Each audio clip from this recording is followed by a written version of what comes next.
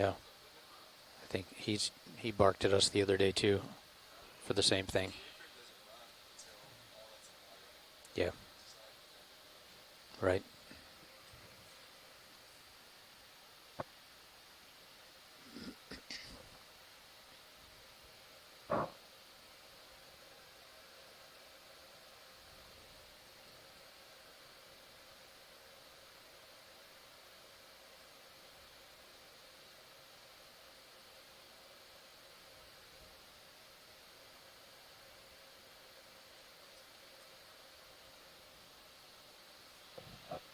Starting to steady out.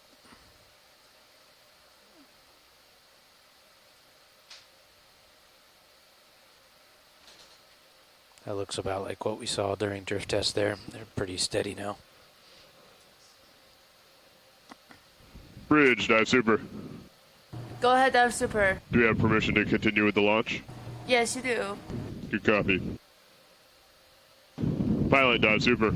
Go dive sup. Is the control room ready to continue with the launch? We're all ready in here. Good copy. Deck, let's go ahead and launch T2.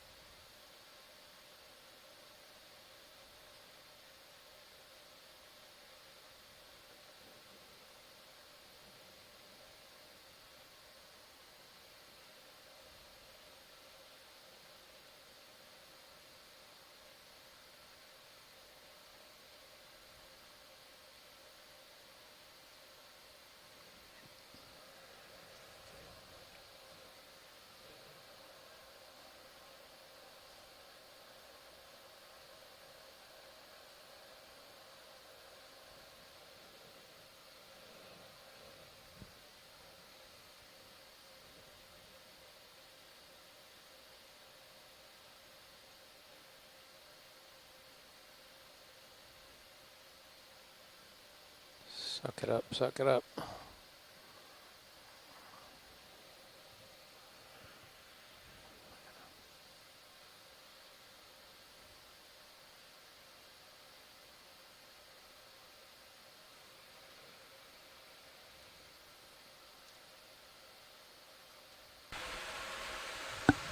Pilot, we will wait for your confirmation of thrust before releasing the vehicle. Understood, dive super.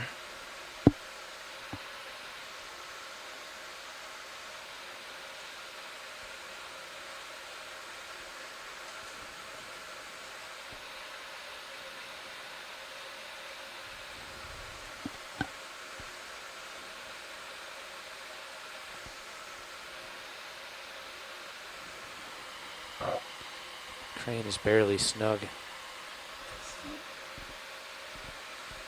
Here comes a big swell from astern.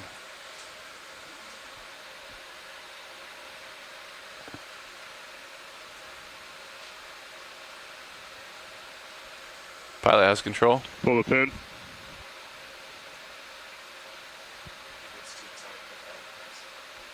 All right, pilot, lift line's clear. Let's go ahead and lock in auto heading, inverse the ship, and push out, please. Roger that, pushing up.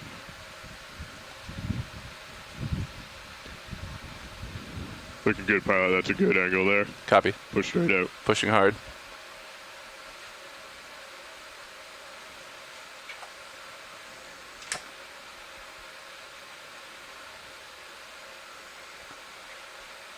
Pushing hard.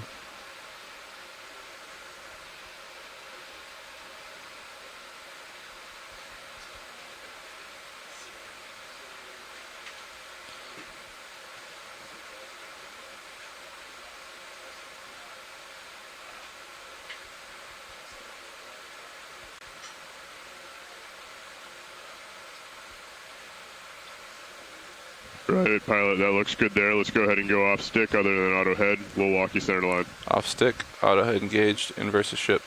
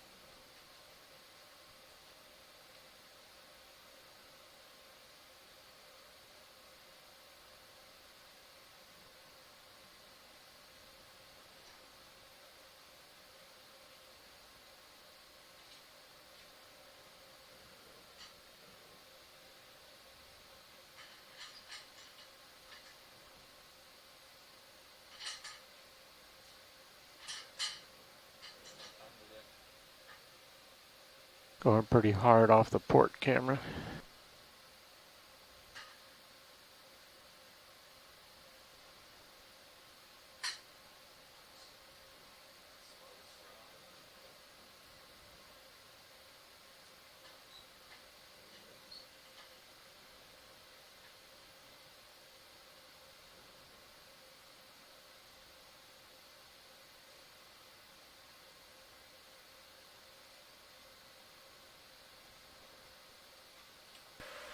Alright, pilot. Suction jars are purged. Your acoustics are on, and lights are on, except I don't have your uppers on yet. Copy that. Just gonna wait until you get a little deeper in the water. Thanks, co-pilot.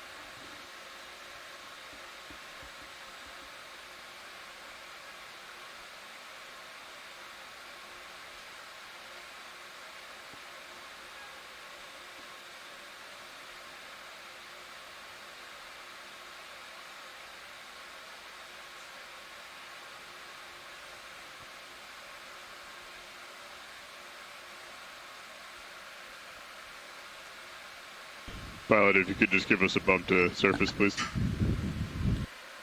Bumping to surface.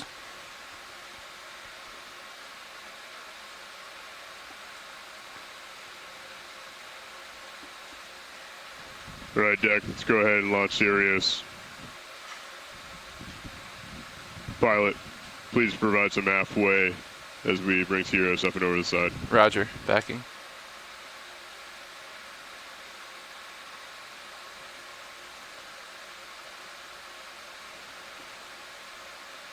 Backing about 50%.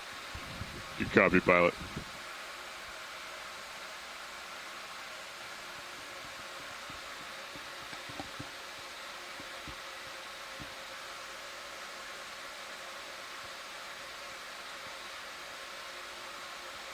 Pilot, be advised, we're coming down on our forward way. Roger that.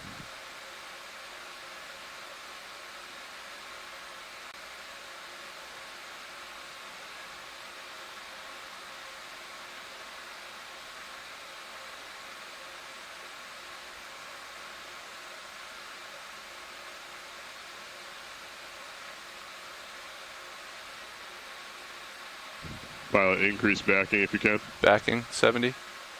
Copy.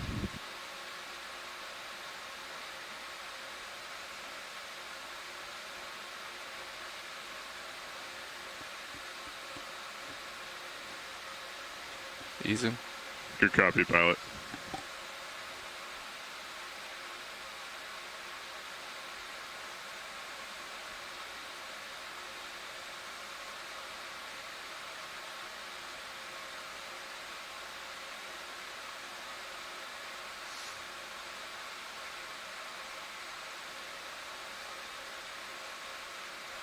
Backing 70.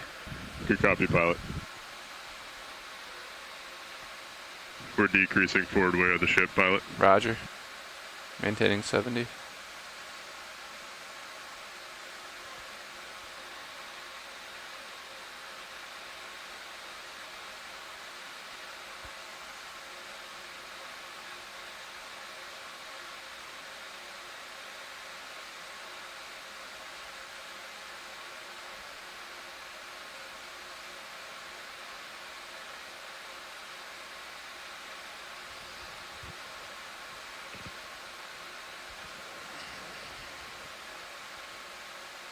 Looking good, pilot. Let's maintain. Roger.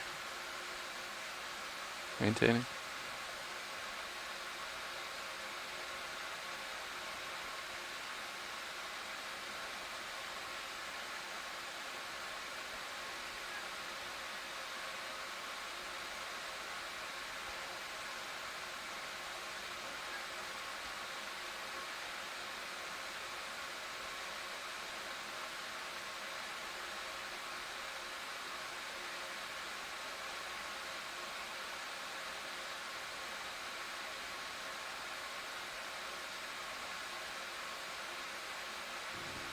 All right, pilot off stick. Pilot off stick.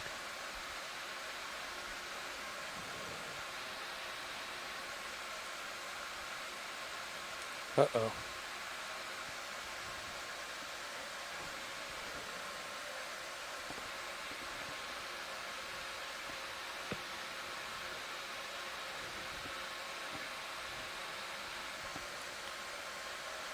Video, can you call Dry Lab for me?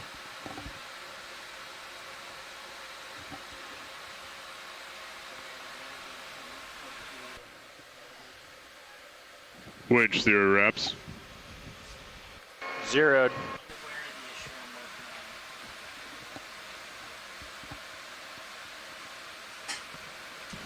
Pilot 0 turns. Turn 0'd. All right, pilot, let's descend at 15 meters per minute down to 50 meters. Winch will do the same. Roger that. Descending 15 meters per minute. Descending. Going down.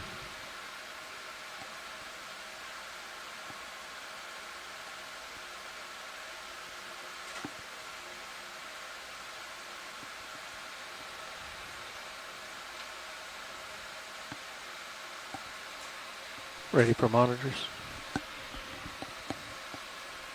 Thanks, video.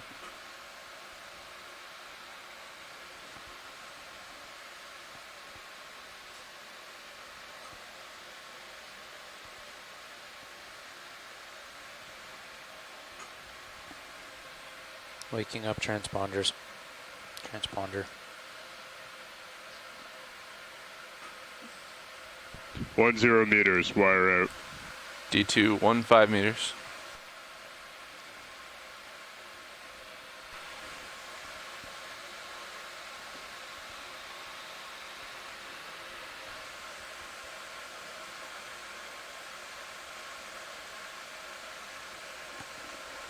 Just see rocks right there in nav cam.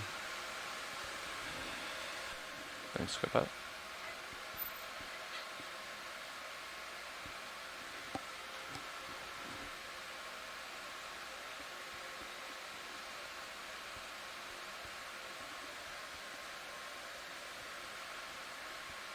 Two 0 meters, wire out. D2, 24 meters.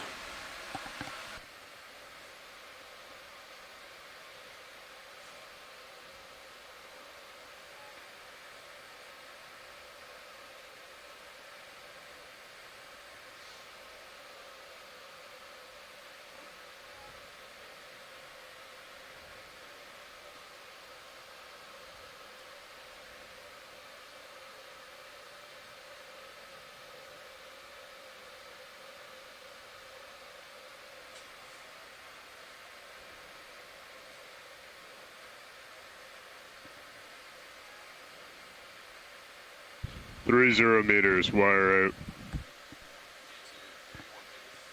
D2, 31 meters.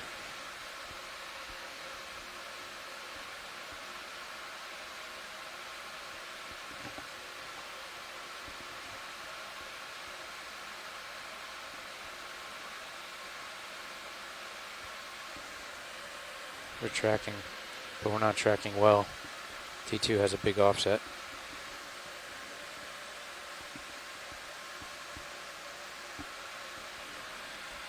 Keep an eye on it. We're still shallow. There we go. 40 meters, wire out. D2, 43 meters. All's well.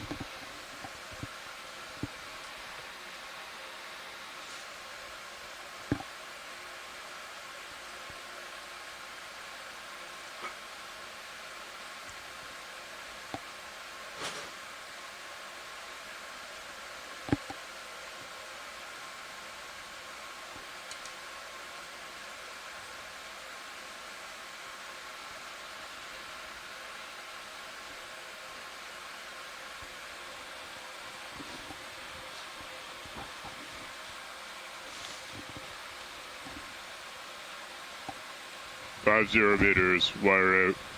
D2, holding 5.2 meters depth. Nav, dive super.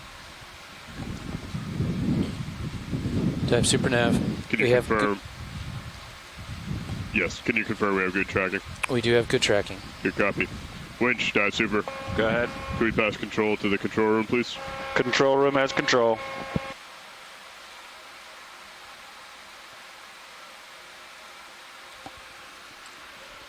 Control room confirms good winch control. Good copy, co-pilot. Pilot, dive super. Go dive soup.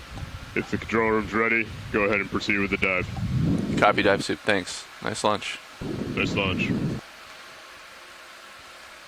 Nav, dive super. Dive super nav, go. How does our approach to bottom look? I would just keep it rolling as you make the transfer. We look good. Copy that. We will pass up to bridge as is, and then I'll pass comms to you and have you work with them. Good copy.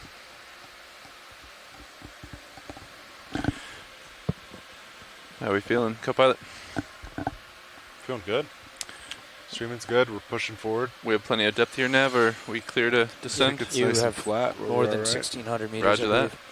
All right. If you want to ensure that auto heading's disengaged, you can go ahead and start coming down. Yep. Auto heading's disengaged. I'm ready on you. Copy that. Would you Turning on use- C bias, starting to descend. Nav, dive super. Yeah. Let that ramp up and you can Dive match super me. nav. We are Now- passing control at the moment. Please watch streaming as we do so. Passing Coming down. control. We will watch streaming. Copy. It's 15 there. Yep. You're not. Yep. I'll Sorry. pause for a Same second. mistake as last time. There we go. There we go. Coming down. That's looking better. And pushing out just a little bit. Yep. Streaming looks good. All right, I'm starting to go down again. Sounds good. I noticed the Delta Z's a little off today. The payout meter looks like it has a few extra meters behind what the actual depth shows. We're showing Oh, so it's- 55 there, 54 up on wire out. We talked Yeah. about Nav, the dive super. market Mm-hmm. at Dive super nav. Sorry, I have an open mic. No worries. The bridge now has good control of the ship. I am ready to pass communications to you so you can work with them to get to waypoint 1. Okay, understand. Navigator will take comms. Nav has comms. Nav has comms.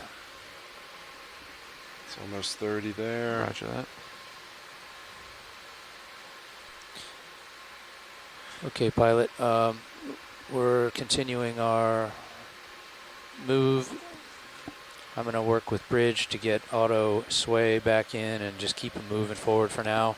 We'll lock in auto pause in a little while. Sounds great. Okay, just keep an eye on streaming. Yep, sounds good. That's 30 Bridge, there. ROV nav. Thanks, co-pilot. RV nav bridge. Yeah, this is looking really good. You are clear at this time to engage port prop and port rudder. And if you want to lock in auto sway at this time, but let's continue to stay out of auto surge and continue to approach the waypoint. All right. We'll get auto swing engaged right now, and we'll keep moving ahead at the current speed. Good copy. Thank you, Thanks. Bridge. All right, let's see. My camera's pointed down. Your lights are on. My lights are on. Your acoustics are on. Altimeter is off.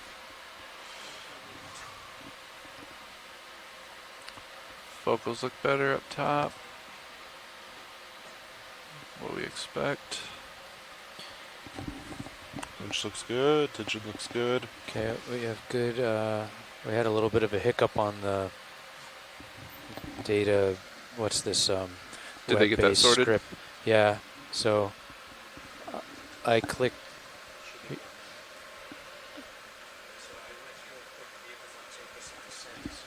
Increasing Z bias a little bit.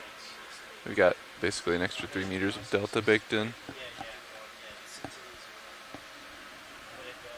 Because, yeah, when Sirius is, like, in the water and down some, that's when they zero. Yeah, I heard So you it's guys always going to be discussing a that. little... I feel like some days it's closer than others, though. Yeah, it could be up to the winch. Because the winch has a Winch is looking good. I'm coming up. Copy winch. Or when dive soup like tells them, calls out the reset. Yeah. Of course, the dive super there doesn't have good visual on. Right. Pilots, we still have 270 meters. So I've got the ship coming out of autopause. They're still coming ahead. Roger that. Good copy. We'll lock them in when we get a little closer and make a position move to correct.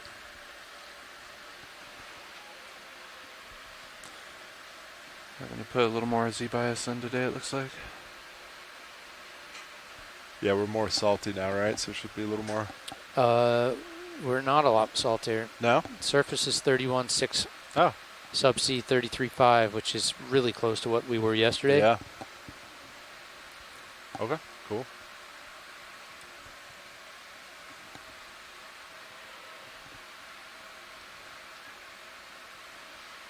Give that a minute to settle. ADCP current profile looks the same.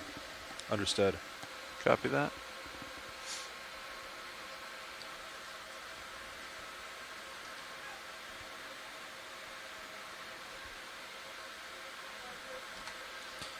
Bridge nav, go.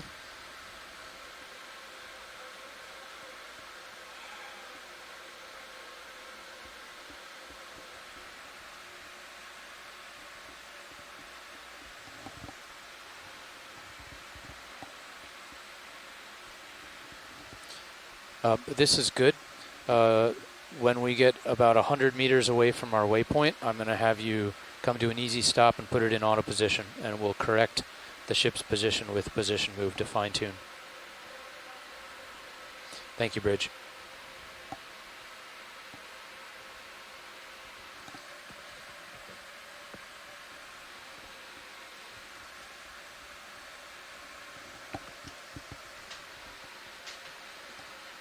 Delta's improving, looking good. Streaming's good. Yeah, ship's moving fast. Yeah, I used Better that in not. a forward way when I heard that. Is your, trying to think, rock box inboard? Does it look inboard? It does look inboard a little bit. Starboard? Care if I bump it? Yeah, you See can if it's bump that. outboard? Thanks. That or the drawer might be out. Is it The just drawer's had a little bit, a little right? bit, yeah. Maybe- But it does look a little inboard, doesn't it? I'm winging outboard. Yeah, a little bump. Okay. Disabled. Thank you. Valve packs off. Hydraulics off.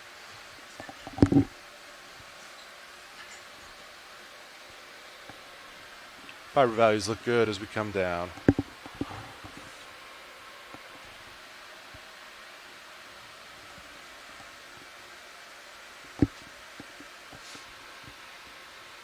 Everything looks phenomenal.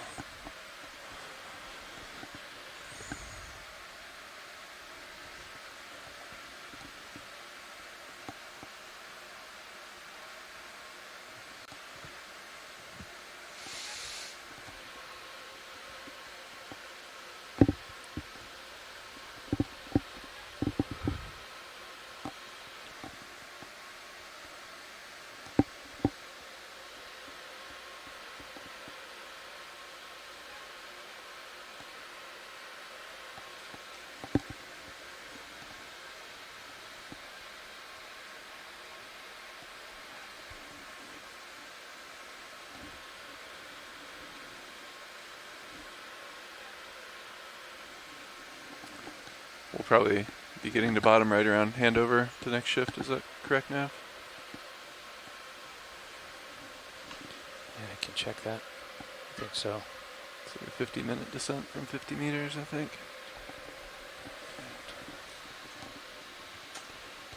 Yeah. Exactly. Okay. Maybe we can get the, I don't know if we'll have time to get the white balance done closer to bottom.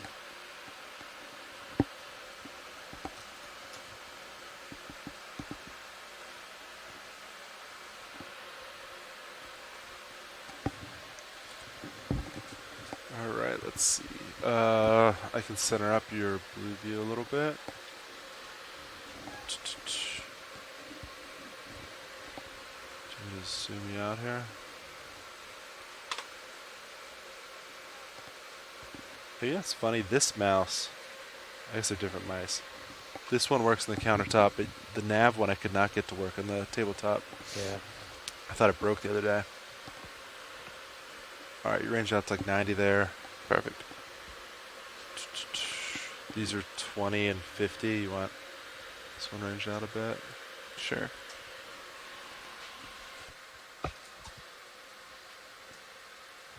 Fifty. We tend to like using the low frequency one for acquiring bottom. Is that correct? I keep these how they are. Okay. I know some people switch it to the 2200, 2250. I've just been keeping them because I thought they've been looking good. But we can always switch them around if you want.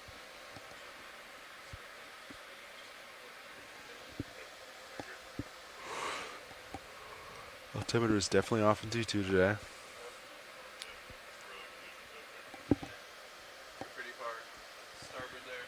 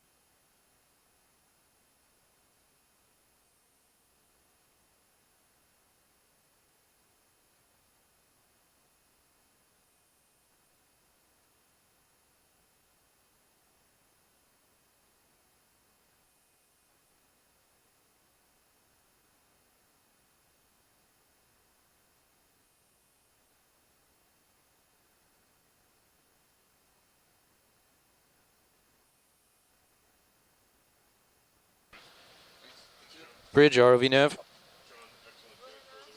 Yeah, Bridge, if you want to come to an easy stop here and get it plugged into autopause, this would be a good time.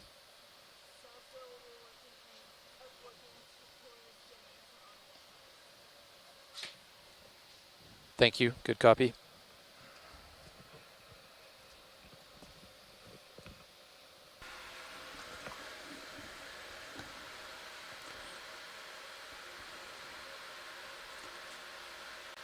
All right, co-pilot. I've got about 10% forward way dialed in on D2. Keep an eye on that as the ship slows. See if we need more. Guys, they're going to be slowing their way through water. Yep, copy that, Nav. Thanks. Got eyes on streaming.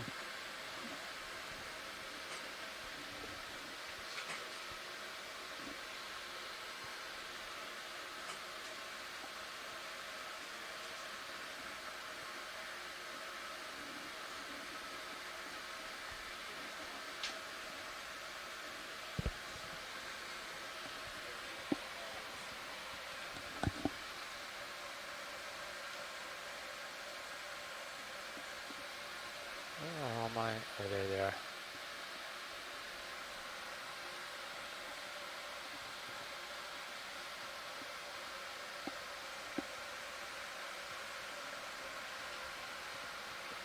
Bridge nav.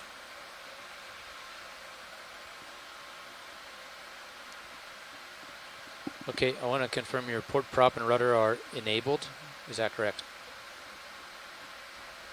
Okay, please let me know when you're ready to start making position moves.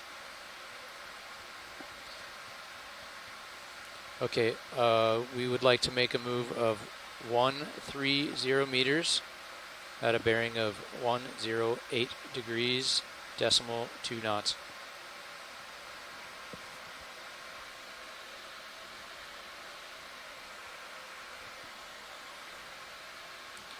That's a good copy. Thank you, Bridge.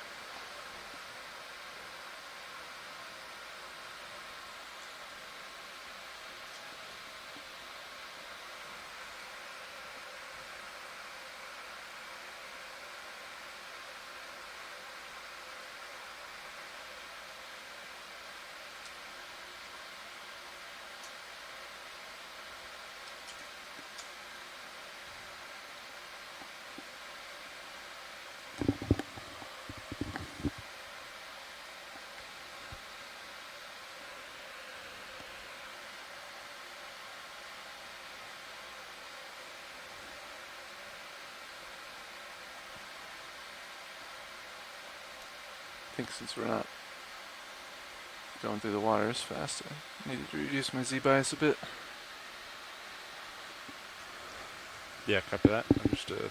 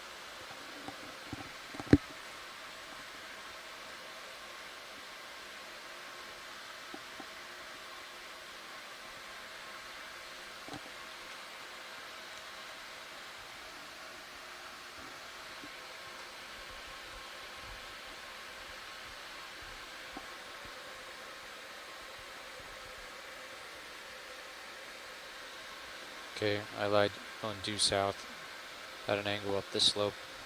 If it's too sketchy to go at an angle, just go up it and bounce over to your right whenever able. Okay, copy that. Do they want to angle it, or is that to decrease the track length? Well, to be honest with you, the strike and flater mouse look more straight up the slope than this. Copy that. That's 520 meters, which, I don't know if we've done a 500 meter track line yet this cruise. I think we've gotten close a couple days. Yeah.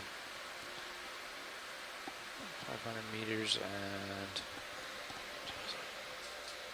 almost 200 meters. 200 up, 500 over, ballpark.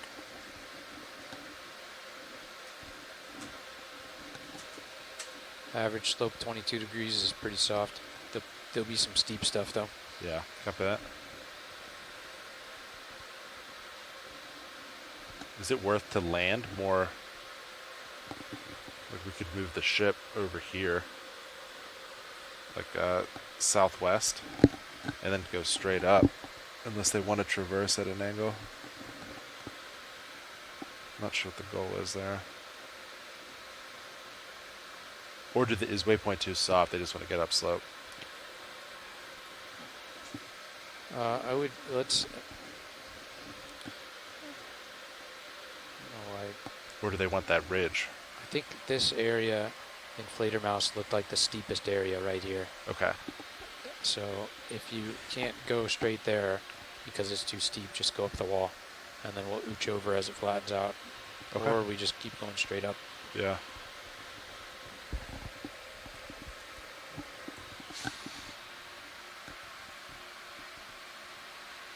Yeah, this from about here to here is the region of steepest slope. So ship's ooching over. I'm going to get Sirius parked right about there. We'll Okay. settle in another 10 minutes or so. Sounds good. Streaming looks good. Comps look good. Fiber values look good.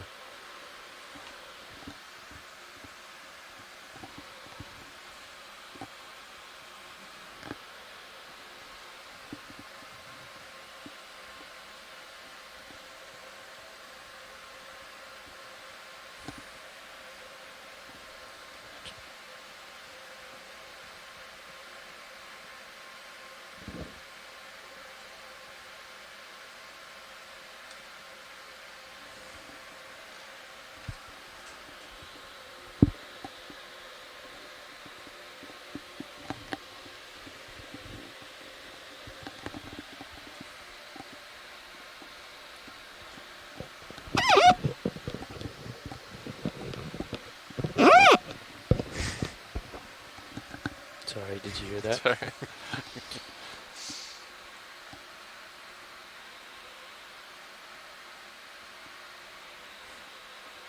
So what's Nav? What's weather look like for the day? I'm going to go look at it again, but it was forecast to diminish through the day. Okay. The swell is looking like it was going to stay steady out of the west all day. I'll bring up Windy and we'll have a look.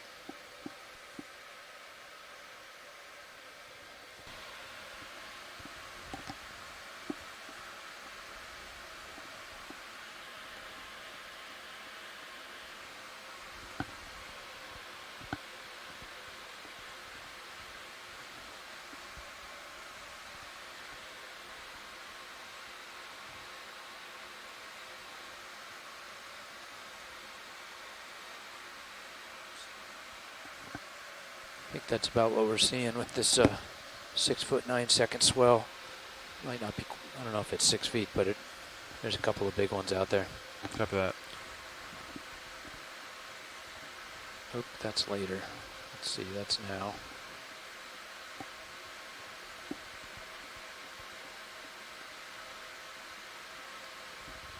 Yeah, the wind is more northeast than it says it should be, but 15 knots, 15 knots, 13 knots, and backing around to the northeast, which is, I think, what we're already seeing. But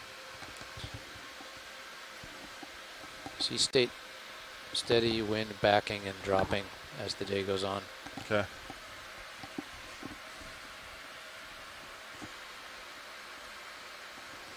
Swell diminishing, wind dropping tomorrow. I suspect we'll be somewhere further north.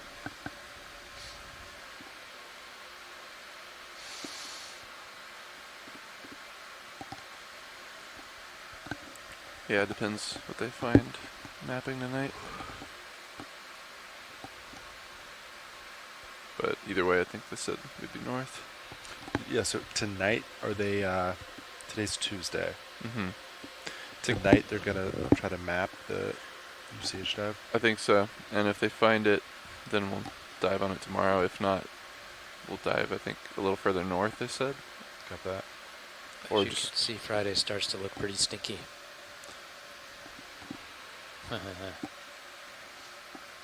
Yeah, it's not very encouraging there. Saturday looks even worse. Look at this. That's some big wind up there. Sunday's too far out, but holy moly. Quite a little vortex there in the Gulf. This low turns into a bomb. Look at that. Mm-hmm. Takes over the whole Gulf of Alaska.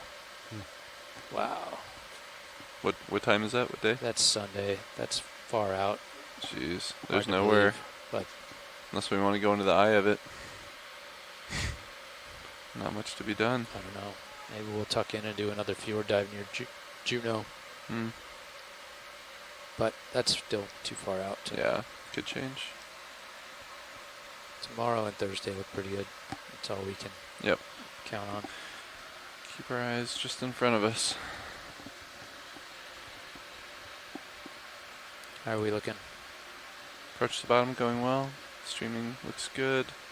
Maintaining a healthy delta. Comps look good. And at last check, fiber values look good. They still do. Ship's a little more than halfway through their move. Okay.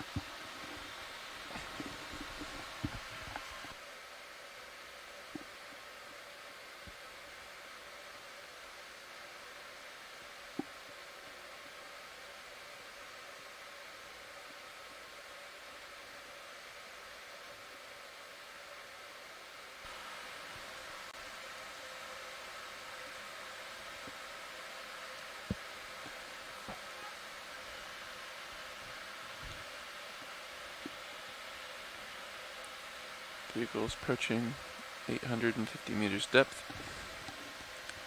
About halfway down.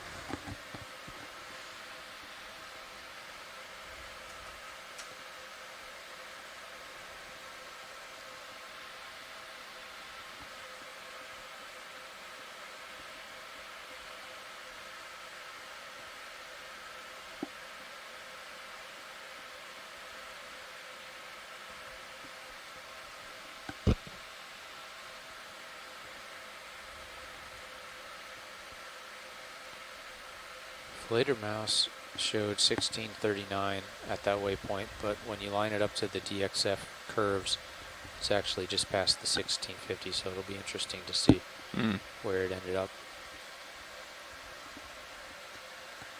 Sounds good. I'll keep an eye.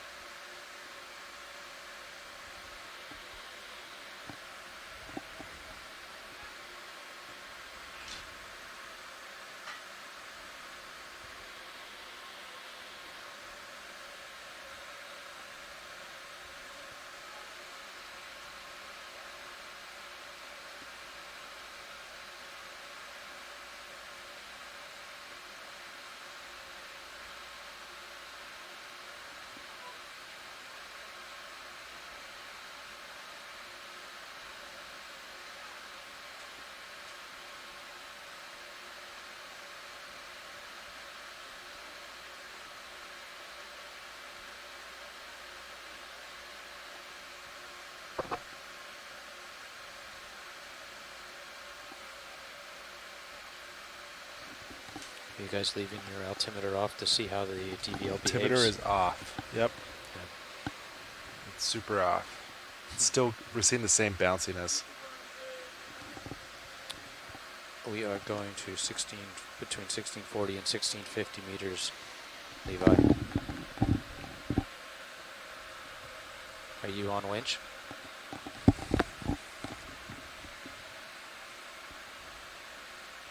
Is that Levi on deck A? Yeah, we are going 1640 to 1650. Call it 1650.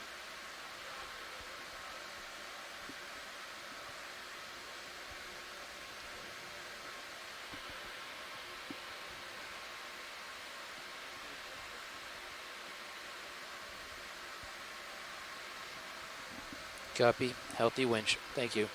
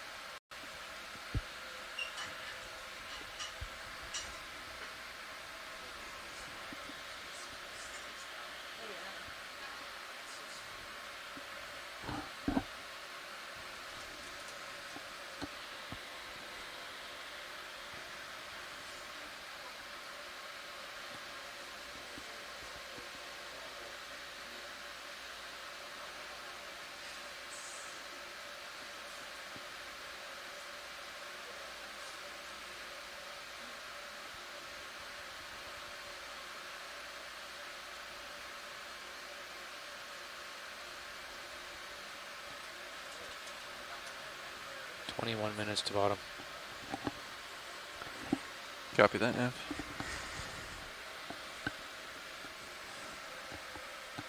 Vehicle has just crossed 1,000 meters depth a minute ago. Streaming is good, delta's good. Better vis than Yeah, yesterday. a Definitely. lot better. Still a little fuzzy green, but better.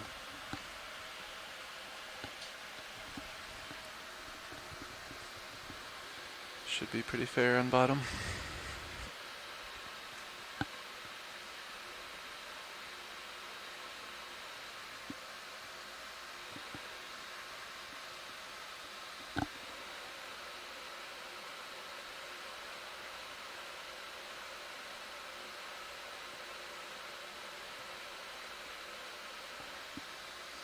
Should be finishing their move any minute now.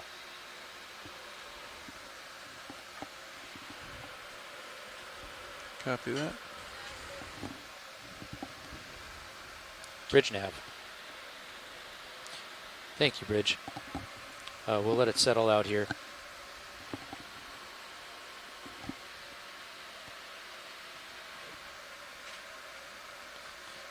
Gonna let it settle and see if they want to make a heading change before changing center of rotation. Wind is pretty far off the port bow, but if we bring it around, I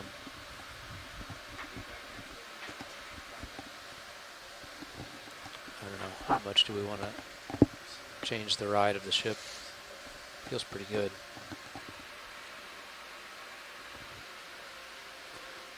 Yeah, whatever's best for them to hold. Yeah.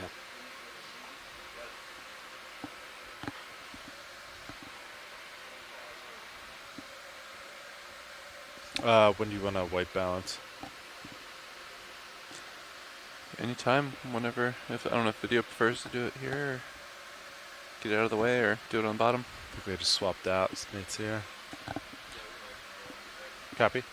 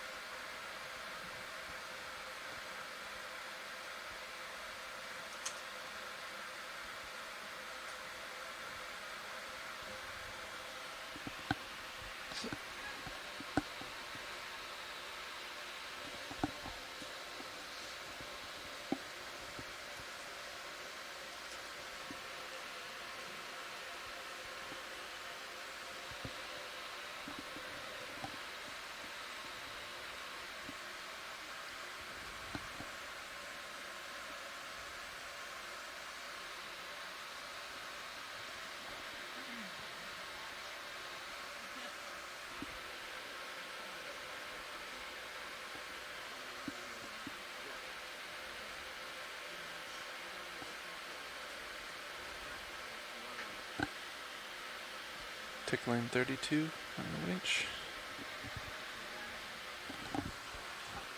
We're back it down some. Co-pilot's choice. Bridge or VNAV? I see a 30 in there. Yeah, Bridge. How's the ship behaving? Are you going to want to make a heading change before we commence position moves later? Nudge it. I'm keeping up with about 70%, so.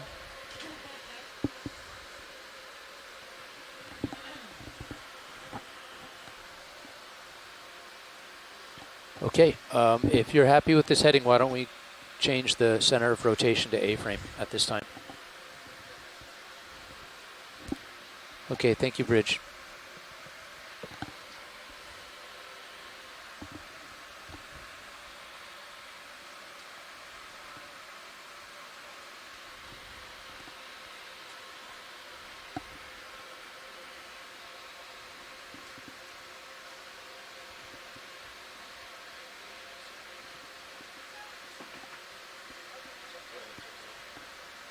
Bridge nav, go ahead.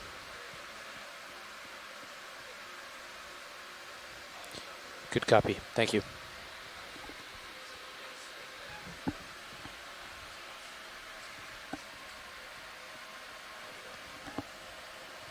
Looks like the surface current has picked up a little bit, guys. Copy that. Copy that. What are we seeing? It's balancing the wind pretty nicely, 4/10 of a knot. Okay. Off the starboard bow. Sounds good.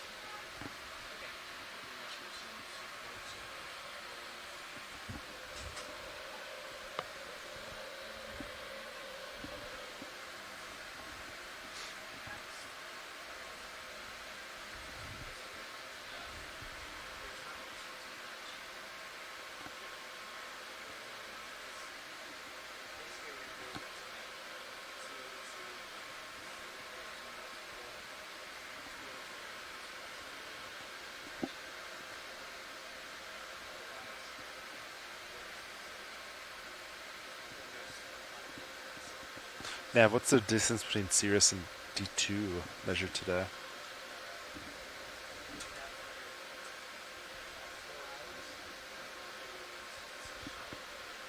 36 right now. 36. Well, let me see what tail to tail. 33, 36, somewhere around there. Okay. Just curious. Thanks.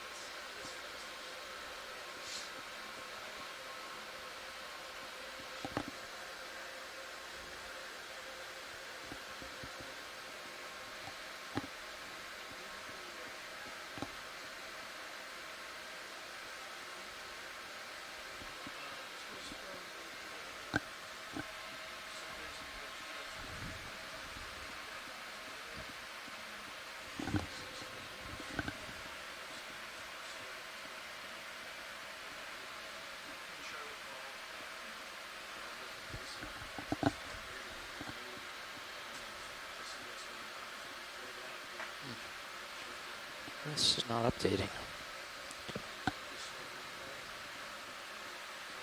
Is it? Yeah, it is.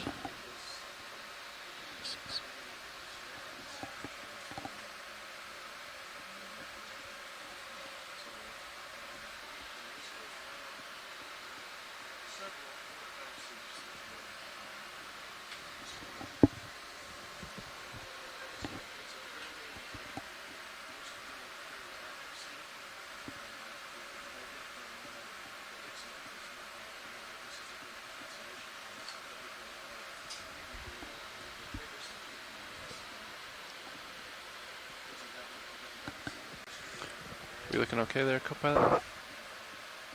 Pushing out about 30%, trying to dial delta in a little bit more. Yeah. Feel a little loose, but still There looks we go. good though. That's better.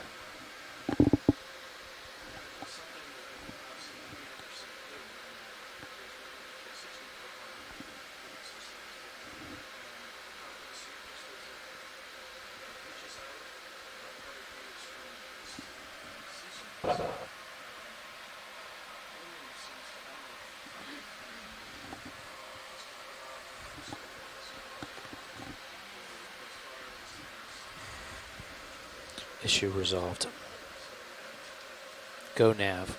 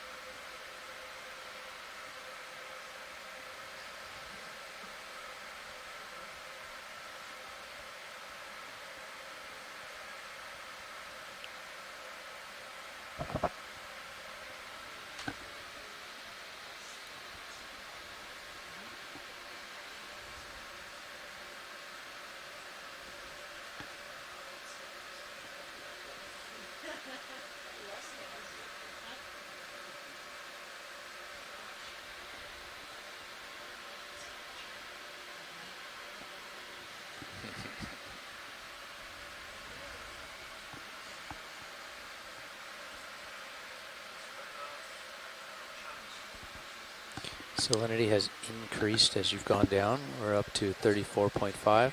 Roger that.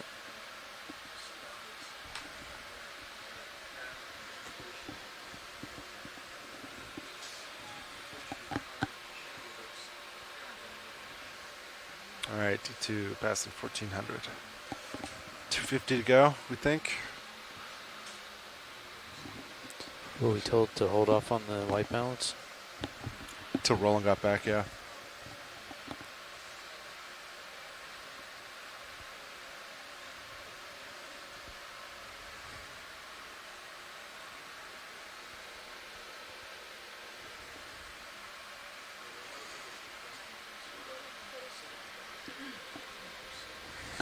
Roger that. You guys ready? I can get hydraulics on to keep eyes on. Copy. Hydraulics are on. Don't know why Delta Z started getting a little squirrely.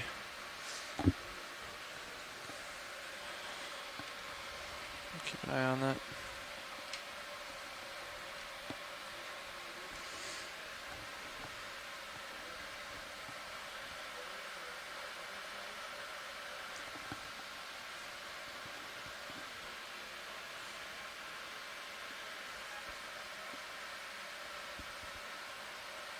Thanks for getting hydraulics up. Ready for me to bring the arm out? Yeah. Do you care if I keep the blue view pointed down? Yeah, you can keep that down. Okay. Arm coming live. Help me keep an eye on Delta if you don't mind. Yep. You got 3, it. Delta 2, 67. 1.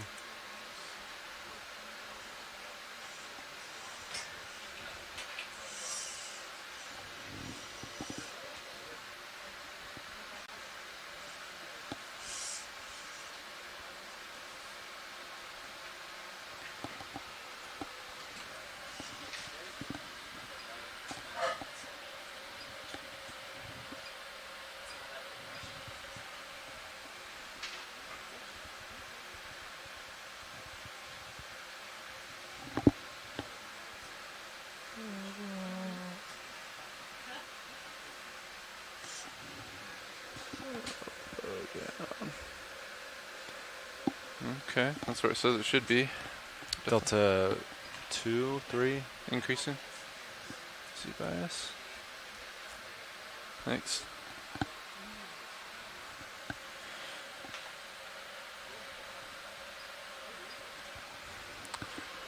And let me bring up my rotator. Sirius has good lock, but I think it's that fake thing we've been seeing. Roger that. You can come on in video. I got nothing on blue view or sonars. D2 altimeter might be right. 150. Okay. Keep an eye on that. Delta 1, 2, 3. We can halt it. Yeah, 50 meters or so altitude while we finish white balance. Let me adjust this for you, Roland.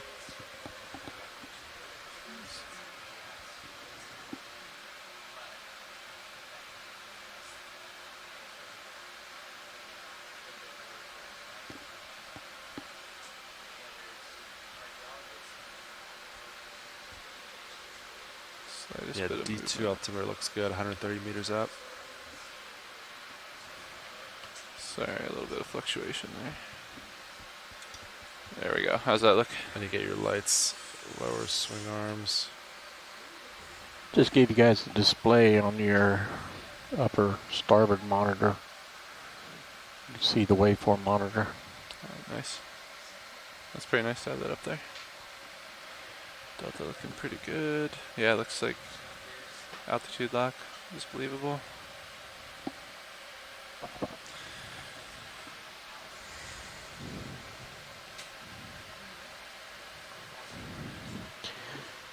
we're looking away from slope. So yeah, why don't we stop at least at maybe 50 meters altitude with D2 while we're doing white balance. Copy that. So we're about almost 10% low on the right side. 10% low. Copy. Just in.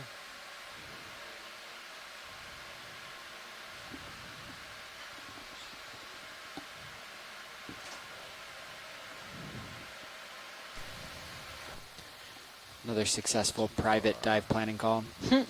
I feel good about it. I think we did good. Works for me. Yeah, definitely a good note to I think I'm gonna stop flag at 50 all of meters the and people that are that's interested in serious. seeps Well, maybe that tomorrow or the just day get the after. delta. It, So it sounds like it might not be Yeah. on their radar. 55 or 60 And water meters column. or And water column. sorry, altitude. This is Okeanos video engineer Roland Bryan making a general announcement to all those on the ship and the shore. This is a reminder that all audio associated with this dive will be recorded with our archive video, as well as being streamed to shore via the satellite and the internet. Keep that in mind as we proceed with the dive today, and enjoy the dive. Thank you. Guys able to tweak how's the Okay, good morning everybody.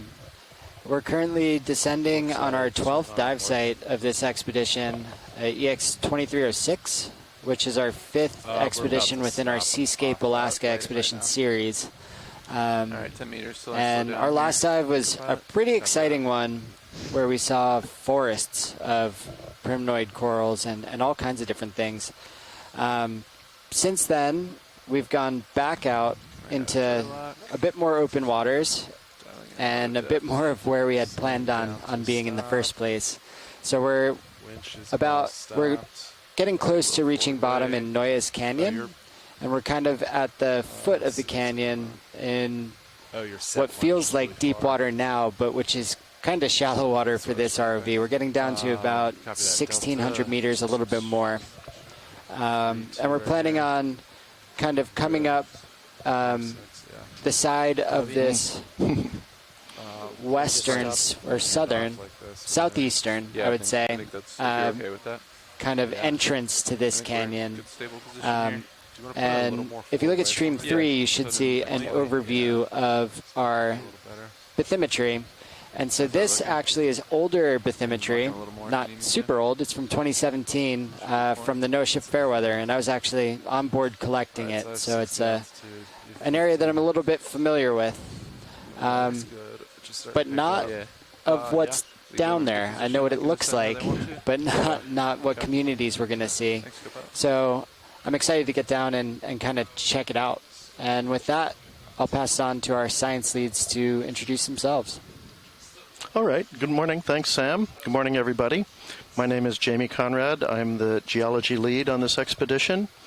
I'm a geologist with the United States Geological Survey, and I work at the Pacific Coastal and Marine Science Center in Santa Cruz, California.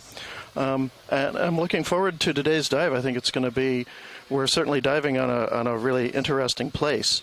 We haven't quite made it back out to the Pacific Plate tectonically, but we're within just a couple kilometers, actually, of the plate margin, which is defined by the Queen Charlotte Fault, which extends over 600 miles or close to 1,000 kilometers along the plate boundary here, where the Pacific Plate is moving along in a transform sense, in a strike slip, right lateral sense against the North American plate. And evidence of that offset is actually very clear if you have the larger map of the seafloor.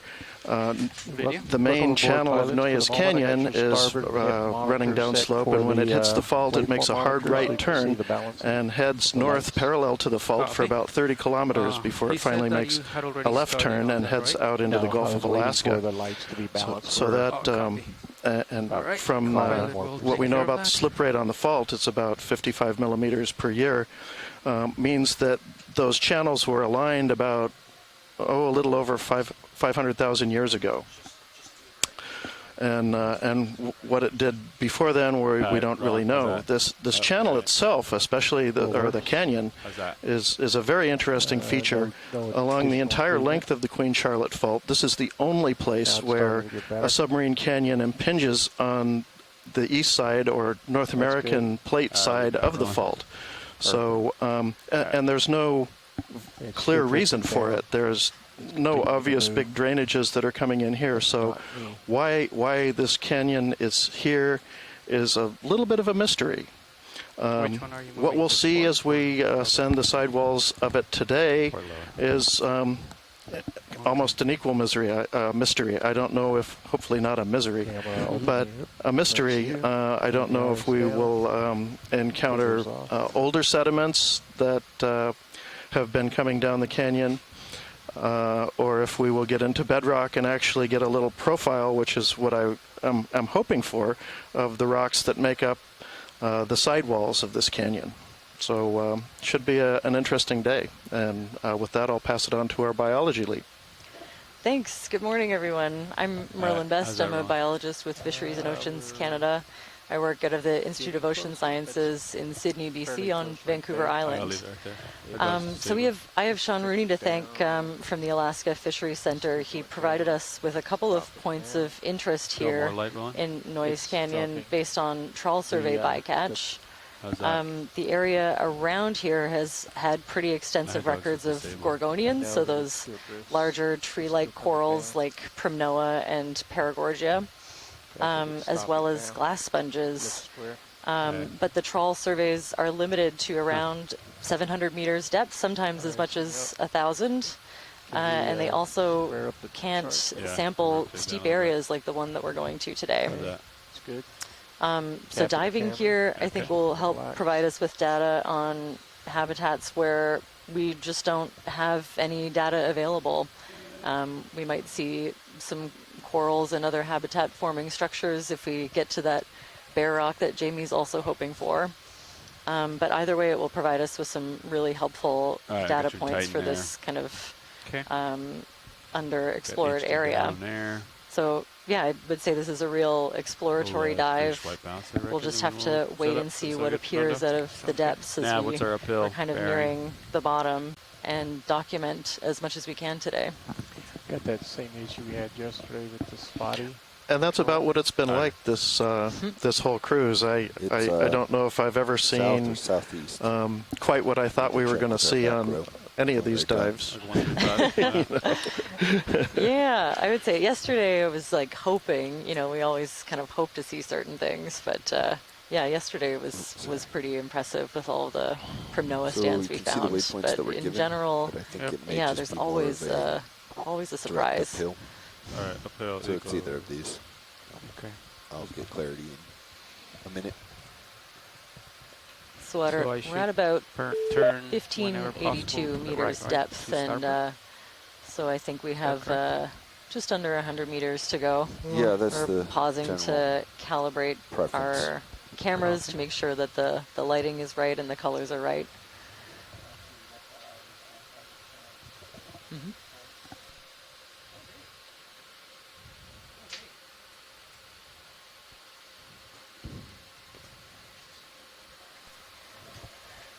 I think we heard someone join the call. Is there anyone on the line that wants to talk about Noyes Canyon?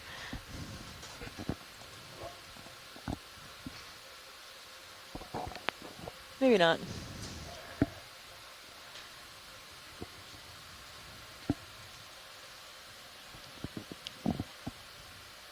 Watch leads and survey 1. This is ROV Nav. Watch lead here. Yeah, is this a okay time to talk about our path forward? Yes. Roger that. So you can see on HiPAC, we were given waypoints 1 and waypoint 2. We're still coming down and acquiring bottom near waypoint 1. There was some question as to how important waypoint 2 is, or if the goal is just to kind of head straight uphill the slope, more of a southeast direction.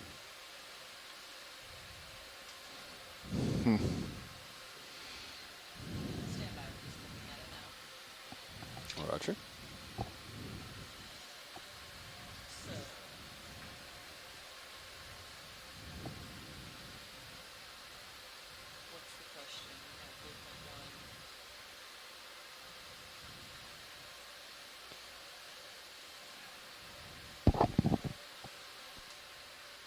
Should I push out a little bit more, or You're good. That was pretty tight. Yeah, no problem. So we're Set up for coming down on HD2. waypoint 1, acquiring bottom. Go ahead. There was some question here about waypoint 2. If that was a specific site of importance, if the goal, was instead more just to head straight uphill, normal, perpendicular to this slope, kind of what you wanted to accomplish with the ROV track today. Yeah, I think normal to the slope is good. Okay. And then Roger, basically the goal is just to go up the steep slope, see if we can see exposed rocks. So that waypoint 2 is not very specific, but we would like to kind of get towards the top. And then I think if we have any time on the top, probably traverse up to the, let me get north up again so I can see the direction. I think that's the northeast, east-northeast. Okay.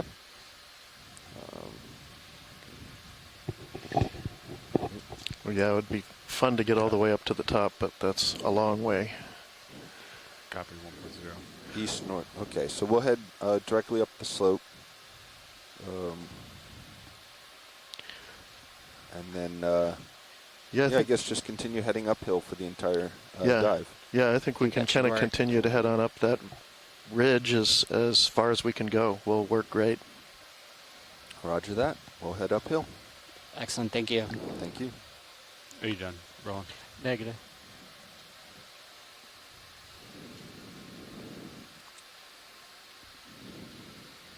Having issues with the gammas on this one, but I got no gamma handles to adjust. All right, pilots. The word is waypoint 2 was not a hard target.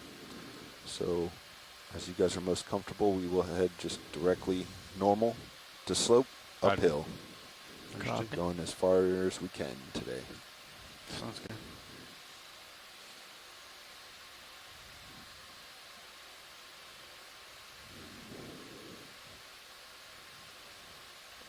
They'll make your track today roughly 145. Copy. 145.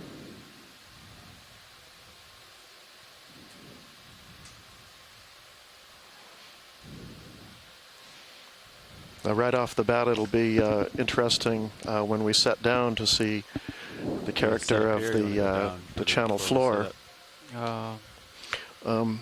This entire seascape, if you will, out here is interesting in that it's a little bit frozen in time right now. These channels out here, out on the edge of the shelf and on down the slope, are by and large completely inactive right now as sea level has risen. All the modern sediment is trapped up in the canyons and along the coastline. And it's not until glacial periods that sediment gets pushed out to the edge of the shelf. And then we believe that at deglaciation, when the glaciers melt, which is a fairly rapid process geologically, hundreds or perhaps thousands of years or so, the glaciers drop their sediment load kind of all at once, and it all flushes down, leaving these huge piles of sediment, fresh sediment, that then more or less sit there until the next glaciation.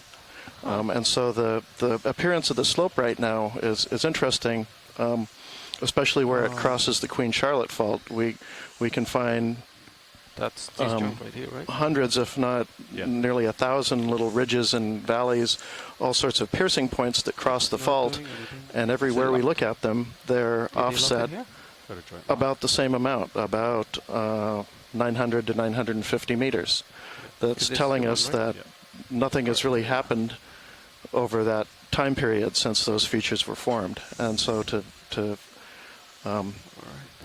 get a slip rate on the fault, based on those offsets, we have to kind of infer when the ice lifted out of here, lifted out of the canyons, when it dumped its load and formed these. It's very complex, and we'll look at them a little bit more tomorrow or Thursday when we do some dives out on the slope. But the offset of these ridges is very clear and stark, actually, in the bottom character. All right, delta is 5. Have you been able to look at any of them with video or camera? There were just a handful of camera dives that were done on the 2015 and 2017 tele-expeditions. Oh, yeah. So, and that was one of the goals, was to try to at that point, trying to get ages, date some of these channels by coring them. What we found was that the cores, the channels and the ridges are fairly uniformly covered by fairly dense, packed down gravel, and it was very difficult to get almost any penetration at all. We were lucky to get 30 to 50 centimeters with our piston corer. So, and we got pretty gravelly sediment that was difficult to date. Yes, okay. Checking thrusters. That's about 15. Okay. All right, push back. Push back. Go down. On your way back. And you can see the tether there. I got you tighten. I'll try to follow you tighten here. Keep going down to delta 20, you said? Yeah, on your way back. As you push back, do it together. All right, pushing 60 right there. My rotator's maxed out. Copy. Yep, you're making some ground back, I think. All right. There you go. About 19. Still don't see. I see the light right there. So we'll be spending a bit more time in the water column tomorrow or the next day. So I have a little more time to brush up on my pelagic identifications. Hopefully lots of people from our shore-based science chat will be around to assist.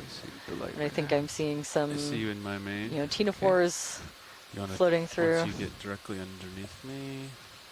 Little tiny crustaceans and maybe some more of those arrowworms, the Okeanos. Little tiny fish. Right, go ahead, winch.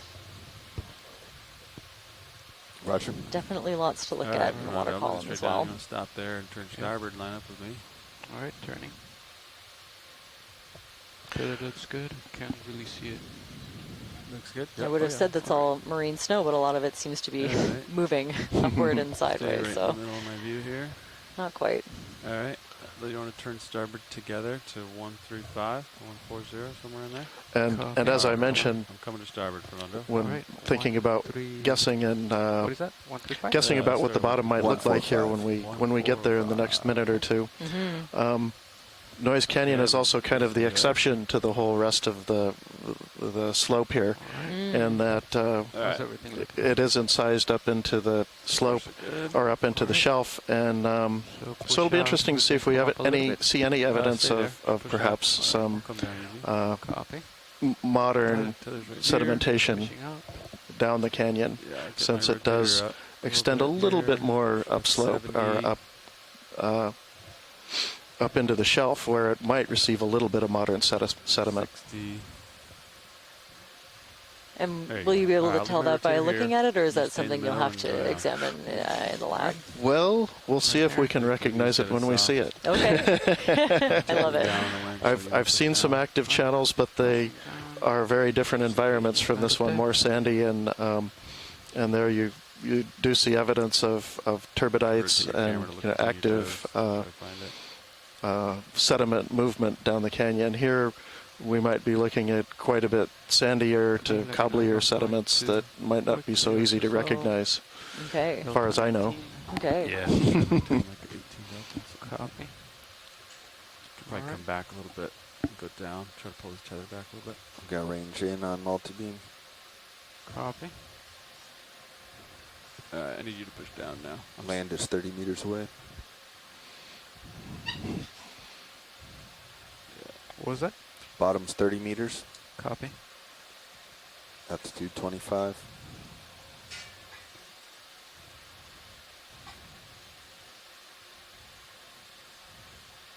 Tether's off to my starboard here. Looking okay.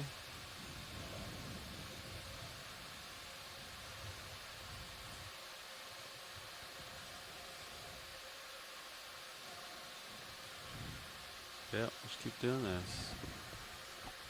Alright, still not inside. Altitude 18. Blue view, 20 meters, agrees.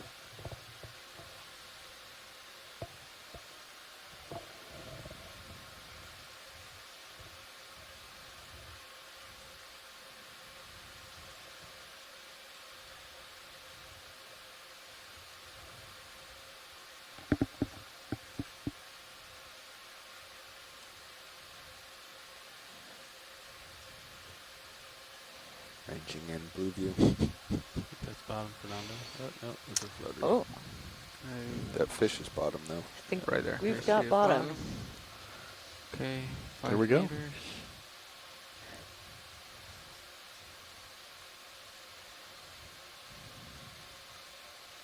Alright.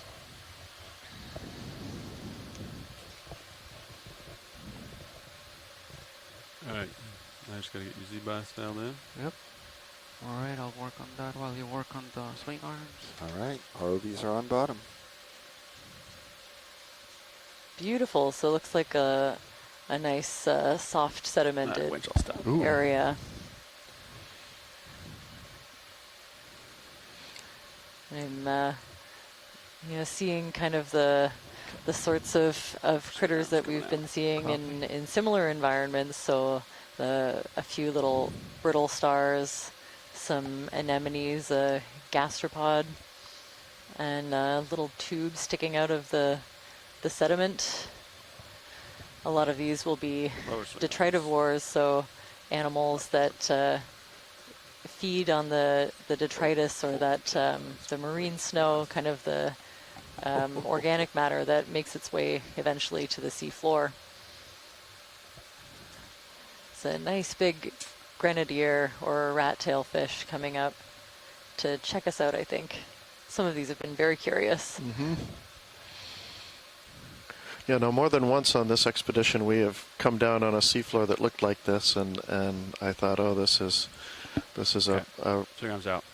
very soft get sediment the, bottom, Orion? and it's turned out that it's just been just a thin veneer on top of a cobbly pavement just a few centimeters underneath it. But this is just from the way the mud is kicking up from our rotors from the ROV. Seems like a pretty thick layer. Maybe thinks we are makes me think we're in Bridge, ROV muddy nav. environment. Mm-hmm. Also, where sometimes we've been able to Yes, see wanted a to let rock, you like know the that top the of ROVs are on maybe a bottom. larger, rock or boulder. Mm-hmm. A few Sticking out. scattered Good time about. to Yeah. discuss Yeah, the bailout none plan. so far. I'm sure as we I don't know get if you can closer see to the high side pack, of this but we will canyon, be we'll heading see a shift. southwest today. The one over on the So right, the bailout dark thing will- on the right side of the excuse me, screen, but we will be heading can't tell yet. southeast up a slope. So the bailout will be northwest.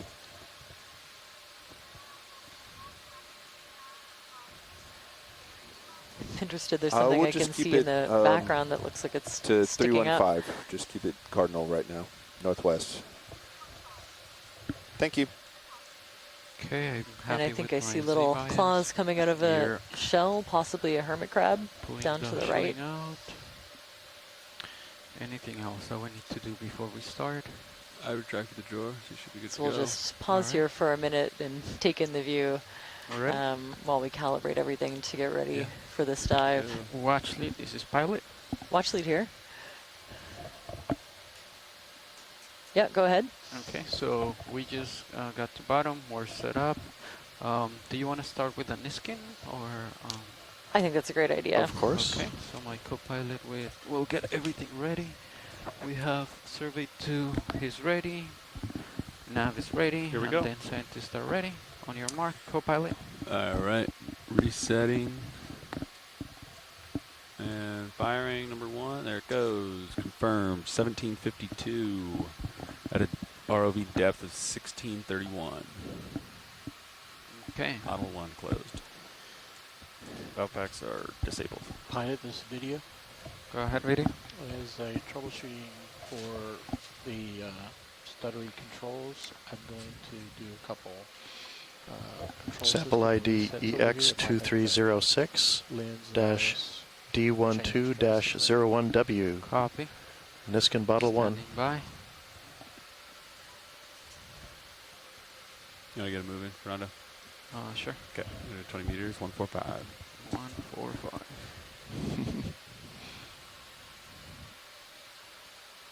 So we've just taken a Niskin sample, which is a special kind of container that we use to sample water. Resetting the PC 422 is complete. Once that water gets back up to the ship, we'll be filtering it out and collecting that filter for eDNA analysis. 20 meters, 145. Analyzing the environmental DNA associated with the water. So all of the little bits of DNA left behind by whatever passed through that particular water sample should leave a little bit of a DNA signature behind, and we can 20 meters, sequence it to these parts of it 145 and sort them out to get a 2. profile of the kinds of fauna that have passed through this area. Good copy. I think that's Bridge. a little sea cucumber that's sticking its head up into the water column. I see. Yeah. I'm just continuing to test it. If it starts to stutter again, then I'll...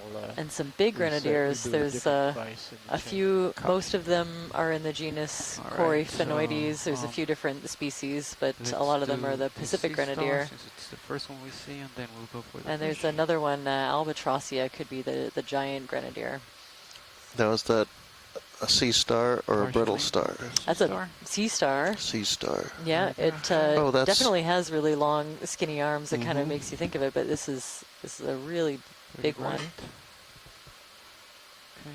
If we could get the lasers near it as well for a measurement. The lasers are on. Thank you. The hermit crab. Oh yeah. Up to the left and right. And to the right, yeah, a couple of them. Workshop nav. Oh, there's lots. It's ringing. Huh. Yeah, they're just all over. Okay, it's a big sea star. I was looking for Todd, maybe. If he's there. Do you want a tighter look at the sea star? That'd be great, yeah, if you can. Okay, so let me just get more stable. Lasers clear. Copy. Looks like Chris Miles joining us just in time. Mm-hmm. Of course, we land pretty much right on one. Copy. I'll stay here. And I'd say it's a different species from anything that we've seen in previous dives on this expedition. I just had a question on the sample sheet that he set up. Oh, you can see those thin, translucent projections coming out. That's I've been told that's part of the respiratory system for the sea star. It looks. You're still bouncing a lot. Yeah. Okay. There you go. Try not to pretty disturb too much. Pretty happy with those kind of extended out. I'm not gonna go up and down anymore, so you can zoom in if you want. That's lots of large spines also on this particular sea star, and it's a really big one. Are those like small pebbles that he's seems to have gathered onto those black definitely things? So those critters. Bits of detritus, I think. Yeah. Maybe stuff that's just kind of landed there. This one doesn't seem to be moving very fast in any kind of a hurry. Yeah, so I think my guess is little bits that have blown in the current or settled down there. And there's a brittle star right next to it for size reference. There we go. Okay, so we have a Zoroasterid, possibly the genus Saganaster or Zoroaster. Let's go for the fish. They dig into the sediment and use pedicellary to devour snails and other critters. How are we on Possibly why there's so many empty snail shells for these hermit crabs to live in. Let's zoom from here, video. And this fish looks 20 meters looks a little bit more like Albatrossia to me. The genus small fish in front of it, big fish of the deep sea, the giant grenadier. It's usually like a little bit more rounded and, of course, quite a bit bigger, although that's not a very good indicator if it's a juvenile, but this kind of has the shape that I'm used to seeing. Do you want to go to the Albatrossia pectoralis, I think. We'll get a better zoom on the big one. Just and that little fish is interesting, too. I don't think we've seen that one either. Give it a two-shot. So rotate down, you say? The little fish below it? At the top of the screen. Oh, you're talking about that Yeah. little fish. Okay. Yeah, I think I'm getting farther away, so let me try to. You have a little more tether now. You want to Okay, get closer to it. pulling you out wide so you can get closer. That's great. Thanks for Copy. that. I think we can get an ID based on from that. Okay. Science seems happy with it. Okay. What about this right here? What is that? Yeah, that in the Those center two- there. Yeah, if two we could get a fly quick trap zoom. anemones. Oh, actually, we just to didn't see, get, there's a few things. lasers on the fish, so hold on 1 second. Good catch. Go ahead, Bridge. And a Lasers small right one there. as well. So to the left, I think that's a sea cucumber that's kind of Now's a good standing time. up in the water column a little bit. Ship's coming 10 degrees to port. Is there center rotation A-frame? It's Ooh, sorry, here's a A-frame. different fish as well. Okay. Bridge, are we now to confirm your Whoa. center rotation is A-frame? Yeah. I thought he was going to hide. Yeah. Try to zoom in partial on this one before it gets too far. Yeah, that was the part of Todd's pass down. Wow. Okay, that's I'd say a different kind of fish than what we've been seeing. Okay. And I Pretty don't flat here, know. Bobby. Think another one of those See the sea white cucumbers that are kind of Yeah. standing up. We've seen a few of Let's them do that. Partial into the white one. If they're interested, I'll get closer. Is it supposed to be steeper, right? Yeah. Ooh. Yeah, hopefully there are some fish biologists that will tune in on the chat today and help us out. There's a few different kinds that we haven't you seen need yet. 20 more meters? That one might be an Fernando, eel you ready pout. to keep moving? Sure. Okay. All right. You Do have you a- want to closer zoom at these anemones? Yeah, actually, we haven't seen these not quite as big, at least, on this survey yet. All Wow, they're- that crab can really move. He's making a run for it. Yeah. Between your, Oh, he's just trying to get in the skills, screen. so He's skills can get a good attention hog. All right. Thing is, the sediment, when I land, the sediment just kicks up. All right, let's come in video. Very cool. So I always call these flytrap anemones. I'll have to take a look and see if I can find the scientific name, but these really large anemones that kind of fold over in the middle and make kind of, they kind of look like the Venus flytrap plant. Little shop of horrors. Very much so. Little Audrey too. Feed me.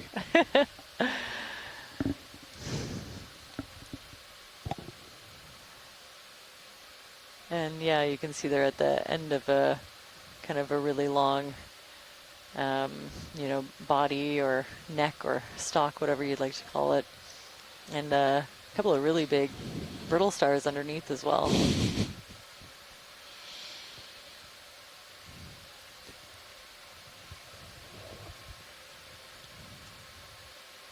Just bring the lights up at 30%. Roger. So the anemone is Go ahead, family Hormathidae. Roger, thank you Video's for clear. letting me know. Thanks Copy. to Do we wanna get Erica a for that closer zoom of the identification. crab, or they're fine? So we're really Yes, he's got an fortunate to be anemone on joined him, I by All right, let's the go. science chat. It's a chat room that we have that contains all of our messages from our shore-based scientists who are tuning in from all over the country and all over the world to advise us on the identifications and give us some observations that we might miss. Now it is. Copy. Slight tilt Very there. cool to see an anemone growing on this shell that's being carried around by this hermit crab. Also interesting Slight to see tilt there. the sediment covering the claws.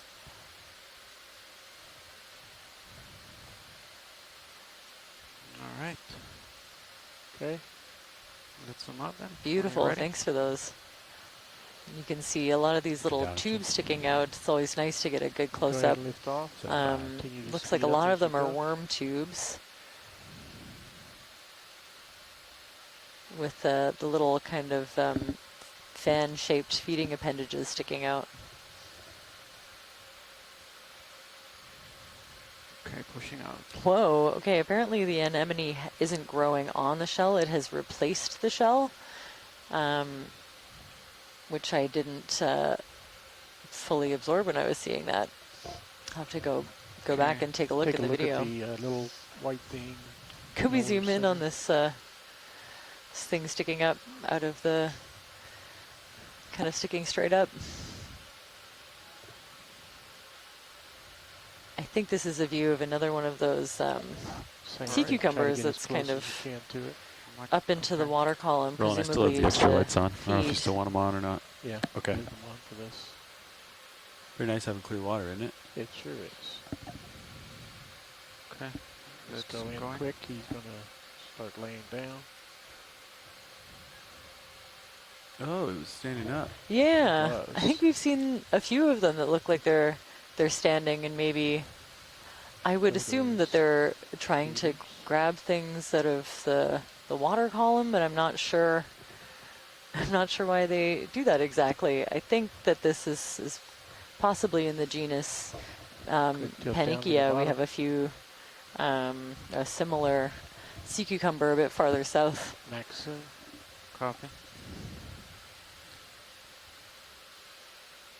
See a little thruster vibration.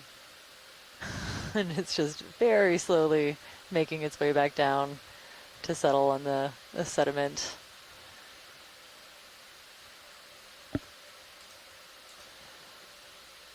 Science, this is on the Science Channel. It's just to the right of that. It looks like a carnivorous sponge, maybe. Okay, let's Stalk. get a full shot. Oh, Yeah, it's touching his. or like a very small, fingers. very faint. I'm moving the Orion, so you know. Yeah, this little Yep, I see stalk it. also to the right that the sea cucumber is touching is. And that's purely me guessing. Yeah, no, I think that's a solid guess. It's so hard to see.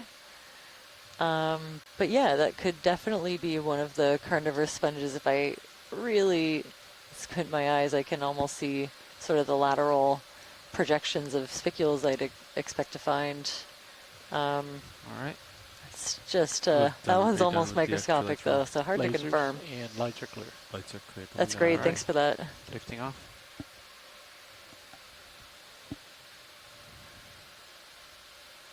You got Tyler. Okay, pushing up. If you want to make some ground. Ooh, wow, okay, that was a very cool worm that just swam through. Partial. And this looks more like the Coryphaenoides genus of grenadier. Again, there are a couple of different species, so I won't hazard a guess. Just a little bit of a, I would say, like a sharper point to the Let's come in a little bit closer. to the head than maybe the Over more there. rounded Albatrossia, the giant grenadier. This I have is extra lights if a you want pretty on big video. one, though. Can't hear you, but Yes, 30-40%. ladder up. Let's come out a little bit. If you turn too far starboard, the tether. Interesting, there's a Yeah. couple of See that? marks. Yeah. Clear. Let it go. Lights are clear. Lights are coming down. Lights are down. Huh. Wow. Yeah, there's that one there looks more like the giant grenadier. Just nice to kind of see them almost side by side.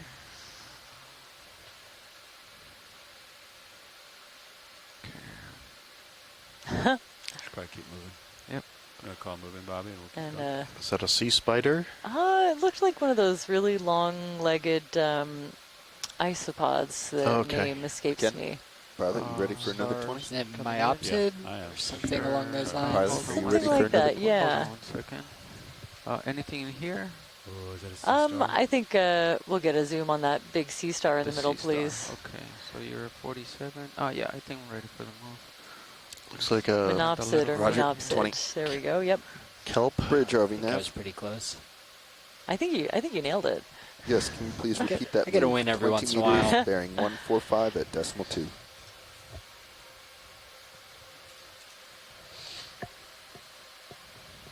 Good copy. Thank you, Bridge. All right. Go in. Partial. Hold right there. This one looks well fed. All right, let's go in a little bit more. Yeah, it's really beautiful. Look at the patterning and the geometry to these little spikes.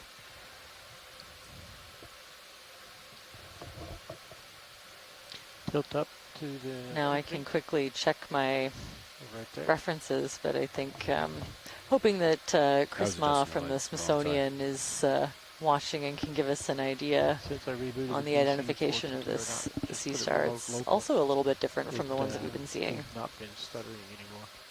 Roger, remote level. A terrastid, probably terraster. Tilt down full screen. Excellent, thanks for that ID. Oh wow, look at that. I have an idea, Bobby. Okay. It's deflating. Button. You press. That zeros the pan and tilt. That's great, thanks for that. You know? Or a scan mode. And let's do lasers. There's a zero button. Like zero button?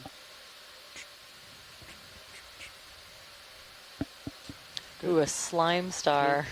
It's swollen with water, so probably not full as such. Use this, right? Good to know. And wow, just a field of these large flytrap anemones. Which appear to be colonizing every single now little cobble that's now suddenly appeared. We've moved just a few meters up the slope. Right now, I'm trying to zero out my pan. I think that's a good sign for recruitment on hard substrate down here as we approach the face. That's the partial video. And a suggestion that there might be some rocks up the slope. Right there. Ooh, pretty flat here, huh? Just a couple little micro rocks. All right. The white object off screen left is different for those fly traps. Okay. All the other bodies have been orange. Very nice anemone, and I think I'm seeing a lot of possibly cereanthids in their tubes. Ooh, let's... Could we zoom in on the white? Yep. Okay, let's go in partial. I think it's, well, I don't know. Possibly a sponge. Oh, sorry, I mean higher up, where those anemones are. Oh, sorry. Thank you. No, that's fine. Oh, okay, it's the stalk or the base of a different kind of anemone. Very cool. If you want a better look, I can get Very closer. Dr. I just Seuss-y. thought you were going Yeah. for the other one. No, I think we're okay. Just these quick zooms for for the record, I think is exactly what we need. Just a little bit more. Max zoom. Okay. Wow.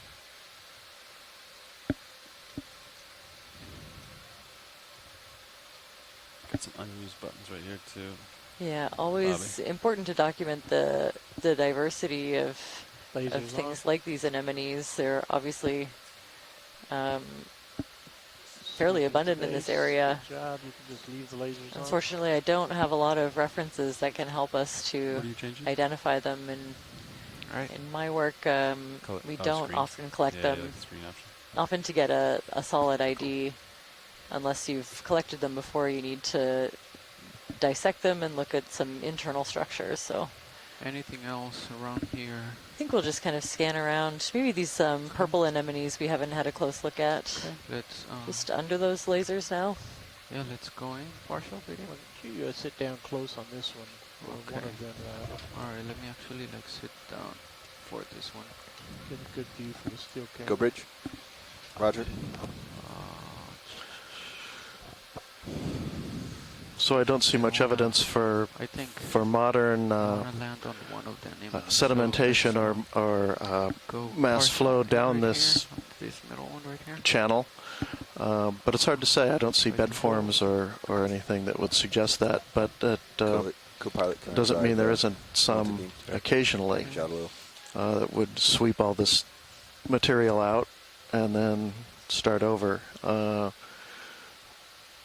Again, our proximity to the Queen Charlotte Fault may not be able to get too close. May well be able to shake the sides of this canyon enough to rain a bunch of sediment down that would then be shooting down the channel.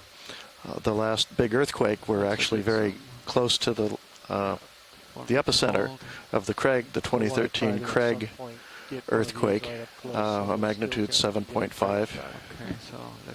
So if that was enough to create some sediment flow in this canyon by sloughing things off the sidewalls of this canyon, the evidence for it maybe has already been covered up by the rain of soft muds and hemipelagic debris. I think that's great for a zoom on that anemone. We're just trying to get a shot from the steel camera. Oh, sure. Okay. And then, is the ship moving? Ship is stopped. Ship stopped. Okay. I'm still moving now, Fernando. Oh, great. My coworker and office mate Heidi just tuned in on the science, well, not on the science chat, on our teams with an ID of Actinurus nobilis. We were actually able to sample this one on a survey we did off the BC seamounts earlier this year, and I could not remember what we decided it was, so thank you for tuning in, Heidi. Okay, I'm pushing out. Look at her stock. Alright, then let's do partial in. You want to get another one? Yeah, 20. Pretty Charlie Nav.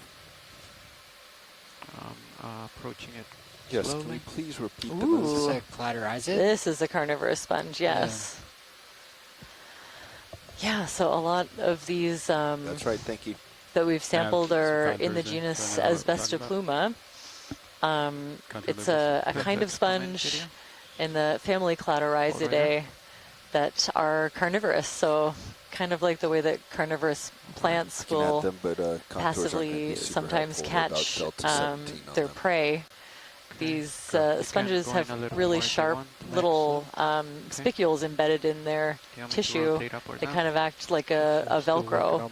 So when really small crustaceans land on those arms or on the tissue, they get entangled and eventually absorbed by the sponge for nutrition.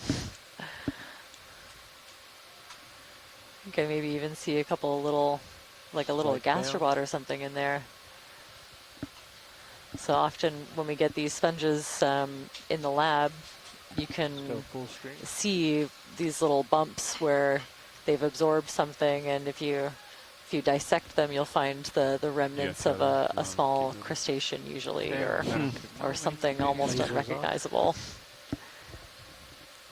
That's good. One of my favorite groups of sponges for sure. All right.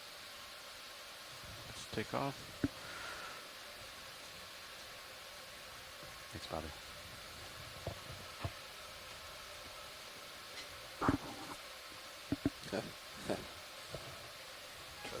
Wow, just covered in these flytrap anemones.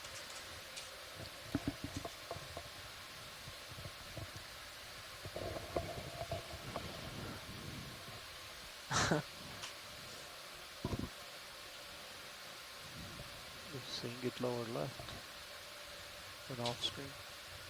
Possibly another one of those cladorhizids that's a bit branched. Oops.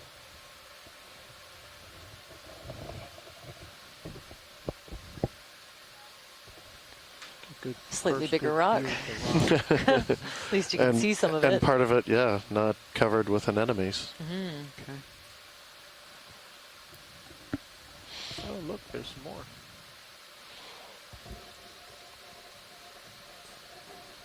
Do partial in on the rock. Okay, I always That appreciate these looks close-ups. Okay. well. Trying to stay. I was thinking I may have seen some phenocrysts, but those are probably encrusting. Well, Can't hear anybody back there, so let's Yeah, he's talking about it. possibly it's got a little bit of a ripply or lumpy, irregular look to it that might suggest that we're looking at volcanic rock, and that might be a phenocryst embedded in the lower left corner. The white crystal No, okay. I looking just thing. Does that look biological to you? Or Are these? yeah. Yeah, Or are some those of in them. the rock? Yeah. These look like sponges Yeah. to me, like really small encrusting sponges, or maybe tunicates. But we see but like that I don't think is biological. Yeah. So looks like perhaps a porphyritic volcanic rock. Ooh. There is a known volcanic vent up on the shelf a little bit north of here that is associated with some flows that have come out onto the shelf and spread out from the central vent, and possible something has gotten this far, dropped down into the canyon. But you can start to kind of see some bedding in the muds. This little bit of a mud apron.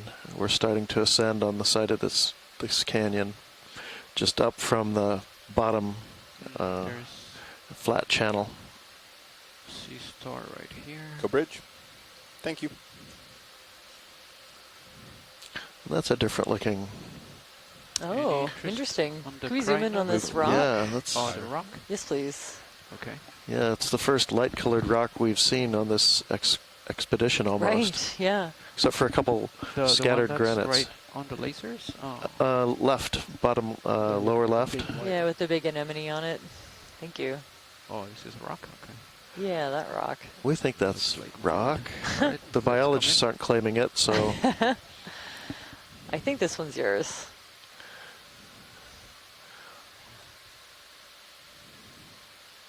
Wow. There's a lot of sediment flying around. It might get into the shot video. Yep. Tilts up. So yeah, I have the sense of actually a very porphyritic volcanic rock, lava. You know about if you've been to Hawaii. The real sharp and rough type, and here shot through with the holes that we call vesicles, which are gas bubbles that form as the rock is erupted from dissolved gases that were in the magma or the lavas. That like when you shake a soda bottle and then open the lid, all that gas looking down at you. comes out of solution into bubbles. And so it's the same process with these lavas. Okay.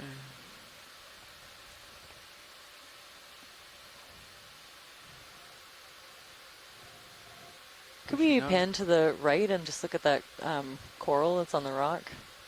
Okay.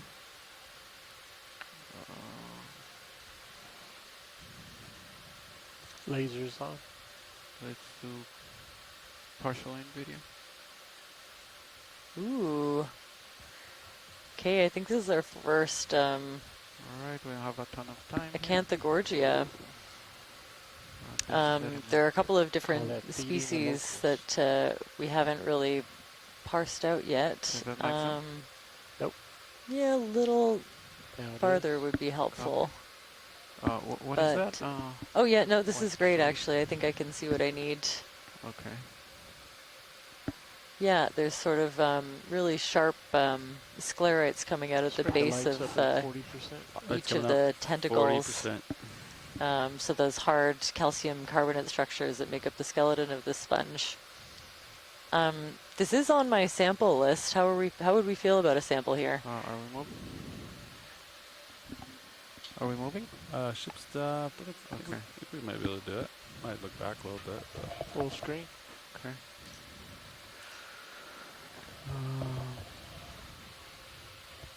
So I would have to get center. We're full screen? Yeah. Let me position. Let's come out all the way. It's kind of a nice rock too, draw a don't you trap. think? A little big. All right. Both biopins extended. Copy. All right. Let's see. Maybe Orion's out of the way. I can draw her out. Yeah. So I have a list here that I try to keep updated fogs on, of taxa that other Frogs. scientists have mentioned to me that are in their interest, their research interest. Keep an eye on me. And this one, there's some. Is that location good for the sample? There's some morphological questions, even just like looking at the morphology of these corals and trying to decide if they're the same species or different. Can tell us important information once we know what they are, or if they're completely new to science. Then we can sort of learn a bit more about how they're distributed and what kinds of watch lead habitat they might be providing. Yeah, watch lead here. So I think I'm gonna snip part of it. How much from this top right here? Not a lot, just a couple inches is enough material for us. Okay, and then that would go in a bio box, correct? Yes, please. Okay, let's come up video. Or a suction if you need to, but should be good in a bio box. Copy. All right. You cut it low enough to make it that brittle star.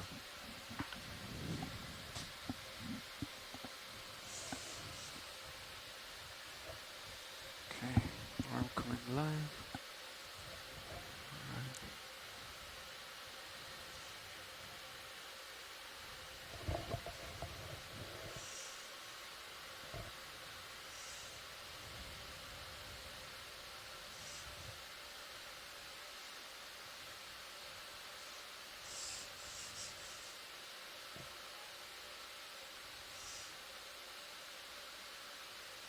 You can see you're looking at that cam too.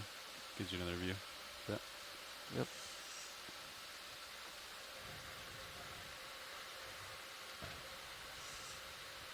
I think I might have landed too close to it. Let's come in video on the main. And then also on mini zoos.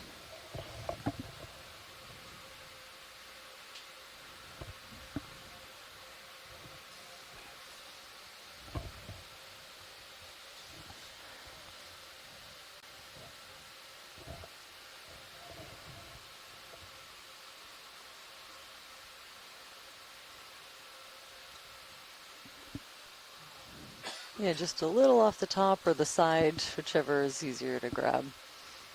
Okay. Right there. So, grip force. It's currently 6. Should it be lower? Maybe 4 or 3? I like 5, but that's because I like using more range of the potentiometer. Okay. All right.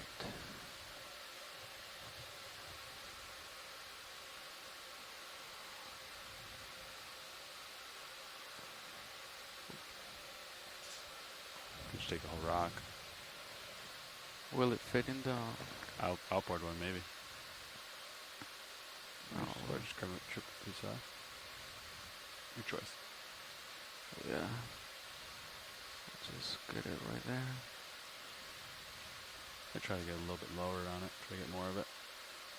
Okay. Right there. That should be good right there, right? Yeah, that looks good. Yep. Okay.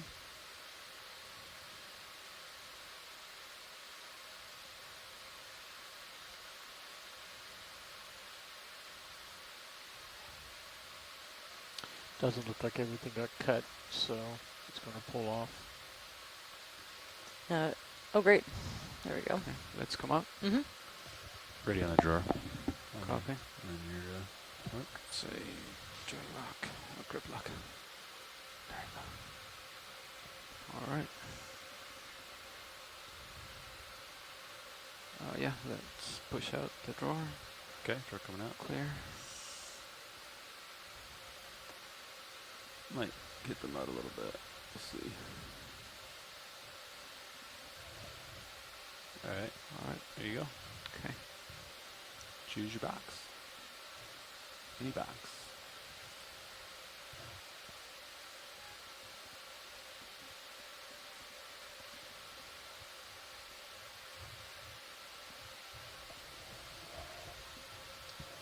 Okay, right there. Yeah, it's good. It's already. All right.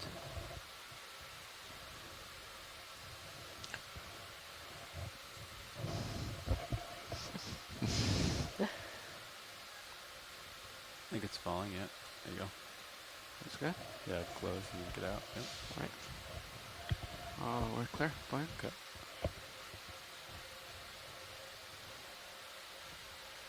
Excellent. Thank you.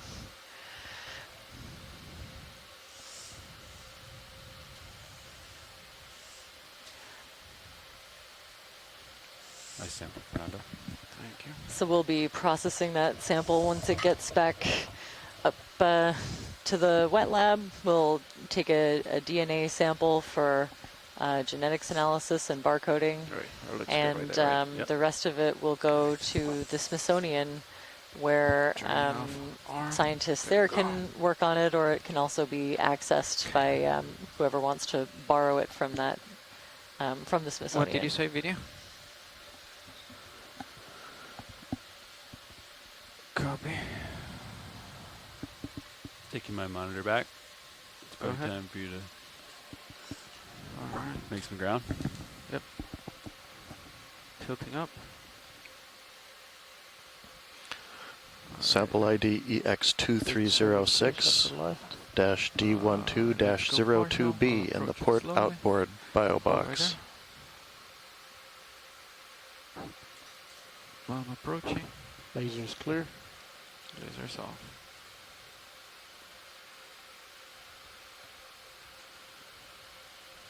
I'd give you still cam back to monitor 12, Fernando. Yep. Go ahead. Still approaching video. Slowly. So I think this is another one of those Okay, do you want giant grenadiers in the genus Albatrossia. I think we still need A little more bit light. different from More the light. other Okay, grenadier still species close that away. we've been Alright. seeing in the genus there. Coryphaenoides. I think just a slightly different profile. Tilting down. And of course, I think they can get a lot bigger Okay, I'm in pretty general. close already. Tilting Oh, down. good. I have a fish scientist in the chat helping me out and agreeing with me, which is always nice. I am biased towards corals and sponges and invertebrates, but I do try with the fish, so I have a Ready for the seconded eye? vote for Albatrossia hold on. pectoralis. Alright.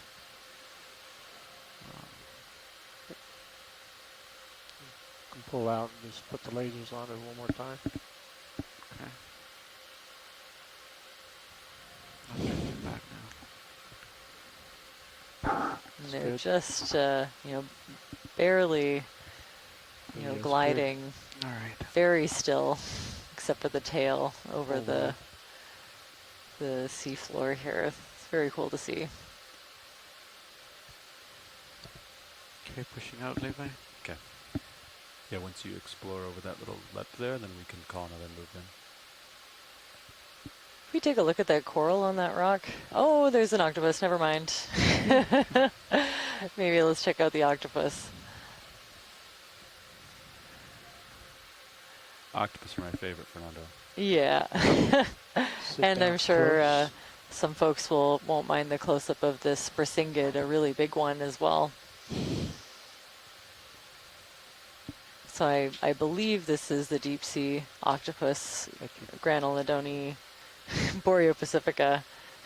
We definitely have a vote for the brasingid too. Let me know if you want extra lights rolling. Wow. Okay, beautiful. Right now the color looks good. Roger.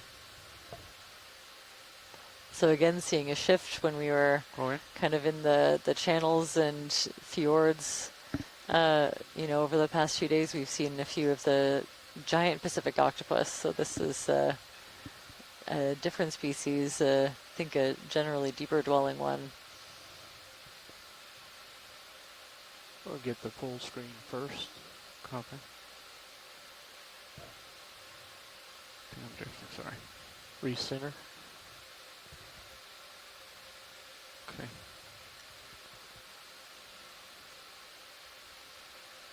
Let's go into one of the suction cups. You pick. Yep. Beautiful. I always love getting a close-up of the texture of the tentacles and those the suckers on them. and different color patterns on the dermal layer and the mantle. Go ahead. Very beautiful. Fish might photobomb you pretty soon. Max soon. Copy.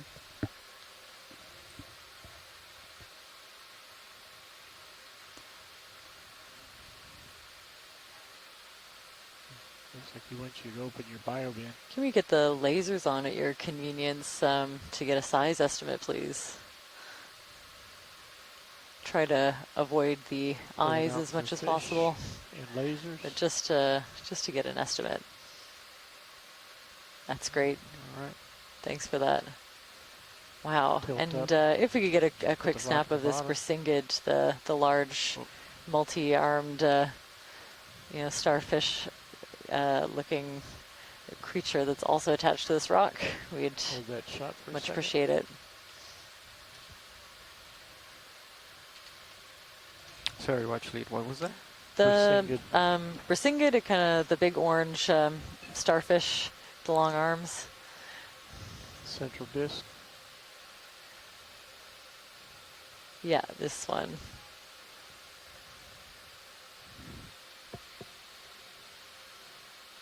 That's great. So collecting these really close zooms, not only really beautiful and woo, that was that grenadier.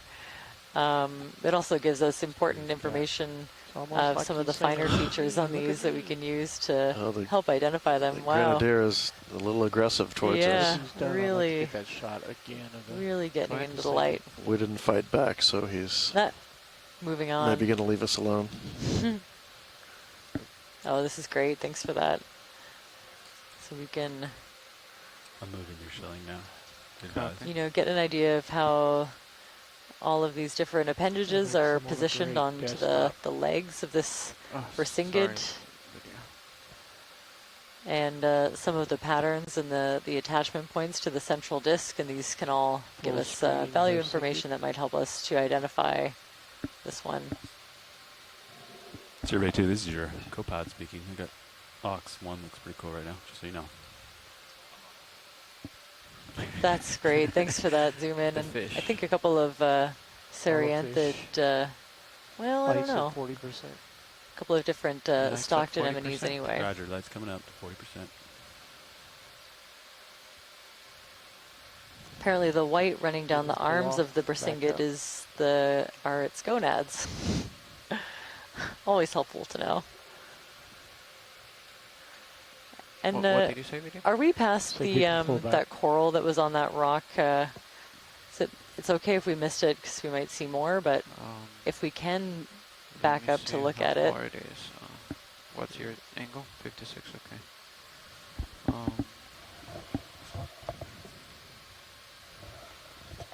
It's just on a rock a bit before we got distracted by this beautiful octopus. And continue straight back, I believe. To your right, I think. You can see it in your mid right? Coral. Go to the right, on that rock. Go turn right, turn right, turn right. Yeah, it should be. There it is. Okay. Yeah. All right.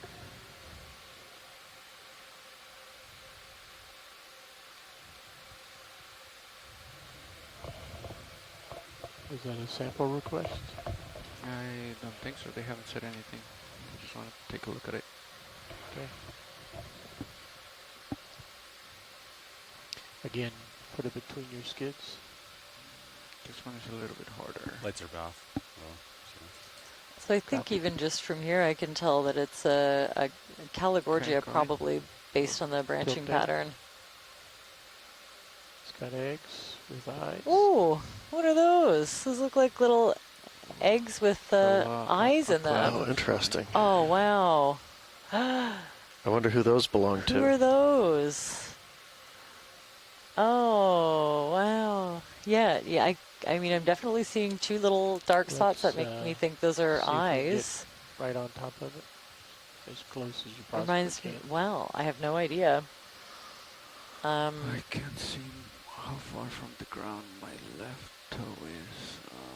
There's a cloud right there that I made. Yeah, if it's possible to get another close-up of those, I'm hoping that folks in our science chat might be able to chime See in how far if you tilt your and camera help fully me down, ID, how much but more room you got. also a really good example of why we're interested in corals and sponges as habitat forming I pushed the cloud. structures. Okay, Obviously, anything that provides a little bit of extra complexity and relief, going up into the water column in this case, and maybe slowing down the current or just removing a bit of the danger of predation. Something has chosen this this coral as the perfect spot to lay a couple of little clutches of eggs of some kind. Is that Maxim? Maxim. Wow. Interesting. Can see a little darker colored stripe kind of running along the side of some of these little eggs. And also, of course, I'm checking out this coral. Should double check my references before I make a call, but the branching pattern makes me think it's a Caligorgia. See what happens. I if we think put I'm about seeing some of 30% lights the on. hallmarks of a primnoid About coral. 30%. Oh, Much slowly nicer. getting closer. Video. Wow. Maybe 15 or 20 eggs in that one.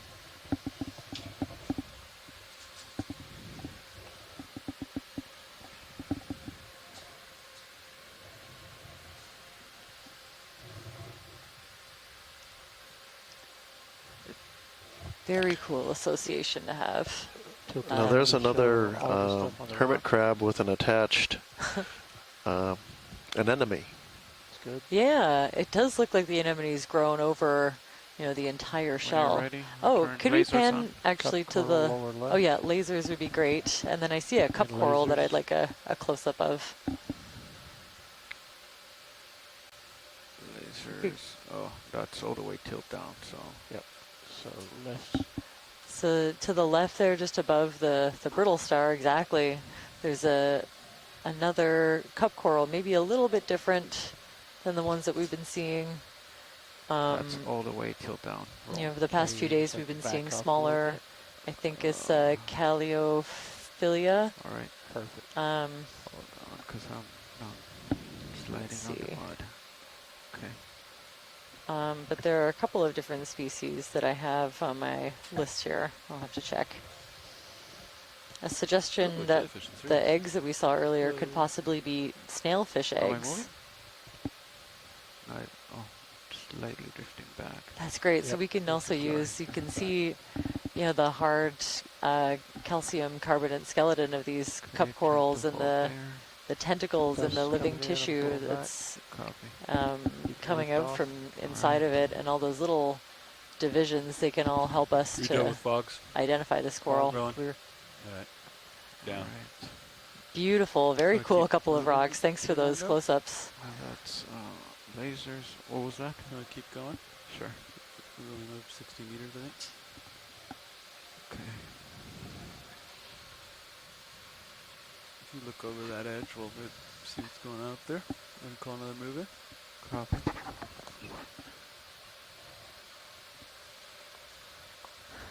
Ooh. What's up there? Just got a little bit steep. Lot speed's way Very down. cool. Yeah. Trying to get some video products. Oh, it's flat. All right, great. Give me 20. Or more. Can you handle? Bridge, RV nav. 30, Fernando? Yeah.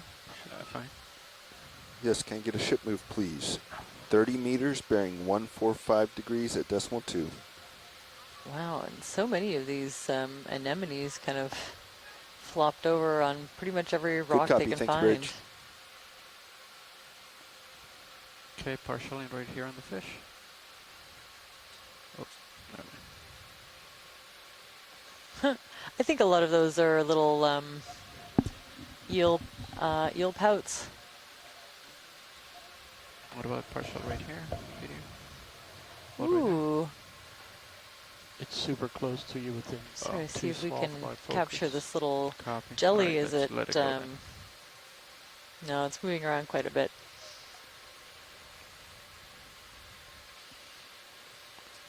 Okay, we have plenty of anemones. Mm-hmm. Let me know if I Great get to shot, launch lead.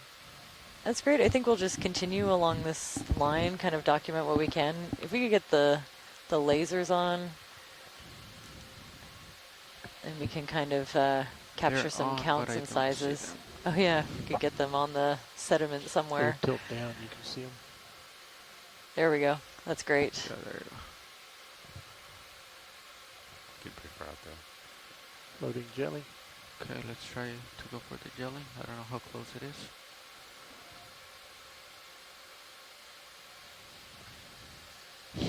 Ooh, Drifting nice away, little jelly. drifting back. Hanging up there. Yeah. There's your midwater. I don't see anyone like this on the ID guides that I have handy, so we'll just document it.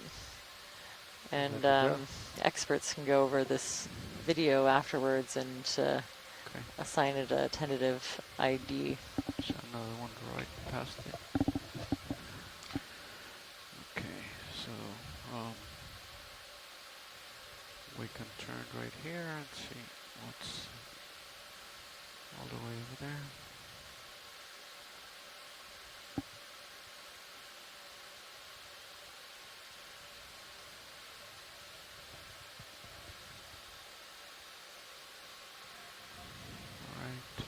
RV, could I get a close-up of this stick with something dangling off of it to the left?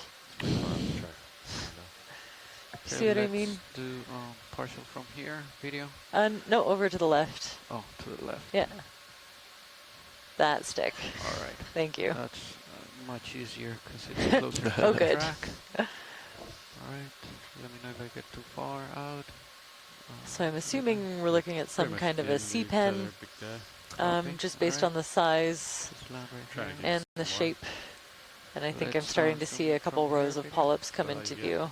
We'll see what's going on. Yeah, And I think I'm maybe at the end of a- the tether watch lead, so let's try to do a zoom from here. Sure, Okay. that's fine. There's sediment coming into the shot. That's okay. Yeah, this is great. I think, possibly one of the basket stars with without the branching legs like we were seeing with the Gorgonocephalus. That is maximum imagine. So a different group, Negative. I think. Stop And it then now. the C-pen is All right. probably I think it's sufficient for them to something like identify it. Balticina. Copy. There's All a right. couple of different species. Come back Maybe we'll over here. make some moves and get out of this sediment plume, and we'll keep on documenting further up the line. Oh, there we go. A snake star. Ooh, I like that. Asteronix laveni. Yeah, kind of, to me, looks like it's in between a brittle star and a basket star. So I'm glad there's a kind of a common name for it, a snake star. I like that.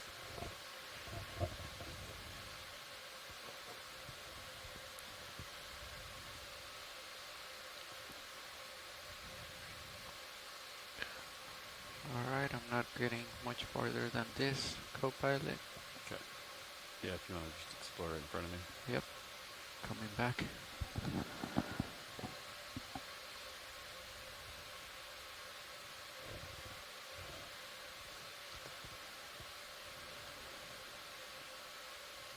Has anybody been paying attention to the DVL? When we landed, Yep. it was good the whole way down to landed.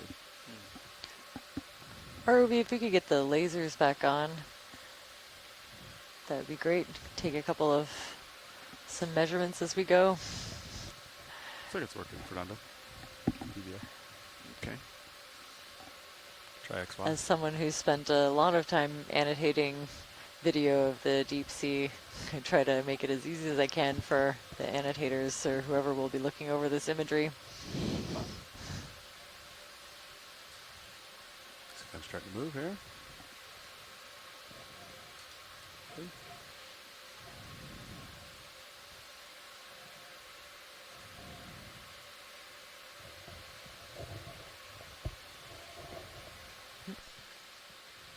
some oscillation, but at least it's staying still. It's not flying sideways. All right.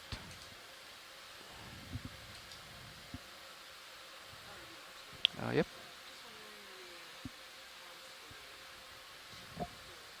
No, we're pushing out. I think the ship is currently moving. We're pushing ahead.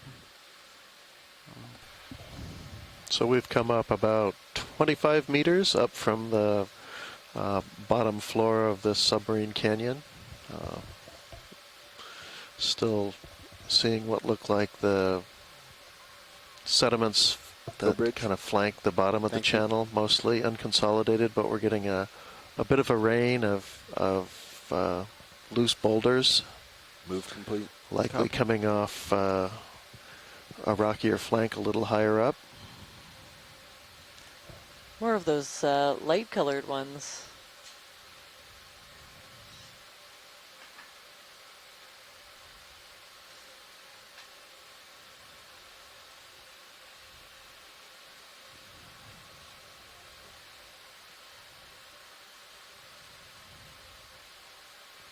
A lot of that small jellies up in the water column.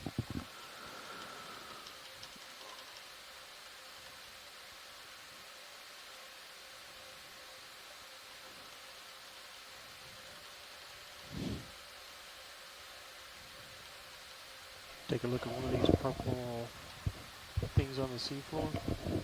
Purple things on the seafloor. They're like fans, either fan worms or the one right purple the same one we looked at before. This one. The small ones. Yeah. Oh yeah, I think we've had a good close-up of that sea cucumber. So we're probably good for that. But I think maybe another snap zoom of that brasingid, the big sea star with the long legs. Yes. Just a quick zoom to kind of get a closer look, I think. And we'll have a look at the rock as well, or maybe the one to the left. Yeah. Okay. Let's come in video partial. Survey, are you on a headset? If any of the wide-angle cameras are too hot, let me know, because I can do settings up here. Okay, let's come in a little bit tighter. Just give me a call out if you want one colder. Is there anything particular you want to look at, watch lead? No, this is perfect. Just usually the central disc and where the legs attach is a really great place to be for echinoderm ID. And then I think we'll pan left to the rock that Jamie's interested in. Can just take a look at the legs. Actually, the tips of those legs are really interesting. It looks like they've been damaged and are maybe regrowing. See how they're different thicknesses. Always interesting to document. Yeah, I figured if he wants to record one. That's great. I think that's a really good, really good capture of that feature. Because you're not looking at the wide angles. All right. They are. Cause likely broken off and regenerating, or echinoderm expert agrees. Like some when you're good video and you're clear. Subjects are hot. Can zoom out and then go to the rock. I believe they wanted to look at the rock to the left. Yeah, the bigger, mostly kind of on the left side of it, where it looks nice and dark and uncovered by muds. You can see a little bit of a banding in the rock, either some sort of flow features or bedding features, or perhaps some foliation if it's a schist metamorphic rock. We expect a little bit of everything uphill.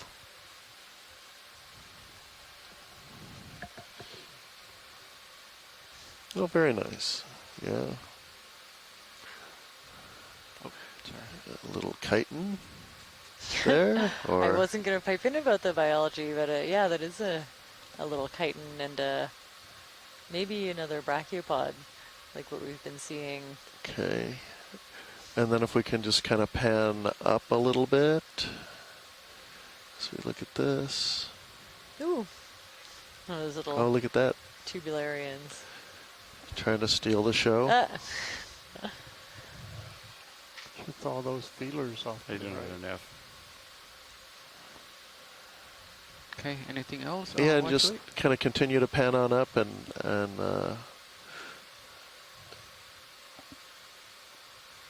think I'm all stopped, Bobby. You agree?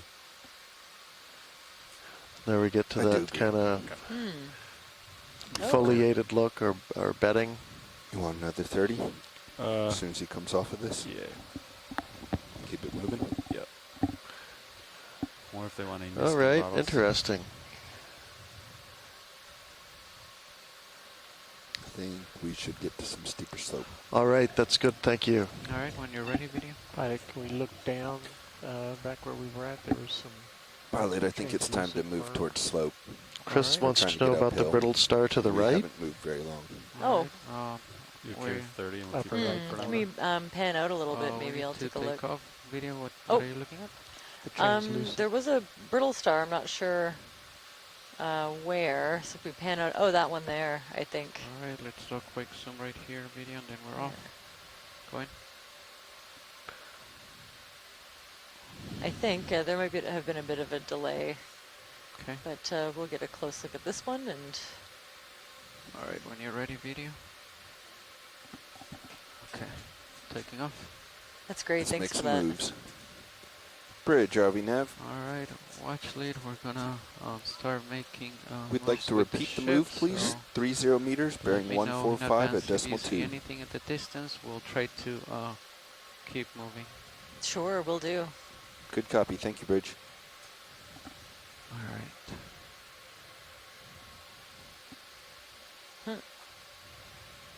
Brittle star that's missing 2.5 out of its legs, I think. Go winch. Crab. Ooh, a nice Raj. looking crab. All right.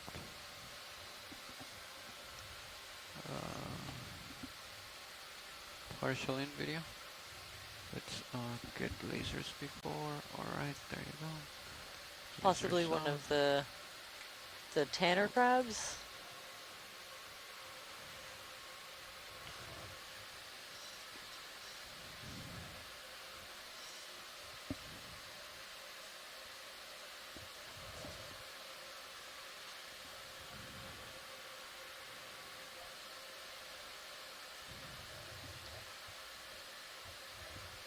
Some sediment coming to view. Yep.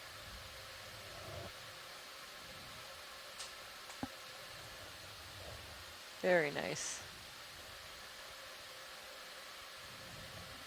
There's been a little bit of a delay, Fernando, so I don't know if I'm going to start moving quite yet. Okay. It's going to take a couple minutes. Oh, all right. Feel a little bit more tethered, but give you out to those. Copy.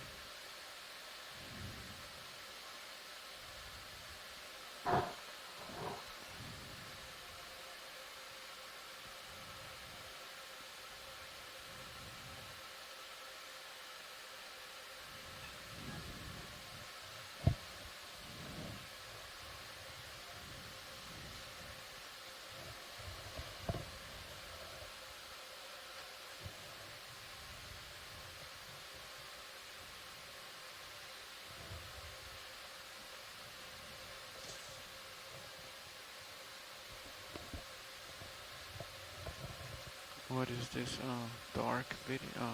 It's partial in. I think it's a piece of kelp, probably. Copy. Oh, yeah. Let's come out. What looks like might be a porphyritic. Oh. I'm sorry, vesicular. Can you zoom in on that skeleton also to the Oh yeah, the bottom? Video.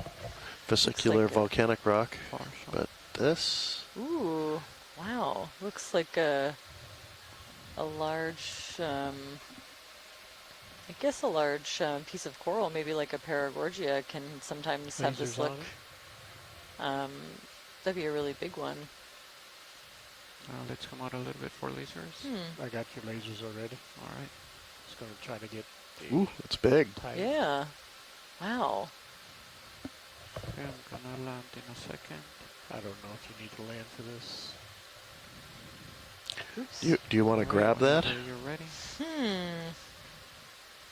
No, I don't think so. I think we can get a lot from this imagery, maybe compared to some skeletons that we have at the Maybe that's museum. what's up ahead we're going to find.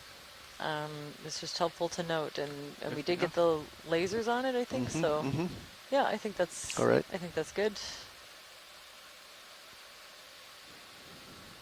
But could be an indication that there are some larger Gorgonians around. Oh, could we get a zoom on this, the orange coral up ahead?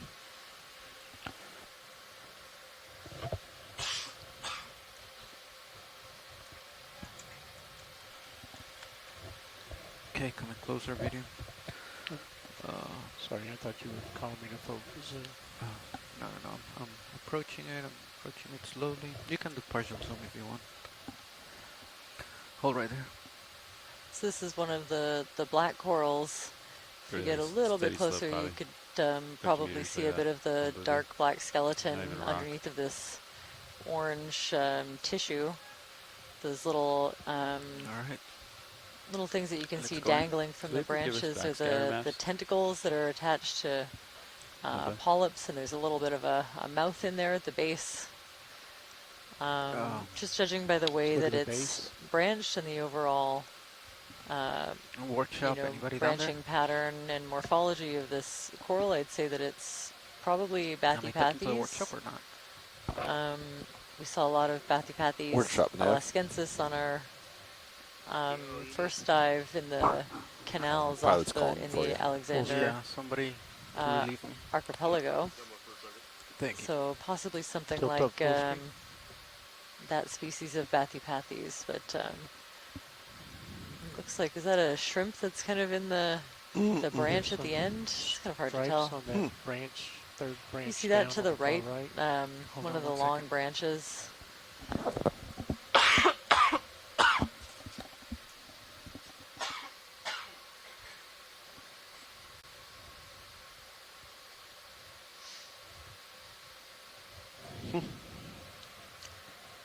Got a suggestion that those ophiuroids at the bottom are probably, or possibly, Ophiomusa. Third branch down from the right. Upper. So the brittle stars in the genus Ophiomusa. It's like moving. For a second.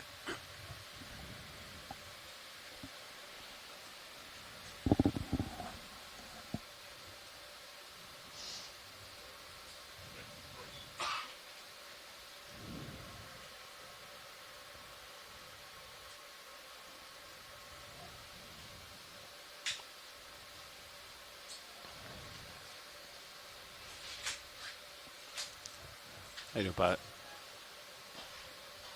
So far, so good. I'm starting to move. Copy that. You wanna? Looking down 60.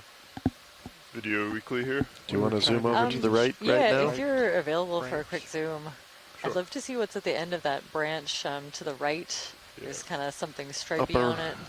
Okay. I'm going to try to lock in right now. Just give me a second to bring it around.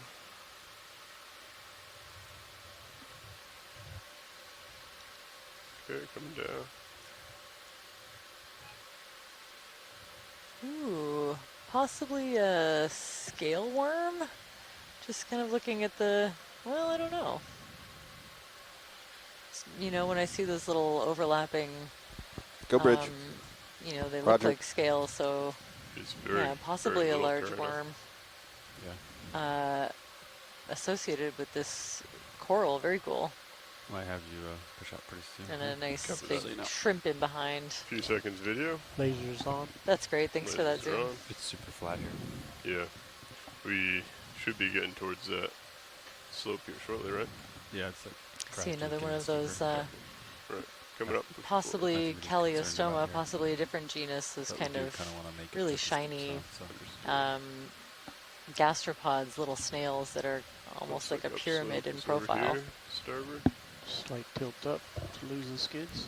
So it's interesting, all these rocks are now very light colored. Going on 30 and Bobby. Though the frequency of them isn't a whole lot different from what we saw down the slope. The ones down the slope had a bit more of an iron stain to them, a little bit more of a veneer. Great job, Nev. suggests these might be quite a bit younger, just very newly exposed to the water column. And as we see these boulders raining down on what's mostly very soft, muddy substrate, we'd have to think the boulders are not part of the sedimentation processes that drop the mud, but instead are perhaps dropping off a rockier outcrop. So something we're working our way up slope towards. So let me know if there's anything that we haven't seen. Got a good shot of. If not, I'll just keep pushing forward. Sure, I'll be sure to call it out as well. Go ahead. Copy. We have seen a couple of these really big giant grenadiers. And it would be good to zoom in on one of these boulders just to have a look at it now that it's light colored. Roger. Copy. Go ahead, snap zoom on this boulder here video. We got some time. Bridge wants to do a 10-degree heading change, and then they'll start the move. Copy that. Is that 10 degrees to port? Starboard. Starboard. Okay. Roger. Okay, watch the. Are you just looking for a quick snap zoom, or would you like some? Yeah, no, that's good. Thanks. Okay. Yeah. Some very interesting little red things growing on the top there. Okay, pilot's clear on video. I'm not sure what that is. Split the wind and current. Does that mean you need one to confirm? Not really. I think we'll find a little bit of everything out here. Where presumably the bedrock is similar to what we were looking at in the last couple days. It's mostly pretty ancient assemblage of metamorphic, metavolcanic, and metasedimentary rocks that make up the different terrains of the Alexander Archipelago. And now that we're kind of looking into the inner part of the shelf, made possible by the incision of Noyes Canyon, again, a very unusual feature along this part of the coast for close to 600 kilometers. It's the only canyon that incises into the shelf on the east side of the fault, and and the fault itself mostly defines and follows the shelf break. And here, for some reason, a channel is cut into the shelf east of that, and without any obvious reason. There's no big obvious sediment sources here compared to anywhere else, apparently. Craft sag a little bit. Quite a few of these jellies video. Have we seen these yet? We have. Okay. Good. Not this specific one, but the same 4 little streamers. Copy. Go Bridge. Yeah, I think we got a tentative ID on those jellies. They're possibly Narcomedusa in the family Cuninidae, possibly Solmicis. Very grateful for the jelly experts that have tuned in. It's not my area of expertise.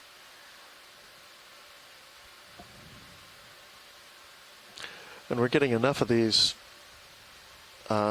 boulders that are occurring in little groups that is kind of a sign that we're getting close to bedrock. So thinking maybe we're getting close to rocks that are in place and maybe poking through this sediment cover.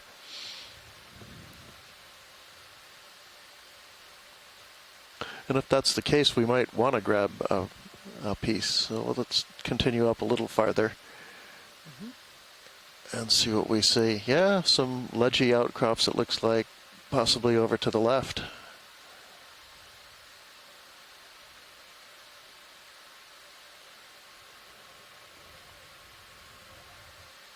We have a ship move underway. Okay. It looks like the ship started moving. There's been like a 2-minute delay.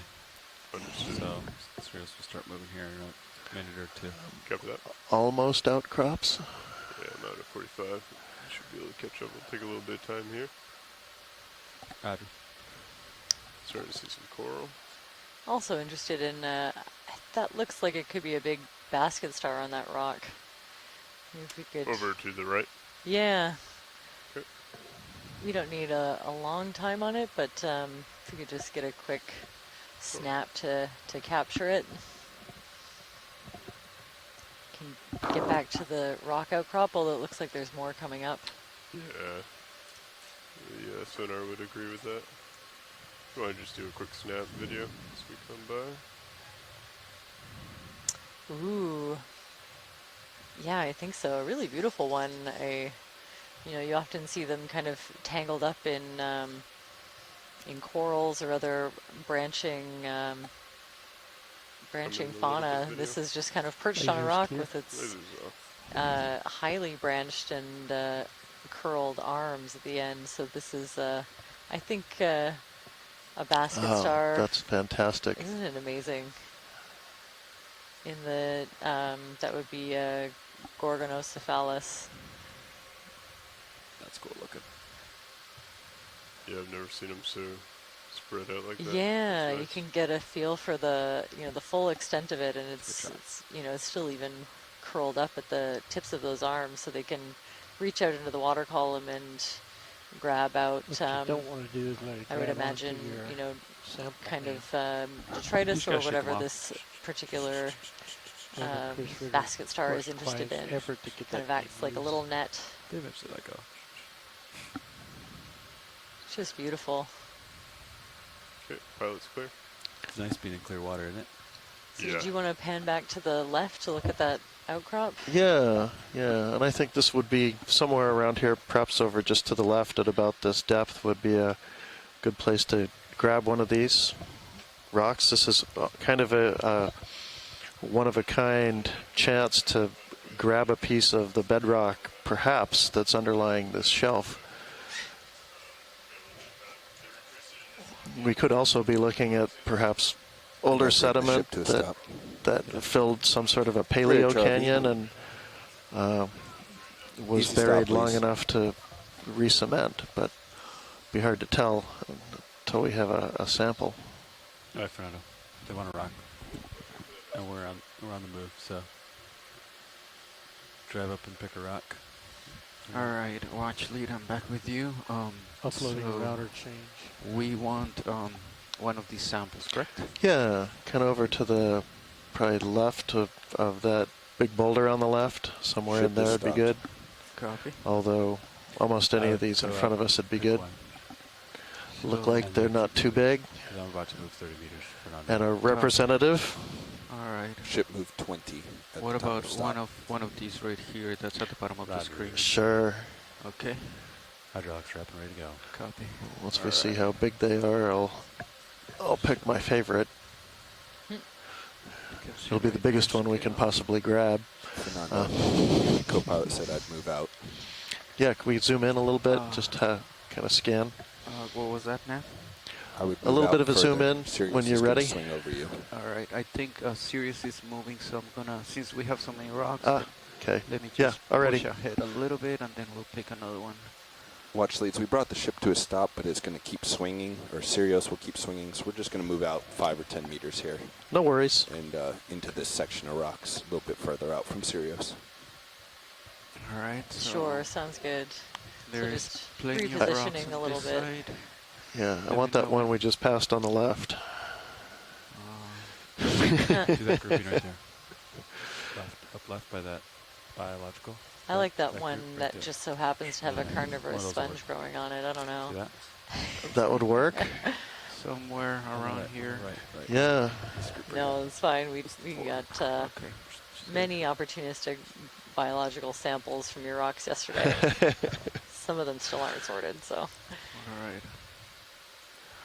Yeah, anything in that group if they're not, well, those are pretty good sized rocks. Might be bigger than we want to take on, but. Go ahead, Bridge.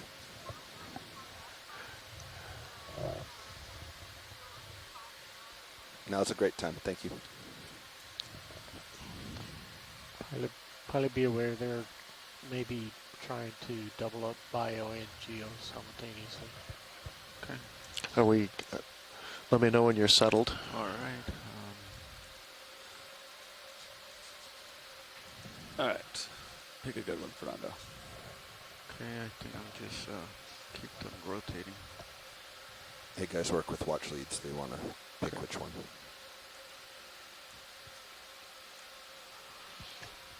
You just punch in heading. Okay, there you go. That'll be there. Okay. Rotating. I think that's too much forward.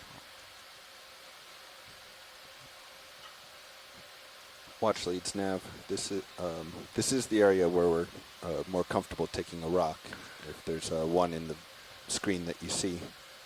Yeah. Okay. Yeah. I'm looking at that one just to the right of the bigger boulder. That's kind of center lower in the screen.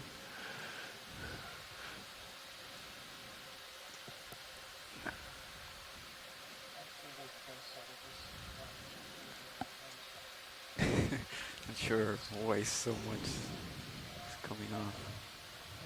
Like if I, let me see if I decrease. Should clear out. Should it? I would just stay. I would. The more you move, I think the more it'll dust up. All right. I'd also ask if they want a squeeze test. Some of these might be mud. All right. So I'm gonna stay right there. So let's hope I don't move anymore. Pretty close. So they had identified the one just left of lasers. Copy.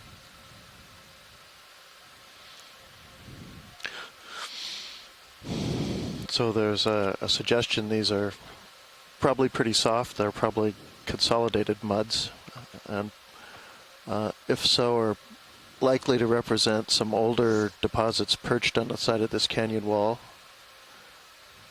If we can get one, it would be interesting to have a look at it and maybe determine how old it is.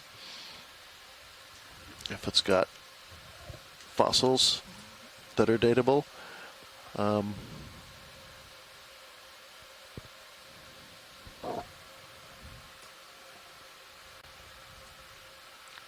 Having trouble just settling down.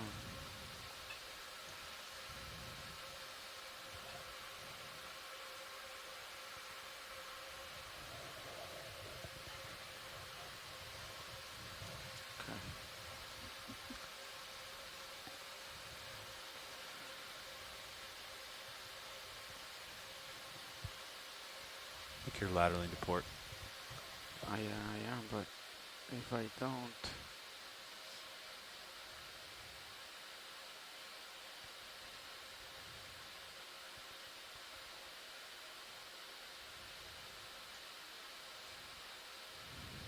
It's pretty good. Okay.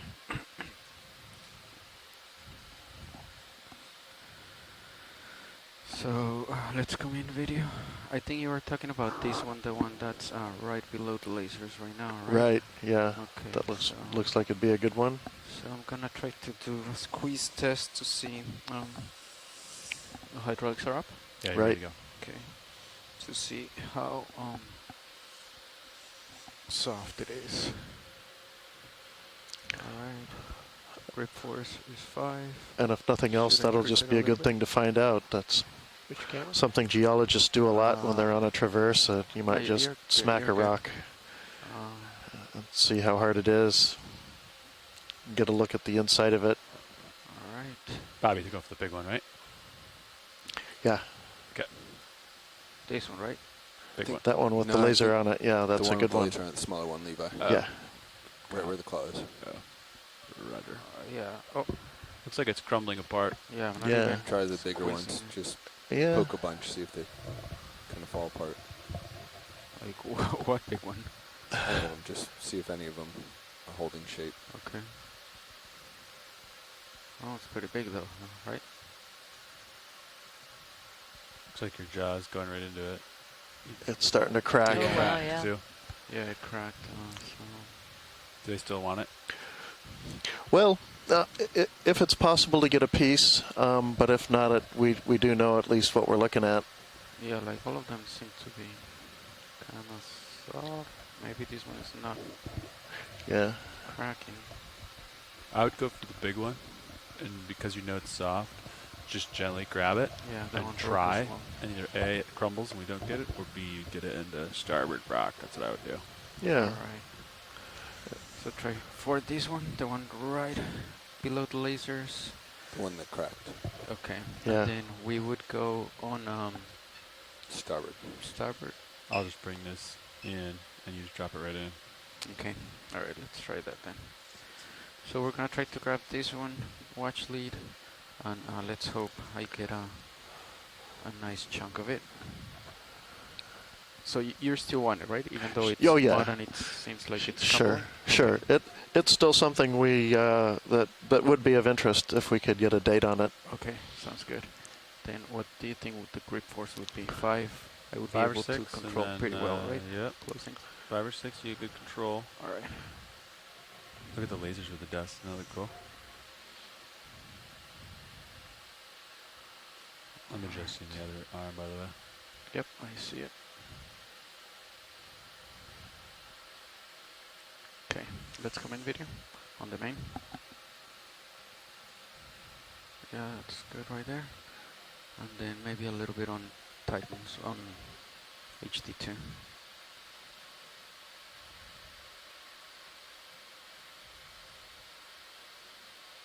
That right there looks good.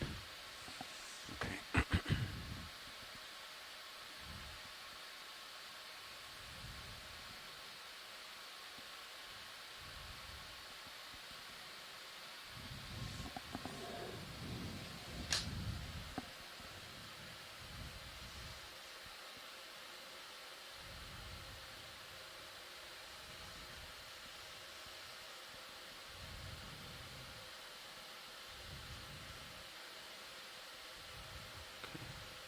Let's come on.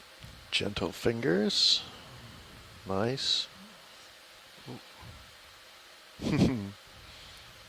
Oh, maybe just, lost that. Yeah, it's mostly just mud. Yeah, it's...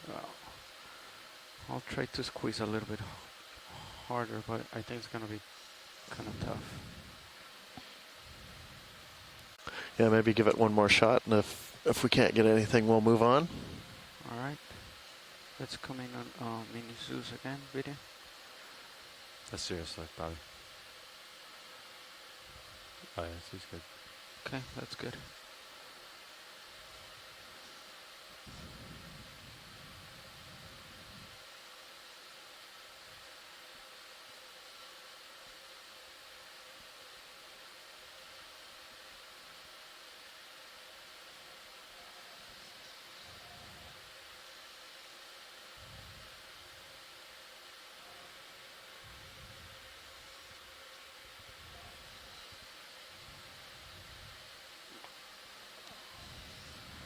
Just go over the box.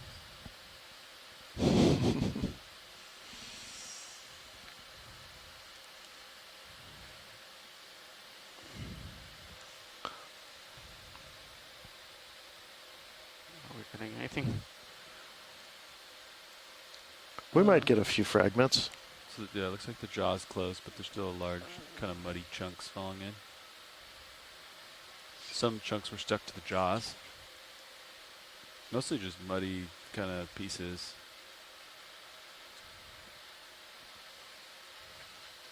It's hard to see now.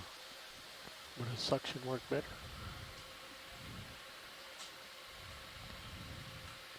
Alright, I think we got some, once the dust clears, we can probably see what we have. Some muddy pieces in the starboard rock box. They're awfully tiny. I'm worried about them falling through. Yeah. So I'm looking at the HD2 and I see very small pieces in there. I think it'd be worth reaching back out and grabbing another chunk if we want this. Okay. Get that big one. The big one right here? Yeah. Yep. Just try to get as big a chunk as you can. Alright. It seemed like you completely closed on it. Maybe if we hold it and then open. Kind of muddy chunks here.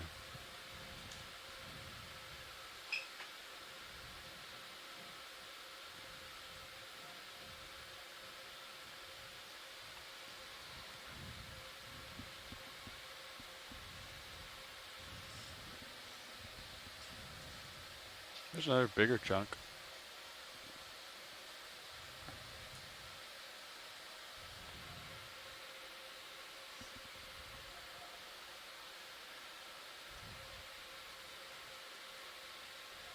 Yeah, chunks are not that big.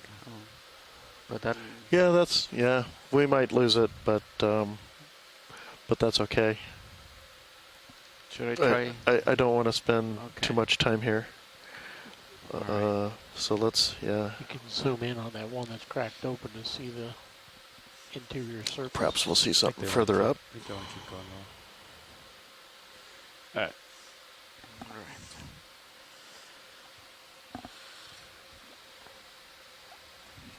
Okay, go in the video. Just a quick look.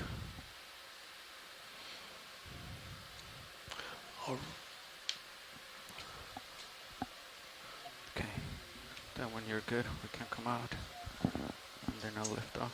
Right. You can see a little, a little bit of a rind, but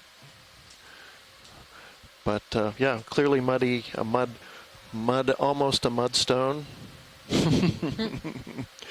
and maybe we have enough. We'll be able to pick out some microfossils for dating. Have this as ID. One moment. ID EX2306 -D12-03G in the starboard forward rock box. 30 meters, got it. You heard that, Fernando? 30? Yeah. Copy. All right, thanks. Yeah, sorry for that. Watch lead. Keep moving here. It's crumbly, very crumbly. Start making it to the steep section. Bridge, RV nav. Yes, we'd like to repeat that last move. 30 meters, bearing 145 at decimal 2.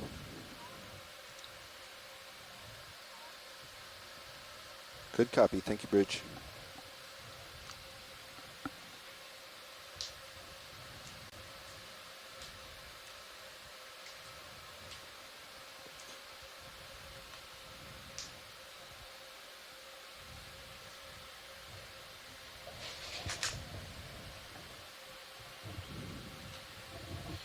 We're just a few kilometers here from the Queen Charlotte Fault, which defines the plate boundary here between the Pacific Plate and the North American Plate. The Pacific Plate is moving northwards relative to the North American Plate here at about 55 millimeters per year, and so this is a very seismically active area. The last big earthquake in this immediate vicinity was in 2013, a magnitude 7.5 earthquake, and it's easy to imagine seeing how soft and friable these rocks are, that an event like that might have shaken down most of the blocks we're looking at during that last event.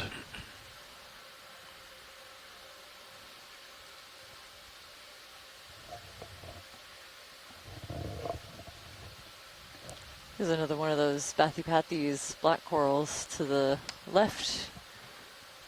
We got a decent zoom on one earlier, but actually if we could snap on that one just to get the branching pattern from here. The red one right here, right? Yeah, the orange branching. Yep. Okay. Thank you. Partial lane video. Oh, right there. Oh wow, lots of those little shrimp right beside it. Just kind of taking cover underneath this, yeah, Bathypathes of some sort. We'll kind of collect some of this video to see if we can confirm. There's also something growing on the branches of this one. Always useful to note, and lots of these shrimp hanging out along the base. Great, thank you. Do we want a closer look, or that's good? I think we're okay for now. Okay. Yeah, thanks. All right, let me know if I get too far away, Levi. Okay, you're pretty far out there now. But I do have a move underway. I should start moving pretty soon, I hope. And when we see these kind of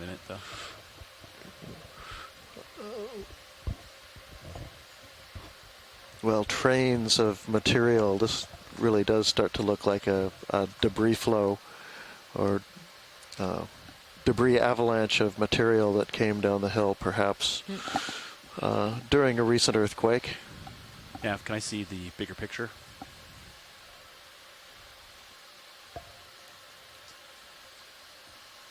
Oh. How many waypoints do we have today? Uphill. Is there a third? Lots of these flytrap anemones still, and a couple of really big whelks, I think. Some of those large snail shells or gastropods. Can we have a zoom on that gastropod that we're passing by, the snail shell? Lights at 40%. You're just off my starboard, so you know. Yep. Let's partial in. Lights at 40. Roger, Roland. Here you go. There you go, co-pilot. There's your Ooh, bigger beautiful. Oh, yeah. So you can see a bunch of the foot extended. Interesting shape. A little bit obscured by this sediment plume, but I think we have what we need. Wait a second. That's great. Video. What's the shallowest contour Maybe on right that there. map? You can zoom in and see it better. You're off to my starboard. Be advised. Do you want me to turn to keep you in? So, are we good, video? I'll turn. Video's clear. Okay. I turned 5 degrees. We're going to start moving here. Okay. I'm back lined up at 4-5, so we're going this way. Yep. Levi, here's you another view. I'm going to reduce the fogs rolling. Yeah, you can kill the fogs. Okay. Oh, helps a Copy. lot. Oh, yeah. Thanks, Roland. Yeah, it is just like driving in the snow. When you turn off the fog lights, you can see a little bit better. It's not lighting up every little flake that's coming your way. Perhaps another little train of debris running down the slope. Possibly as kind of a single flow.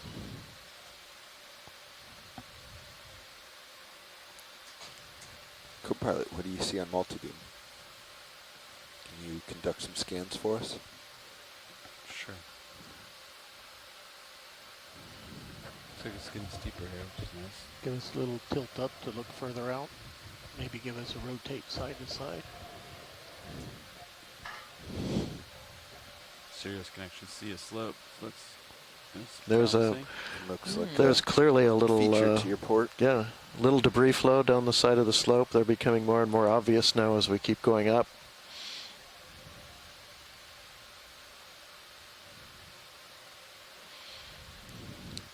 Those would, if those are all related to a single event, they're almost surely related to the 2013 Craig earthquake. A little more tilt. Oh, we're getting into a little field of these carnivorous sponges. There's quite a few of them. Pretty high abundance right here.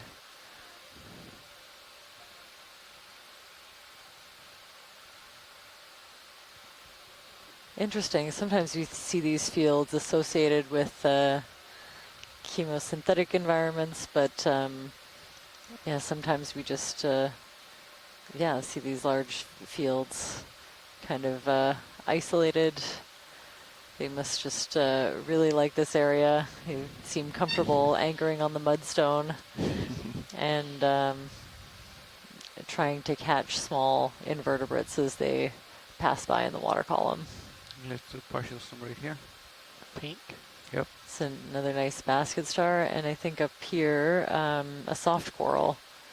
So a lot of these, yeah, pink, very squishy looking corals are, I call them soft corals. They don't have any of the hard calcareous skeleton, or sometimes they'll have these those small sclerites that give a little bit of structure and a little bit of protection maybe, but they don't have the kind of branching skeleton that some of the bigger corals do. Bars. So this one is probably a Jersemia. I've identified a couple of similar looking specimens to Jersemia Julie Packarday. Of course, you would need to look at it in the lab to be sure, but something like that. The lasers. There's something. Ooh, we have a request for the white stars. I didn't see any, so maybe we'll pan back and take a look for some white sea stars after this. Okay. Seeing lots of hydroids and tube anemones and ophiuroids or riddle stars also on this rock. Okay. Yeah, did you see any a white sea star? I'm not. It was when we. You settled out here. I'm not seeing one. The sea star we saw was when we first lifted up the camera, so it was behind us a bit of a distance. A white and an orange one primed to attack. So. Yeah, I'm not sure what you're talking about. It was when you first. That's okay. Maybe I'll just scan around as we continue through here and see if we can see another one. Okay. Yeah, I just saw the message in the science chat there. I think there's a bit of a lag. There is something very dark right here. Is there interest for this? Not sure what it is. No, I think that's another Cereanthid, and we might target one for collection, but maybe closer to something else. There's some likely outcrops. It's interesting how those are kind of bored looking. They've got a bunch of voids in them, a lot of big holes. Oh yeah. You tilt up a little more, I can lighten the distance. Ahead, I think that's what we're seeing, more of that, and something is perhaps digging into these soft mudstones.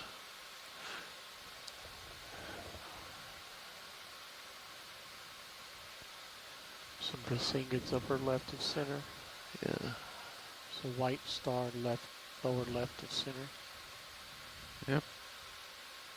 Wow, this is a very abundant field of these Cladorhizas. A couple of them, every now and then you see one that's branched, kind of a sparse branching pattern on them. Most of them are just this single long stick. Just a little more sinister knowing that they're carnivorous. They're actively trying to catch the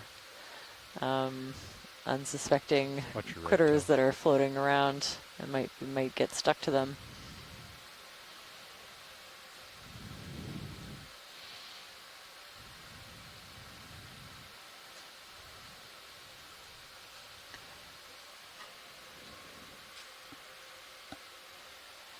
Video swapping out. Copy. RV, could we get a zoom on the small white things on this rock, kind of a little bit lower, to the right? Just wondering, a couple of them look like cup corals. Just, would love to take a quick close-up. Some of these I think are small anemones. Maybe to the bottom there, there's a large flytrap anemone, and to the left of it has a large base.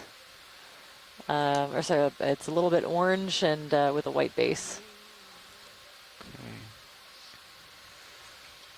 Oh, there's a sea star maybe also of interest. But yeah, if you could get a zoom. If you could turn the lasers on, that would help. Yeah, right under the lasers. That to the left there. That little. Yeah, there. Okay, let's come in video whenever you want.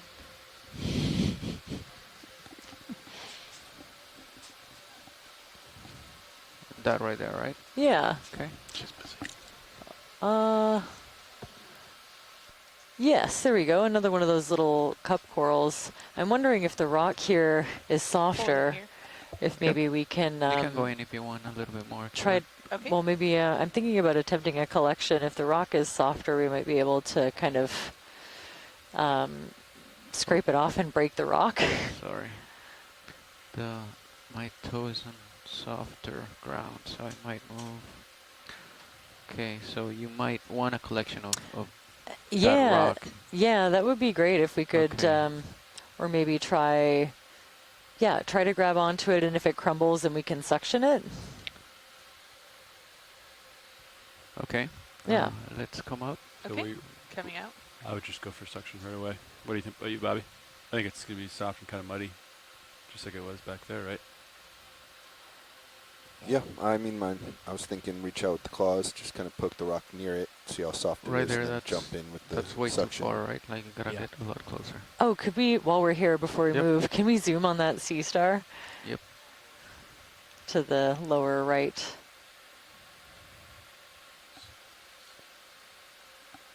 It's looking pretty soft on your toes, so Yeah. suction's going to be the way.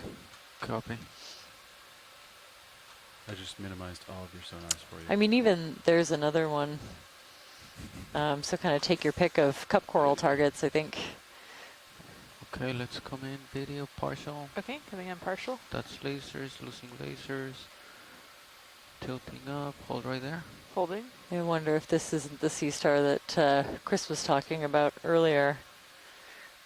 Okay, right there. Okay. So we'll just hold Coming this zoom we have for a moment and that in the foreground, but see if he tunes in Okay. with any comments. Okay, Wow. that'd be nice. Really different ornamentation on do you want those me to tilt up or down? the Well, kind if I of tilt down, there's that projections other coming out thing of the top of Yeah. this in sea the star. foreground, I think so- this is okay.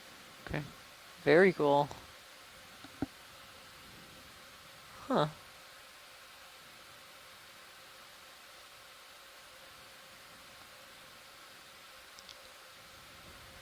Oh, wow. So he says mixasterid, which is, I think, a group that we that's haven't full seen yet on this survey. All right. We can tilt up. That's to great. The I think we arms. can set up for Oh, it our sounds cup like coral science and collection. Also a nice view of these When you're ready, video. tube let me know. anemones, which Okay. are And another video's clear. target. Okay, Coming let's out. come out. Fernando, you can have Bobby fly while you do the arm in the drawer and the nozzle. What do you think about that cup coral? That's a good distance from where we are, right? Yeah, that one's that would work for me. Okay.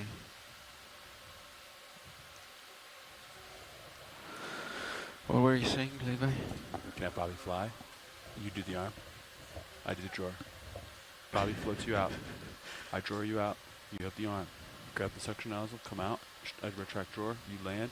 Do your thing. Jar one. But I'm stable right there, so I feel like we can do it from here. I can't draw out here. Oh, you cannot? No, I'm just gonna draw right on the wall. I can show you that. Okay, yeah, I see what you're talking about. Okay. Right. I mean, I can try to draw out, but see, it just hits the wall. Yep. Okay. Well, we can lift off. Maybe this will hold. Oh no, we don't even have bottom block. All right. Would you be willing to fly, Bobby? Sure. You can also do it in steps. Like you can back out and whatever you need. I'm happy to do whatever. Your call. But we cannot hold. Oh, we can hold depth, maybe. Right? Whatever you want. It's way more fun to have Bobby fly. All right. Let me just And he's really good at it. go up. Let's just try to hold out of depth, and then come back down. All right. Out of depth right there. Oh. Why not?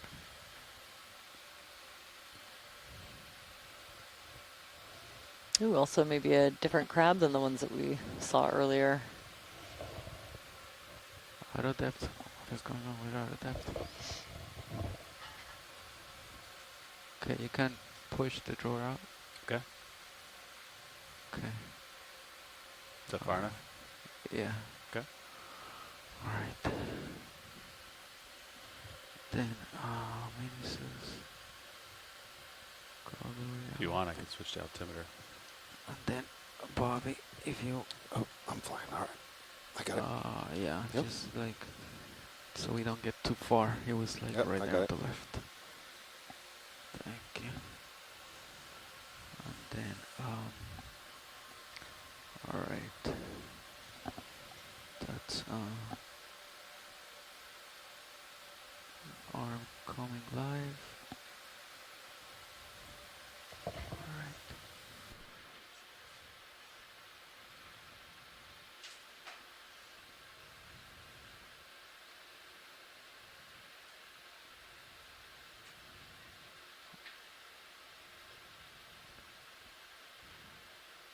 Your wrist isn't perfectly straight, so I would shoulder right, wrist left. Go down on it more. Shoulder right, wrist left. There you go. Bing. There you go. Right there? Yeah. Okay. Could you grip for Oh. 6 to hold it a little tighter? Hello. Yeah. Yeah.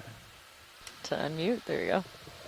Awesome. I was so hyper-focused on this collection, I didn't notice Completely that understandable. Emily switched over to Jamie. I was also going to say, if folks want to tune into stream number 3, we have some really good angles of this collection That'll be okay. available. Just bring up a little bit. I'm up. There you go. There you go. Grip locking, good. So we're aiming for one of these little cup corals. And then I just do shoulder azimuth, or I can Found a retract for whatever you few want. dead skeletons on the rocks that we were picking yesterday, but no live one for All right. DNA. You ready? There you go. All right. Okay, let me Bobby's get it out of the way. Bobby will bring you in. Hold on 1 second. I am ready on the suction. I'm ready on jar 1 here. I'm going to set you down, Fernando. Yep. Let me bring it up then. Alright. So, can you bring Minisus down a little bit more so I don't overextend the... You're good. Okay. I'll keep an eye on you. You got plenty of hose here. You're right up against it, so hose is not going to be a problem here. Okay. Alright, we're stable? Stable.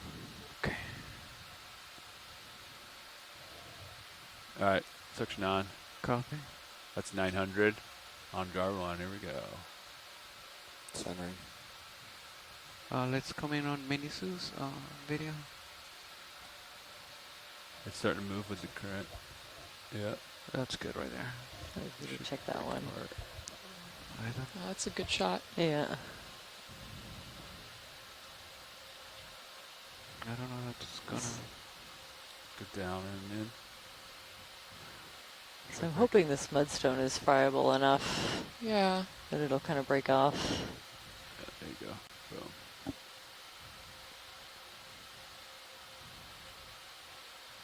Looks like it closed up. Got scared.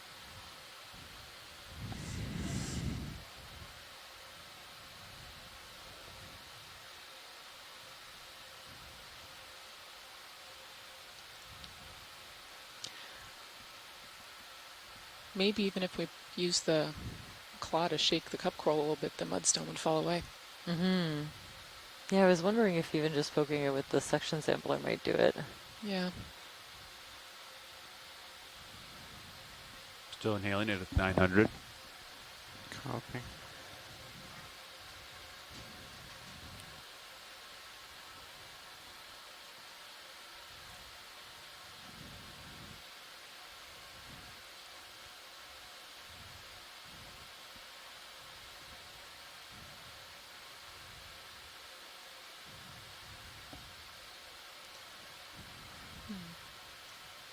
Okay, what do we think about trying to pick up the whole stone? Yeah. I'd try pushing down on it harder first. Because I think that stone's going to crumble just like the other ones, right? All right.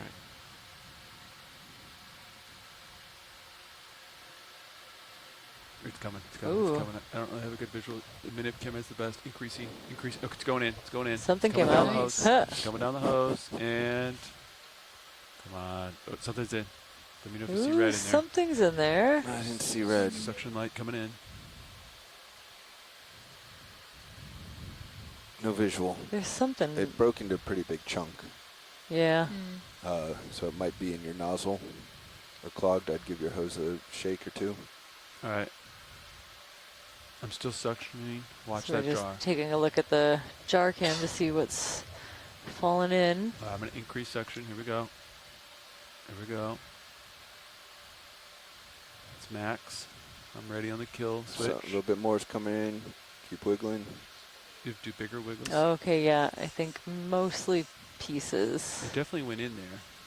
I think it's in there. There's something with Okay, tentacles. well we could get some DNA from the pieces, and then we have sort of the older Turn dead back on. skeletons to look at Inhaling. for morphology. So that Go a should little work. bit away from the wall so we're not inhaling other business. Could we zoom a little bit on the area that we just collected? I'm going to put up jar cam on the big one. Just in case there's a Syrianthid close by. Definitely stuff in there. Oh, that might be it, actually. Should it finally just come through? I'm going to move it. Yeah, there's actually those, I think that's exactly what that is, the like tubed anemone, right? which is also on our there's something with tentacles collection list, and I think that we might have got one in the jar cam.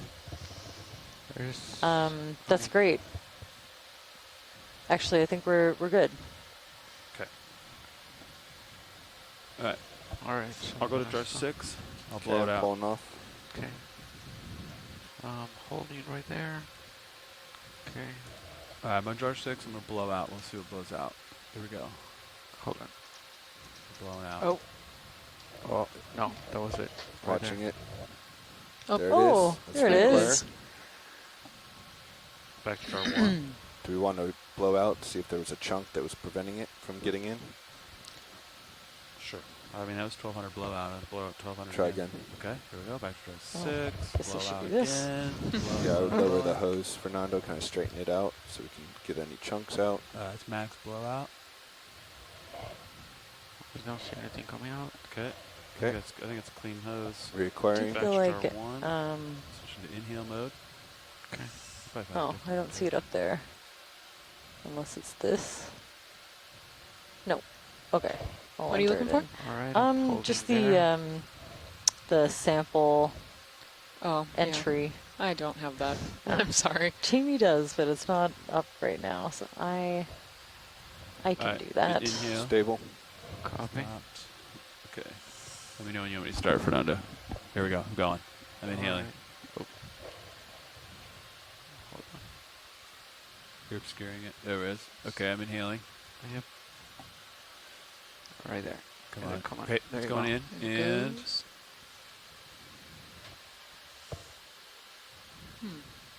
There it Nice. is. In the jar. Ooh, There it is. beautiful. Backing out. Okay. Excellent. Thank you. I'll have to be Exactly so what fast we for needed from And that collection. intact. Yeah, That's awesome. in really Ready good for me to shape. Blow out. Fernando? Yeah. All right, blowing out. Give me the hose. Tilting up. All right. And hose is clean. Ready for drawer out. So once Copy. once you get it straight. I'm not draw sure out. where I am. You gotta go down. Reference. Tilting down on main Zeus so you can see your toes. Field light. For Right. reference. Can you tilt down? He's on- going to bring up HD2 for you. Okay. There you go. There you go. Just gotta go down. Okay, so There you that go. should be All right. EX2306 Ready for me to draw out, D12 dash 04B in section canister number 1. Nav agrees. 04B. Right there. Keep it out further. I'm gonna draw out, so you gotta keep it out there a little bit. There we go. All right, hold that. Run right there. Yep. All right, drawing out. And let it go.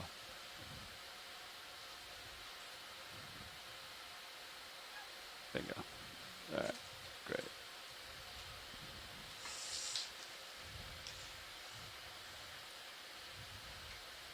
Nice. Isn't the Bobby flight service nice? It is that one. It's my favorite. Okay. Maybe Good. maybe get a snap zoom of this crab while it's there. Roger that. And Watch then, there. We're going to pass the controls back to pilot. Sure, sounds good. Thank you, Bobby. Of course. You're in auto depth, auto head. Copy. Let's see. It's interesting how its carapace color does not You're match looking its for the leg color. Really different, I yeah. have not seen something like, at least I have not noticed something like that yet. All right. Yeah, so I 1940. have been struggling with crab ID. Okay. That's lasers Not on top something I of it. usually spend a lot of time looking at, but there's a couple Gonna of tilt up a little bit. crabs on Backing this up. list. Let me see if I can check. Tilting up a Or if little someone bit in the more. science chat happens to be able to pipe in with a quick ID, we can That get was an fun. idea of what this one Fernando. is. I had a lot of, it kept me Yeah, I entertained. mean we got it. So I don't know why it wasn't coming There's in. all right, let's go in video. Let's do 1200. There it is wasn't a coming in. I blow it, golden blows right king out. crab. Some Twisted of the and jammed Hold itself. right. Gonna hold here. Hold these there. really spiky When you kind of blew it, lithoted There you go. freed crabs. itself on the jam. I think I'm stable. big, You though. can let me know what to do. Okay. Huh. I'm Maybe gonna down at the turn. go in on It's center. hard. Go ahead. It's not very flexible. And stop here. All right. Wow, it's also very still, a little too still. I wonder if this, you know, sometimes It's they tilt up to the molt and leave face, their the head up on top. shells Yeah. behind. What is that? Right there. Yeah, it I'm gonna doesn't zoom in seem on it. I don't think like it's looks moving and pretty maybe hasn't for a while. Yeah, it's not sedimented or moving. dirty. It does, yeah. Oh yeah, you can kind of see in its eyes it doesn't look. Yeah, they look a little bit empty. So yeah, and seconded from our science chat that it might be a molt. Very cool. Interesting. Yeah. Seeing some other little crustaceans, maybe little amphipods on it. That's great. Thanks for that. Okay, coming out. Always very Let's go on. interesting to document. Yeah, it looks But pretty it's- still. Okay, that's full If I was wide. paying attention, Copy. it probably would have Anything noticed else move an inch. in this vicinity? Watch lead? No, I think that's great. We're good to continue up along this line. You want another move, Fernando? Yeah, sure. Yeah, again, really high abundance of these carnivorous sponges, which I always love to see. Tilting up a little bit. Keep us going, navigator. Maybe 20 meters. Can we zoom in on that white thing on the ground? Okay, Oh, partially. it might just be a Okay, 20 partial. meters. sponge. Right here in the middle, right? Yes, Do 10 please. since we're about to hand off. Okay, I sure. think Hold it's here? just Fallen a sponge. Yeah, Fall it right looks there. like it got a Right, little Charlie, tall, Nav. and Right. it was on a rock that More if you want. Can I please know, get a maybe the move whole of thing kinda 10 got meters, bowled over. 10, bearing 145 degrees? Yes, That's I'd one say right. so. I can't even see any Yeah. detail, but That's great. Thanks. Just a Okay. quick zoom to Good copy. confirm. when you're good, video. Okay, coming out. Copy. Lifting off. It's full wide. Thank you. All right. Did you call in a move, navigator? Yeah, it's only 10 meters though, since we're handing off soon. Oh, okay. Don't want stuff to drift while we're passing off. Sounds good.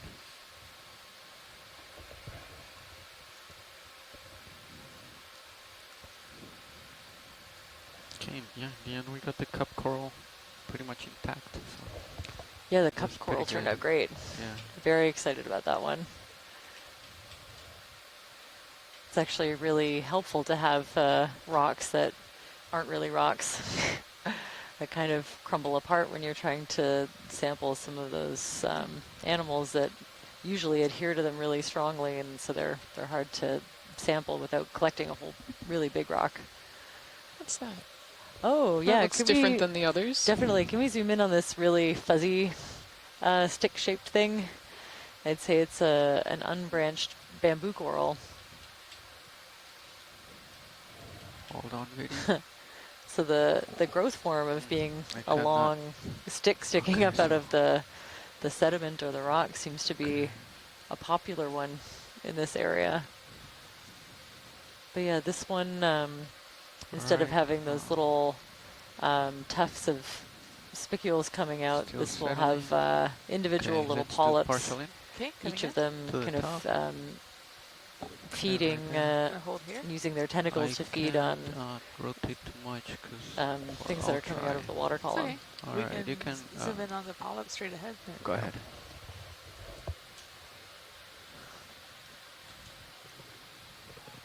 So there we go. I don't think that we have a chance of seeing the bamboo Is that kind of full zoom? skeleton underneath because of all of the tissue on here, That's but you full can zoom. see the Copy. each individual polyp and each of them with 8 tentacles, little projections coming off the tentacles, and really big I think it's sclerites moving 'cause I am coming holding out still.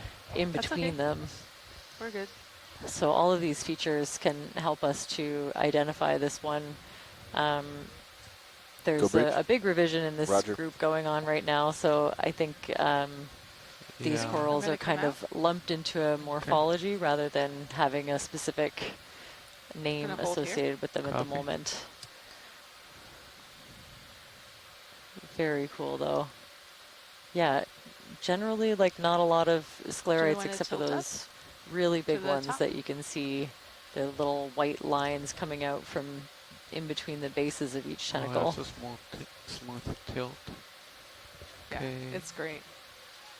All right, stopping right there. It's interesting, unless this marine snow is lost my drifting toe, from so- the currents we're Gonna creating come with our full wide. ROV, but all the tentacles are facing the opposite direction as Yeah, the flow of you the can marine go snow. back in, actually. Yeah, they're definitely really Coming back in. floppy. They kind of lack the like really hard structure. Like some of the Primnoas we were seeing yesterday were like covered in almost like an armor of sclerites, and these ones are really loose and just kind of flop around. Flop around. They Yeah. can pivot. I think it would be beneficial. Like they can seem to be able to grow really long, like a really long unbranched, morphology that can get like over a meter. I think we've seen before. So I think they seem to kind of just whip around whichever way the current is blowing. All right. And that flexibility maybe is helpful. But yeah, definitely facing kind of pushes them to face away from the current. I see. All the way over here, so. Okay, I'm gonna come And out. it looked like there was a flash of bright purple. Might be a worm. Yeah, I think it is. I've been keeping an eye out. Yeah. I still keep an eye out. There is a bright purple encrusting coral that I'm looking for, but every time it's turned out to be one of those really beautiful scale worms. And those look like, more of those tube anemones at the base that we've been looking for.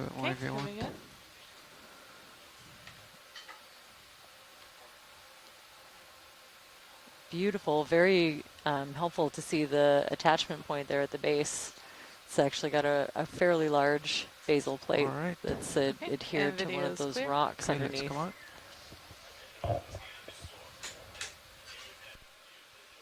That's full wide. Copy. Hey, Chris.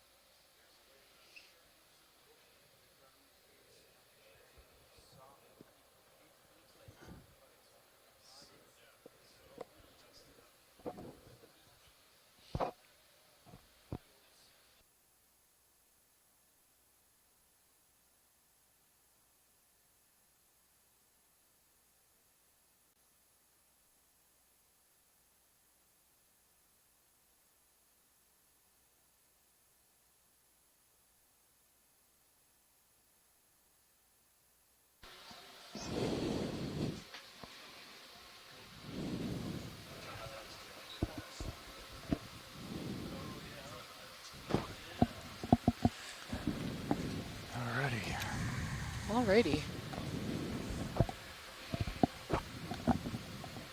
We all stop, or we haven't moved in right now? Ship is all stopped, just coming off a short 10-meter move because we're doing the handoff. I'm going to center myself back up when you tie. General plan today, I'll quick zoom out for you. Waypoint 2 was not a hard target, so really they just want to head upslope as far as we can get. Copy. That's a 145. 145 is what we've been doing.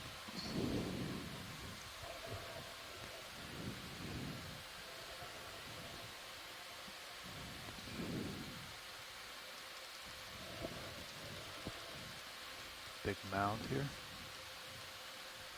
Let's just keep going up.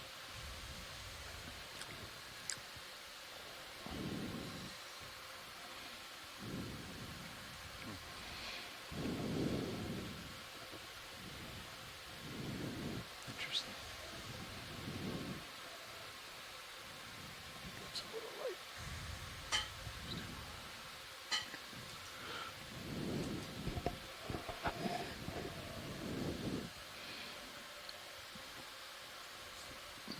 We sort of just got into the steeper section. Okay. So 145 may not be accurate anymore. Yeah, just seeing if that was just a mound there, or if that there was... hasn't been a very, a clear strike on multi-beam to follow.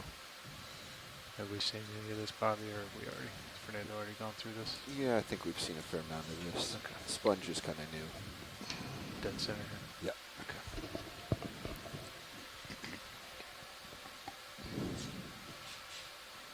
You want this video?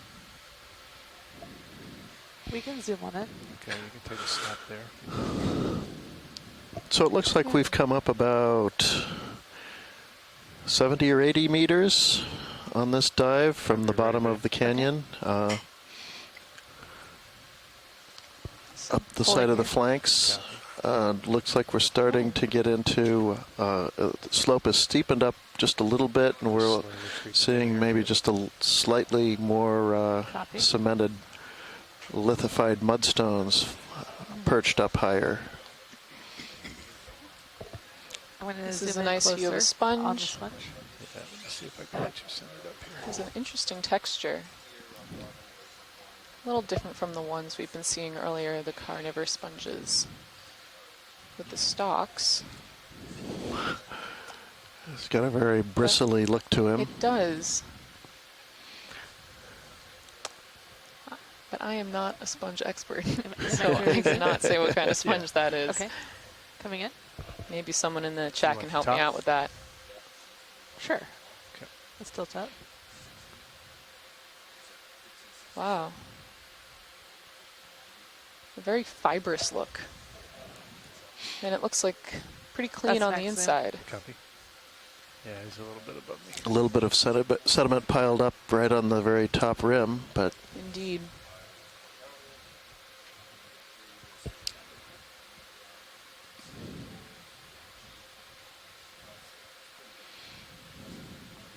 Okay, and video is clear. Okay. We have a suggestion, maybe a Some pretty boot big sponge. heaves today. Big up and down on Sirius. Okay. Copy. Yep.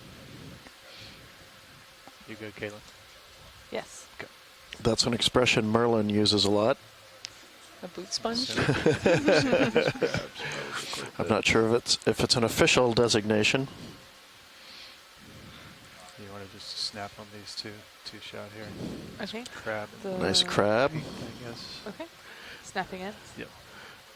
Just gonna bring it into frame. Nice. Ooh, could we get a quick zoom on this pink blob right next to the crab? You can take that, It almost looks similar to the pluribranchs we were seeing on one of our earlier dives. I'm still floating here. That's beautiful. Mm. If this is similar to the pluribranchs we saw, we took a sample of those a couple dives ago, and when I processed that sample, being the weird person I am, I smelled them, and they smelled like rotten eggs. Coming out.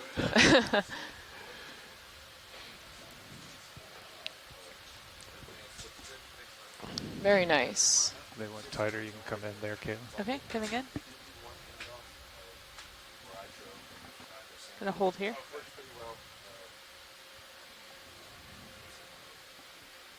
That's great. Kick up a little sediment. That's max zoom. Copy. Mitch says maybe Rabocalyptus. Okay.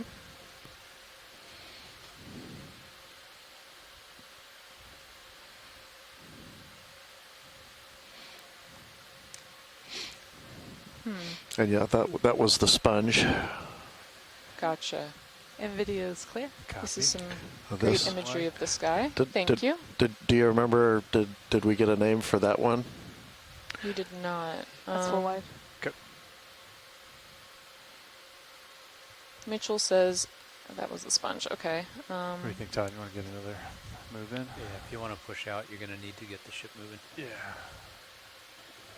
This looks like a little debris chute right here on the slope. This is something that, again, that Last one has was 10 meters at 145. a little bit of a void where the sediment is perhaps slipped away, cascaded down the hill. Watch the sea. I'm just going to rotate here and see if there's anything to my port. We're seeing some more of those carnivorous sponges, Range the white 40 stalks. on multi-beam. And it looks like that could be a black coral. Take a snap. Could we get a quick zoom on that, please? Snapping on coral. Orangish coral right in the center. Perfect. Thank you. We might be interested in a sample. So a quick pause would be greatly appreciated. Maybe someone in the chat.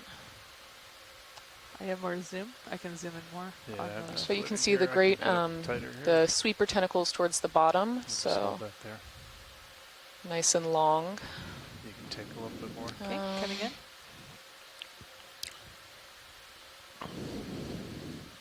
That's great. Thank you. Looks like there's like a worm on it or something. That's Yeah. interesting. And in the background, you can see lots and lots of voids, holes, and burrows, likely made by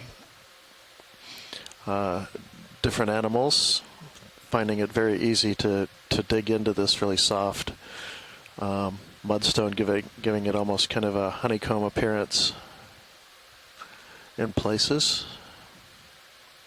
Yeah, and this is an interesting thing right on the middle of the stalk.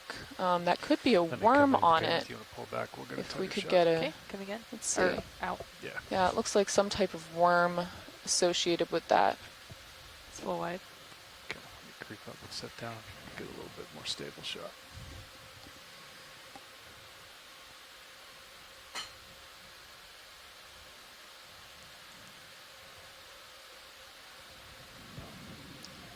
Great, thanks for that zoom.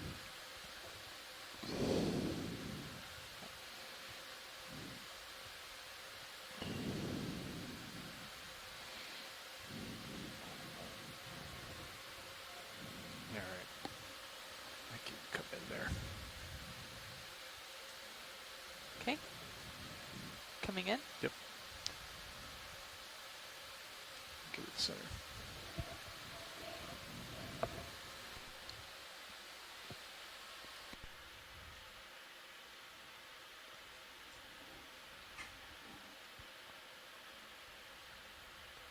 Coming in more. Yep. There has been a request for a sample on this one. Would Can we tilt up? Yep. would that... One second. Sorry, everybody, that was me. Would it be possible to take a quick sample on this? Yeah. Awesome, thank you. And video's clear. Hydraulics are up. Yeah, I think I'm going to have to come out. That's full wide. Let me get the sample, and then we'll come back off and get the boxes out. I'm not going to be able to draw out from here, Todd. Yep. Okay. You know it's open, John? Everything? We have most boxes open, other than port outer. If you go down, so you turn right down there. So we have the worm going all the way up the stalk. I'm not sure. Do you We wanna guys cut want him in half, right? Do you want the top half? Do you just want some of the side watch lead? Do you want the whole thing? It would be great if we had the part that has the Associate on it, Yeah. which is kind of that darker So it'll give you a thing sense. right down the center of the stalk. So Much all of it. It basically could be a take worm. everything Yeah, I think so. from the branching down, up. That Okay. sounds good. Yeah. Okay. Thank you. Clear lasers there. All right, hydraulics coming on. Arm left. I'm going to center up HD2 square to the vehicle. Copy, thank you. Would you like aux cam over here, Chris? I think I'm okay. I mean, you feel free. You can pull it up if you want, John. All right, so that's as much tilt as I have there.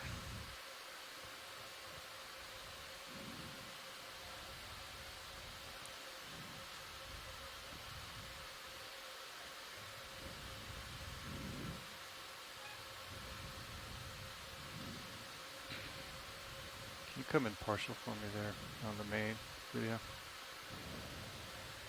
Yeah, hold that.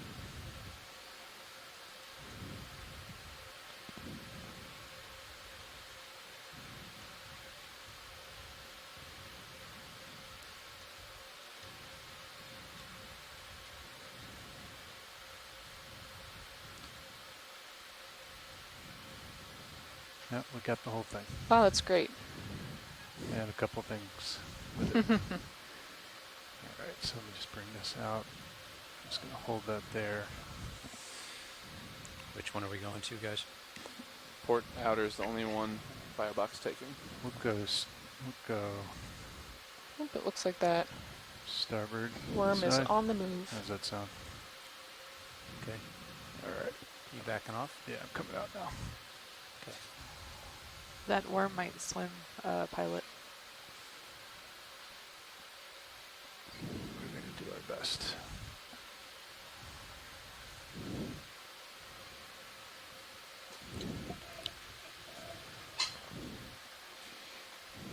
I'm ready on drawer.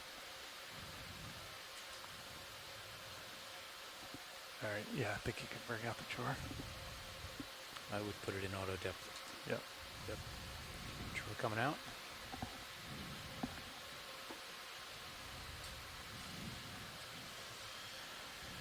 Great view on shielding cam. Okay.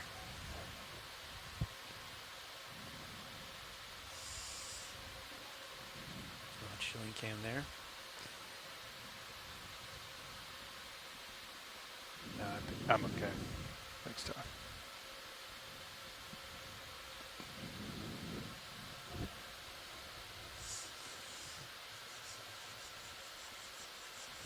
I'm on the limit.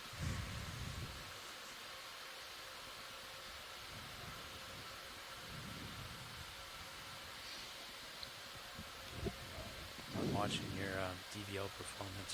Copy. I'm ready to punch you out if I have to. Okay.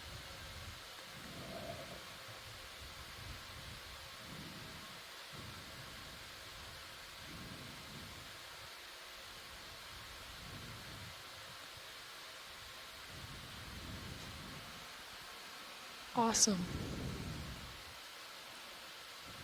Try to stuff that in there.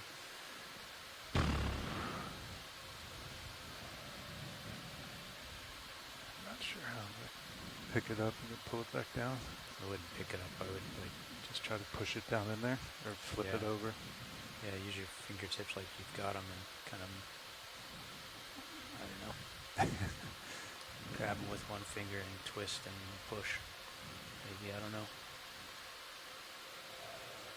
You look like you're holding station really nicely. My limits there. Let me just see if I can push it down in there, I guess.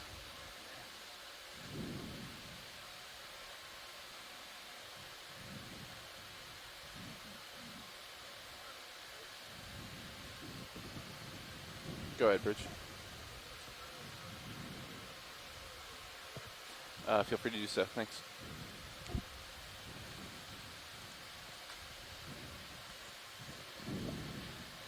All right, let's close it up.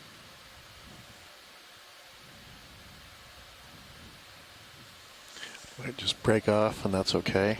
Yep. Okay. Great, thank you so much. That was awesome. And I see a little bit of mud in the rock box, so we haven't lost it all yet. Tracking pins. Copy. Silverboard. Looks like you're good there. You're already good. Yeah. Nice job, Chris. So I have sample ID EX2306-D12-05B in the starboard inboard bio box. Fish right below us. HD2 back up for multi-beam mode. Be advised, pilot's ship is making a quick heading turn, and then if you guys want to put a move in after that, we can. Copy.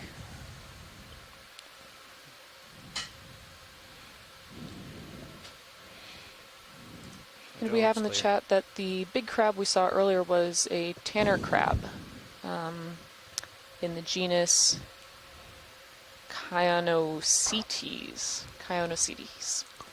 And we love the phonetic. Yes, that's super helpful. Here we have a grenadier. Gonna hold. Holding.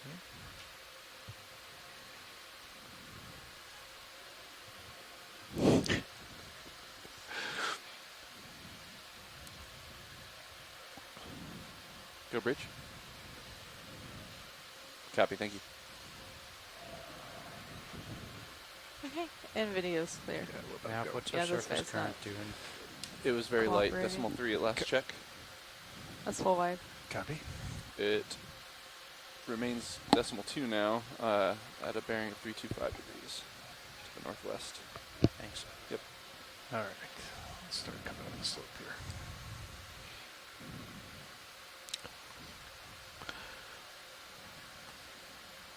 Snap on this fish, Kayla, if you want. Okay, snapping on fish.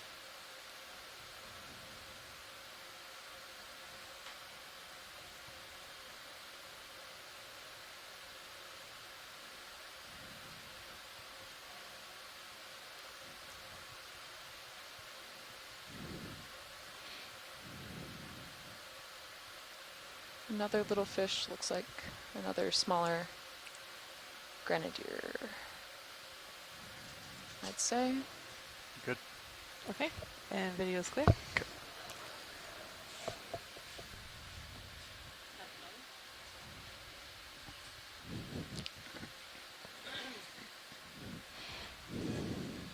Snap on the sea cucumber. Okay. Is it time to get the ship moving a little bit? What do you guys think? Yeah. Good for a move. Yeah. I'm looking out a good ways. I see Sirius pointing at 145. You want it in that direction, 10 meters? Just creeping in slowly, Kate. Let me square up to what might be the wall. It's probably more like 140. What do you want a think? stable shot on this, Kayla? 135. I can get a toe in. I think we're good. Okay. We'll let it go. Ready? Yep. Okay, coming wide. Yeah. You call it 130? Hang on. I'm trying to play with what looks like square to the wall. Mm-hmm. Watch the next sonar scan. I've locked it in at 139 or so. Maybe. That shrimp right there coming in center red. Okay, coming into red. Yeah. All right, thanks, Emily. Square. Yeah, what do you think? 142. Yeah, looks good. Oh, very cool. That looks like a juvenile Jersemia maybe. And then a Serianthid anemone. I believe we've collected one already. And that shrimp. Bridge RV now. Okay. And we'd like a ship move, please. Range of 10 Seeing meters. a few bearing juvenile 140 carnivore at sponges. And of course a really big one to the left. Probably in the genus is Bestipluma. A Good nice copy, big thank you. brittle star at the bottom. Okay. Keep coming up.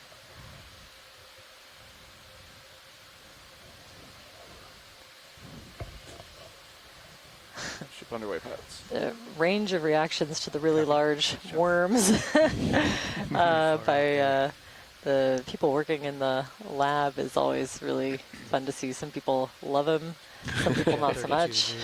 Copy. Pretty far out there. Copy. Take a snap on this center, Kayla. Okay. While we're waiting for tether. Snapping center. And that was only a 10 meter move. If you guys want me to add to that, let me know. We'll get close up to this guy while we're waiting. You pull back out just a hair, Kayla. Okay, coming out. All right, you can take that now. Okay, coming in. A couple of these nice little cup corals and that this shrimp here. There is interest in sampling some of the shrimp, but I'm waiting for more information before I call it. So I think we'll leave this one for now. I feel like we'd have to suction a shrimp. Yes, I think that's the only way. Right Otherwise, now. they're pretty fast, and even then, you might not get one. I like that the antennae are reflecting off the light. Copy.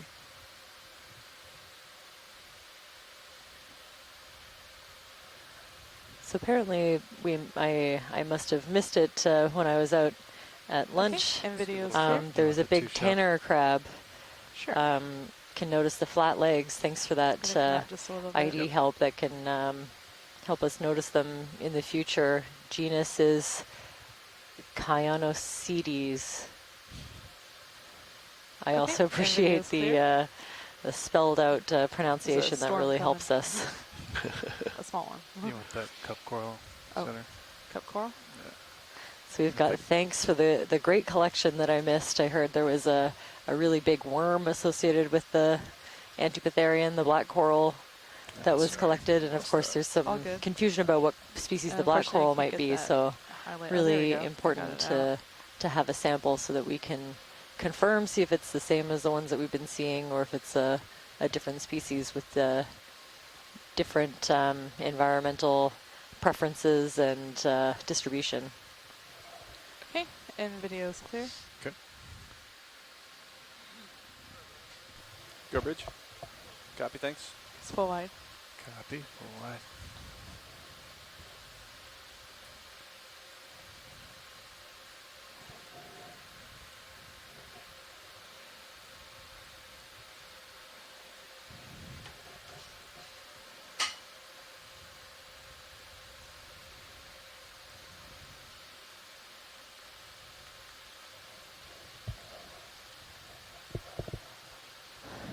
RV, could we zoom in on that, maybe a sponge covered in brittle stars or something at the back, just coming into center now? Back center, just left of the sea star? No, farther back. Further back. Yeah, what's that? Right on lasers? Yes. Copy. Just a quick zoom so we can get an idea of what we're looking at. Okay. Quick zoom from We here. can snap. Yep. Oh, interesting. So this is a small primnoid coral of some kind. Possibly Peristanella, just covered in brittle stars. And some anemones. That's great. Thanks for that. Come wide. Okay, coming wide. So possibly something that we might see a larger individual of later. Some really big soft corals, the Gersemia. Have we seen this guy? Yeah, I think we got a decent zoom of the Brisingid earlier on. I think we'll kind of continue to scan and make our way over this feature. Can we zoom in on the pink to the left of the lasers and a little below? Sure. Got it, Caleb. Okay, coming in. Gonna hold here. Yep. Huh. Could be, yeah, a corallid of some kind. So the could be a really small Paragorgia just kind of starting, or it could be juvenile mushroom corals, but it looks a little more like a Paragorgid of some kind. That's very cool. And of course, these beautiful little cup corals. Zoom in. I'm really glad to have a sample of. Yeah. Lots of tubes of some anemones and worms. That's great, thank you. Okay. Take more of that. Oh, even closer. All right. Yeah, my guess is a really small Paragorgia, which is very cool. That's can next see kind of some coloration around the base of the tentacles, with maybe some sclerites kind of running up the edge of them, and then the tentacles themselves looking fairly clear and translucent. Very cool. I have a seconded ID of Paragorgia. That's excellent. So we might maybe see some larger individuals farther along this dive. Thank you. So there's kind of two populations of holes that I presume are bored into these rocks. A smaller set that are centimeter size or a little smaller, and then some bigger ones that are a couple centimeters across. Do we know what sort of critters would be doing that? Maybe I'm guessing the smaller ones would be worms. Yeah, certainly lots of worms seem to like to burrow in the softer sediment, and because these rocks are quite soft, possibly some worms. The Serianthid tubes seem to kind of be more on the top of the sediment. Yeah, worms is also my guess. Here's another one of the Calagorgia that we've seen earlier, and quite a few of these brittle stars, or could be closer related to basket stars with these really long, tenderly, almost snake-like arms. Take more there, Caitlin, if you want. I'd love a zoom of this one if we can. Gonna hold here. Yeah, I don't know if you want the stars or the... So yeah, I'd say definitely it's very planar. Looks to me like a Caligorgia. And I don't have it on my list for collection, so yeah, I think we'll just document some really nice imagery of the way that the polyps are lined up on the skeleton, and then after that we can continue.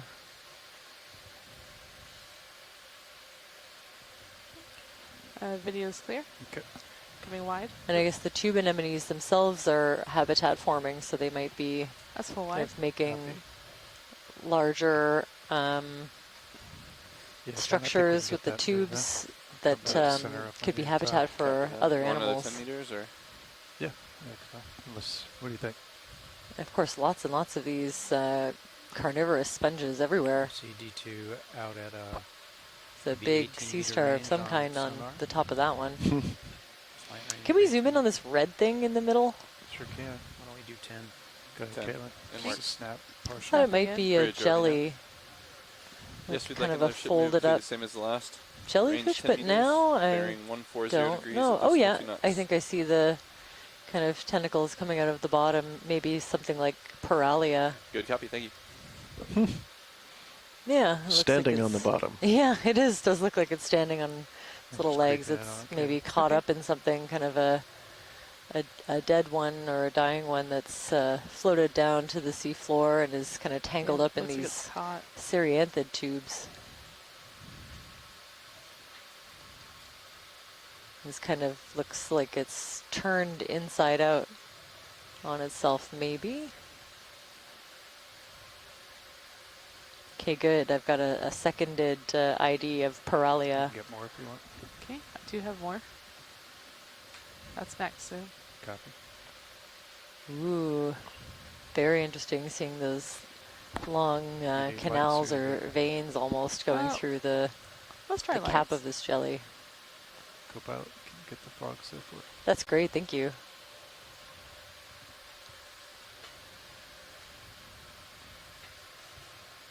Okay, I think video's clear. Okay. All right. It's full wide. Up and away we go. There's another juvenile Bathypathes of some sort and some larger colonies farther back. Very cool, and that primnoid, probably Peristinella, Do you want this just covered in brittle stars. floater here? The Tinafa? Yep. We can. I'm getting a closer look at they're this still hot at Tinaphore 40. that's floated into Okay. view. That's right inside of us. We'll let him go. It's full wide. Copy. So I'm seeing George Matsumoto piping in with an ID of Bolenopsis. It's the lobate Tinaphore that has been drifting by from time to time. So that one there is possibly a Bolenopsis. Go ahead. Thanks, Bridge.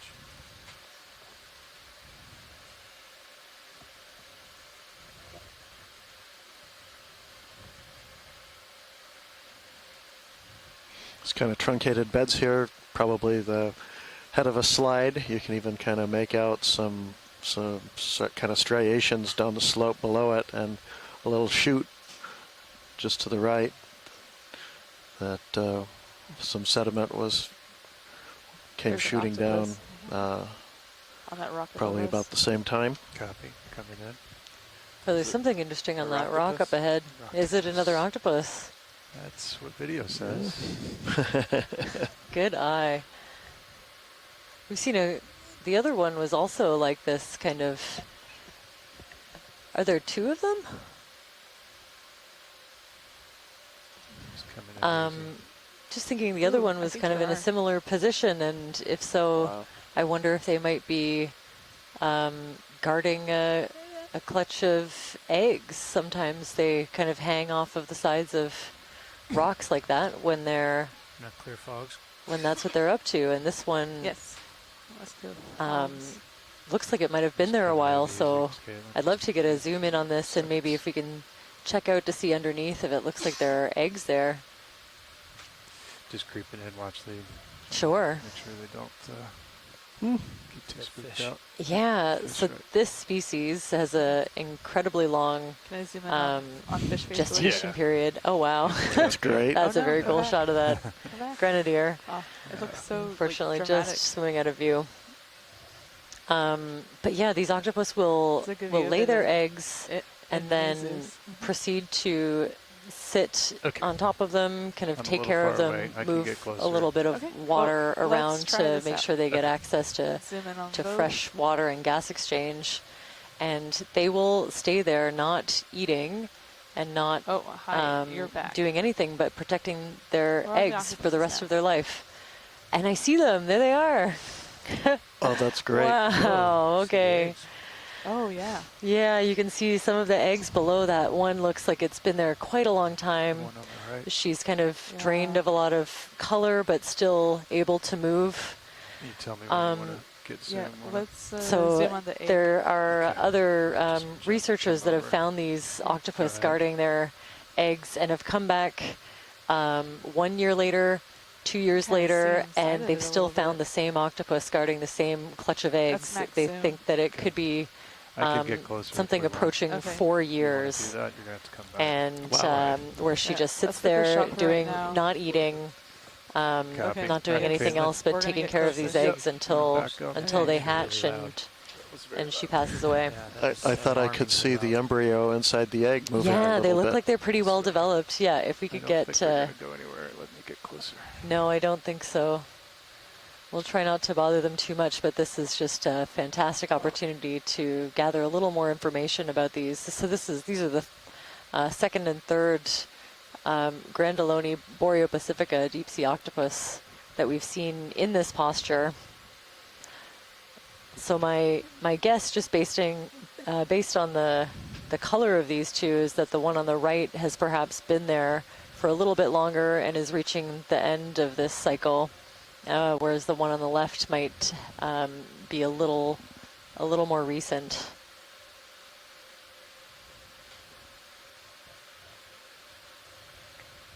And there are folks piping in on the science chat that agree. I'm going to clear lasers. Okay. Interesting. The suckers look a little bit different. Let me zoom in really quick, see what I can do without them. I don't want to disturb them too much. Oh, it looks like the egg is behind. Yeah, if we could get a little bit of a view. Kind of hard to see now. She's moved her arm a bit.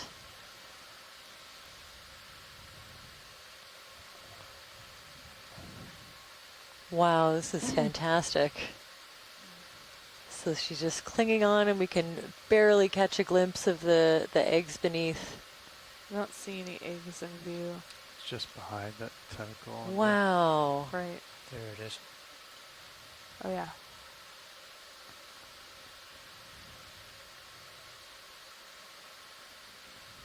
Oh, just beautiful. So yeah, we could assume that these eggs are a little bit farther along than the group on the left. You can almost make out a pattern inside of them. You can almost see, can't tell if it's shadows or something moving around in there. Those eggs are probably just loose. She's holding them from falling down the hill? No, I think they're attached. Or do they I think get attached? we can see that little attachment point right there at the top. So they'll kind of adhere to parts of this rock and dangle a little bit. And I think she's just, occasionally gently blowing water over them to keep them right on your supplied with fresh water and protection. It's a nice shot of the wow, just beautiful. Yeah, that's why I put it there. I love the colors. I want to see if we can see and it's nice I don't see any large predators around, but even though she's been hanging out in this exact spot for, there is one. I spoke too soon. Not so much a predator. I think those crabs that we're seeing beside her are scavengers, so they won't, they probably won't bother her or the eggs too much. Okay. But Let's what they're do waiting for that is eye and the the end of this head cycle so together. that they can scavenge. Wow.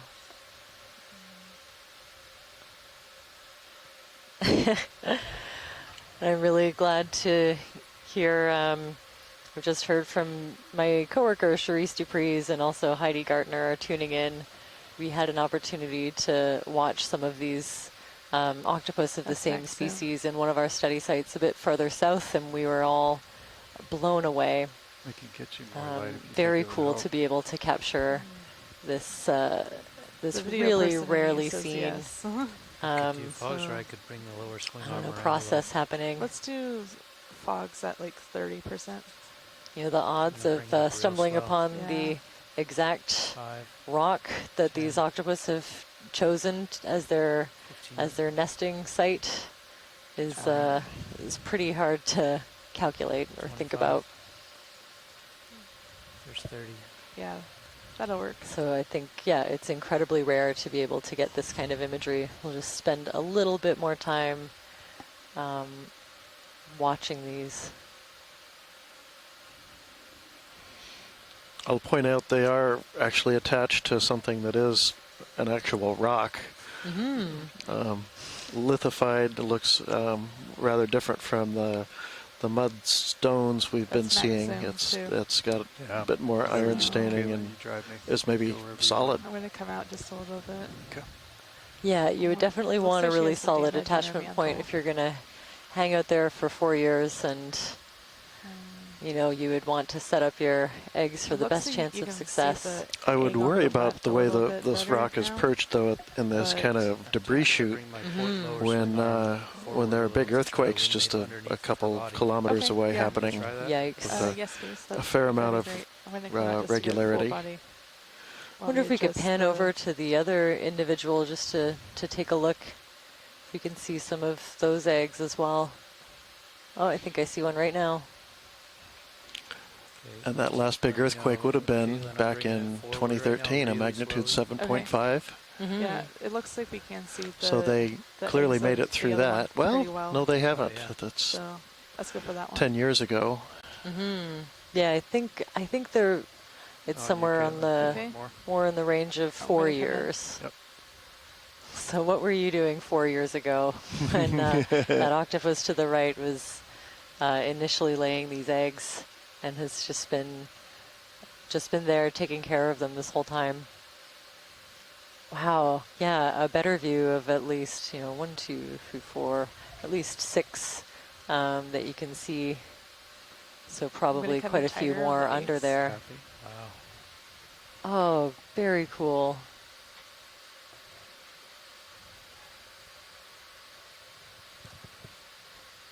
So yeah, definitely, I would say, hasn't been there as long as the individual that we were just looking at on the right. It's just like a little more color and a little more life left in this octopus. The eggs do look a little bit younger. One on the right is. And again, she's just gently moving Yeah. water to keep them supplied with fresh water and gas over. exchange. Well, I'm going to zoom out really quick. Oh, that's just beautiful. This is the third one. We didn't get a good look at the first octopus we came across, but this is possibly 3 of these deep sea octopus guarding their clutches of eggs. It's so beautiful. Right, the eggs are more see-through. So. Come back up. Okay, coming back in. It's interesting. Oh. Fogs are off. Actually, Charisse pointed out Jim Barry and folks at Mbari just published on octopus nesting at vent sites or around vents where we saw quite a few of these were at seep sites. Oh, it looks like one of those might have hatched. Just looks a little bit empty. They recorded the warm water literally cuts the incubation time in half. So it's really interesting to see other octopus with no apparent, heat source nearby. Those octopus Charisse is referring to were, I believe, the ones at near the base of Davidson Seamount. Okay. So they were in slightly deeper water. In ROVHD2, we have a better view of and possibly the one less on the oxygenated left and water its eggs. Can we pan at that location? This might be more to the right a little bit? in general, in Mini straight Zeus. down shot. a little friendlier There's environment. a straight down shot in any in case. Mini Zeus. Okay, so a little more access to oxygen and other things, but less, but a little colder. Zoom in on that. There's a few So more maybe eggs there. the trade-off between speeding Actually, things if you up, look but at Mini Zeus here on the having right main screen. harder access. Oh, that's so cool. We have this other view. Is that on stream I'm 3? going to put it on stream 3 really quick. So I think on stream 3 we have a fantastic view from a different camera on this ROV that just shows those eggs underneath of the octopus to the left. Just fantastic. I think I have more zoom on. Yeah, it almost looks like that Mini could Zeus be as an well, so empty it can egg come in. case to the right. So I wonder if some of these haven't hatched, or at least are spent in some other way. That's very cool. Tilting up gently. Estimated clutch size counting stocks Yeah, after but you can hatching was see 155 to Look at the one on 165 the top, eggs. That's really like you can see surprising. the eye. Yeah. You can I see feel it like on a bunch of them. it would be Wow. hard to fit that many under there, considering the size of these eggs. Let's hold that. That's very cool. Thanks to George for that fact. Yeah, like you can see the suckers of that top egg. And I've also Yeah. been shared few of an them. article that suggests a 53-month incubation time. I'm going to come out on main Zeus. Okay. So I won't Just be a able little to bit. do the math on the fly, Little- but think about where you little were over 53 4 years. months ago. Yeah. Yeah, that'd be great. Okay.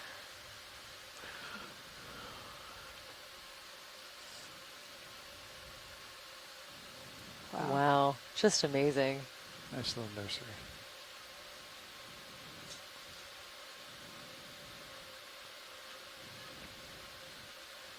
Yeah, so it looks like this octopus, you wouldn't think after so long being down here and not eating, doing the same thing, Can we tilt down on Mini Zeus? she wouldn't too? have See the rest of those a whole lot eggs? more Here, I'm gonna- energy, let's but tilt you down just a see little bit quite more. a bit See of that one movement at in the the bottom? arms, and those I know from watching There we go. Hold that. watching the species in other You can places see that they her can eye and react siphon fairly too. quickly if she wants to kind of nudge those scavengers like that big crab over there out of the way.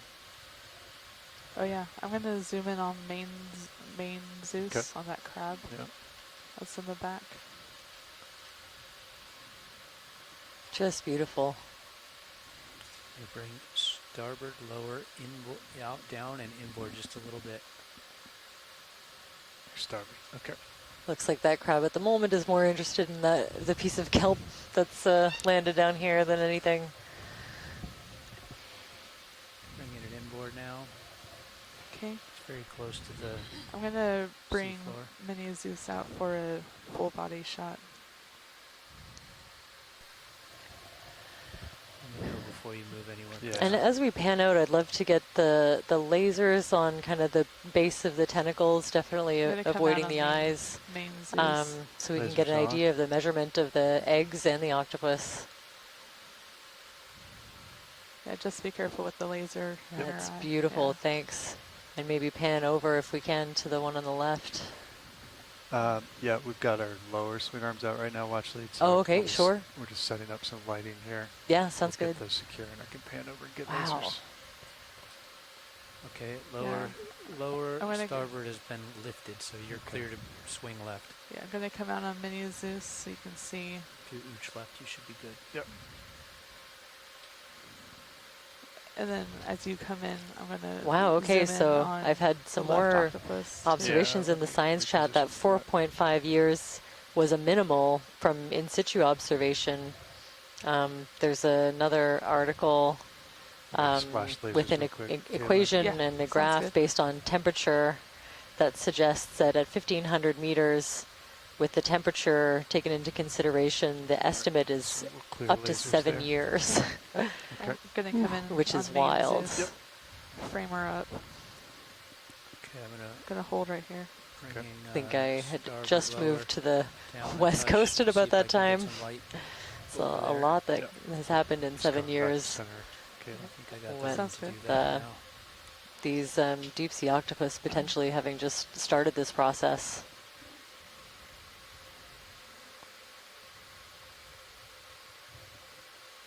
Okay, gonna come in.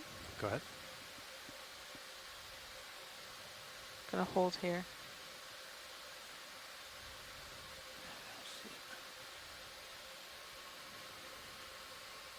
Fantastic. So we'll just pause to get a few final shots of these. Can you tilt up on this main Zeus, really please? beautiful and rare observation of a deep sea octopus guarding. Okay, hold and there. We're gonna come in on guarding this her one. clutch of eggs, and Oh, then I that's think next, we'll move on.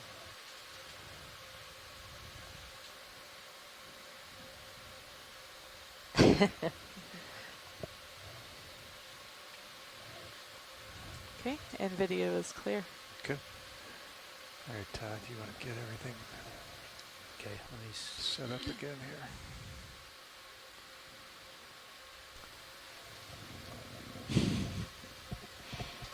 Tell me when you're ready. Stand by. Yep.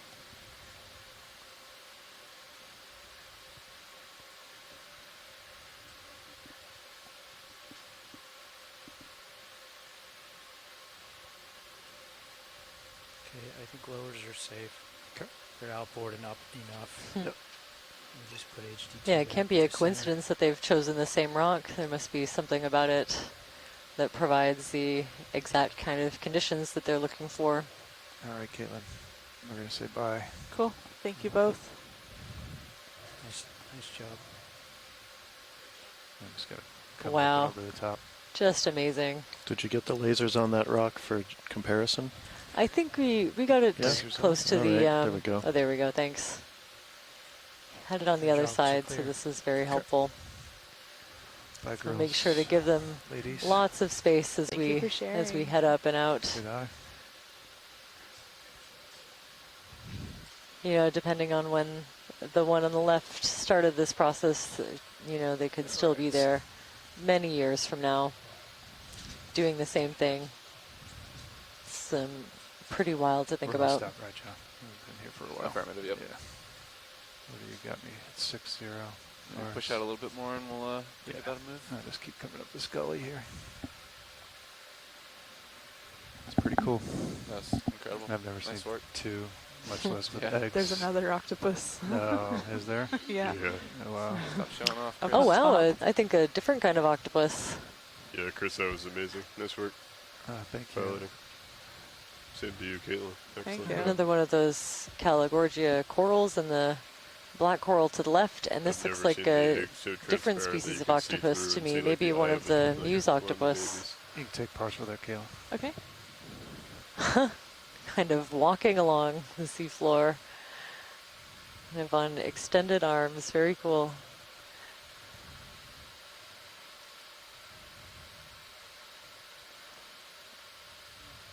Wow, if that's true, this is a really interesting area. This is the fourth octopus we've seen just since lunch. Mirror meters. Maybe this is a nursery. Do we see anything different in the temperature or salinity or anything like that? Hard now? to tell. It could just be a lighter I lighter only been sitting color. here since after lunch. I don't know what it was beforehand. Copy. Might want to ask science if they've been noting that. Yeah, actually, maybe just a you know, a lighter color morph of the I'm just gonna same zoom out octopus just to that we've keep the been body. seeing. You can see Yeah, it's I'm just gonna starting put its to head down darken right on top now of this rock. on one side as we get a little bit close. We do seem to be in a little bit of a. Of course, going off of color is a terrible idea for octopus. They can, Okay. they have the ability to change in the blink of an eye. Go ahead. Okay, coming in. Gonna hold there. So I think we look at characteristics like the number of suckers per row, or the number of rows of suckers on the legs.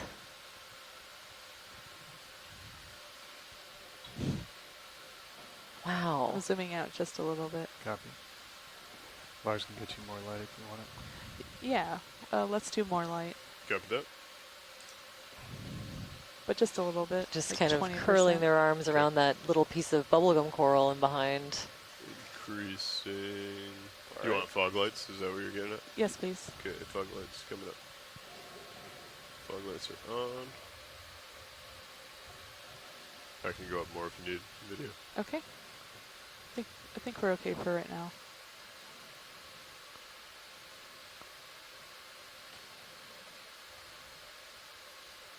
Gonna come in more on the eye. Copy.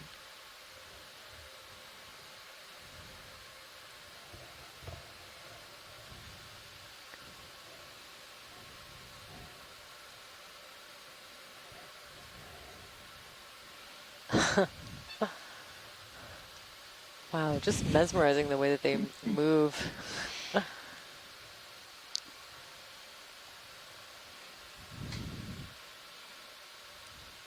It's an interesting eyelid. Yeah. Seeing our reflection.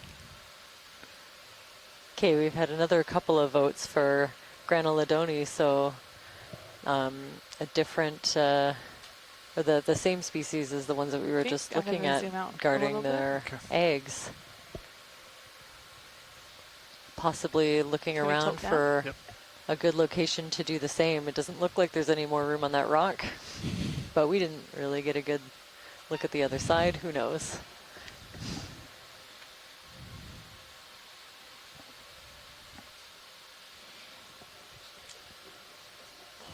I could do lasers as well. when I Very get a cool. chance. There's also, you know, we were also speculating when we saw these before that there might be, Oh, I wonder if it's you gonna know, maybe the lift. males of the species are also it. hanging around during this time. When they come in. Ooh, look at that.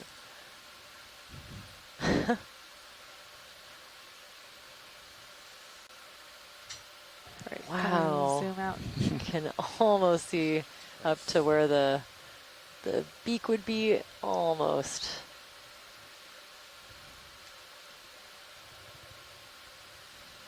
Oh, and look at the webbing at the base of these arms as well.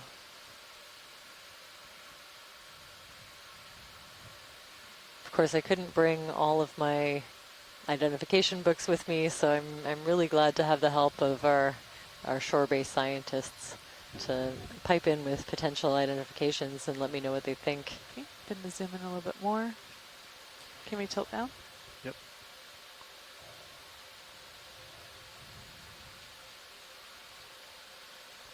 Apparently the thinking now is that these nursery areas where we see multiple octopus guarding a brood of eggs are also potentially the mating grounds, so it is impossible that that's what some of these larger adults in the vicinity are up to.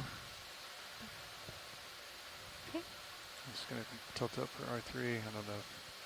I've Sounds already good. got stills of this.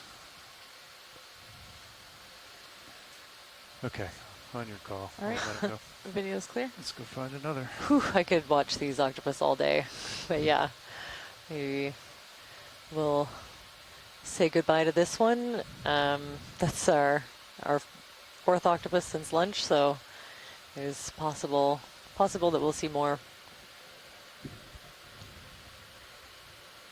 Just got some excellent imagery, lots of detail, especially of the arms, so we might be able to say a little bit more about what they're up to on review. 140. 140. All right, I'm lined up on it. Bridge, over now. We'd like another ship move, please. Same as the last. Range of 10 meters, bearing 140 degrees at decimal 2 knots.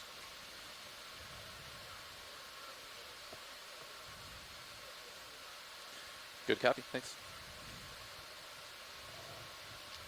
Another fairly large individual of the Bathypathes black coral that we sampled earlier. Be looking at how long the branches are compared to how long the stalk is. Some features like that can help us to identify them down to species. But of course, better than anything is having a sample on hand. I'm just driving there for us to compare. I think if I stay in that neighborhood, you might be lucky to find some more. And if you're joining us a little more recently, we've been seeing these carnivorous sponges for quite a while, just kind of fields of them at this point.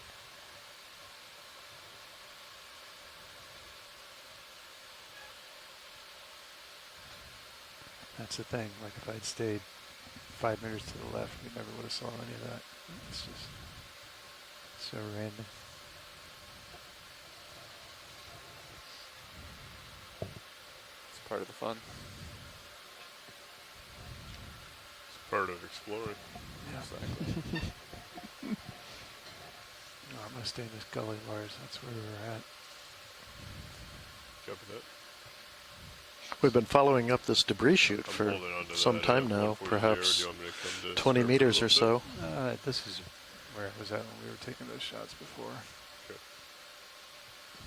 Come over to your edge. Expecting that at some point we'll get up and see the source of the rocks that it's a rock the octopus were on. I have I'm very interested to see where those come from. On my other screen, so exploring, keeping an eye out. Copy. Can we get a snap zoom on that coral, please? The Sure one can. just kind of lower and left of center. The branched one. Okay.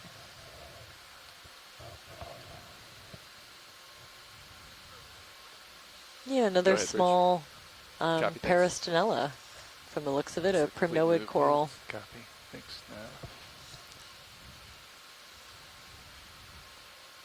We've seen a couple of these with lots of brittle star associates. So this one probably has the fewest so far. Okay, coming wide. That's great, thanks. Oh, it sounds like science might be clear. All right. I'll let go.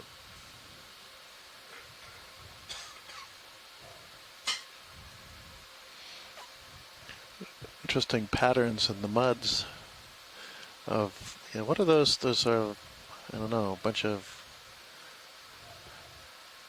kind of linear looking things that look like they're folded. Right to the edge, They're bedding, but they're in all different orientations. And we're just seeing different cross sections of the same thing. That's a big crab. And you're just about off. Yeah, I'm going to stop here. Nice crab.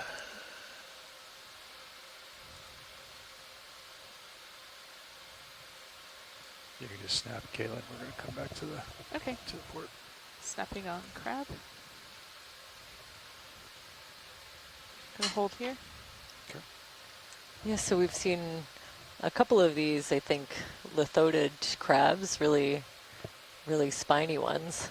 Possibly the scarlet king crab, but I'd love to I'd love to hear back from anyone on the science chat that's a little bit more well versed in their identification. Little amphipods, I think, hanging out kind of near the eyes, and underneath of them, maybe cleaning off and eating debris on the shell.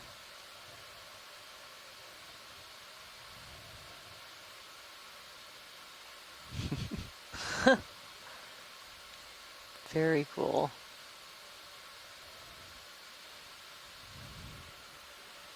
That's max zoom. Okay. Just amazing.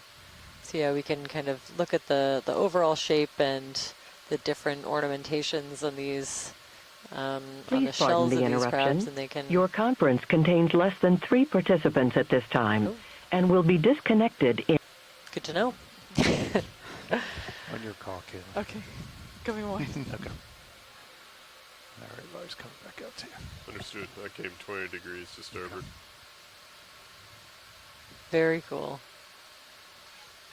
So my, tentative ID is possibly the scarlet king crab. I'll follow you over until I'm at a 140 again. Good copy.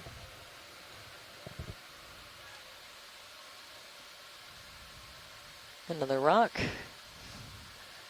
They're really easy to spot.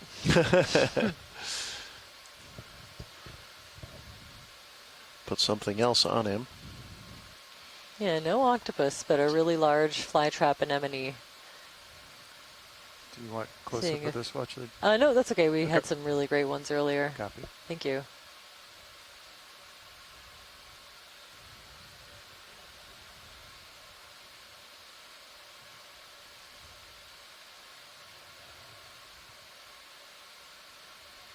All right, coming back to your center, Lars. Understood. I still have a few more degrees to turn. Okay.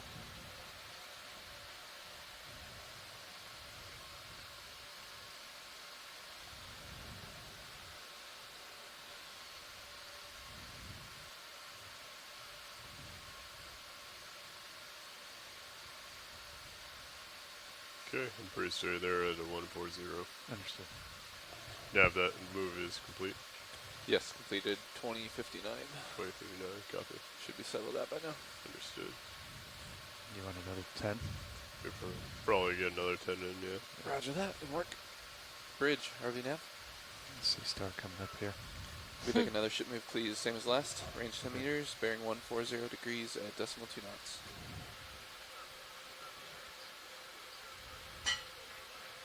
Good copy, thank you. So I think this is another one of those time pilot. Copy. terrasterid sea stars, possibly terraster.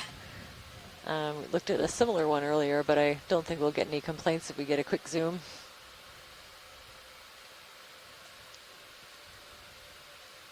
Go ahead, Kate. Okay, coming in.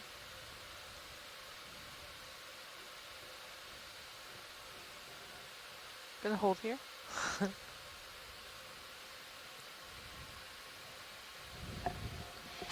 Charisse asks if there are any ship-based data on cold seeps in this canyon, and yes, there is. There is data. We don't know of any cold seeps, but this was surveyed by the Fairweather in 2016, I believe, and they had water column data. We mapped a smaller area this morning, That's max and zoom. haven't seen anything.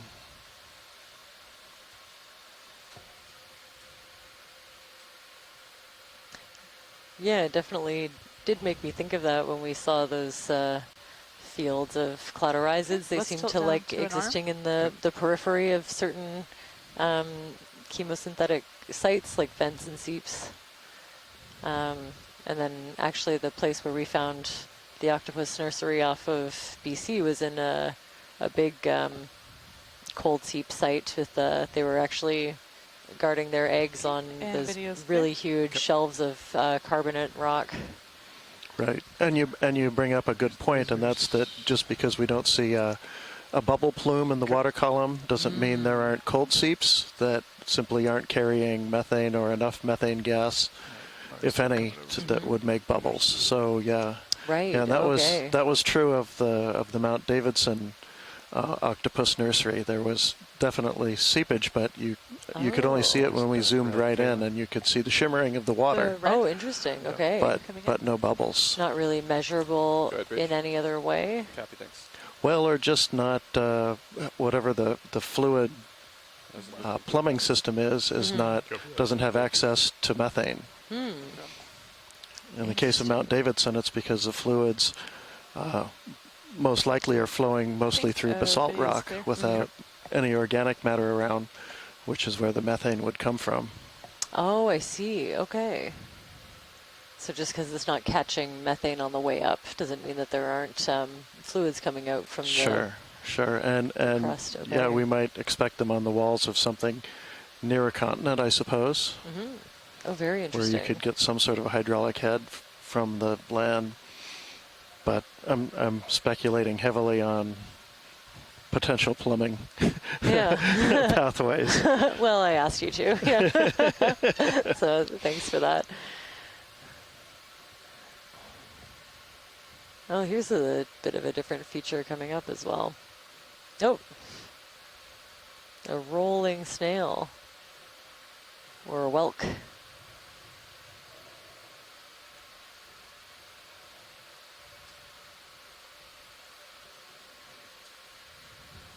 Lots of these little cup corals. We were able to collect one earlier, so we can confirm, but they look like Caryophilia.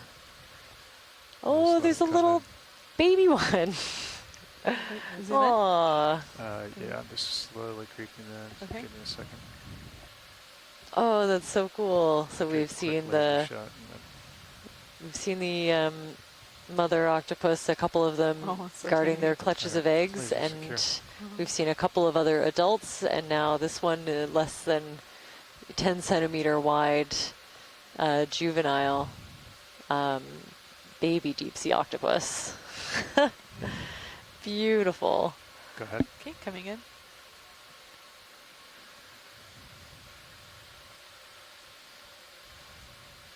Oh, wow.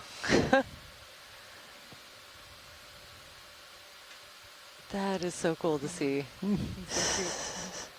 So yeah, just a little miniature version of the larger adults that we've seen in the area. So definitely some of those eggs or ones nearby that are further along have hatched, and I wouldn't hazard a guess on the age of this one. Maybe anyone in the science chat happens to know, but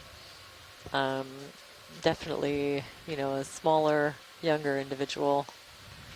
It's presumably coming up and out of this nursery ground.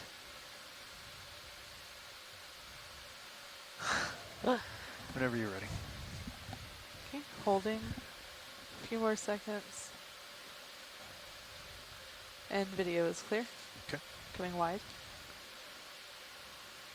So this is really excellent, observation that kind of indicates a successful brooding in the area.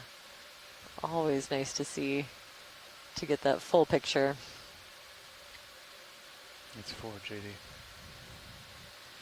Looks like you have quite the feature up to your... And more of these darker rocks just in the debris chute.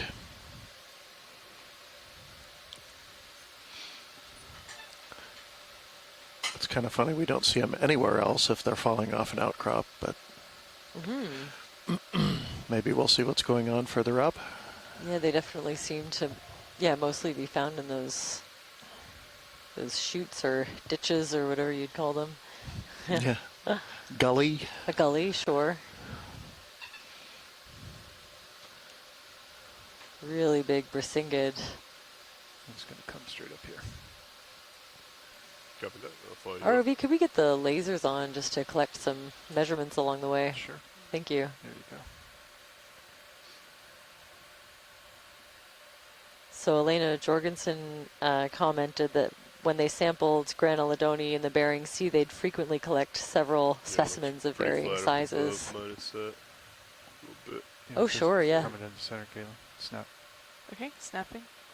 Let's see, hard to tell what this is from afar. Oh, a worm, a big old worm. Wow, that's like 10 centimeters long. Okay, very wide. Very cool. A really large scale worm of some kind. You can see the overlapping scales, or elytra. Thank you, Arvind, for that beautiful word. This is a really big individual. Very cool. Okay, can I zoom in? Yeah, another zoom in would be great, just to document. I don't think we've seen a scale worm quite this size yet. No, I'm sliding standby. Whoa. All good. Come back out. Should I come back white? Okay. Yep. Just give me 1 second.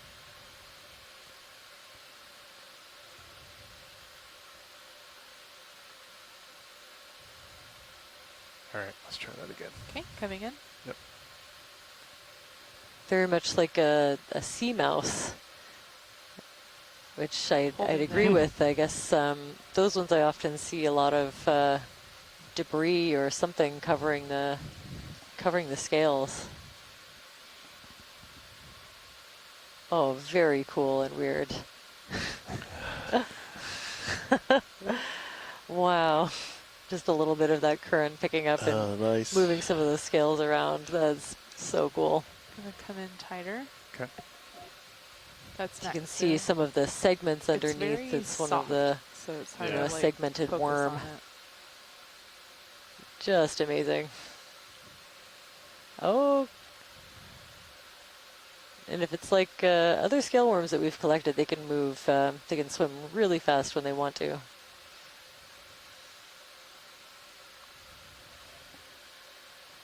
Okay, I'm going to come out for Just another slowly backing out. Do they use those scales for swimming, or are those more body armor, or? That's a great question. They're a lot more flexible than I ever thought they were.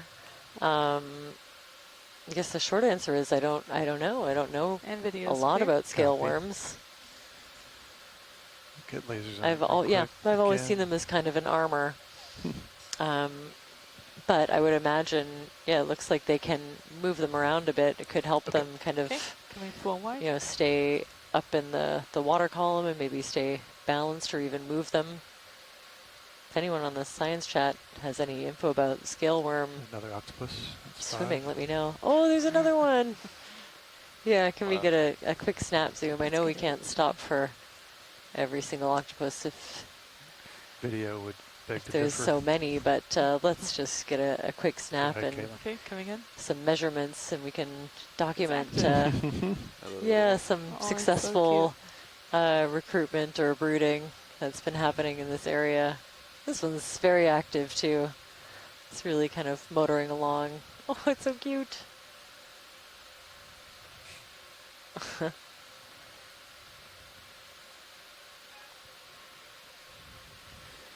You want more, Kaylin, or we're just going to let him go? Coming in more. Okay. We won't spend quite as much time. That's fantastic. Maybe something going on with one of their eyes. Don't know. Hard to tell from this angle.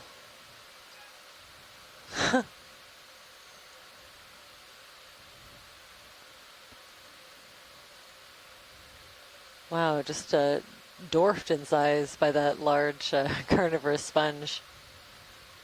You can see a really interesting kind of frill almost at the edge of these ones.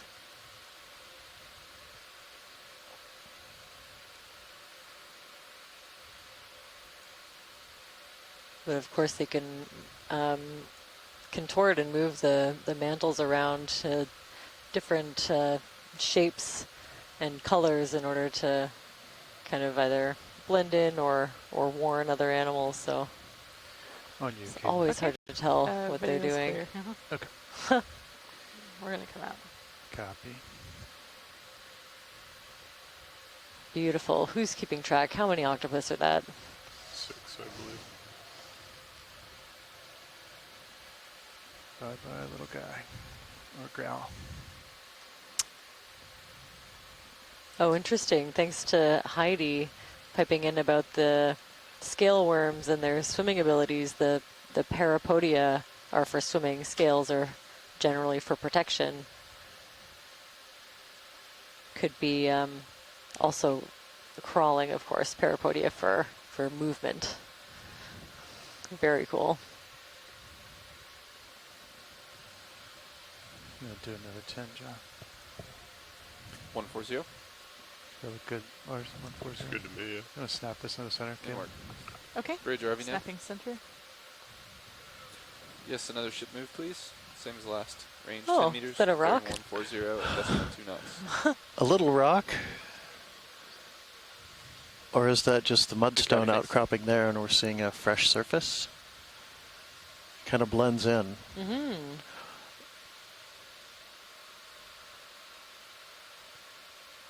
Yeah, I'm not sure. There's definitely the base of, well, there's a cup coral and then the bases of something else that maybe was there. Yeah, or is that something that's wedged in there and it's maybe gotten covered? Yeah.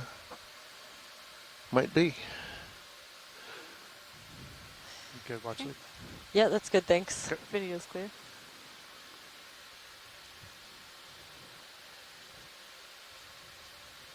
You can get the lasers back on as we kind of climb up this feature. Lasers on. Here we go, thank you. You're welcome.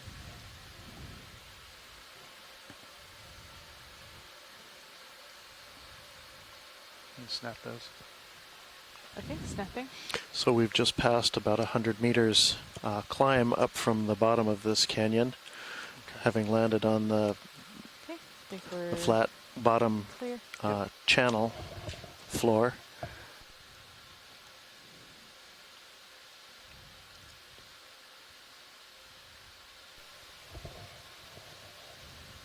We just had a quick zoom on one of those sea slugs also that we collected a few dives ago. We think we found them in mating pairs, so we collected 2 side by side. You can definitely get an identification on them, hopefully. But we think they're in the genus, I think it's Berthella or something similar. Robert suggests that possible rock was an exposed concretion, which is a good guess. I like that. Okay. Concretion being a harder part, they tends to be a little more cemented. That shell looks interesting. Typically nucleates off something, perhaps a small piece of harder rock, and nucleates outward to make video's clear. Yep. A harder rock than what it's otherwise surrounded by. Thanks, Bridge. I mean, the fauna here seem to really love all the crevices and you know, just the complexity of these rocks. Yeah, bigger and pretty good-sized burrows, if that's what they are, underneath that ledge. Yeah, could we zoom in actually on might be on something. This ledge? Yeah. Go ahead, Kayla. Okay, coming in. I think those are some really large Cereanthid or tube-dwelling anemones to the right. Just be advised. Cool. Thank you, co-pilot. And it looks like a few of them do kind of grow down into this rock.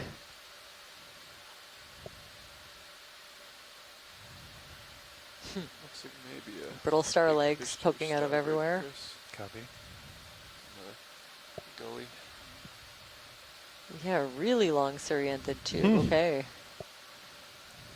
Very cool. So definitely, well, I don't know, a really large individual.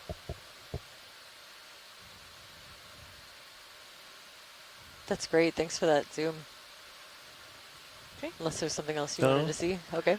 Yeah. Yeah, I think we can. Good view of things. I'm looking to see somebody digging away in one of those little holes, but I didn't see anything. Yeah. Looks like a little. This is the head wall of a thin slab that maybe pulled away, exposing a few, maybe 10 centimeters of beds underneath. Maybe a little more over here. Pretty big. There's creeping up on a fish here. Watch them. You're going off my screen now. I can follow you over. Yeah, I'm just going to go as far as he goes. Copy. Going over steadily. Just taking a peek. I think that's another one of the giant grenadier albatrossia that we've collected. A really nice zoom of this one earlier on in the dive. What are those white? So just get a quick snap for confirmation. I'm going to zoom in on some of those white markings. Missing scales? Question mark?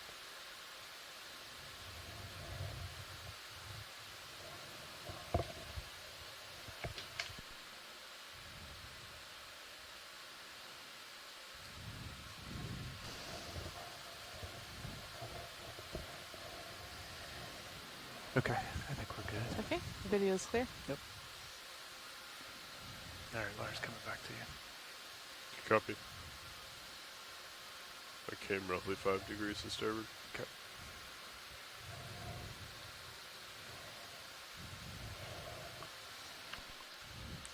So we're pretty close to the major plate boundary of the Queen Charlotte Fault. Forms the boundary between the Pacific Plate and North American Plate, and we're literally just a few kilometers from it. And so we expect some pretty good shaking. The last big earthquake on this fault in this immediate vicinity was in 2013.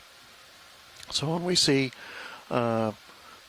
things cascading down the hill and evidence of probably pretty recent slides, we think these are likely associated with it. We're on the east side of the fault on the North American plate. This is the only major channel that crosses the fault, which is interesting. We're not really sure why that is, but we can see the effects of it out on the slope. As this channel comes down and meets the fault, it makes an immediate right turn and heads north parallel to the fault for about 30 kilometers until it finally finds a way to turn left and head down into clear your fogs, Caitlin. the Gulf of Alaska, finally to drop all the sediment that is shooting down it. Go find them, Lars. Because we know from other evidence how fast the Queen Charlotte Fault is moving, it's about moving the Pacific Plate northwards about 55 millimeters per year. So we know it took about 500,000 years for that west side of the channel to move from perhaps shooting straight across the fault up to its present position. So we know this channel is at least 500,000 years old or so, and it's probably had a fairly complicated history of quiescence as it's having now. We believe Can we that snap on, it's at the bottom. sedimentation is pretty much it's like a little clump, but it looks like it has an eye. not going on right now. There's very little sediment coming down the canyon. Underneath lasers, At high sea levels, this canyon becomes sediment starved as the sediment is held up in back in the fjords and along the coastline. And it's not until a glacial epoch that the glaciers are able to bring sediment out, push sediment out to the edges of the shelves and provide sediment that would flow down this canyon. And perhaps more specifically, it's that real rush of sediment comes during deglaciation, when the glaciers melt relatively quickly and drop their sediment load. And that's probably when most of the action happens in this channel. Looks like a new crab. Just a quick snap zoom.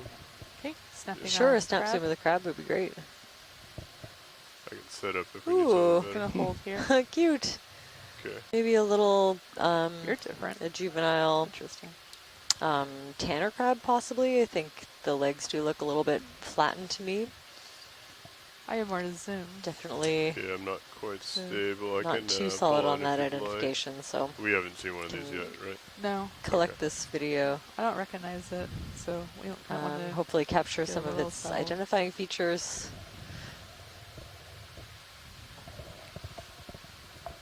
Well, actually, you did not say collect, right? You said No. collect the video. Okay. Yeah, just video. Thanks. That's good. I'll push a little bit closer here, Caitlin. Okay. We actually ended up with a couple of crabs from the collections yesterday. Really small individuals that came up with the one rock and one suction sample. Looked to me like small decorator crabs. And this, I would think, is maybe a juvenile, Go ahead and come in. possibly a Coming in. juvenile tanner crab. It's a few different Gonna hold species, so here. I won't venture follow a them up. guess as to which. Okay, once it's settled, I'll zoom in on the face. Copy. If it settles. Okay, there it goes. Ooh, That's not thinking hitched about- onto that brittle star leg, I think. Oh, yeah. But maybe it was Oh. trying to get, well, no. Well, looks like it lost it. Now it just has this tube. I thought maybe what he really Sorry, wanted was the focus worm. is Uh-huh. twitching a little bit. No worries.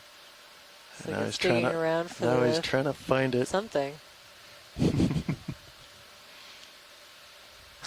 Oh, It got maybe away. It was that, yeah. It got away. Wow. Oh, no. that was cool. It's a little shrimp or something? I don't know. Maybe it's looking for some more.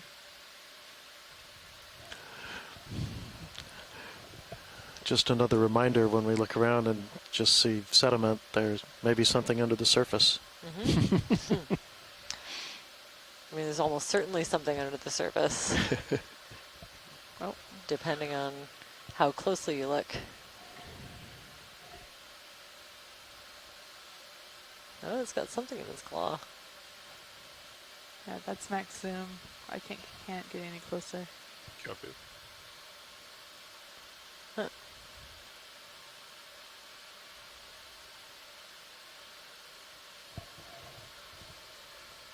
This is cool. I don't think we've ever seen one dig into the sand like this.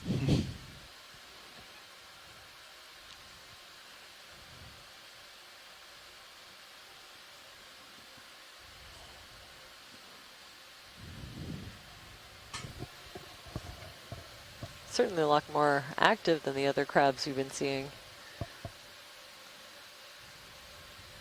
It's really kind of using those front claws to search around in the sediment for whatever it's looking for.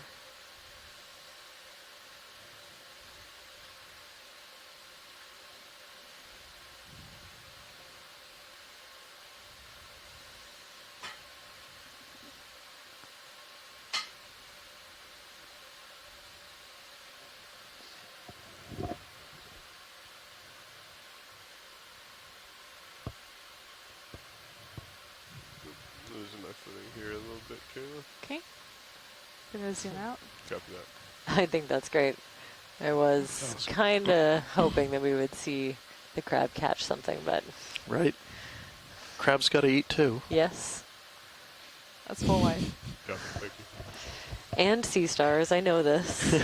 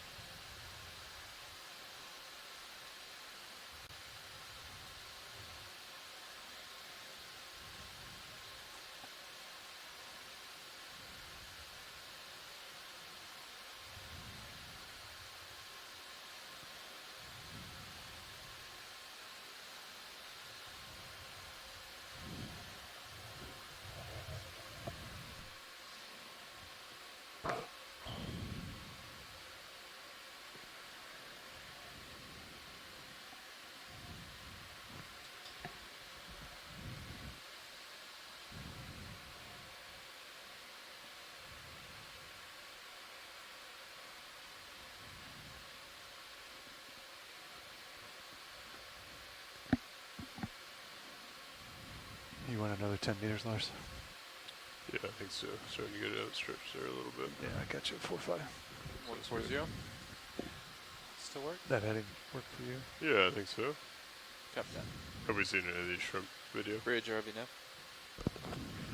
I'm not sure Like if another we, ship well, move, please. we have zoomed on Range 10 meters. a few shrimp. Bearing 140 Okay. at decimal 2 This knots. large one over here does a port. We can image it while we're waiting on Copy, the ship thanks. move. I have a little bit of tether. But There's also a anemone up on top too. copy. Go for the anemone.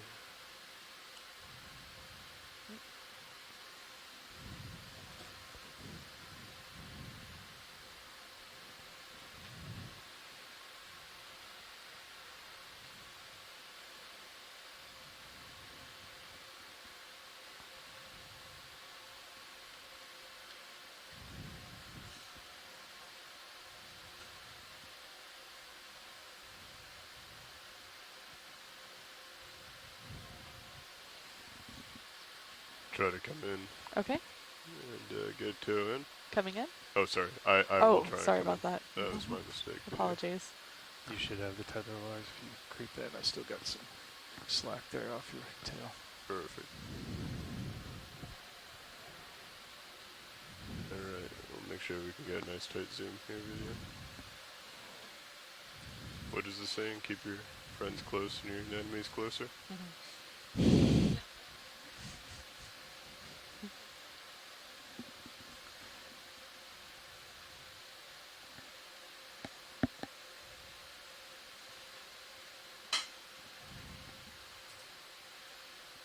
Alright, video.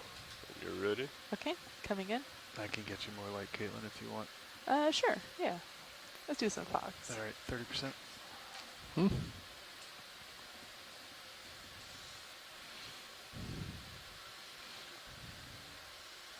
Okay, I have more zoom.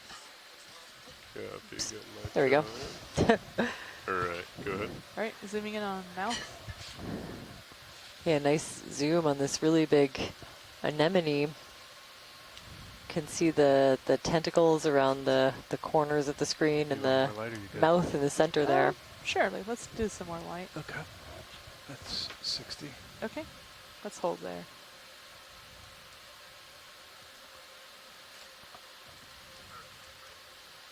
Go bridge. Copy, thanks. Just complete pilots. Copy, thanks, Nat. Okay, gonna zoom out a little bit. I can come back off the light if you want. Coming down a little. Yeah, let's come down on the light. That's 30% there. Oh. Holding there. Okay.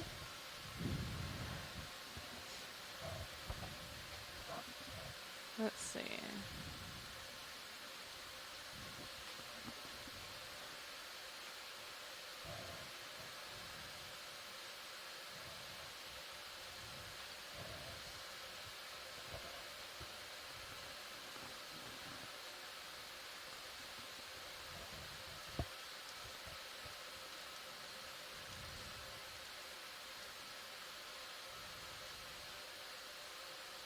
Okay, and video is clear. Oh, it's clear.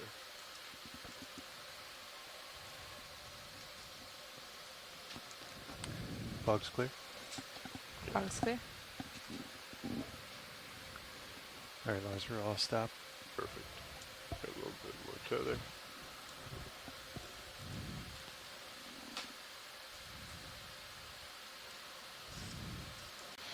This gully just to the right of the screen in the upper right corner that we've been sort of following is getting, looks like it's getting a little bit deeper as we get up higher. Can we do a quick snap? There's on another that? pair of those little Okay. sea slugs down at the bottom. Possibly, yeah, it could be good to just get a quick zoom. Okay. We had some really amazing imagery of these from an earlier dive, but we haven't really gotten close up to see them today. And yeah, I think the running theory is that these two might be mating. Yeah, which we saw quite a bit of on a previous dive. Cool to see these again. I think possibly in the genus Berthella, or at least in the same general group as those. I can get a toe in if we want this imagery. That's great, thanks. Okay, it seems like science is clear. Perfect. Pilot's clear there. That's full wide. And of course another Gorgonocephalus basket star. It's all of the highly branched legs kind of wrapping around, I think, a piece of rock and some carnivorous sponge, just to get a little bit higher up in the water column. Two really nice big Brisinghids. Those Brisingid sea stars on either side of the lasers. And lots of this carnivorous sponge, Can we as zoom Vestipluma. above lasers in between those two corals? Yeah, sure. Still right not there. totally sure what's making these really big burrows. Oh, where did they come? Wide. Yeah, it looks like a little bit of soft coral, kind of a younger one on the near the base of that sponge. What exactly are you looking at? Video? It's center. It's next to that brittle star, but behind the coral. Yeah, behind the coral. Okay. Dig Right a little there. more if you like. Little one enemy. Oh, or is that the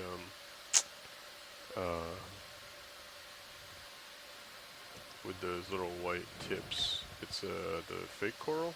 Not a fake coral. What is it? I think it's a carnivorous sponge. Oh, This, really? yeah, this like Oh. long unbranched. We're talking about. behind. Yeah. Oh, in the back, those little arms coming out. Yeah. I think those are brittle star arms coming out from the sediment. Maybe we're not looking at the same thing. It's hard to. The burrow he's in. Yellow anemone-looking thing that's corallimorph, I think, is the word I was looking for. Oh, maybe that But- could be. I think it's a cup coral. Okay.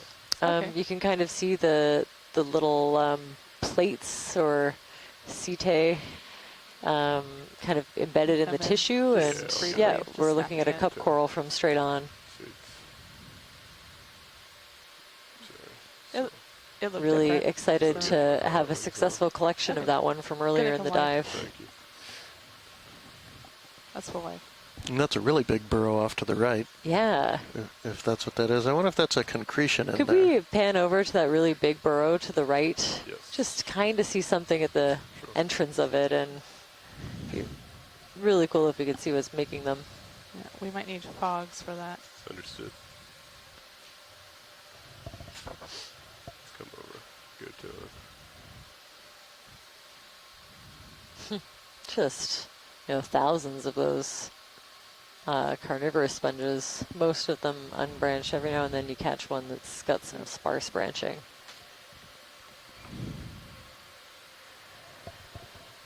Right, if I can snap in there squint, too. I can almost see something in there.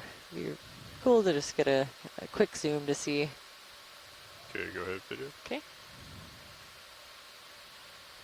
Yeah, a little crab. Oh, okay, definitely a crab of some kind. See the claw? Really hard to tell what it is, but I think I might be in position. Oh, yeah. wow. Might be able to Yeah. help. Okay. So if this crab isn't responsible some for the fog burrowing, lights. it's certainly taking advantage of it. But Nice. ooh, look at the lights. Oh, very cool. Really not moving. Wondering if it's either very still or it could be a molt. So maybe a crab. I believe. We did see a molt earlier, so it could possibly. No, a little bit of movement. Okay.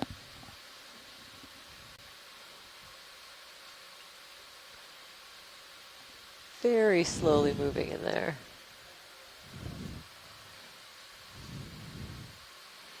Interesting. So wondering if this crab is responsible for this burrow. It's interesting that he looks so muddy. Mm-hmm. Well, that's kind of why it reminded me of the molt that we saw earlier.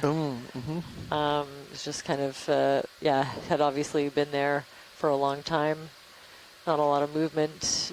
Wouldn't take too long for things to get kind of sedimented. There's also a big worm in the tube on the right, possibly also making some of these tubes that we're seeing. They must either missed it or we'd have to pan out maybe a little bit to see it. That's great. Thanks for that zoom. Always like taking a peek, see what's in there. Yeah. Oh yeah. I wonder if there was not at one point right. a bigger concretion in there that's now got shooken loose and rolled down the hill and Okay, left. Can I come full wide? Copy. Thank you. There's a couple of those. It's interesting the way they're kind of draped almost with the softer sediment.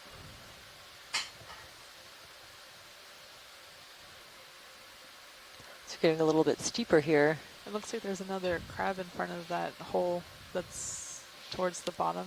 Yeah, it looks like the next 20 or 30 meters or so are going to be a little bit steeper. The one we saw out in the open.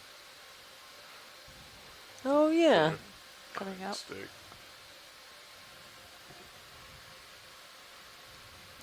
Okay, should be a little bit stabler. Okay, coming in. Very cute. So if they're not responsible for these burrows, they seem to enjoy having access to them. Yeah, it's just covered in stuff. That's great. Thanks for that. Okay, coming full wide. Thank you.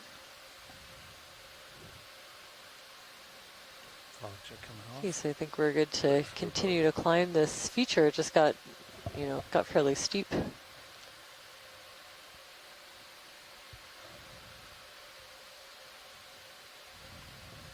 sure why the aft bar was so low. I turned it back up.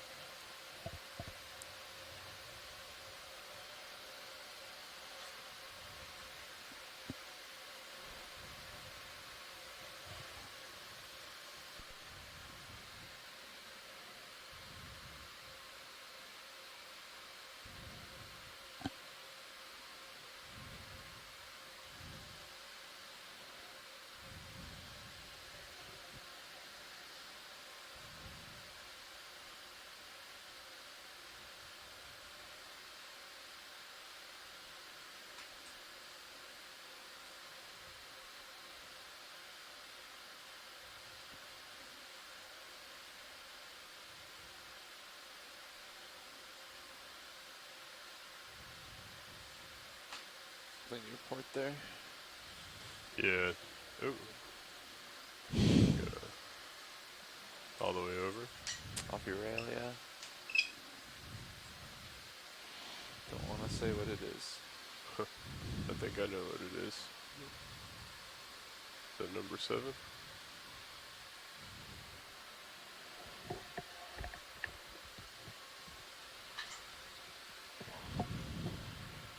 Video. We wouldn't happen to have any video of octopus today, would I we? don't think we have any octopus footage yet, pilot. I think we need more. Well, some. We need at least 8. Yeah. And another octopus right Push here. this out there now for a little bit. Yeah, you want 5 meters? Yeah, I went 10. We're getting kind of stretched out. This looks like it probably has eggs again here, video. Does 10 meters work for you, pilot? Cool. Yes, 10 meters sounds good. If you want to do a quick snap, I'll see if... Yeah, can we have a quick snap? Coming in. Co-pilot, I see you've turned your heading to 150. Yeah, it looks like do you want to move in that direction? Might be an egg in that No, I lower right. think 140. 140 is You good. can kind of come around here Great to job, you know. starboard. Yes, we'd like another move. Range of 10 meters, bearing 140 degrees at decimal 2 knots, please.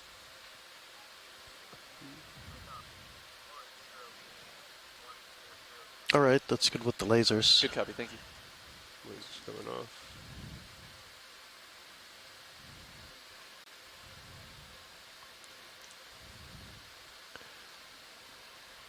Might be covering them pretty good here, video. Yeah. Right. I'm assuming we only would want to stop if we could get a good shot of the eggs, right? He's kind of settled in. Did you think you saw eggs? I thought it did on the lower right-hand corner. Huh. Thought I saw a single one sticking out.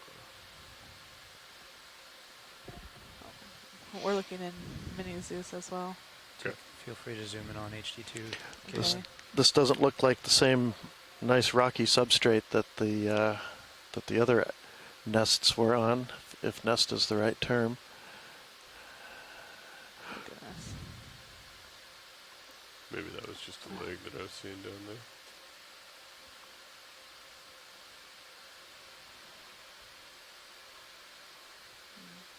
Yeah, it might have been just a leg. Yeah. Yeah, she might be covering them pretty well. Yep. So. Okay.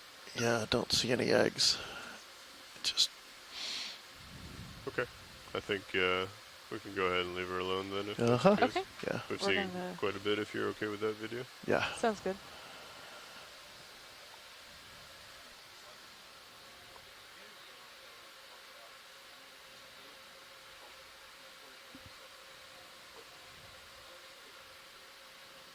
I'm zooming out on Mini Zeus. Copy that. Thanks, video. That's full wide on both cameras.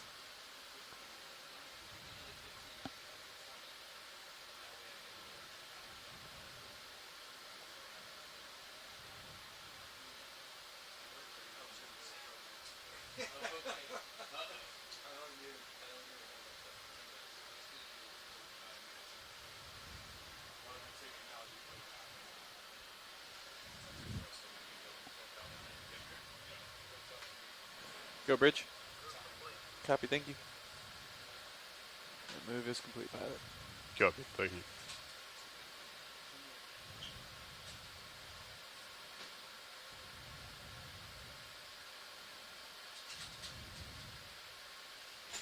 Here, pretty sparsely occupied.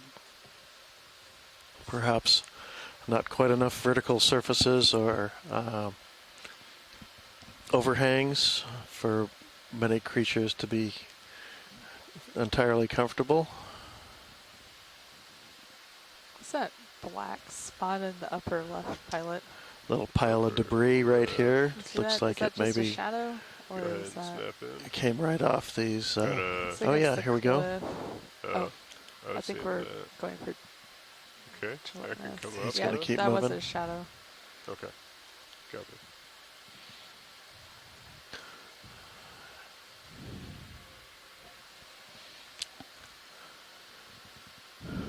Anyway, some bouldery mudstones, bouldery debris. Probably falling right off to go for these, some of these. kind of outcrops we're coming up to. Did we end up getting anything, or What was that? like the mudstone we were able to? Oh, I didn't see that. It wasn't during our shift. Okay. I think they got something. It might be in your starboard rock box. Yeah, there's a little bit of mud, enough to look at. Gotcha. Yeah, I saw them try to see if it was loose, and it like cracked right down the center pretty cleanly.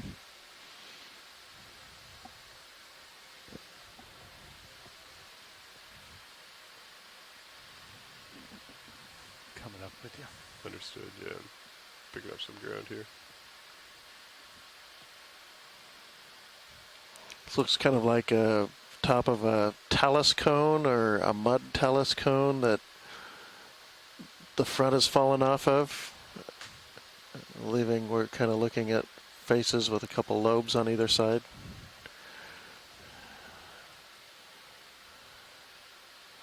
One fairly heavily burrowed and the other not at all. And this one to the left looks a lot fresher, maybe the more recent slide.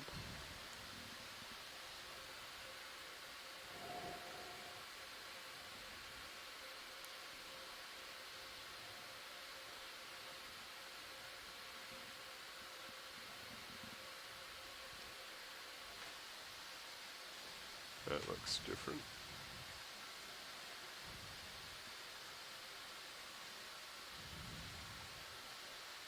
Have we seen this transparent video? We've seen it, but we haven't zoomed on it. Copy. I don't know if they zoomed on it earlier today, but we can do a quick snap. Yeah, we can do a quick snap.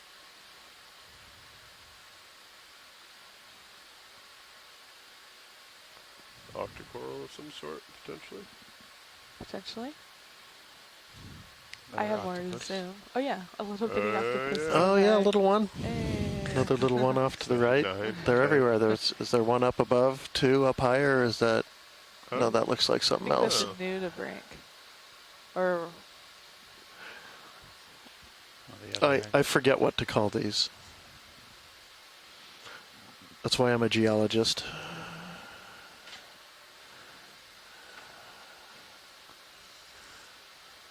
And not a biologist. Pretty cool. This is the octopus nursery area. Obviously, that's pretty cool. okay, this might be enough for ID. Okay. Video's clear. Pilot's clear.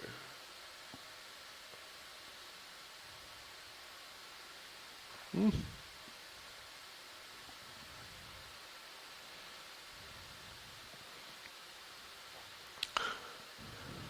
You guys wanted another 10 meters?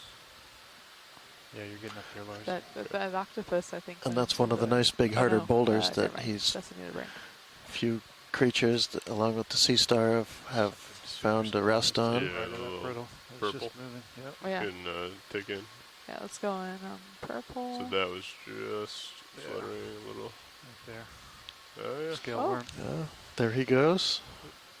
Is it? Yeah, so they actually kind of swim with their feet mostly, looks like. That's pretty cool.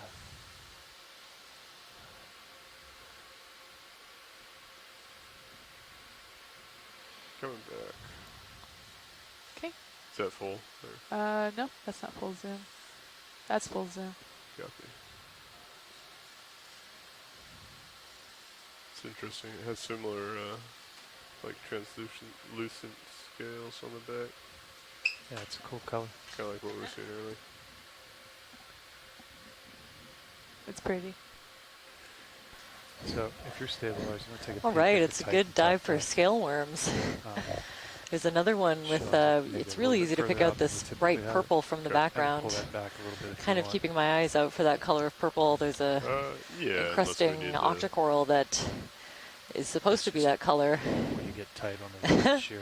Look at it, Still off from the just start crawling of the along. camp. Still got some space there, But kind of similar to the worm that we were zoomed in on earlier. It's got video's those clear. overlapping scales, the elytra, you good with it out there? that are this really beautiful purple color. Let's Are we? bring it in a little bit. Can we scan back far enough to see that last coral we were looking at? The octocoral? Yeah, for Merlin. We have some calls as a Gersamenia Julie Packardea. Yeah, Gersemia, I think. Yes, I'd say so. It's that soft coral. I think we got a good That close-up of octopus it is not earlier, climbing so the I wall. think I'm good Okay. if we want to continue up this line. Sure. And of course a really nice persingid, probably an anemone, and that sea star that we've been seeing earlier. And a little tip for everybody, if you want something named after you, donate to Undersea Exploration.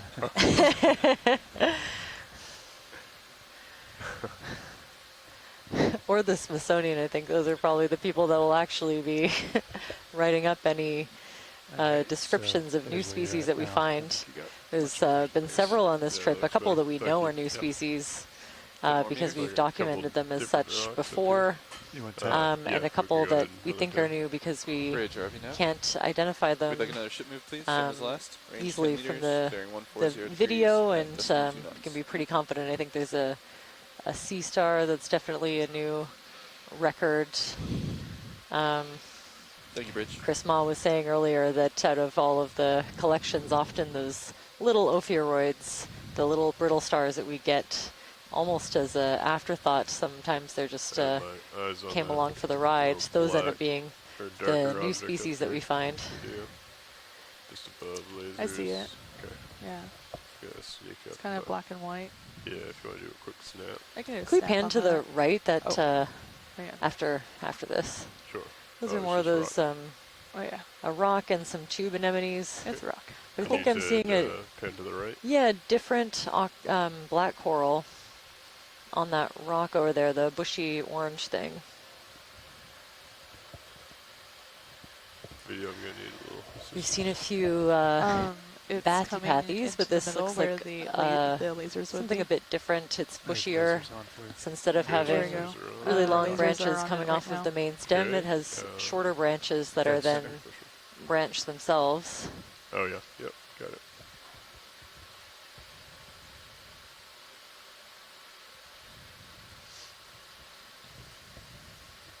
And another pair of those little sea slugs. Seen a couple individuals and a couple of them now in pairs. And a good-sized shrimp. Okay, video, Yes. if you want to come in. Coming in. Yeah, very nice sized shrimp. I know that there's one that we've been asked to target for a collection, but I'm having a hard time picking it out. Yeah, so this is definitely a different black coral from what we've been seeing. more to It's zoom. more highly branched. Go ahead and take it. There's one Dendrobathypathes that I'll have to look. What we do is generally look at the way that the base is the interesting. pinnules or these little branchlets are coming off of the branches in several That's like rows, those and we little kind of tentacles count the coming out of number it, of too. rows in order to get an idea of the genus that we're looking at. Another scale. I don't have my cheat sheet right on hand, so I think we'll just capture this really detailed zoom as we're doing, and Just max zoom. Yeah. I wonder if it Beautiful. wouldn't be a good idea to get some water around here. Oh, that's a great idea. Oh, they're talking about And a look, another water sample really pilot. long or a big and kind of tapered scale worm just above those two sea What do you slugs. say, A Mr. really Howard? nice cup coral beside Not here. quite. We're almost there. ROV, Ready? yeah, Wait, I hang probably on, heard that, survey but can we two? get set up for a Um, Niskin? You need the port Thank minute. you. Copilot, nav, and Clipper already. You can see a little ophiuroid right in the middle, and that white encrusting stuff kind of under the ophiuroid and next to the scale worm is probably encrusting bryozoan. Firing in 3, 2, 1. Confirm Niskin 2 firing. That was Niskin 2.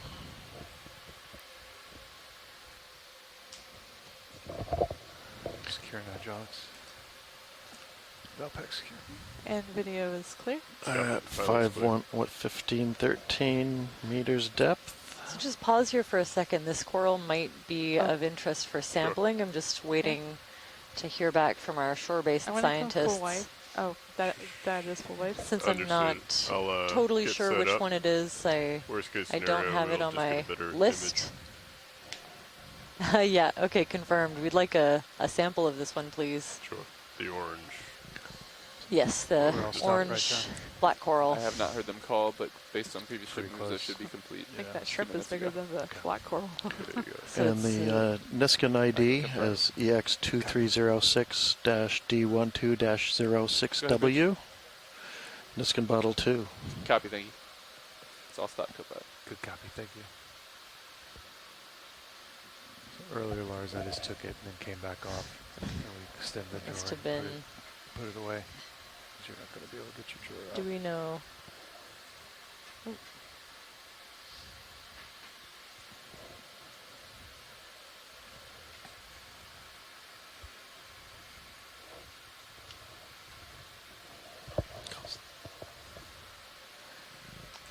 Okay, video if you want to come in.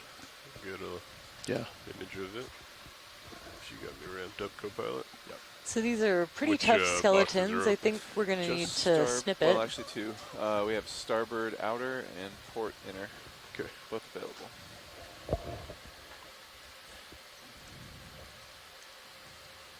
Alright, do you want me to come up video or is there good? We can come up. I'm not sure where the collection point's going to be. If you could just come out and just frame the subject, I'll get a sense of how to. And how much are you looking for a watch lead? Kind of maybe one of the longer branches on the left, one or two of them.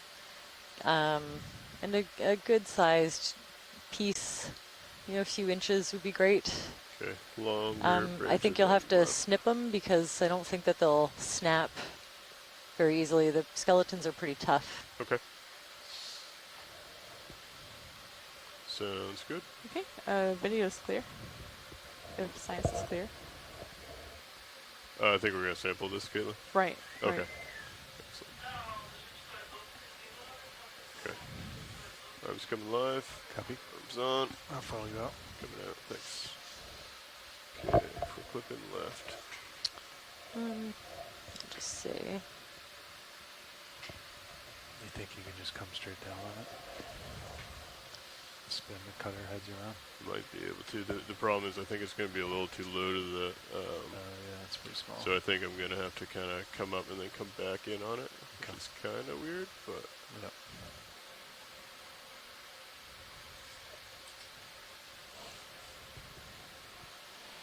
I think I really want to be a little bit lower. There you go. Yeah, that's not bad. Might be a little too close. Your aux gives you a decent... So again, if you tune into stream number 3, you can get a number of different angles of this collection. Thanks. Yeah, I think you got room. Really put into perspective all of the different calculations that come into place when we're sampling something like this. I think you come just a little bit to the starboard. That's my group 4-6.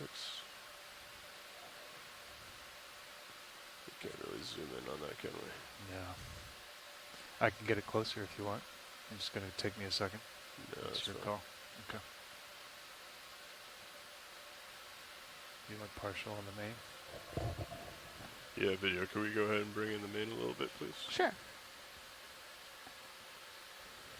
How's that? Good. More? I think that's fine. So So I'm going to have to kind of close my jaws and then come in a little bit tighter, I think. Yep.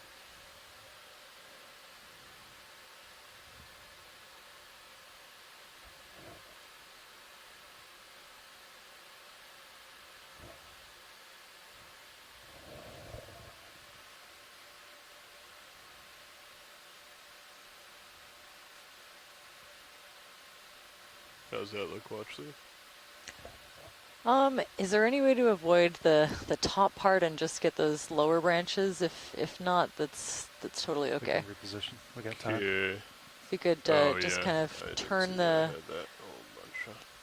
wrist a little bit counterclockwise and maybe just aim for those two big branches off to the side. Yeah.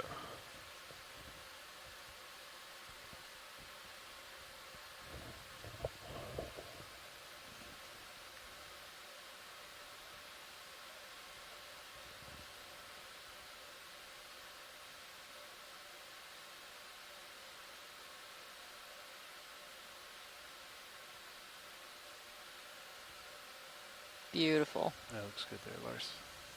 Good snip. Yep.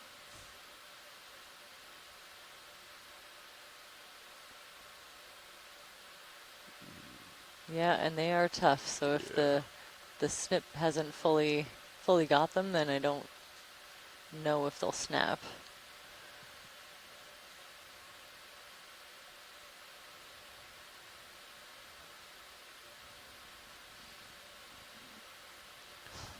I think the problem is they're deep, so you're not going to get all of them in the cutter head, unfortunately.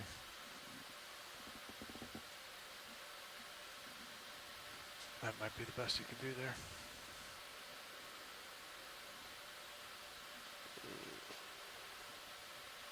Beautiful. That's nice, Lars. All right, I'm going to get your mini Zeus back up. Probably just go for starboard inner, I think. You only have outer available. Starboard outer. Okay. Support inner, starboard outer, yep. After that. Do you think we'll have to back off the wall and open that up? Yeah. Most likely. Okay. Sample secured. Jaw lock in. Alright. I'm going to go ahead. Joy lock. Gonna come out just a tad. Okay. Coming back a little as well.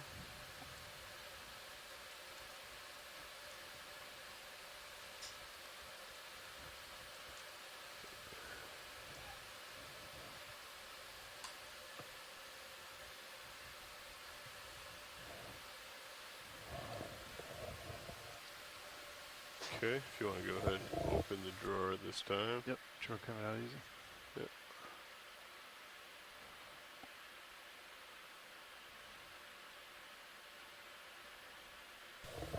Okay, we'll go auto depth. Joy lock to reduce the current. Coming out.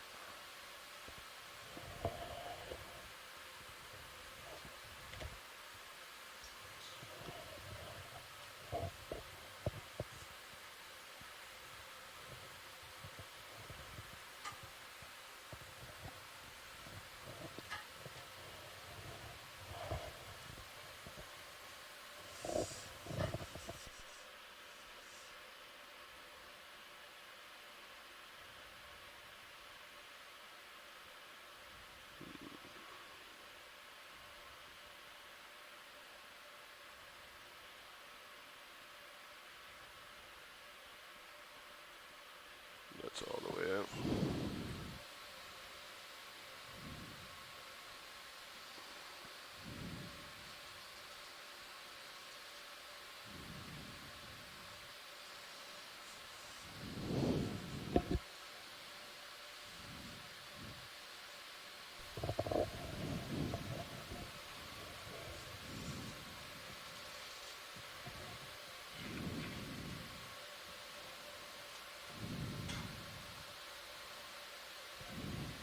Yeah, I think that's clear.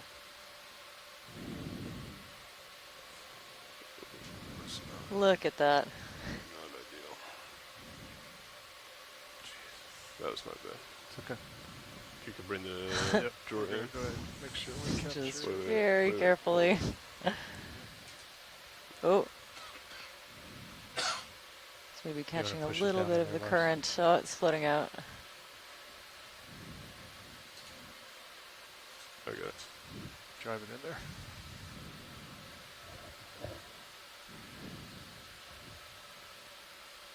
Just come up hard. Oh, no. It's alright. It'll stay on the... It'll stay there. Let's just go back down and we'll grab it. Okay.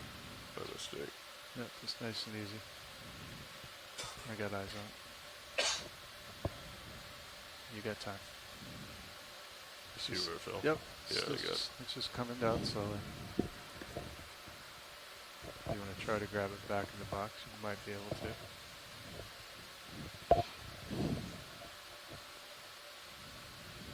Can we go full wide on main? It's right there, just by your arm. It is full wide. Copy. So right on your toe. So it's just so light that it gently floated out of the bio box. We'll see if we can catch it. Okay, just clearing your arm there. Nice and easy. It'll come right down. You just come up. Yep. Yep. Just keep coming up. Keep coming up. Come up good. That is 100% me. Lars, just hold that. It's all right if we snip that sponge. That's totally okay. There we go. Wow. Whew. Excellent. Yep. We can all breathe again. So yeah, that little piece of coral just lightly floated out, and our ROV team was able to float it right back in. That was amazing. Thanks for that, everybody. And the science chat thanks you for the collection as well.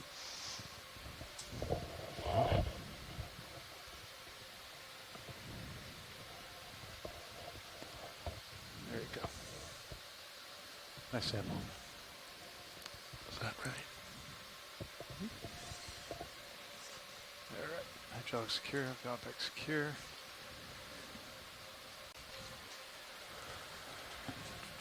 We're still in the center of my view. Now that we can all breathe again, I think we'll continue making our way up this this feature. It's getting quite a bit more steep than where to confirm we were not too long ago. 07 bio? That's right, 07B. EX2306-D12-07B in the starboard outboard bio box. Thanks, watching. Wall, the bio box wall. Oh wow, quite a few of these basket stars around. I think I see at least 6 or 7 just in view. Lots of those really big brittle stars coming up in the background too. It looks like the echinoderms have taken over. Coming up easy with you.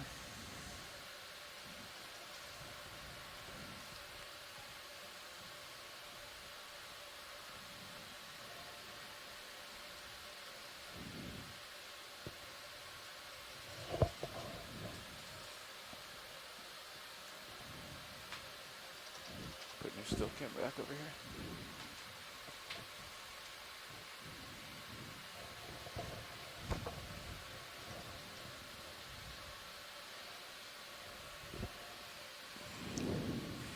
ROV, if we could get a quick zoom on any of these big brittle stars, I'm sure we wouldn't have any complaints, especially from the science chat. Okay, go ahead and snap. Okay, snapping in.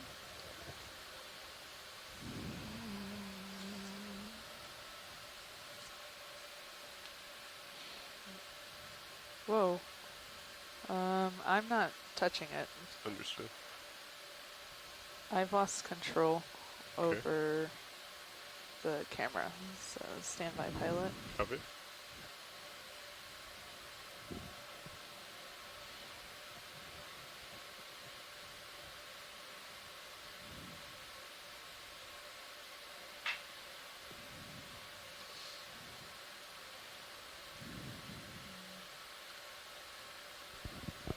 continuing to work on getting control back. Understood.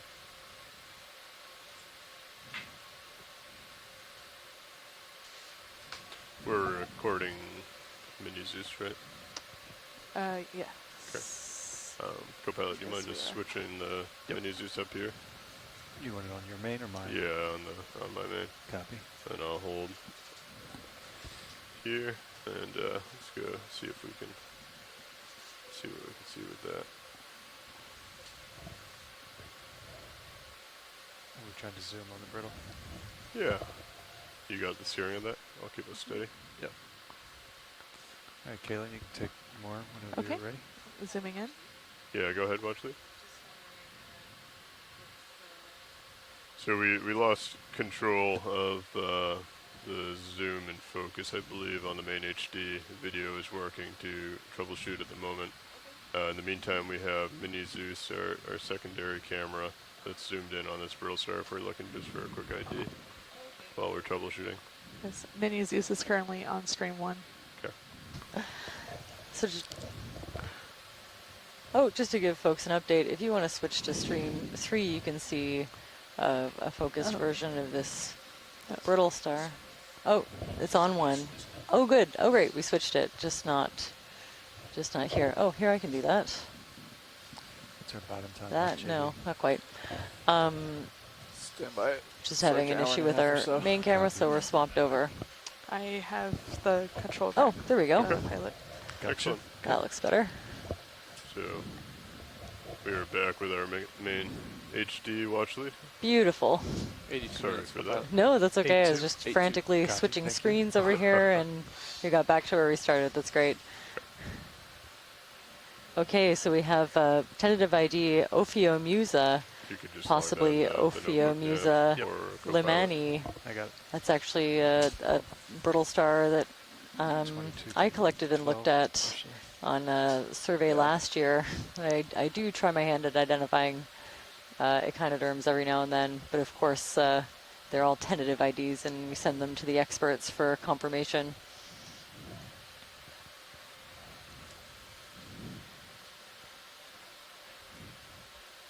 Another one of those Bathypathes corals, the black coral. You can see a little bit more of the black skeleton from this angle, which is one that we collected earlier. I just love the way these are just scattered across the hillside. The brittle stars? Yeah. Yeah. They seem to like to have a little bit of space from each other. You know, not quite in those really big mats that we see with some other species. Yes, we'd like another ship move, please. Same as the last. Apparently, Ophiomusa limani is also found in the Atlantic, so it's quite a widespread deep sea species. Good copy, thank you.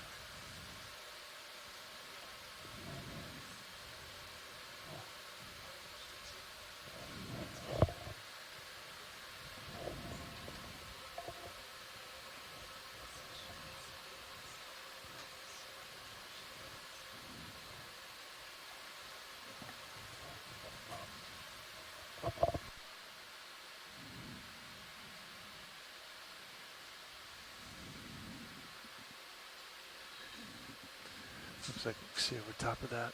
Yeah. Maybe a small little rise. Yeah. I can paint it as you come up. Let's do it.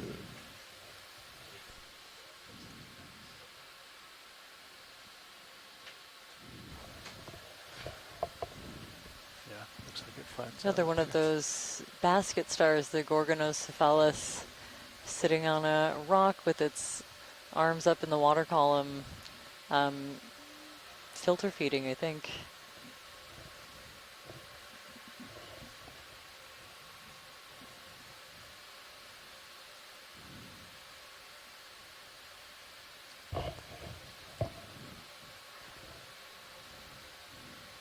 Yeah, kind of along the same lines, a similar observation from Robert Carney that the brittle stars look overly dispersed, suggesting that they avoid each other.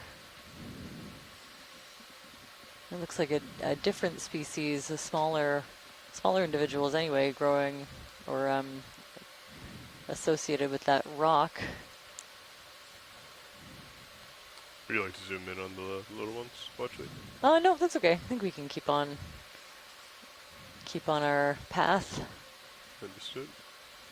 We have a move underway correct now. That's affirmative. Okay. Can we get the lasers on just to get ID of the size, and hoping that nobody has to count all of these brittle stars, but if they do, we've got some nice clear video for them. Hopefully if they do, it's just a subset.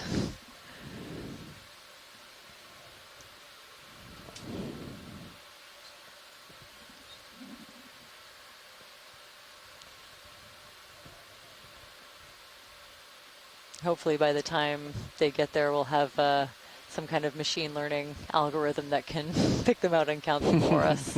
We're not too far away from that kind of technology, but of course it has to be trained by humans.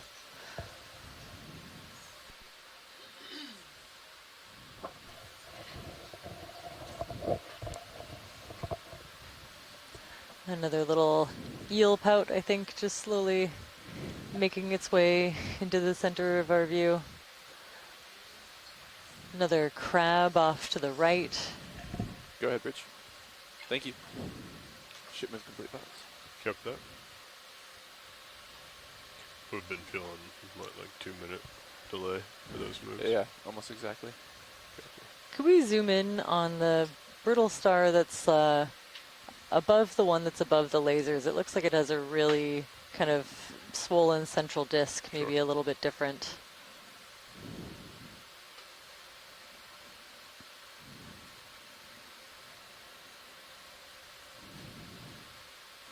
The one that's right on the laser? That one, yeah. Copy.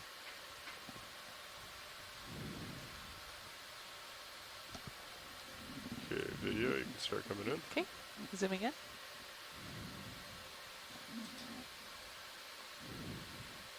Gonna hold here.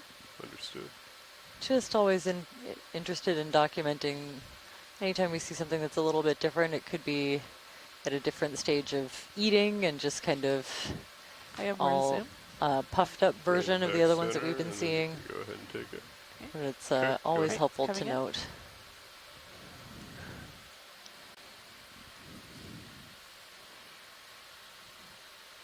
Very cool, and then a little depression in the middle of that central disc. Okay. That's great, thanks. I was wondering if we couldn't also pan to the left. There's maybe an anemone growing on something, a pink one. Copy. Where did it go? Yeah, that thing. Oh, I see it, yep. Gonna saddle over here, video, and then we can come back in.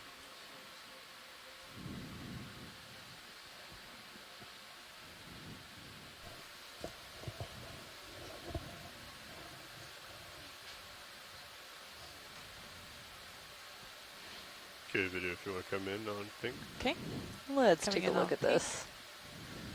I think what I'm seeing Looks is like a pink party hat. an anemone that's growing on this small stalked sponge. So the anemone itself Holding lacking, here. you know, any kind of real stalk at all.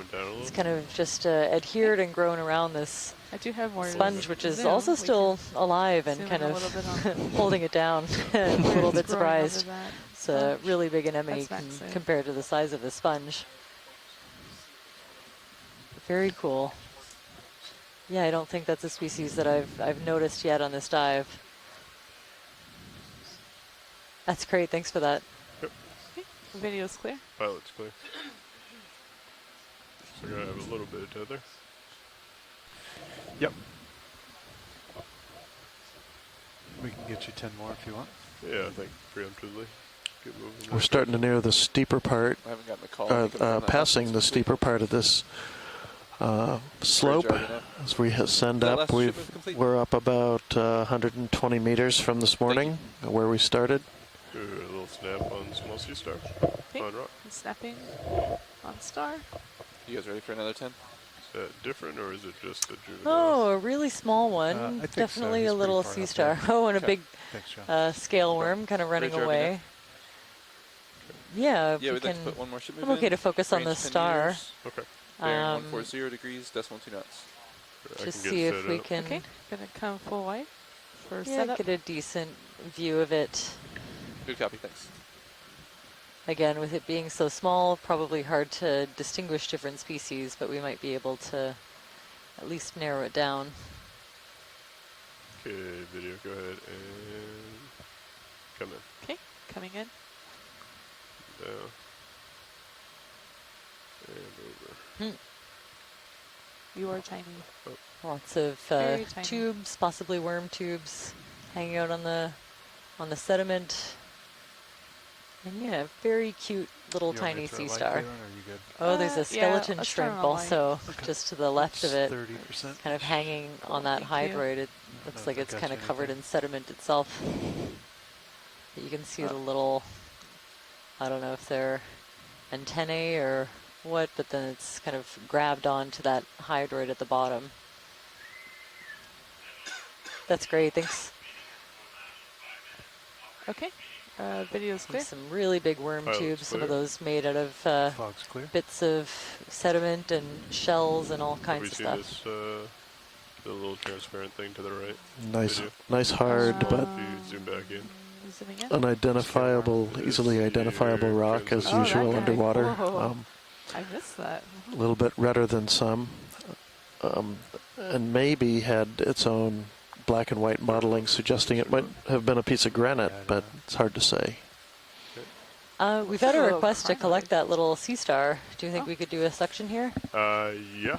Yeah, we could go ahead and do that. That was a nice catch on that. I think it was a really tiny stalked crinoid. Are you okay? They're about halfway through. Really? I don't know if I've seen a crinoid that translucent. Do they? Yeah, it's just really small. We have seen a bright yellow one stalked. That's kind of the first thing that it reminded me of. Good copy. So maybe they get more pigment as they get older. I haven't seen one that small before, I don't think. Pretty awesome. I think Go ahead, you Bridge. only have Thank you. ports Complete pilots. available. I think we were going to do a suction. Oh, okay. Yeah, Chris Ma also echoing possibly a pentacrinoid larvae, a juvenile feather star.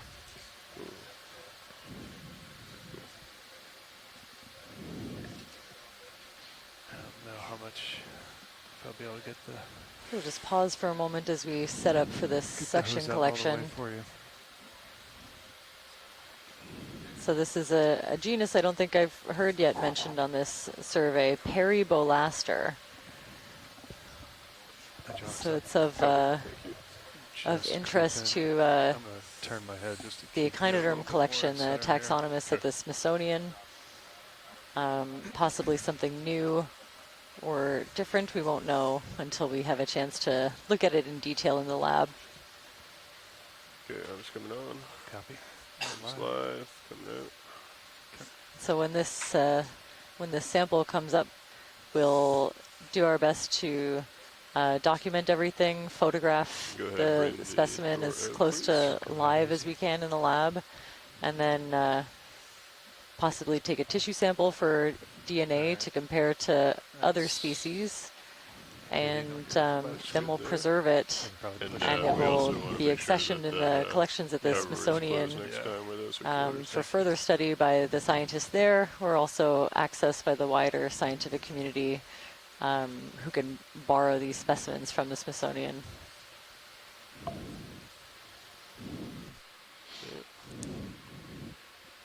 draw a lock there. And if there are any geologists listening in or watching, the rock samples likewise are archived, but at Oregon State University's repository. So if you see things you're interested in, that would be the place to acquire any samples from. Copy. And if you could follow me up with Mini, I'll do small sea star. Thanks. And if we could zoom in on Mini, please.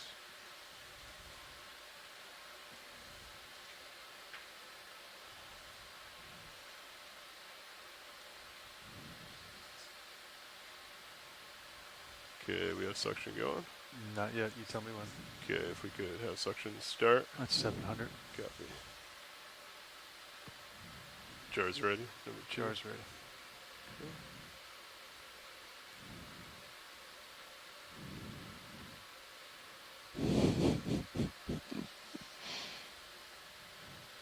It's coming in. Nice on.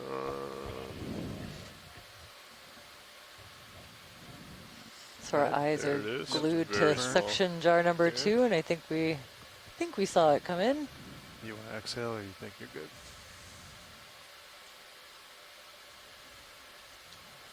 Oh yeah, it's right there on the.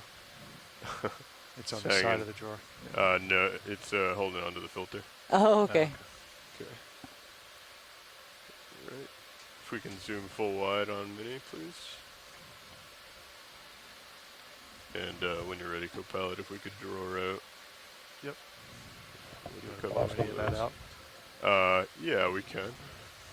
Tell me when. Go ahead. You want to angle it up?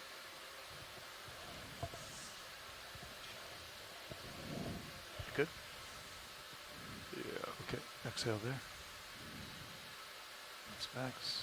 Okay, I think you're good. I don't see anything coming up. Yeah, looks good. Okay. On your mark, I'll draw in. Copy that. That was sample ID EX2306-D12-08B and suction canister 2. All right, that's full. Please confirm, Washley, that was B008B. That's affirmative. Good copy, Vince. You're just a little high, Lars.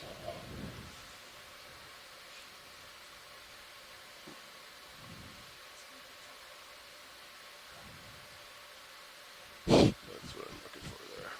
There you go. That's what I got messed up on last time. Okay, good. ROV, before we move, could I request a zoom? Sure. Upper right, that bunch of probably Brisingid legs on that rock. Zoom over and look at the arm, please. Yeah, just at the top right. Yep.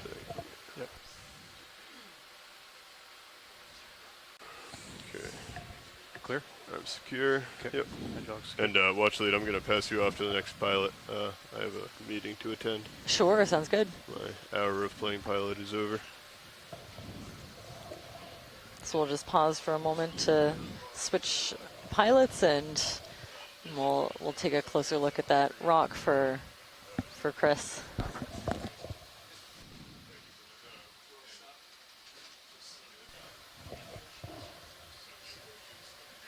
There's also some more information about that little, maybe a juvenile stocked crinoid we saw. Feather stars undergo a transformation from a stocked stage to the feather or unstocked stage, so that's possibly what we were seeing. Very cool. Watch leads, pilot. Watch lead here. So it's my understanding that you wanted to zoom on something in the frame? Yeah, that'd be great. Upper right, there's 2 little red dots on a rock, and we're interested in the arms of the sea star or a Brisingid beside them. Copy that. All on the same rock.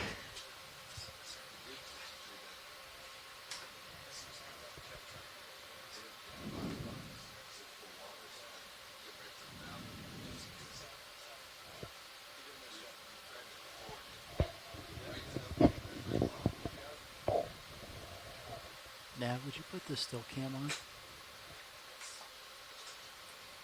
Yeah, stand by. Thank you.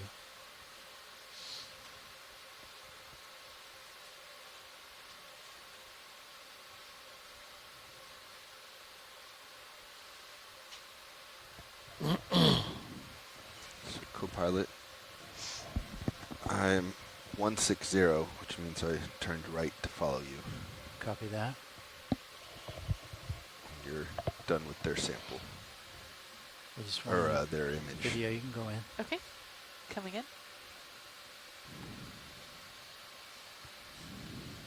Gonna hold here. Okay. You're interested Okay. in the 2 star, cup I think. corals, really nice long tentacles, and I think this is a Brisingid, just kind of from a funny angle. to the right of them, Gonna and zoom in? that's great. That should You be will. all we need to confirm. Oh. Copy that, watch lead. Thank All you. right, well, let me know when you're clear then, video. Okay, video's clear. All right, full wide then. Okay, Copilot Nav. What was our previous heading? 145. 145. So I'm heading there now. Okay. Direction of moves I have written down as 140. 140. Roger, 140.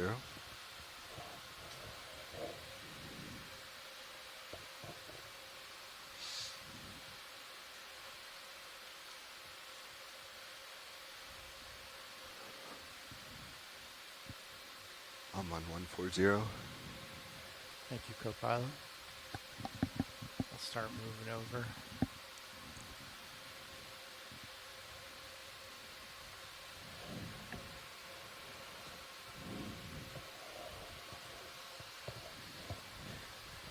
We have seen seven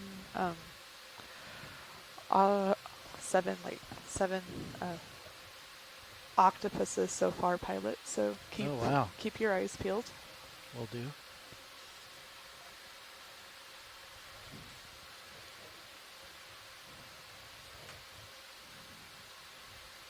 Yeah, very cool feature with all those little burrows and holes in it.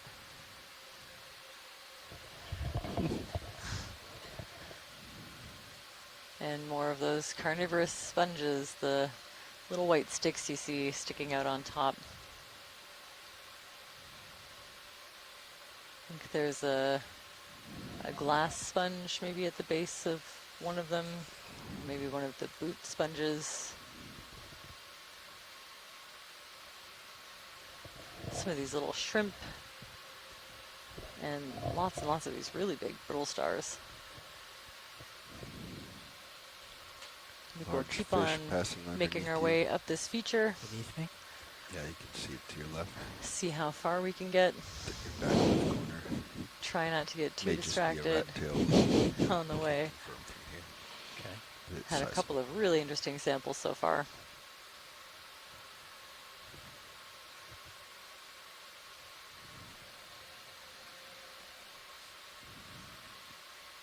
Looks like it may be different. It might be worth backing and getting eyes on it. It's right below you. Where are you seeing it? Right below your tail. Oh, okay. All right. Very back big. it up. If it's a rat tail, we could probably just move on.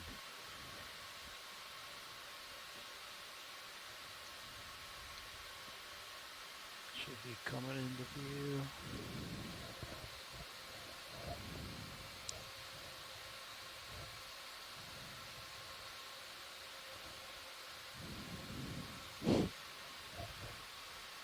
Oh, yeah, it looks like a rat tail. All right, false alarm. Sorry, pilot. No worries. So, but ship's been stopped for about 11 minutes. Okay. So you should not be moving at all. Looks like immediately in front you have something pretty steep, but Cirrus is looking over it. Okay. Guys, are you interested in 10 meters? That's what we've been moving at 140 throughout the dive today. Sure. Copilot, you ready for that? Ready. I'll put it in.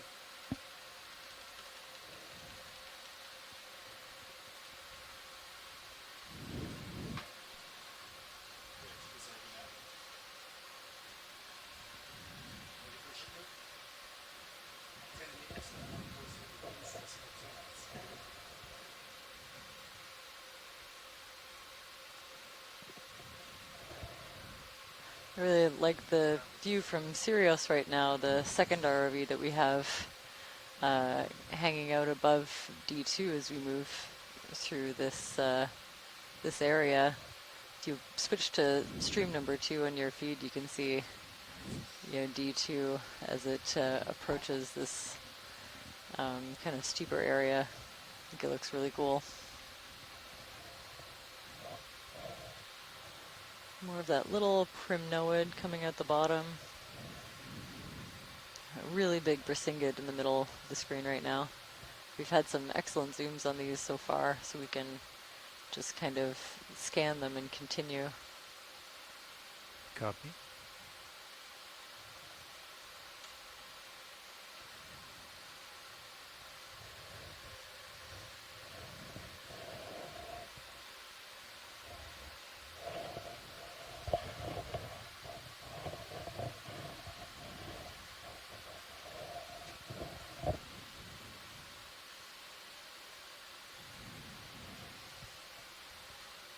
Pilot, can we use snap zoom on that right above lasers? It kind of looks gelatinous. It's inside of... Yeah.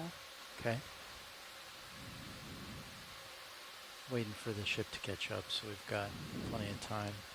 Okay. We'll get a little closer.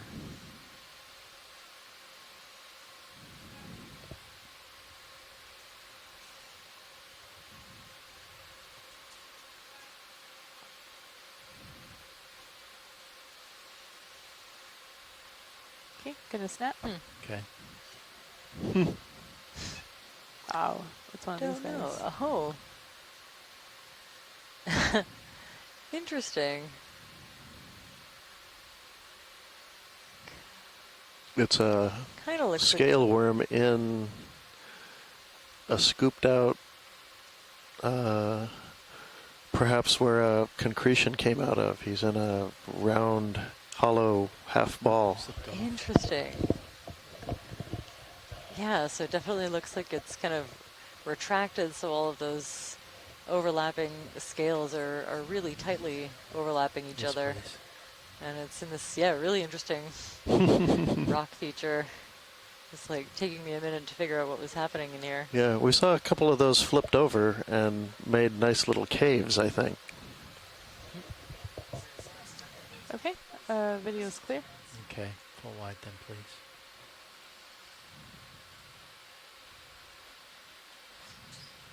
Thank you, pilot. You're welcome, video.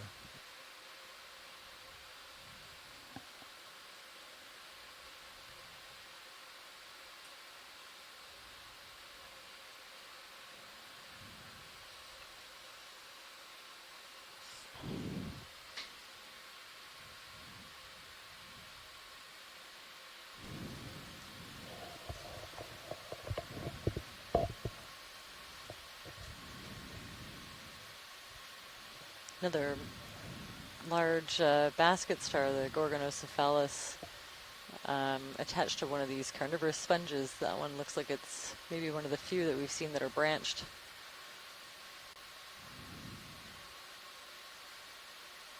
Oh, there's the Liponema, the what we've been calling the pom-pom anemone, or maybe the chrysanthemum anemone, which I really like. You want to take a closer look, Watch Lead? Or no, it's pretty distinct, I think. Okay. Yeah, we can keep on.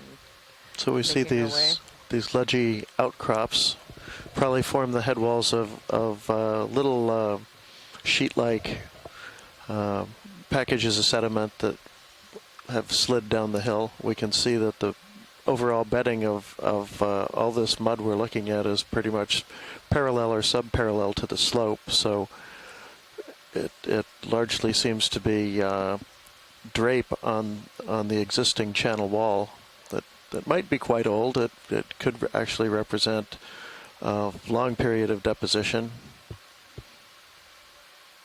both while the canyon was active and at times like this when it's not very active. When sediment's actively moving down the channel, probably is mostly doing so as turbidite flows, and those are going to kick up. The lightest mud is going to get kicked up and will settle back down where it can, and on the flanks of the channel is one place it'll do that. And of course, as much as we're getting any sedimentation now from hemipelagic, the snow and things that are drifting down through the water column, dusts from the atmosphere that are blown in.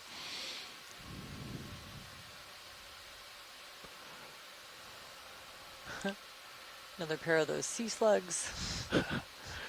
Love seeing Now, those. do we always see those in pairs? Always? Not always, no. Okay. I've seen a couple lone sea slugs.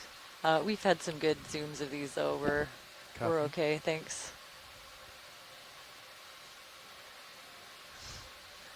And we were able to collect some on an earlier dive, so we have excellent material to work with. But yeah, no, every now and then you see one alone, but it does seem like more often than not you see them in pairs, at least in this area.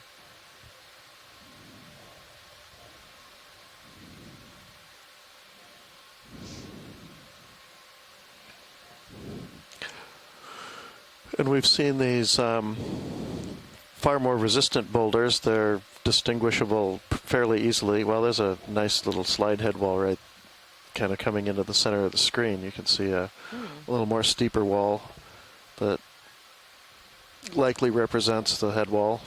The upper part of a slide, or the part of the slide that didn't go, you can see what was evacuated and slid away.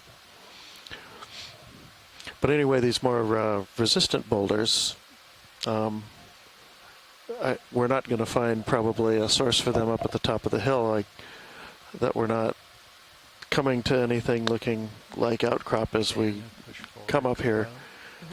Suggest that those are drop stones. And where we see them, they've sort of been funneled into gullies and hollows as they work their way down the hill, but they don't seem to be really locally derived.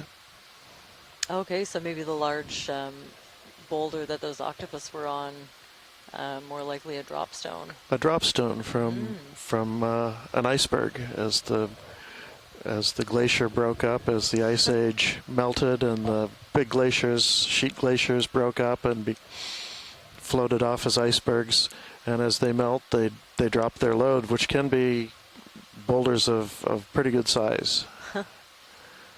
That's pretty amazing to think that a glacier or an iceberg dropped that big rock there, and then all of this time later, it's just created the perfect habitat for that deep sea octopus to lay their eggs on. It's very cool to think about the whole picture.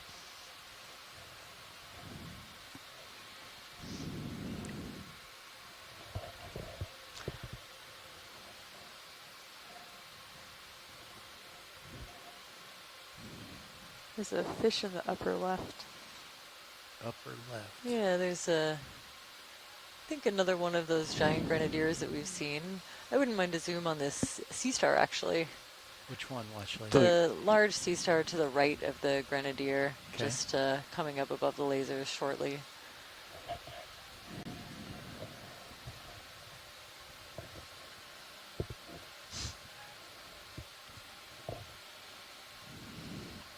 Well, nice view on Sirius of the ledgy mudstones just in front of us. You really get a feeling for how they look with that with the lighting, and this from that angle. This looks similar to the one that we started off looking at on our dive, but just like a little bit of a close-up to confirm. Okay, you can go in video. Okay, zooming in. Okay, yeah, a Zoroasterid.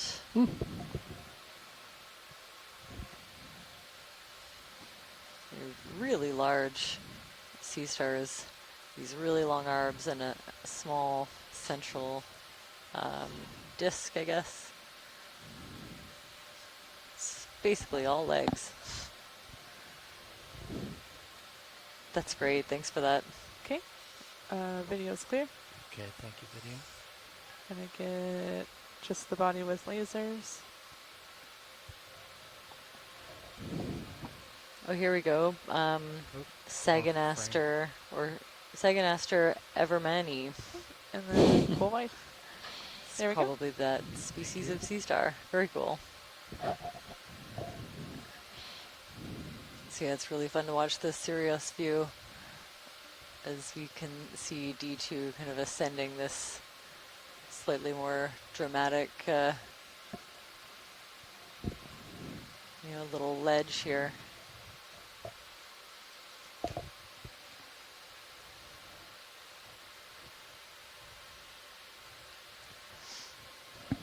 Hey Nav, what do you think about making? I'll hold.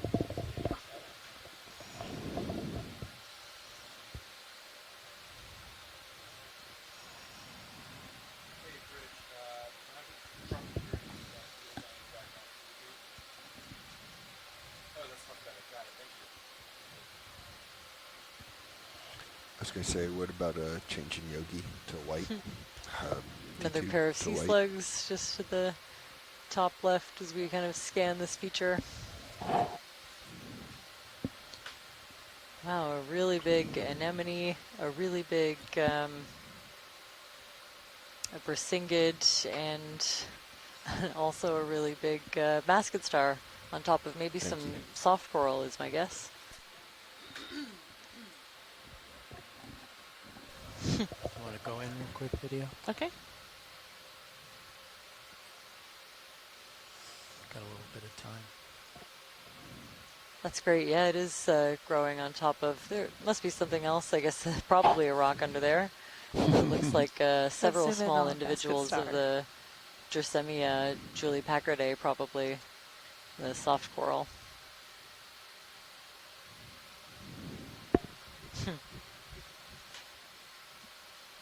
Chris Ma in the science chat has been really enjoying that close-up we just did. Has never seen that animal alive, and now twice in one dive is very cool.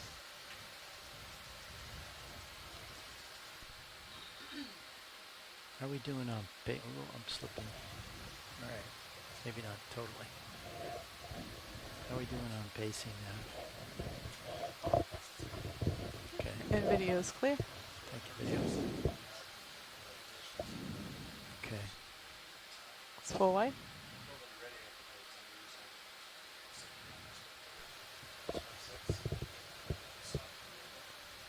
Yeah, sounds good to me. Ready.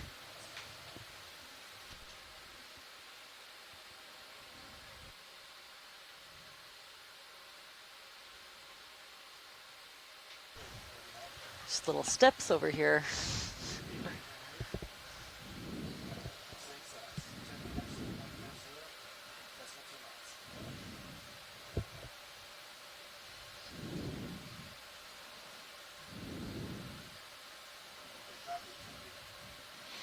Yeah, the more and more we see of this, the more you kind of appreciate how much is sloughed off and dropped down into the channel. It's hard to say the timing, if that's all happened, say since the last post or the start of this current post-glacial. Raj. Yeah. But surely indicates Back that at the bottom, it was 20 from contours. that at least right now the dominant form of sedimentation on the bottom of this channel is from mass wasting of the sidewalls. My guess is this area gets flushed out pretty well once the glaciers are melting and sediment is actively from upslope. Coarser sediment in particular is running down the canyon.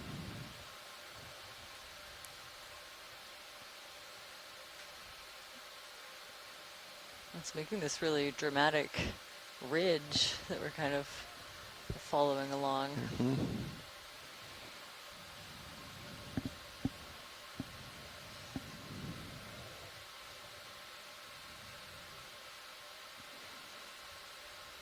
Perhaps an even older rounded off head wall, much larger, and we're looking at kind of younger ones as on those more sharp edged ledges were just a little below. The tether shore is behaving like there is. I feel like it. I'm keeping the stick over like 25 degrees off the center. Okay. I just don't see a lot in the water column zipping by. But the tether shore. Shore off. Deport. You're muted. Yeah, that it is definitely pushing me down into port. You're not that far out, but your tether, every time I go up and down, is affecting you. Oh, I think I'm at the end of the leash. Yeah, that's what I mean. Like, maybe put another move in now. It's behaving strangely. Okay. All right, back up. Because our delta is low. Our delta is low, and you're not that far out there. But our tether is just taut as can be.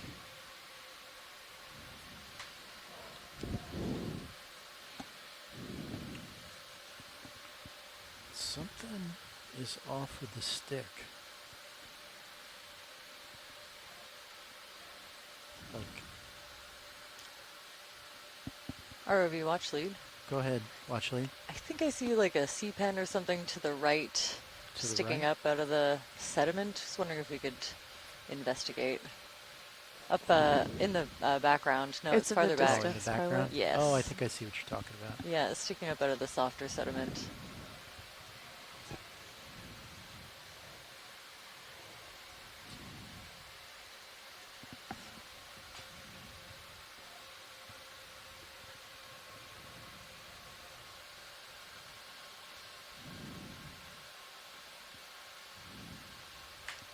So it looks like there's one near the lasers and one a little bit farther away. The one a bit farther away, please. Okay.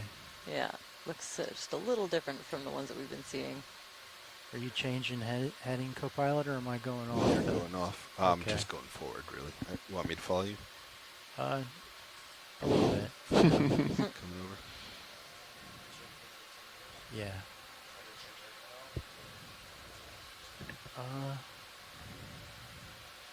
140, I think is Yeah. okay. Okay, you can go in video. Okay, coming in.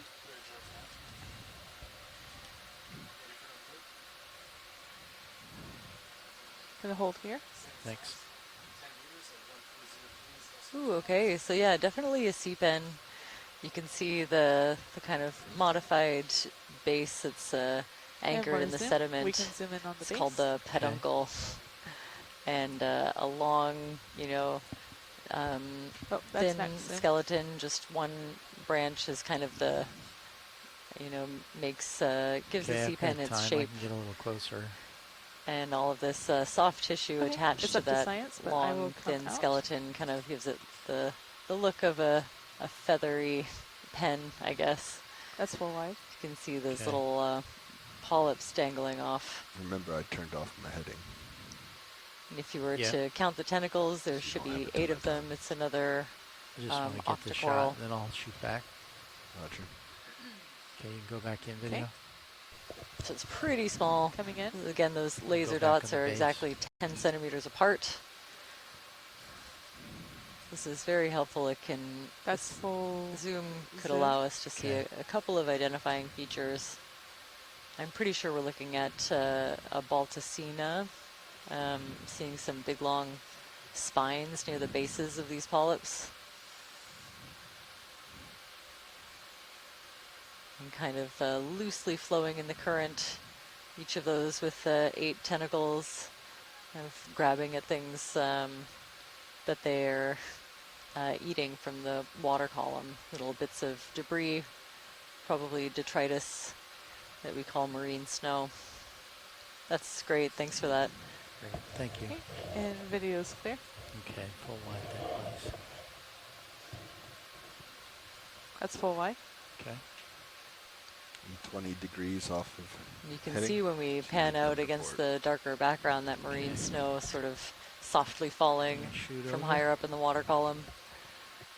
So that's the result of all of the activity higher up from the surface, and the more, the productive layers in the near the surface where the sun's rays can reach. You can imagine all of that production making quite a bit of material that will eventually, if it's not recycled in the water column, it will eventually make its way down here and Coming to port. land on the seafloor, kind of creating this Alright, back on silty heading. sediment that's full of nutrients that a lot of these animals are feeding off of. Thank you, man. But it's nice that there's not so much of it that we Mhm. have trouble seeing, like yesterday. Yes, yeah, the turbidity in the water yesterday, just from the really big flakes and the high amount of marine snow, it felt like being in a marine blizzard. In a blizzard, yeah. Yeah. Yeah, and some of those, the canals and the smaller bays that we were in when we were sort of taking shelter from this big weather system that's moved through the Gulf, but then there's another one coming up, so we're tweaking our plans constantly, try to make sure that we can make the most of the time that we have and the technology we have available here.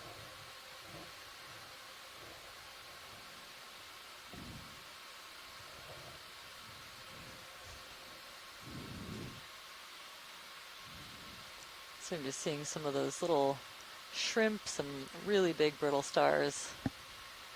Those little purple tufts you see are probably Cerianthid anemones, a tube-dwelling anemone that likes to, these ones seem to like to burrow in the soft sediment. Every now and then I see a sea pen kind of blowing in the current, and smaller tubes, possibly worm tubes, kind of scattering the seafloor in this sediment layer that we're seeing. These brittle stars are so huge that I keep on thinking that they're sea stars for a second. Can we zoom in on this red one? Sure. Thank you.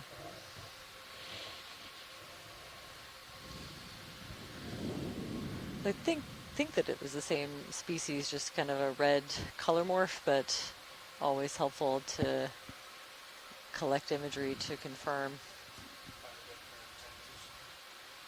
Sure. Oh, good. Chris Ma and I are in sync. He also got excited about the red one. Ooh, red one. Okay,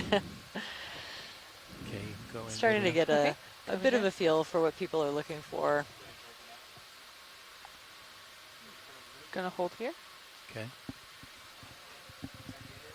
Can And see zooming the in. other brittle star arms poking out from some of the holes, so it looks like a couple of them are maybe partially buried.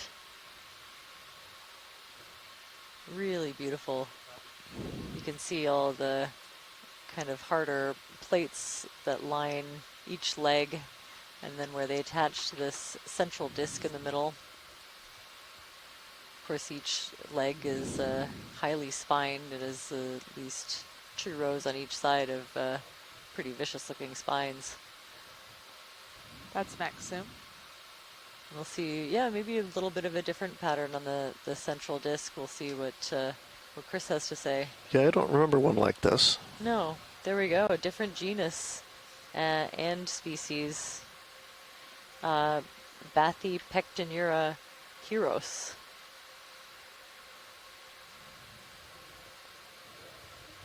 Videos Very here. cool. Copy. Excellent to document.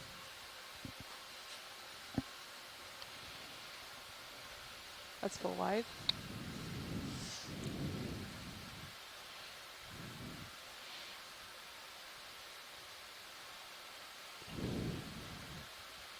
So those brittle stars we see in burrows, can they burrow themselves, or are they simply taking advantage of somebody else's burrow?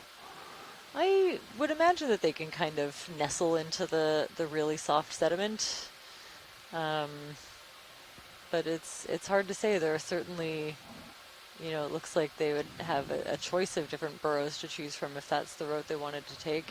But I often see brittle stars where you can just see the tips of their arms, and they're kind of like nestled into the mud. But these ones do seem to be a bit farther down with their arms kind of sticking almost straight up.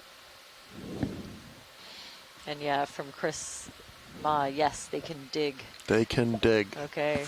So are they making all these little holes we see? Well, it'd be hard to tell Who's making them unless you can pull them out. Yes. Yeah, which, you know, people do. We have done something like a box core or a grab sample, or even the right kind of push core. You know, you look at kind of the top 5 centimeters or so, I think has a lot of these things in it. And I think you would find a really wide variety of species, way more than you'd expect. I'd say more than you see on the surface, is sort of hanging out as in fauna, so the animals that live in the soft sediment. I mean, no, that's tilted way up, and there's a little bit of a mound, but no walls. I think we can do 20 to 30. Sounds good to me. Yep. Ready.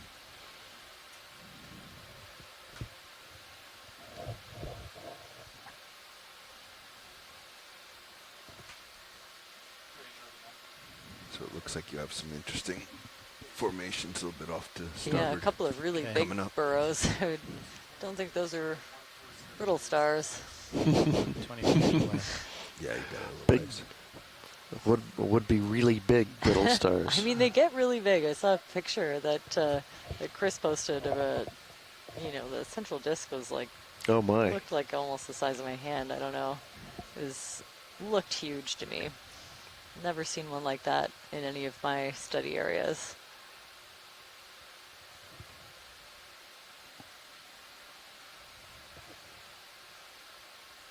Another one of those small crabs. Could we get a quick a snap zoom on the crab just to compare it? Oh, okay. I think we've had a nice detailed zoom of this one, but it's a nice angle.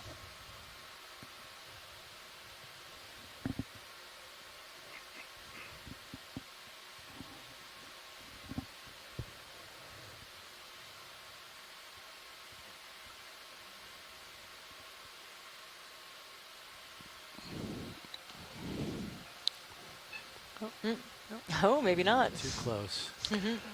I can try and snap and get it. Well, yeah, go for he's it. staying right in front of us. Yeah. If he doesn't think we're not gonna chase him down. Yeah, this one hasn't seen what the zoom on this camera can do. Actually, this is great. I think we have all of the identifying features we need. It does look like a smaller individual, maybe a tanner crab, but that's just a guess. Possibly something else. And that's fine. We don't need to follow it. I think we got what we need. Okay, video's clear. Okay, video, come back in. It's full wide. Where were we? It's really Just trying to flattened get out him in this the still area. camera Right. range, So too. that interval we passed that was kind of slide prone was probably comprised, what? 1, 2, 3, 4, 5. Maybe 100 to 120 meters of the slope. And now we're sort of rolling up onto the shoulder, and we have a little bit of a plateau up at the top we might be able to get a look at.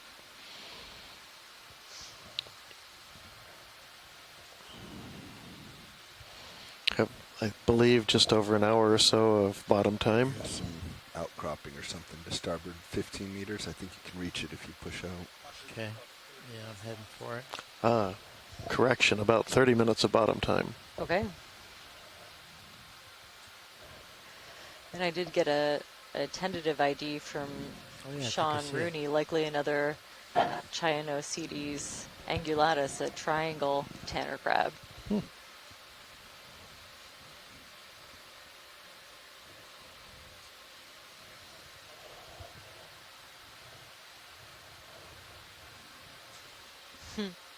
Another one of those really big basket stars. Kind of in the absence of these larger branching corals that we often see them associated with, it looks like they just kind of hang out on whatever they can find to get a little bit of a leg up into the water column. And we've had some great zooms of this one already on this dive, so we can kind of keep on going. Understood. Thank you.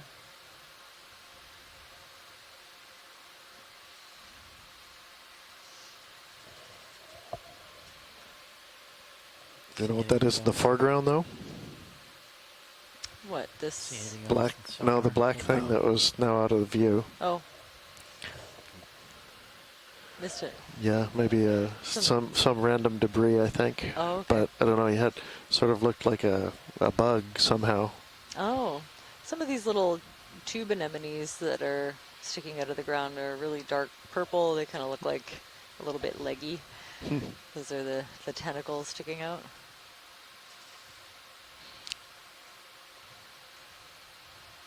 A really big brasingid on a rock coming up. Some more of those flytrap anemones that we saw lots of earlier in the dive. Let's get a quick zoom on him and see what the rock looks like while we're at it. Oh, sure. Okay, I'll get a little bit closer.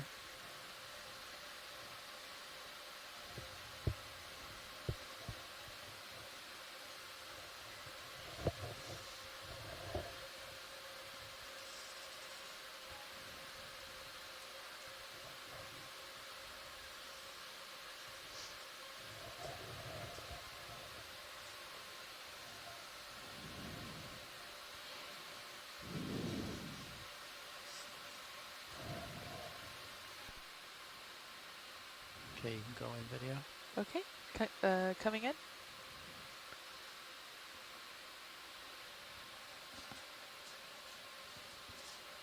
Gonna hold here. Okay.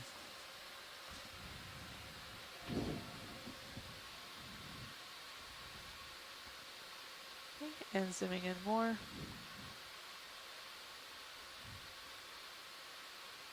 I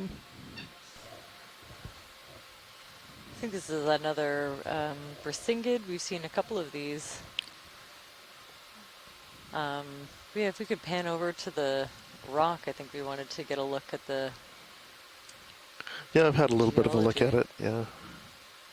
It's another one of those hard to say in water with the coatings they get, both the iron and magnesium coatings and biology that otherwise looks like a little bit of a groove though underneath you, underneath Or the this shadow guy. from an arm.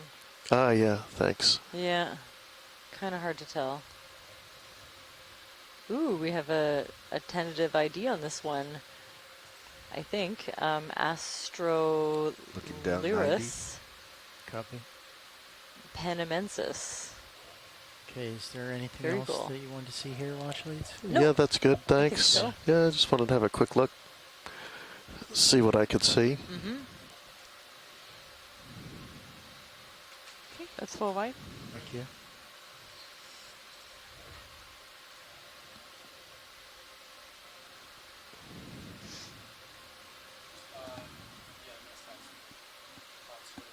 Sounds good to me. I think a few of those sea pens kind of almost bent over a little bit in the current here. And also with the weight of a couple of extra ophiuroids, I think, on top. Seen quite a few of them as we pass over this soft sedimented area. This little eel pout, I think.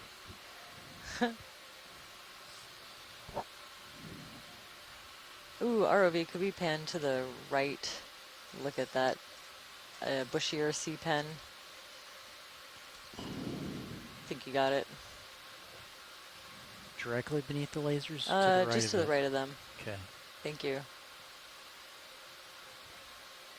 Lasers are on it right now? Yes. Okay.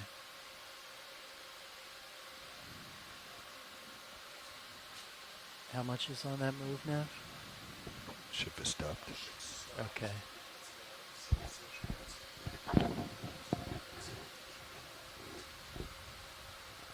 Okay, you can go in video. Okay.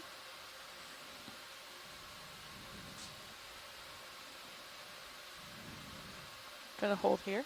Are those anemones video to the left, those pink things? Could you tell? There's a big brittle couldn't star tell. on I top was looking at a hanging blue on for a blob ride. that's above here. Looks similar to another balls at the end of the sea pen that we were looking at. Think Maybe a to the couple left. of different morphotypes. You can check it out when you come out. That's max zoom. Okay. You can see its attachment point down there, just really buried in the soft sediment. It's interesting that there's a brittle I star think if on we it. pan up, then that's nice. You could get a view of the top.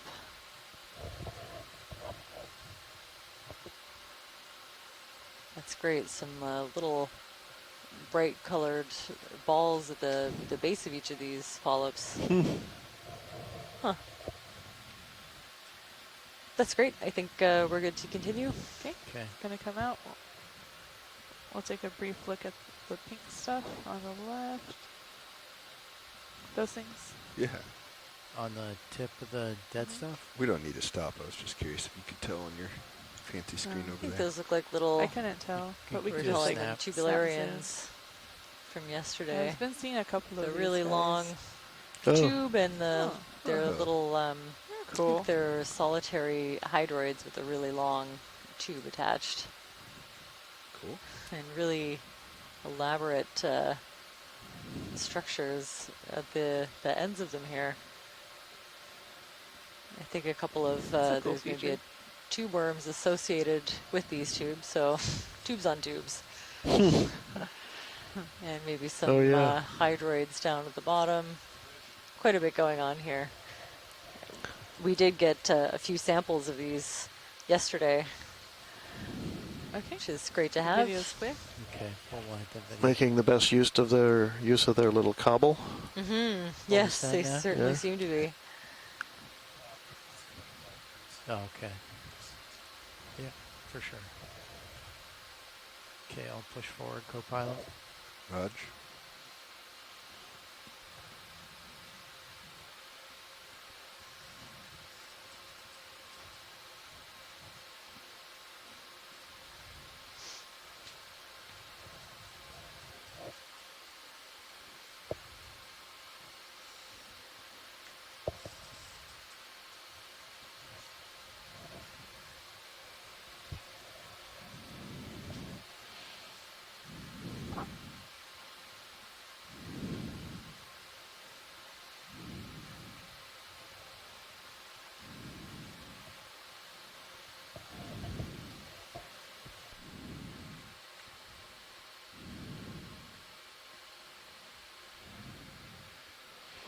These anemone have stayed with us to the top.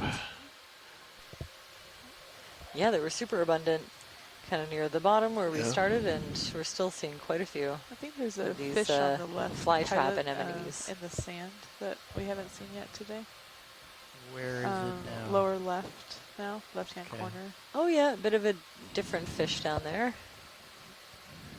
Let's see if we have any fish biologists left in the science chat. They can maybe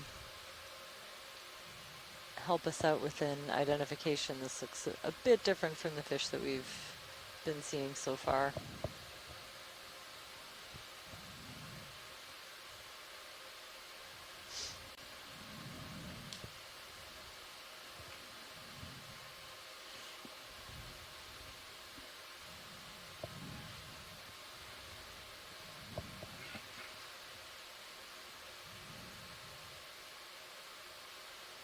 Okay, you can go in. Okay, I'm zooming in.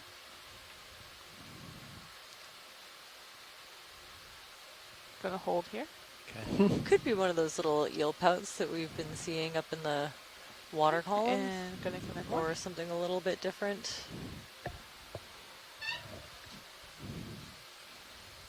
That's next zoom. When you get up close, you can see that he's spotted. Yeah. Now he's thinking about burrowing in.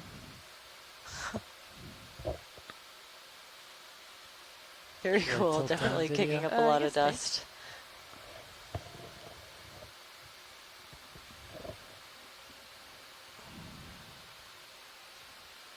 Yeah, I think the closest thing that I have in my ID guide would be an eel pout, but really not sure about that.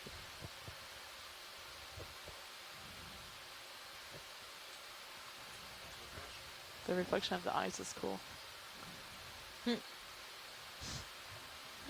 I'm going to come out a little bit for full body. Okay.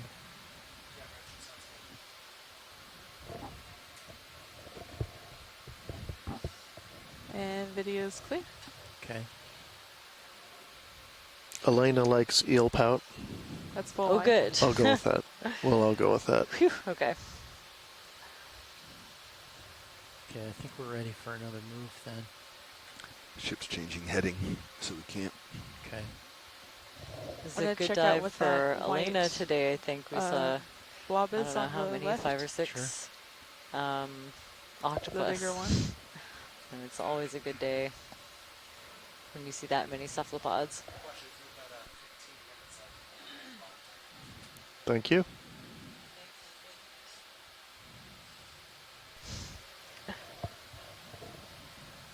Kind of getting lined up under the lasers now, video. Okay. Is that what you were talking about? Yes. Okay, possibly. Go in. Let's see. Gonna go in. Lichencelli. Hold here. I think it's a rock.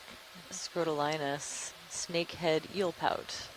Oh, here's a cool rock. Interesting rock. Very different. It is a rock. Are those whitish things incrustations? I couldn't tell you. A rock with a rock. They don't fully look like it to me. Not like the sponges that I am familiar with. So I'm not sure that biology can take credit for that one. Oh. Okay. It's only one way to find out. Okay. What? Collect it? Collect it. Place your bets. Did you want to collect it? No, thanks. No, I don't. I don't either. Yeah. No. On the assumption that these are drop stones, which I believe they are, this rock, the rocks we see could be nearly anything. There's a wide variety of rock types. Continent-ward from here that the glaciers could have brought over, and everything from Mesozoic granitic rocks to young volcanic rocks, back out to Mesozoic and older metavolcanic or metasedimentary rocks, and maybe in some places not so metamorphosed sedimentary and volcanic rocks, but and on back as far as the Proterozoic, so nearly a 600 or 700 million year panoply of rocks and ages to select from. It's a real grab bag of any kind of rock you can think of. Yeah, but mostly they're pretty fine grained and dark, which makes it tricky. Even when you've got them in hand. Well, that anemone is also very tricky. It looks like it's kind of balled up in its stalk, so it's really hard to tell, but it looks, yeah, it took me a second to kind of figure out what that was that we were looking at. Thanks for the zoom. It was video sharp eye.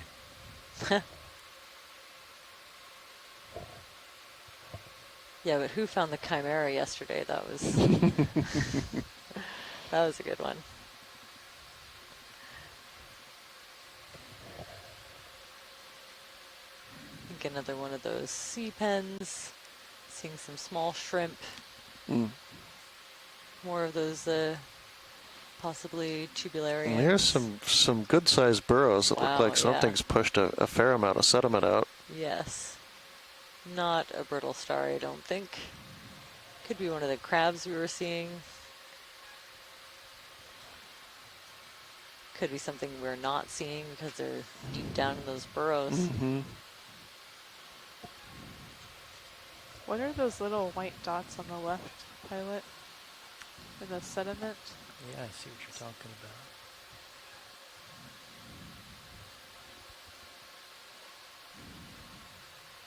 Might just be pieces of something, but can snap really quick. Okay, go for it.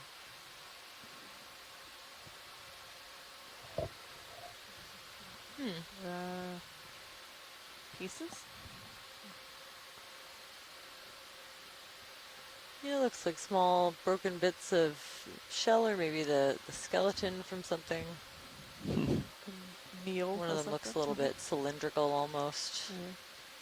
Okay, the video's clear. Okay.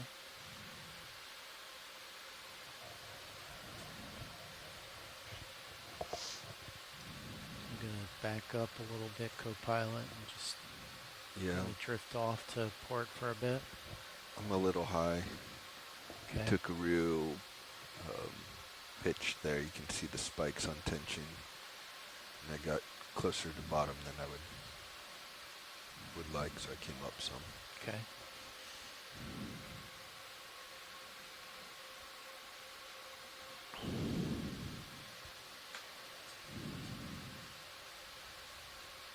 So you're almost lined up with the ship already. Yeah, as far as recovery, yes. I just come port 10 degrees. Yeah, more than that, 45. Yeah.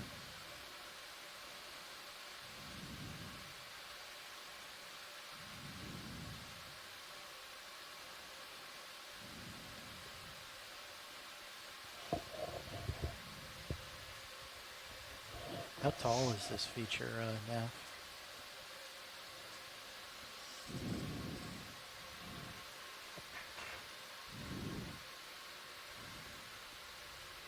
Goes and goes and goes.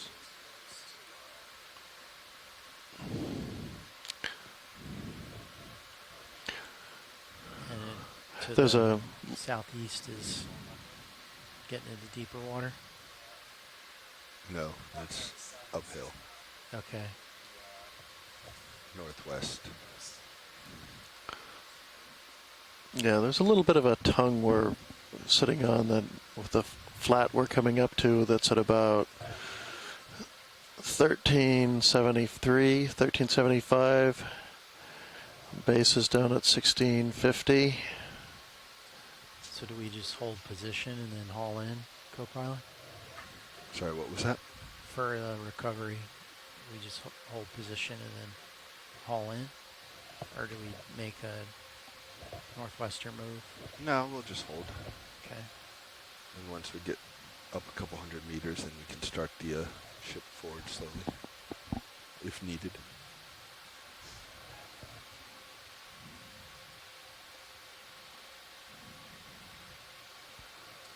So we're kind of nearing the end of our dive, getting a last look at this area of Noyes Canyon. Keeps coming up, but that's also a lot of distance, right? Just thinking about the area that we started with all those fly trap anemones, and then obviously the highlight for me, I think, was hitting that once we're above octopus nursery. You know, several adults, 2 of them at least, you know, taking care of their clutches of eggs, and then a couple of those little juveniles. It was really special to see. And then, of course, the terrain kind of changing. It was really dominated by those cladorhizids, the Asbestobluma carnivorous sponges that kind of before were, takeoff. you know, just fields of them almost. Watch leads here.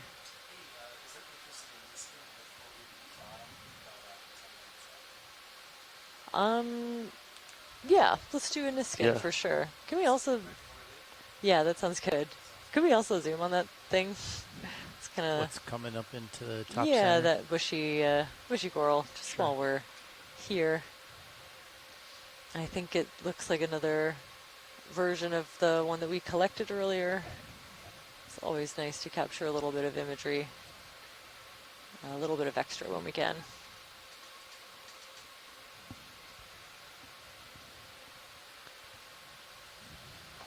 Ooh, a little McTophid, I think. A small, that small fish. A lot of these have really beautiful bioluminescence.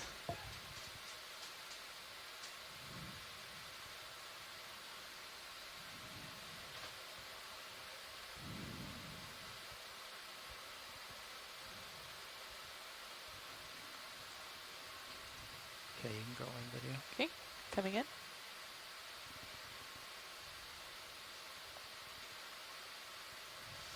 Yeah, definitely a really densely branching black coral. You can see the dark black skeleton kind of showing through the light orange tissue. And so it's not a Bathypathes. It's way more densely branched. It looks like I can see, I think, 4 rows of branches coming off of each one. And each of those have, you know, long... but not as long as the Bathypathes' little tentacles that are dangling off of it. A very different kind of morphology of the polyps than the octocorals that we see. Let me know if I should tilt down. That's great, thanks. Copy, watch lane. Okay, video is clear. Okay.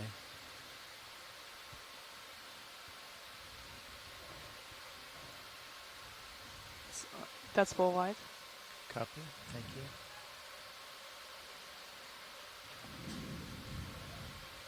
Apparently there are small burrowing HPU on. lobsters in the family Axidae, not closely related to those that are eaten by humans, but some of those can create long burrows in the sediment.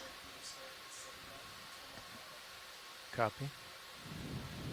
Can we zoom in on that anemone-looking thing to the right, the small one? The small, got it? Yeah, small, kind of like oval-shaped.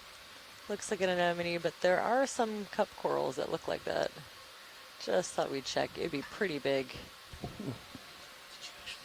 No, more I look at it, the more it looks like an anemone.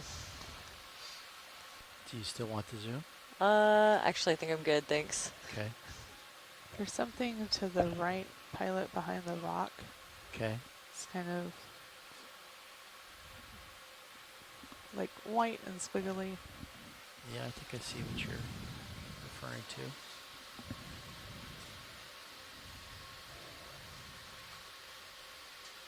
So again, these flytrap anemones have been with us pretty much the whole way from the beginning. Oh, there's a cool cup coral though. Can we zoom in on that one? Which one is that? Oh, the, the rock? Yeah. Okay. It's got a much darker color to the tissue. Coming in. A really deep red and slightly different morphology maybe. I think we are looking at something other than a Caryophilia. Okay, we can go for it. Ooh, very cool one. That's Maxim. I think this would be very hard to collect intact. I think we would need the rock, and we're pretty much at the end of our dive. So we'll just collect this really beautiful imagery for reference. How's that look now for the arm? I think we could get over to look at it from straight on. Yeah. It's also, you're welcome to call it at any time. I'm just, now that I'm seeing this. Roger, made sure to shoulder left full this wide. time. And you said 36, right? Yeah, that's too big of a rock, even for the end of a dive. Well, what if you used both hands? Just kind of cradled it on the way up. I bet you could do it. You ready for me to take the last shot? Oh.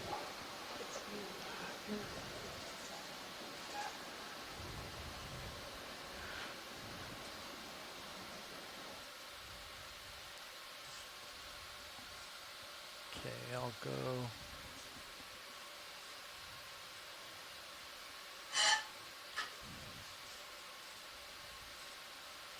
Okay, video can go in on the cup coral. Zooming in.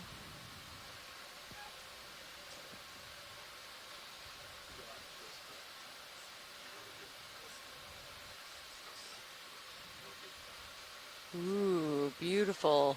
Yeah, definitely something a bit different. I don't think this is Caryophilia. I'll have to Maxim.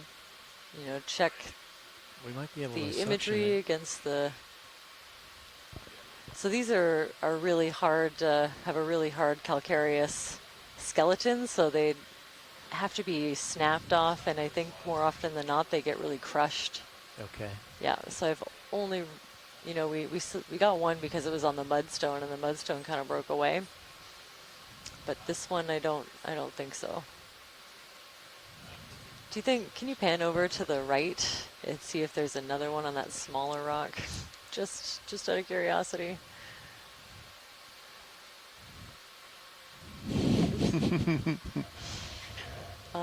Maybe farther to the right. Where did I see it? Yeah, there was something that video requested over there. There. Wonder if that might be could be an anemone or it could be another one. It's a partial. Okay. And I know we're nearing the end of this dive, so you just cut us off whenever you need to. Yeah. I think we've got 5 more minutes. Watch lead. Okay. Bringing my heading to face you. Could conceivably be time to reach out and grab that. We have space on the port side. Video. You can go in. Rock box. But I think it might just be a look-alike anemone. I'm not seeing any of the cup part, so right. This is not a target, but thank you for looking. Copy that. Wow, And look at those really beautiful tube worms. So anyway, the way he collected that yesterday, I think if you were to use your fingers to push against it to snap it off the rock, then you might be able to pick it up. Well, that's great. Watch lead said they don't want to collect it. Video. Copy. Yeah, no, I don't think it's. I think it's a anemone and not one of the cup corals, even though the color is really similar.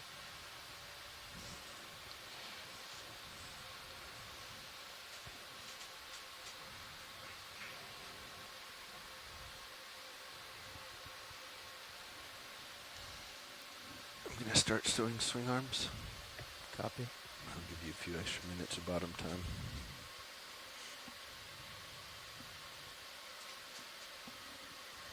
So I think we'll just take one last look in this area. We're at, what's our depth? 1455 meters in Noyes Canyon.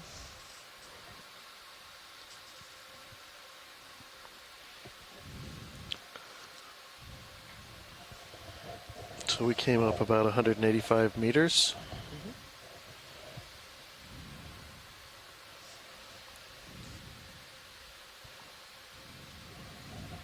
Kind of back in a similar sediment type to what we started in, would you say? Yeah. Yeah. Kind of come Kind full of circle. smooth and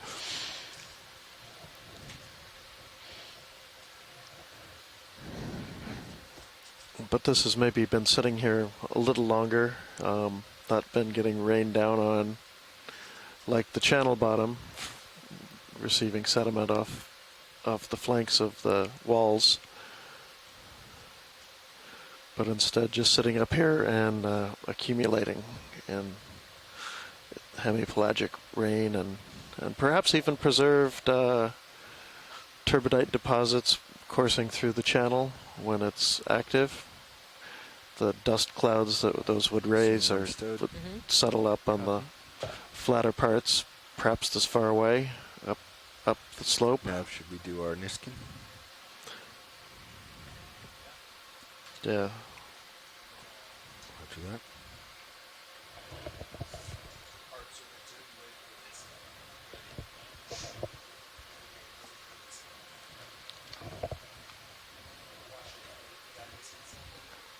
We're ready. We sure are. Roger that. Here we go. We're going to reset. We're on Niskin.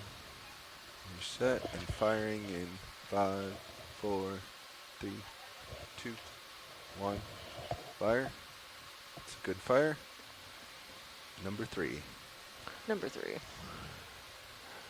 At 1452 meters. Did you see that, Nav, as it closed? There was 3. Now there's 2. Oh. It was a slow close, yeah. Oh, that was number 3 firing, too. It was number 3 firing. It closed, but it was a slow close. Sample ID EX2306-D12-09W. Niskin bottle 3.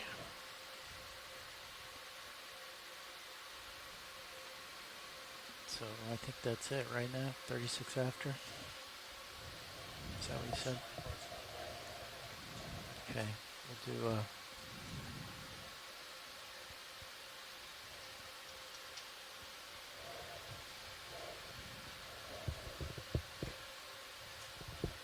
we'll go in on video.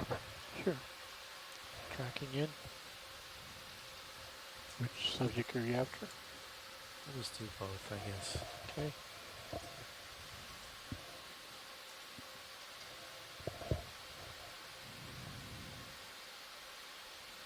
Laser's cleared.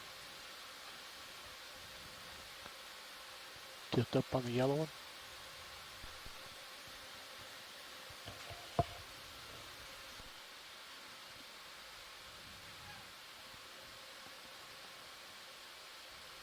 We don't really have time for a should move, and I don't really see anything else. But that color's amazing. Pulling out.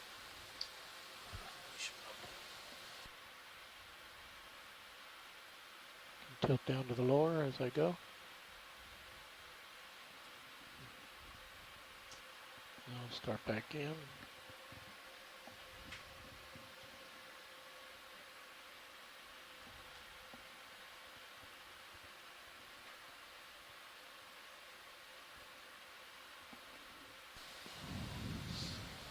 Partial.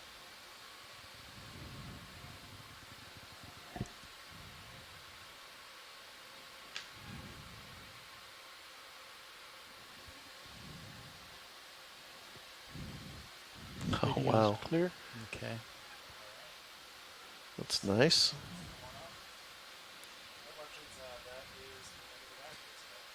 So pilot, I All think right. if I just come left. Thank you, pilots. We will line up collect with the ship. Niskin at 390 meters. I'll kind of give you a reference to inverse, and there we go. So I'll come up off the bottom and then drive over. And I will go to port. Yes, so as we say goodbye to Noyes Canyon, I'd like to thank the GFOE, ROV, and video team right below me. for all the Now excellent tether so that work when you today, port, you're not fighting it. as well as the All right, I'm coming chat up room, slow. our science chat, our shore-based scientists that have been following along this dive, providing us with your identifications and observations. We always really appreciate your eyes and your expertise, so thank you for joining. And thanks also to the wet lab team that's going to be processing the samples that we got today. No rocks to pick, so it should be a little bit smoother. No, I got a little bit of mud though. Oh, you did? I Okay. hope it's still there. I hope it doesn't just disaggregate on the way up, but, Yes. but there was a Okay. chunk of mud. You can always use a bio box, you know, we can trade. It's true. True. Yeah. I think I've used your rock boxes in the past, so. And also thanks to NOAA Ocean Exploration and the Okeanos Explorer for putting this all together and making this happen today. Okay. And thanks to you, Jamie, for teaching me about mudstones and drop stones and all of the different kinds of geology that we were seeing today. I always learn something new. Yeah, and I'm trying to learn a lot. The hard names are always a problem, and that there's two of them for everything makes it worse. But yeah, I have picked up a lot of biology on this already. And as always, it's been very entertaining working with you here. Thanks. Oh, good. Thanks. Still coming up. Let's get our So the plans for tomorrow are a little bit tentative. There are a couple of options depending on what we see in the overnight mapping. So stay tuned to your the emails and the social media. We should be posting that information when we know it. Okay, thanks everyone. Thanks everybody. Till tomorrow.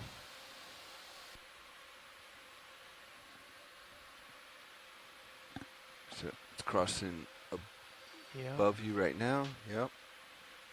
All right. Pick up a little speed. And I'll drive forward. Yep. And to starboard. To port. To port. Right. To center up. Yeah.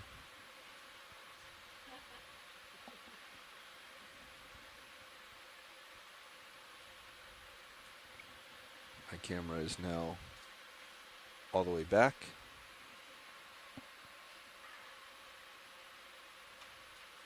All right, now I'm driving forward.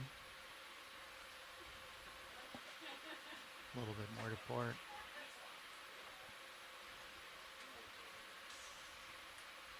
We have a pretty high delta, so you might start feeling my tug. Okay, I'll come up a little bit. Yep. You're just coming into light pool on your tail. Okay, yep, see it. Or my tail, rather. Okay, and I'm going up a little harder.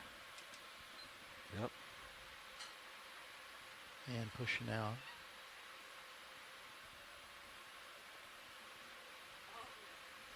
Okay, I'm going to take my auto heading out. Okay. Since we are now tight, it's looking good on both tail cams. All right, and now that we're here, I'll disengage mine as well. Looks like it's tight. Yep. Okay, auto heading disengaged. And I think I'm ready. Oh, no, I need to decrease the delta and push out a little bit more.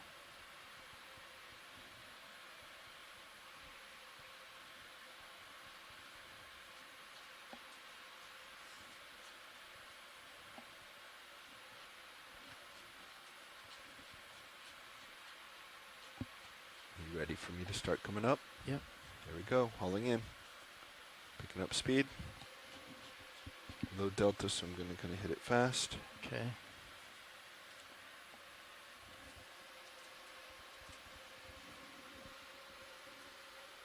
Dialing in.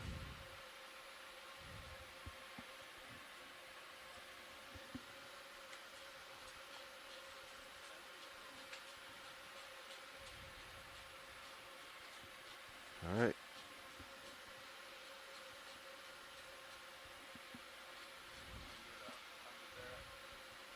Yeah.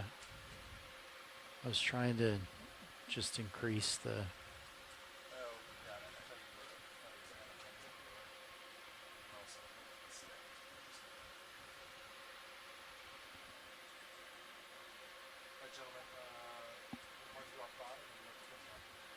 Roger, we're at minus 30 on the winch. Copy. Hauling in.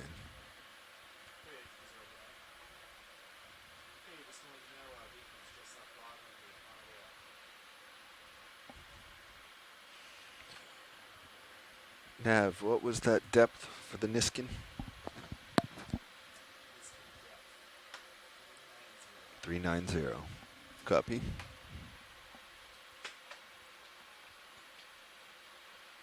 Do you hear the thrusters like pulsing?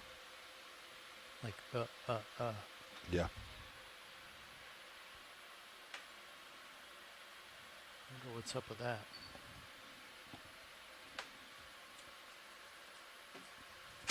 That might just Yeah. be feedback on a different channel.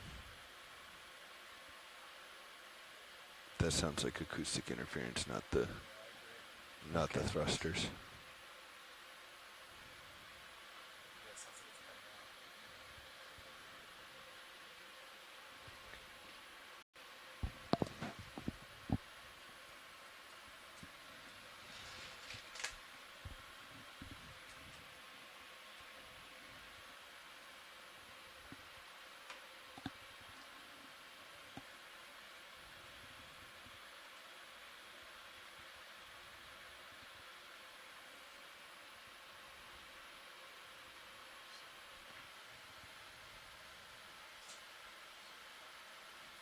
They do. Same power, same battery.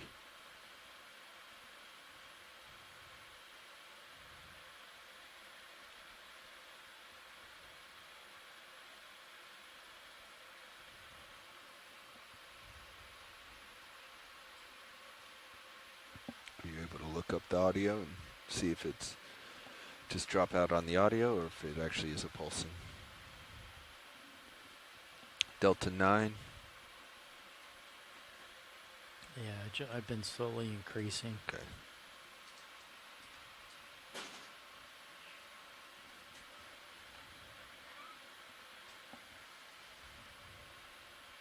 You don't have to, Roland. I thought that might be a fun project.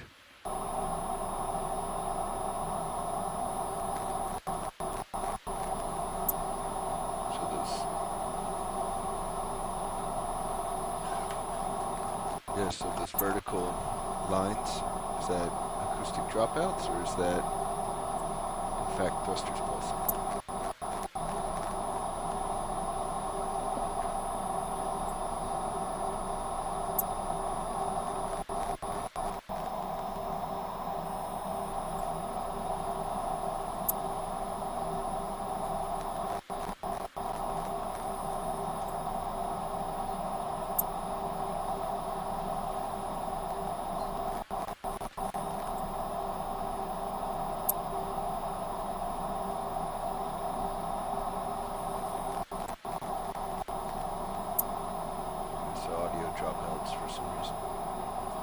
So to decrease the delta, I should increase the Z-bias.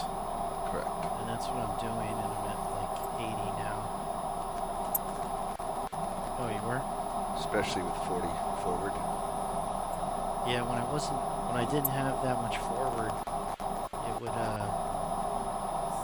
yeah. 40 forward is fine. For whatever reason, it impacts your...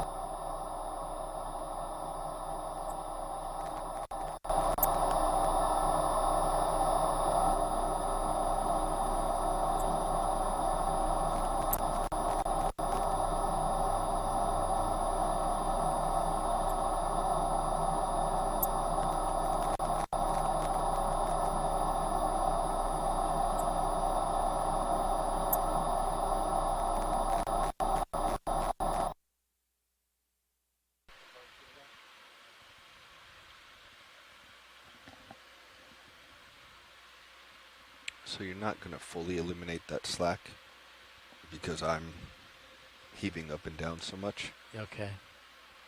It's just the way it is. That, you know, every time I go down like that, it's going to allow a lot of slack.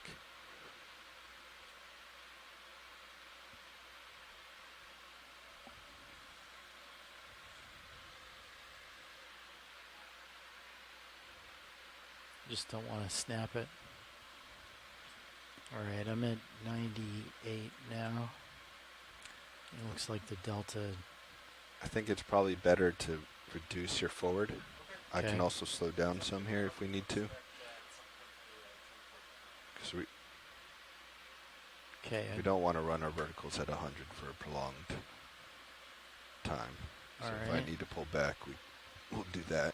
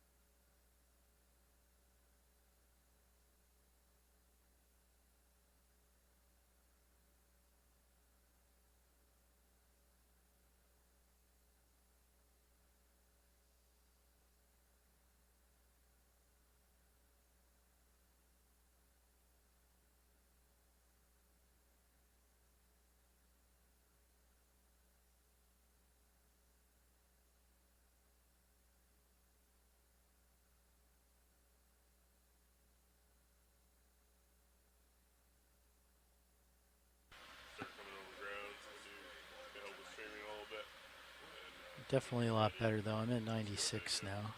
I can back it off a little bit more.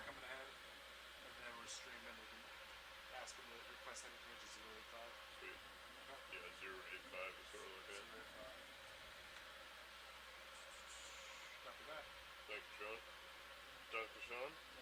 How are we doing, Bones? Looking good?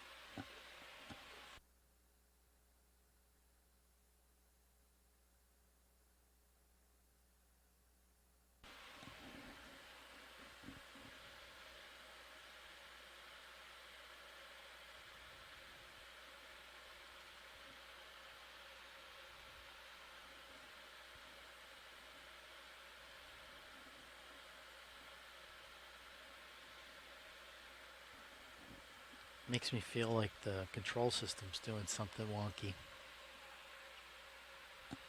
The stutter.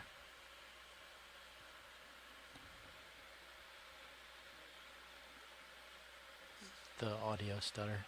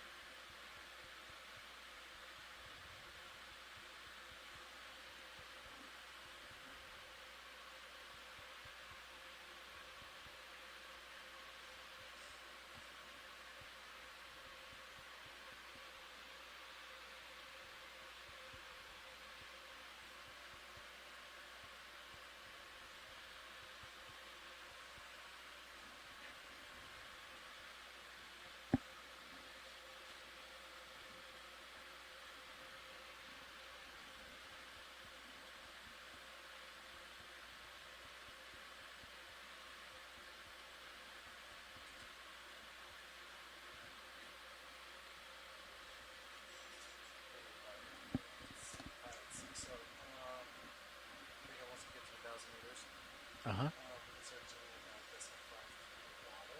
Okay.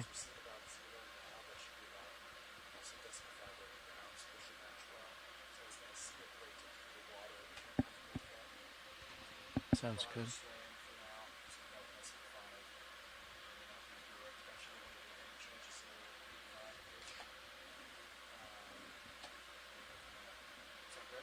Sounds good.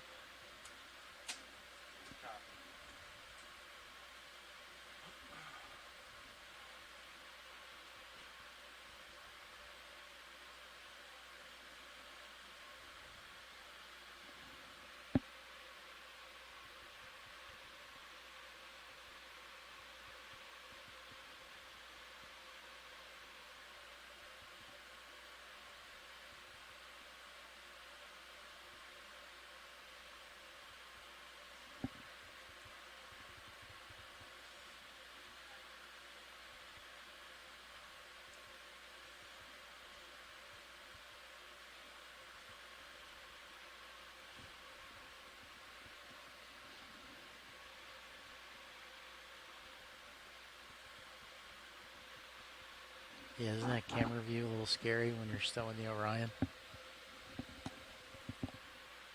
Yeah, comes ramming down into the box. Yep.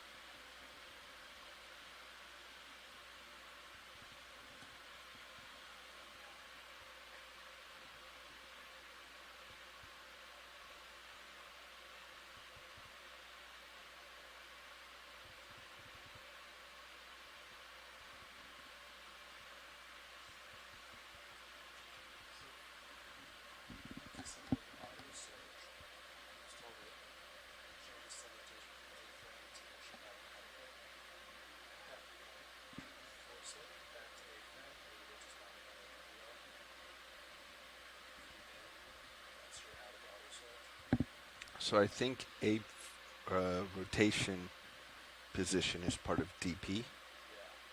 So once they're out of auto surge, they're in joystick mode. I think it's a different system, right? I mean, maybe there's.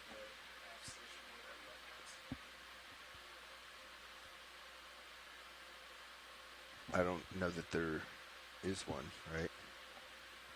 I don't know that you can set a rotation point.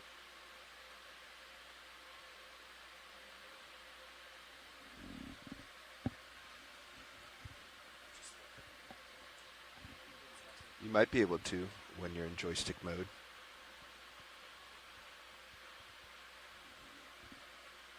It's nice that it works so well. I feel like rotating about the A-frame. Yeah, they did a good job of measuring that into the DP system. 5. Aye. That's good.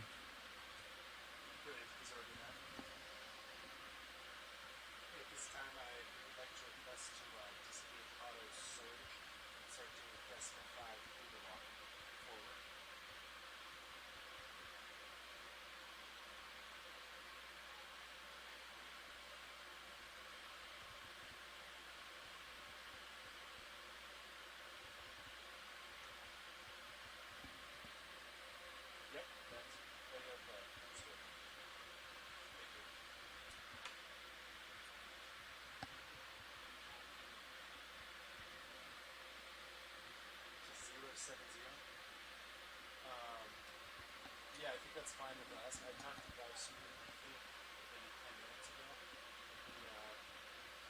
We were heading out at 085. I'm not sure if that was communicated to her.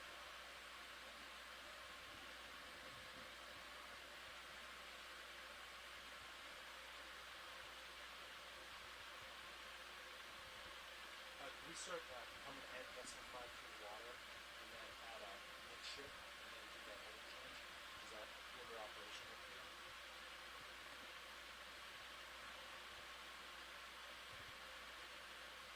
Copy.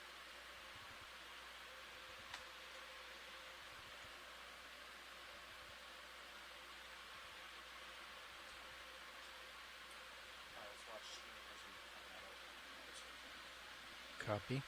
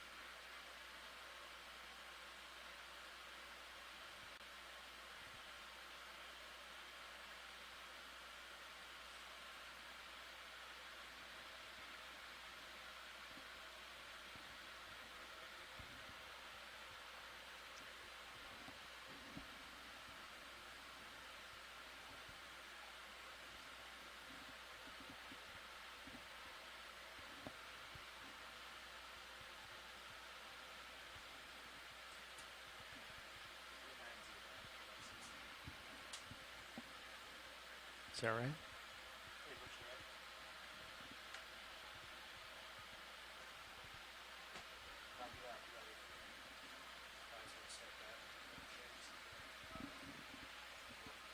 Sounds good, Nav.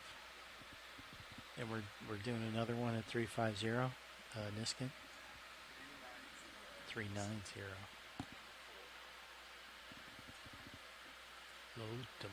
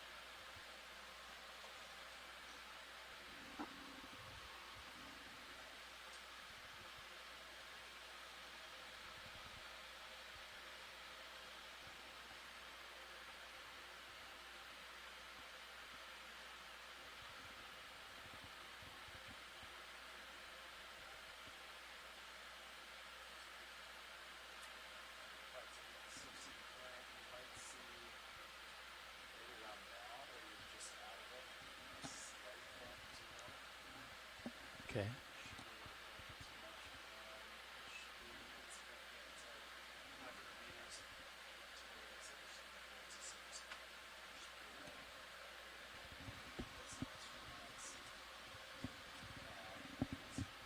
Okay.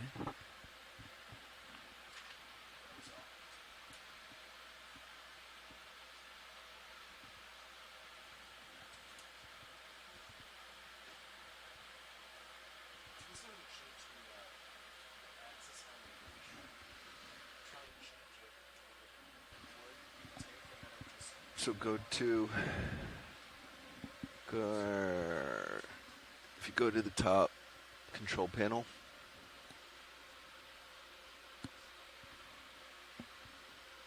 I think that's what that says.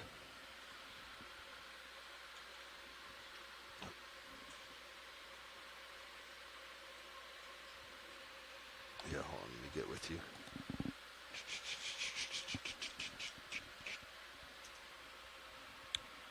Maximize, yep. Click that. There you go. So you can change your display interval there. It's 30 minutes right now. Then say refresh view. And then you can just say control panel minimize. Or exit also works.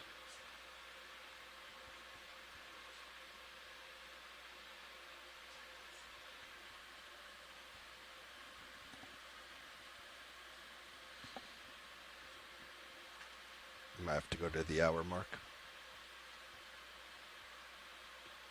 Like HH, right? 1 hour 30.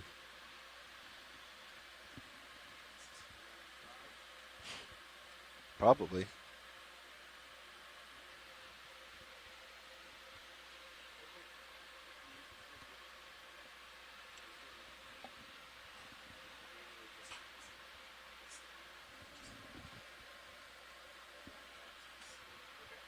They have a new version, a major new version. It's a web app now instead of a desktop application. SCS.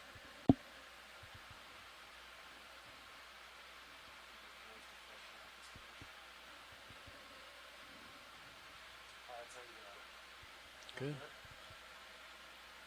Starting to creep up to having to go back up to 90 plus.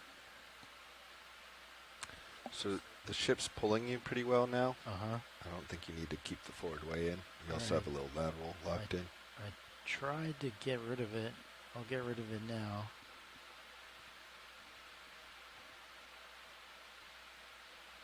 And it was, I saw a couple snaps.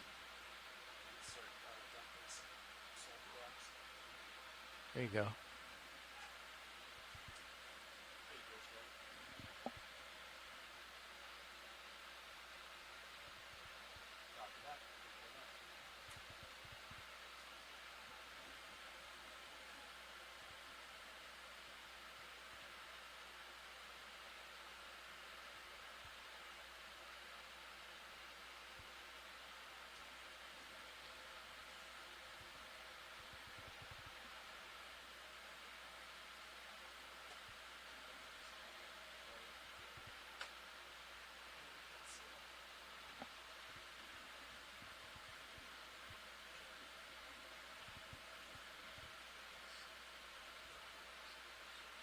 Okay, thank you.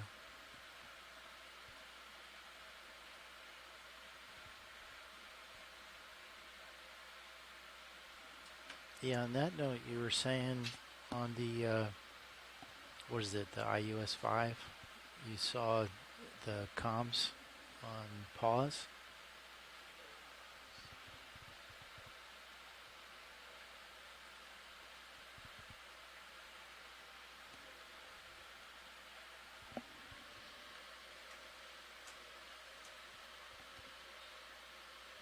Passing 690 meters out, 10 minutes to Niskin.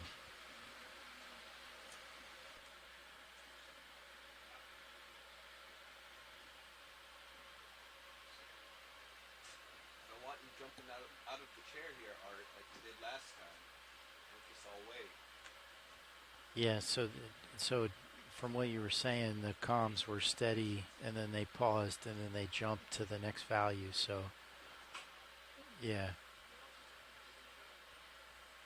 And does that display serial data on the IUS-5 or the Ethernet side?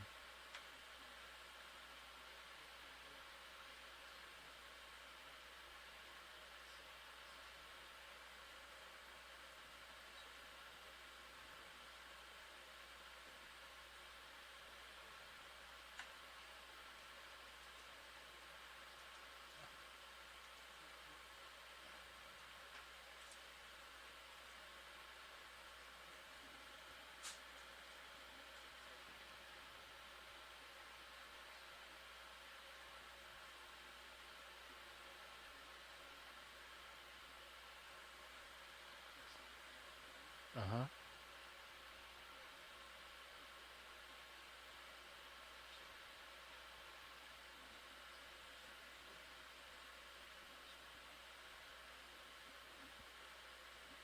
Okay, so that would be a serial break. Well, I guess what I was getting at with the IUS-5, what you saw with the data, like if we can figure out if it's that display comes from the serial side or the Ethernet side, then we know which portion has the issue.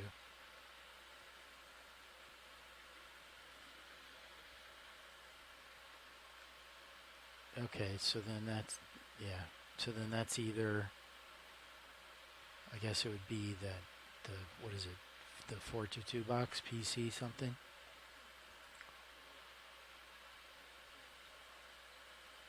Yeah, one of those two.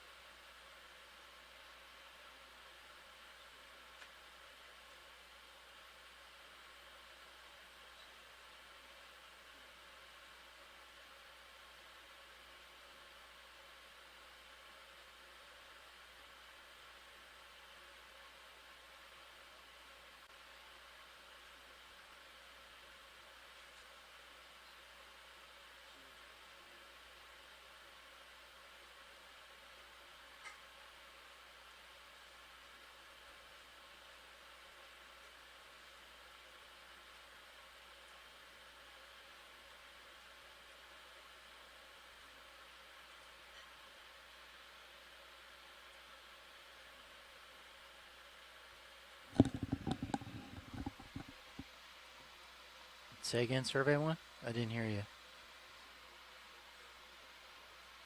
Sure.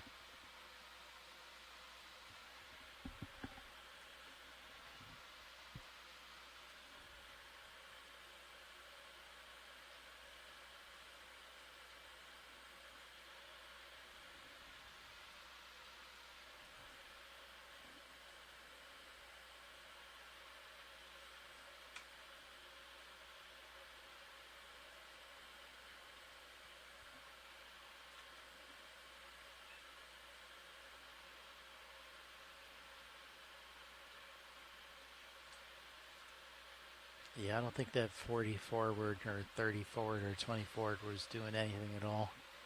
Tether's behaving the exact same way. So it's the heave. Yeah, I think so.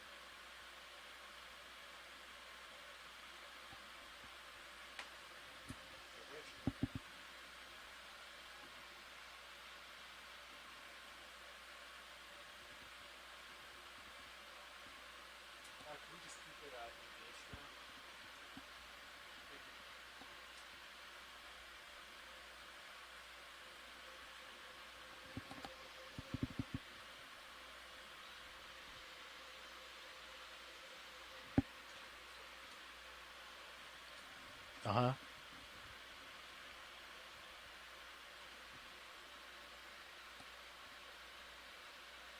So that would be on the Ethernet side. But I don't know if the data comes from the serial side or the Ethernet side. Yeah. The recording system gets it over IP.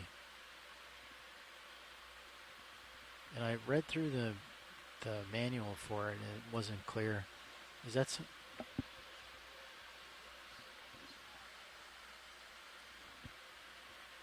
Oh, great! Thank you.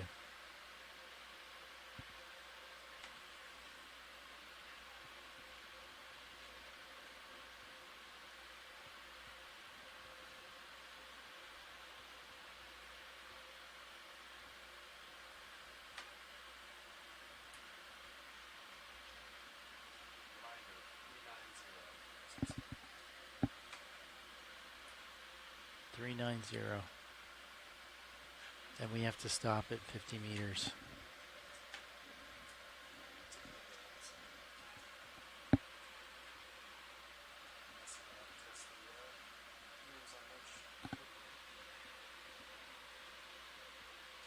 I wish we had a nice simulator.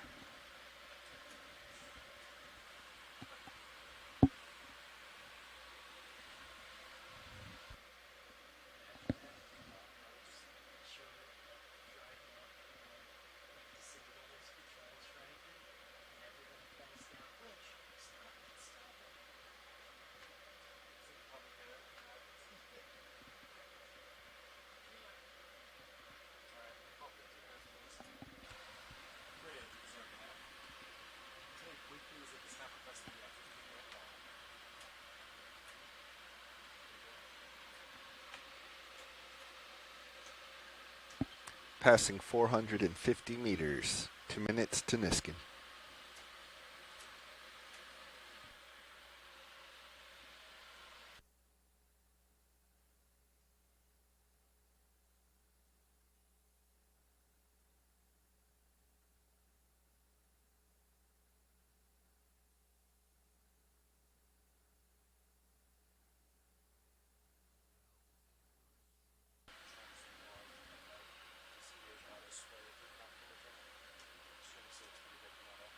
Okay.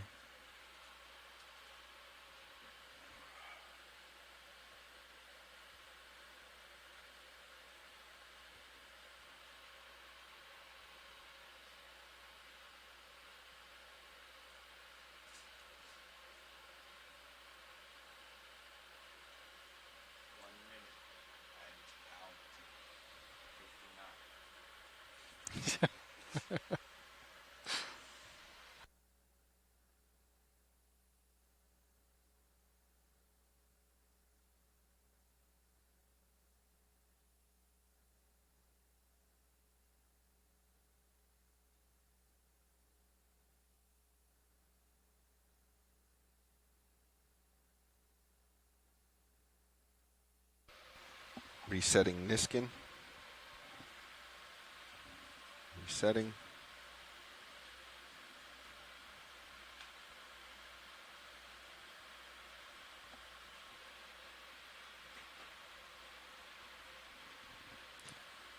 Niskin in 5 meters. 5, 4, 3, 2, 1. 390 now. It's a good Niskin.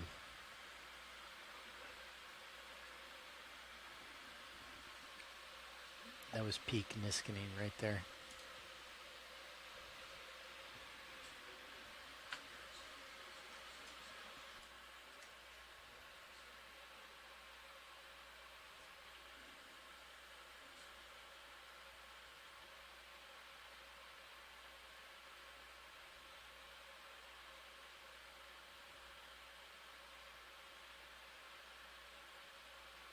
I wonder why that was reading 60 frames, 59.94.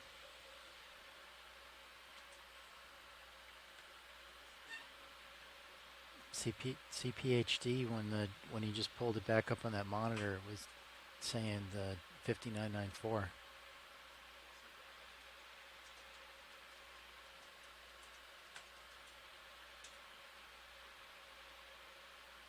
Should be 29.97, right?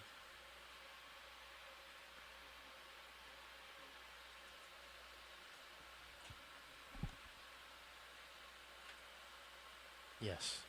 So it's double the number that it should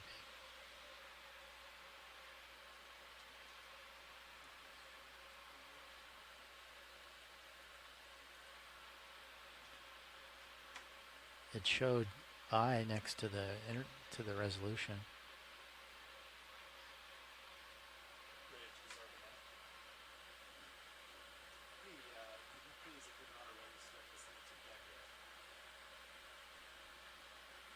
Thank you. Thank you.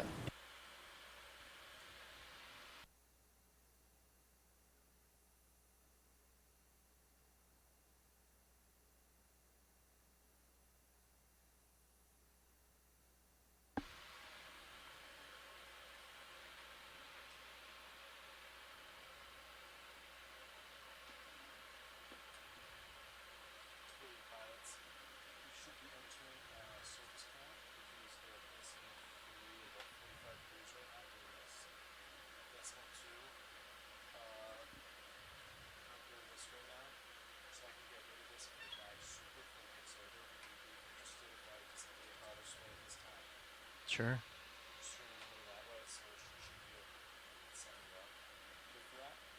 Okay. Go ahead. Yes, would you like us to keep 0 lateral? Sounds good. I'll just disengage auto sway, leave it at 0% drift. Thank you. Thanks.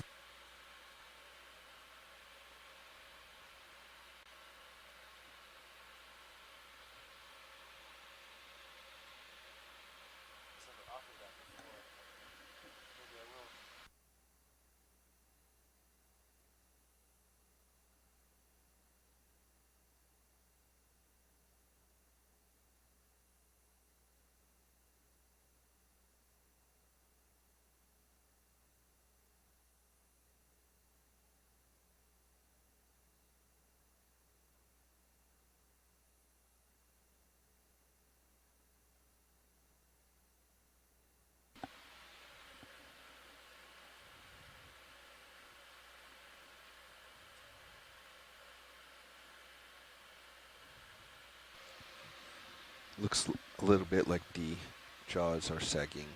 So I'm going to give hydraulics a tuck at 50. Sounds good. Yeah, I got yelled at yesterday about that.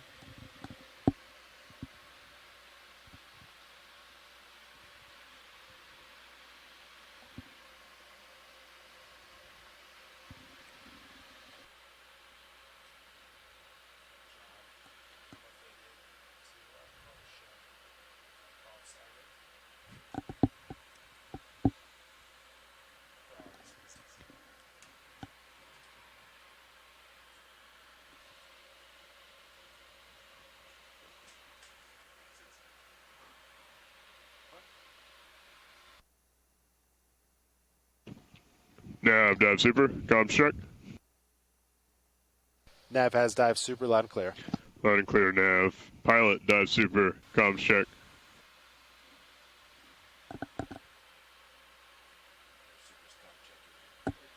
Pilot, dive super, comms check. Pilot has you loud and clear, dive soup. Loud and clear, pilot. Winch, dive super, comms check. I got you, Lima Charlie, no R's. Loud and clear, winch. Deck boss, dive super, comms check. Loud and clear. Loud and clear, deck boss. Bridge, dive super, comms check. Loud and clear. Loud and clear, bridge. Nav, dive super. Dive super is Nav. Can I get an update from your perspective, please? Yes, sir. Vehicles are at about 220 meters coming up. Streaming looks good. Maybe 15 degrees to starboard at the moment. Looking pretty strong. Auto surge and sway are disengaged this time. We're doing 0.5 through the water.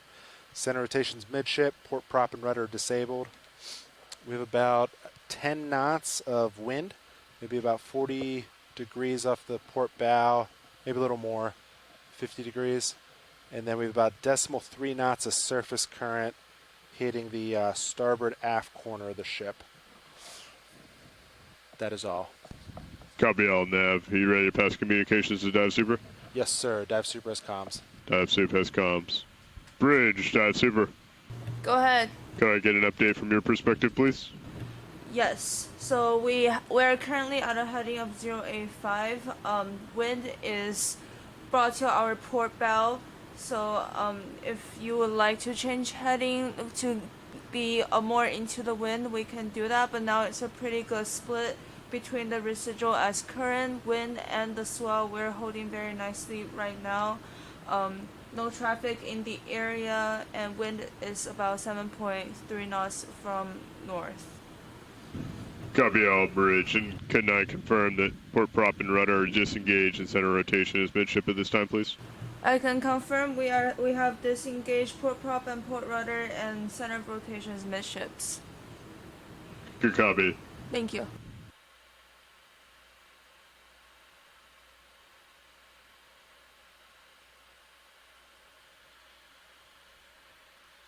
So for the power off sequencing, it's dive super asked me to secure power. I called down to winch. All right, first it's the E-stop. First thing is your center button. Oh, this guy? To power off the vehicles, right? All right. Don't hit it now. Yes, first it's that. Then you'll give me the point. You'll point to me. Okay. I'll turn off actual vehicle power. And at that point, I see the currents go away. Yeah, currents will go away. Then it's hangar E-stop, at which point the green LED will go away, turn off, and then it's winch, knife switch. Okay, so button, signal, my button, your button, then E-stop, then knife switch. Yeah, because when I push this red button, the green one will illuminate. And then until they pull the E-stop, at which point it goes out. Cuts that light out. Correct. And then I say voltages are 0. Yes. Thank you.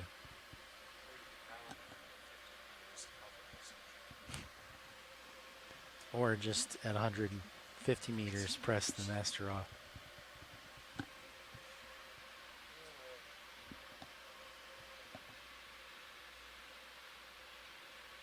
I had to test it to make sure it wasn't stuck down.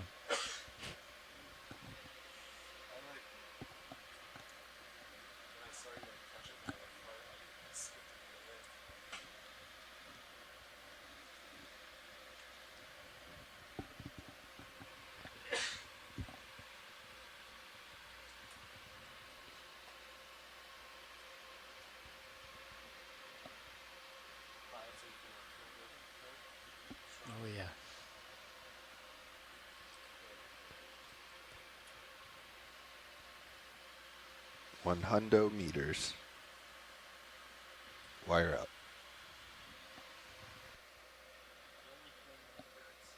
Nav, dive super. Dive super, this is Nav. Just so you're aware, we are passing control of the aft station at this time. Please watch streaming as we do so. We're going to maintain that decimal 5 forward. Good copy. Eyes on.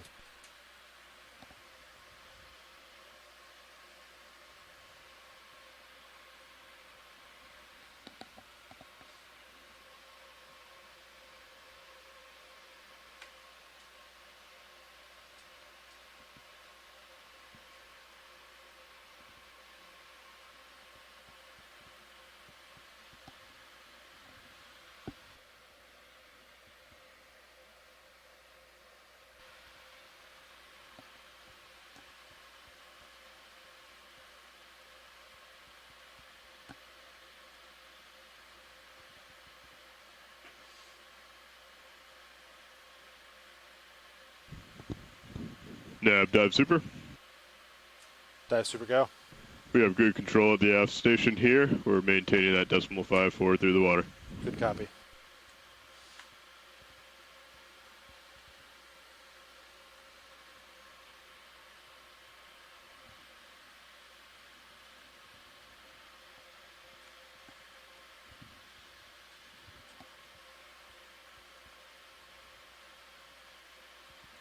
$55 meters, slowing down. Okay. Sounds like you're getting some cavitation.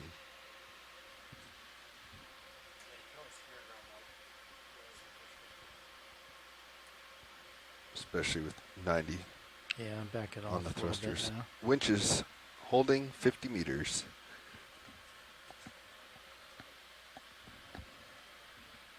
I did notice that. Dive super, vehicles are at 50 meters and holding. Good copy. Good copy, Nav. Winch, dive super. Go ahead, dive super. Could we pass control to the aft station at this time, please? Aft station has control.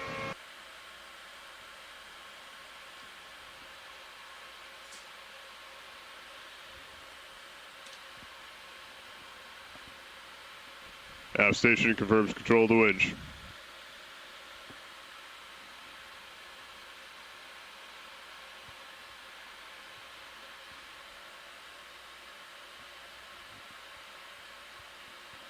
Bridge, dive super. Go ahead. Do we have permission to continue with the recovery? Yes, go ahead. Good copy. Pilot, dive super. Go ahead, dive super. Is the control room ready to continue with the recovery? Control room's ready. All right, let's go ahead and ascend 15 meters per minute up to surface. We'll call out every 10 meters. Ascending.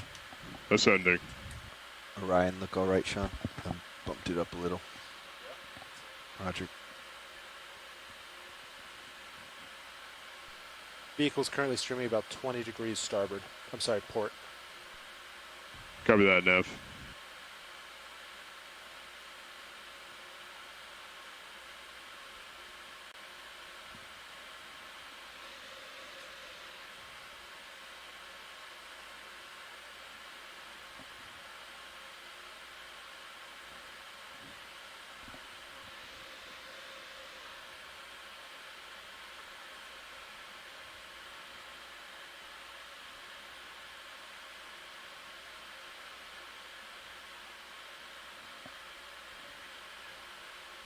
Four 0 meters, wire out.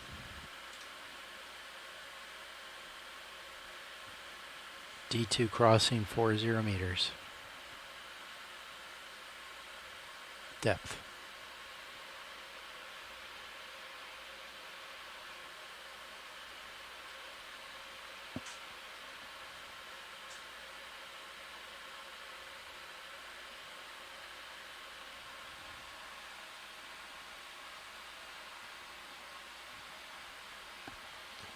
Can we get some light here? Video. 30 meters, wire out. 12 dB gain. Roger. D2 crossing 30 meters.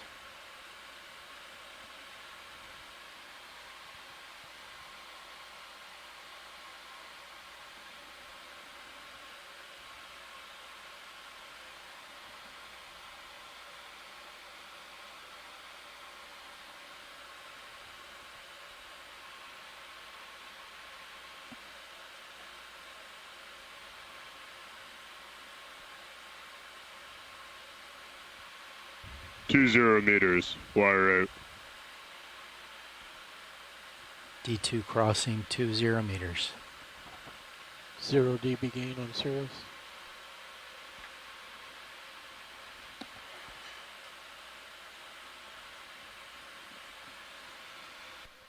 You can switch up the camera's video. Thank you.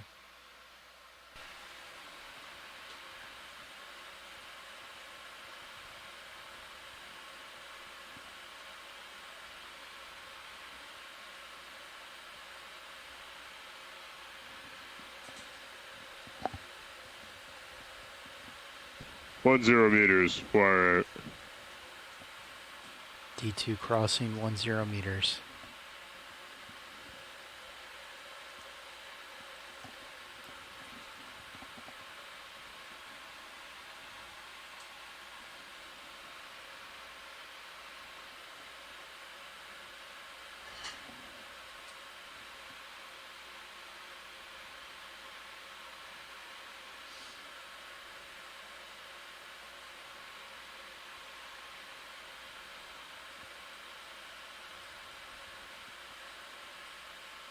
Right, pilot. We have eyes on D2 off to port. We're walking you back center line.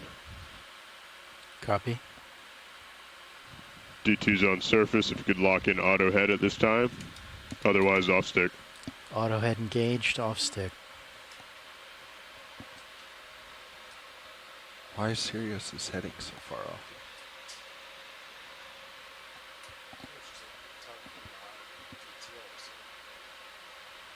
I have it on port camera now. Yeah, do you guys see me? Oh, there we you're way are. off to port. Yep. Good find, Roland.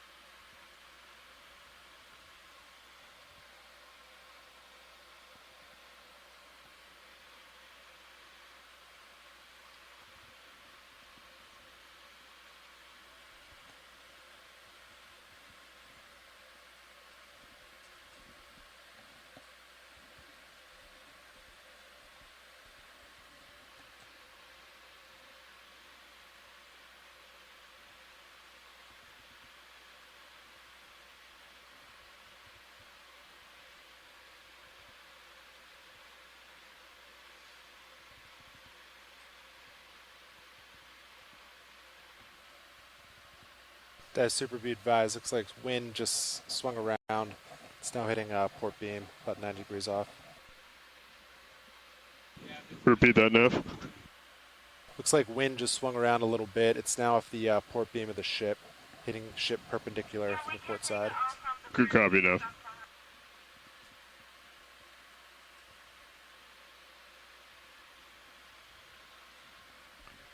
Should I adjust my set point to be reciprocal of the ship? I would as you come over. Okay. Not now, though. I'm trying to, yeah, you're center, so I would Okay. turn now. Okay, dive soup. I'm adjusting the auto heading set point to be reciprocal of ship Good copy, pilot. and off stick. Understood.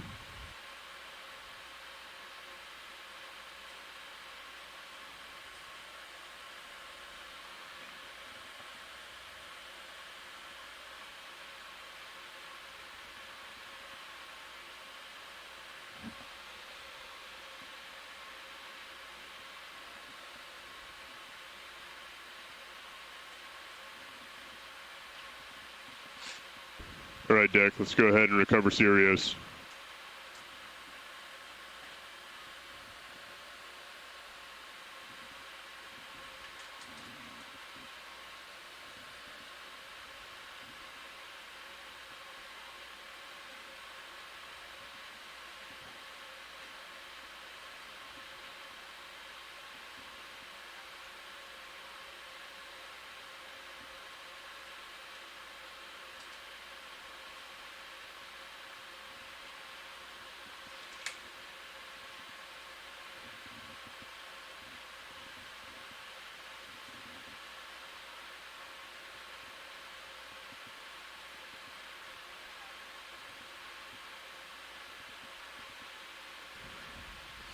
Okay, pilot, please provide some halfway as Sirius comes up and over the side. Understood. Dive Super, be advised, the ship tracking just suddenly jumped on high pack. Understood, there's GPS issues now. Copy.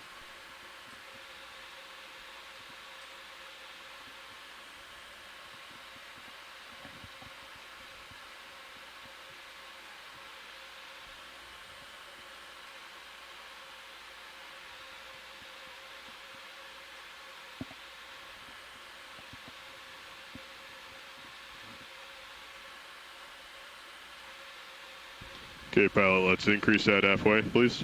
Increasing. It's at 60% right now. Good copy, it looks good, let's maintain.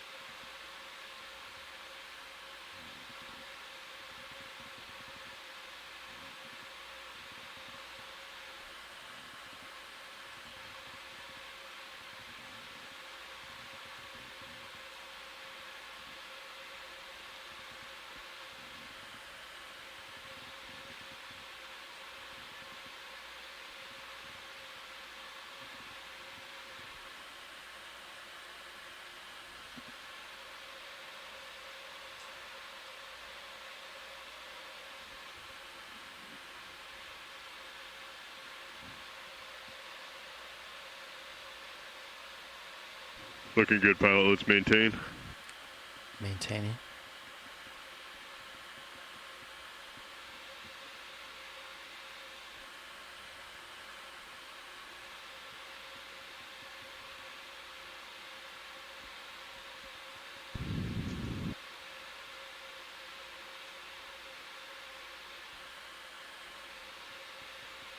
Winch, take back local control.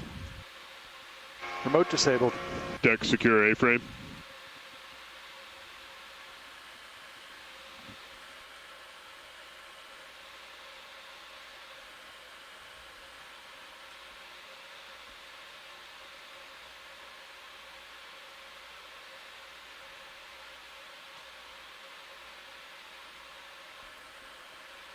Dive Soup, I'm seeing some slack in the... Yeah, you can go ahead and ease off a little, pilot. Okay, easy.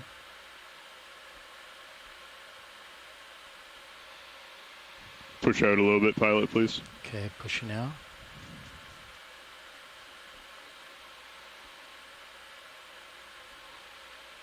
Go ahead and push out a little more, pilot. Pushing out more. I'm at 40% forward. Copy.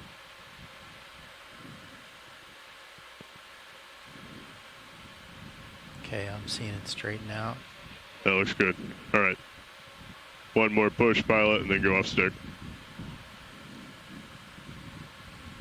Okay, pilot off stick.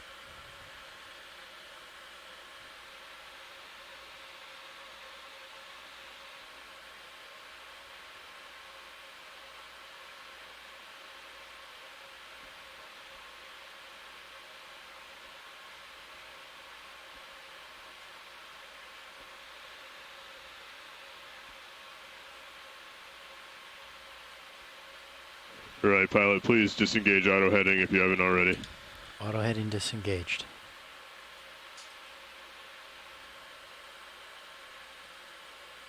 And pilot completely off stick. Pilot off stick, 0 thrust.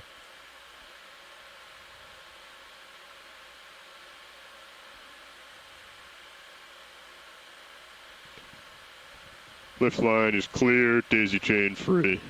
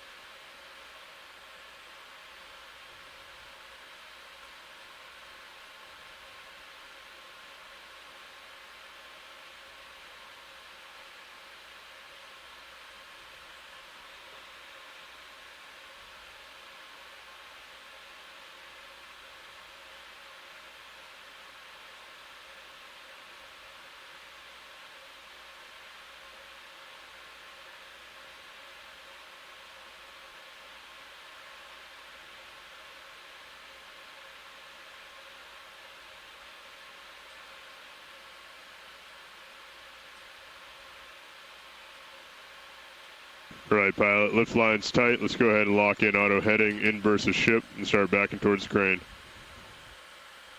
Auto heading engaged, backing towards the crane.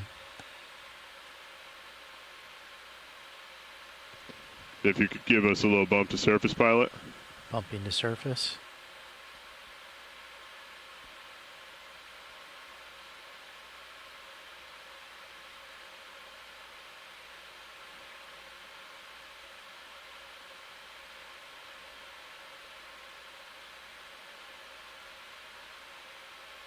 Another bump to surface, pilot.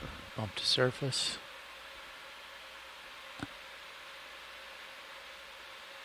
And keep backing. Backing.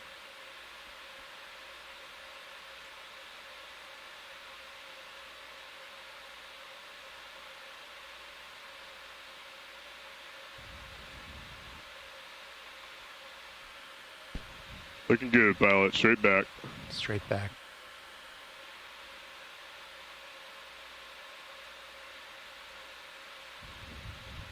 Give us another bump to surface, please, pilot.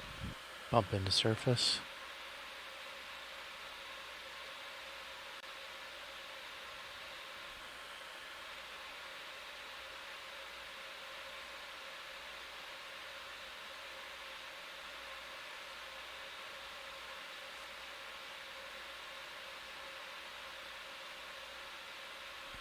I'm backing at 100%. Copy. Let's ease that back here, pilot. Just a little. Backing 70%.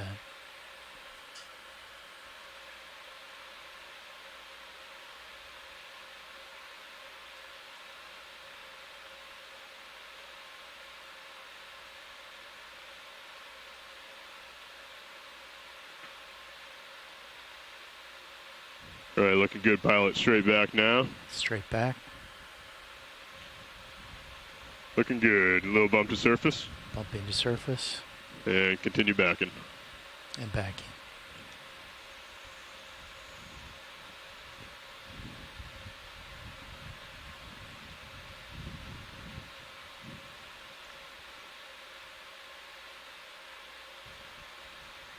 All right, pilot, you're right underneath the crane.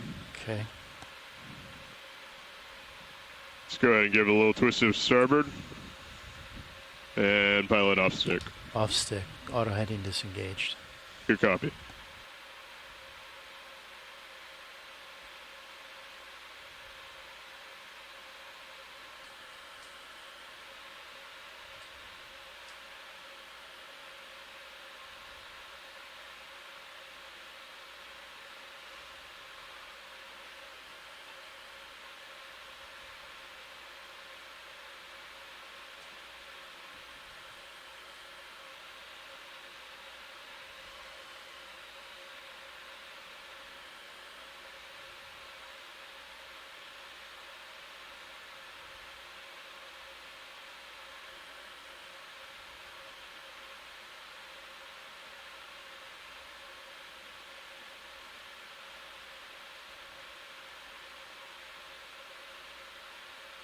Secure power, DevSuit.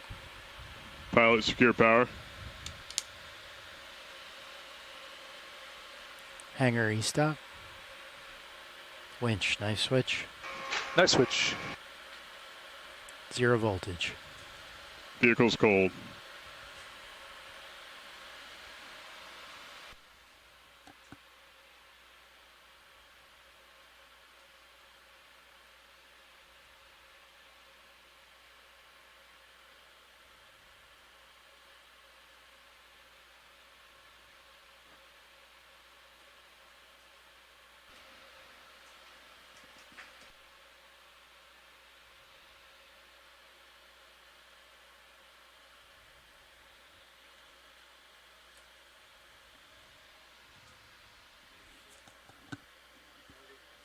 Uh-huh.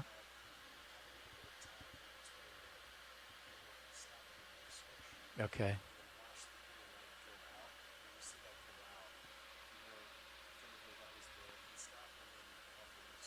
Okay.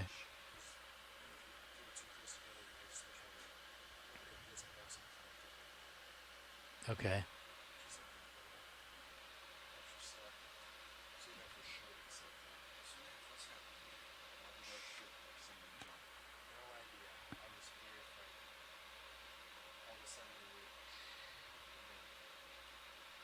I didn't even notice that.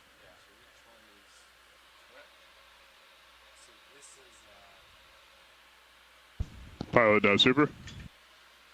Go ahead, dive suit. Trolley straps are going on. Control room's free to wrap up and come down and help with post dives. Roger that, dive suit. Winch, dive super. Go for winch. You're free to secure the HPU at this time and come up and help with post dives. Please leave the fans off until after we're done. Good copy, all dive suit.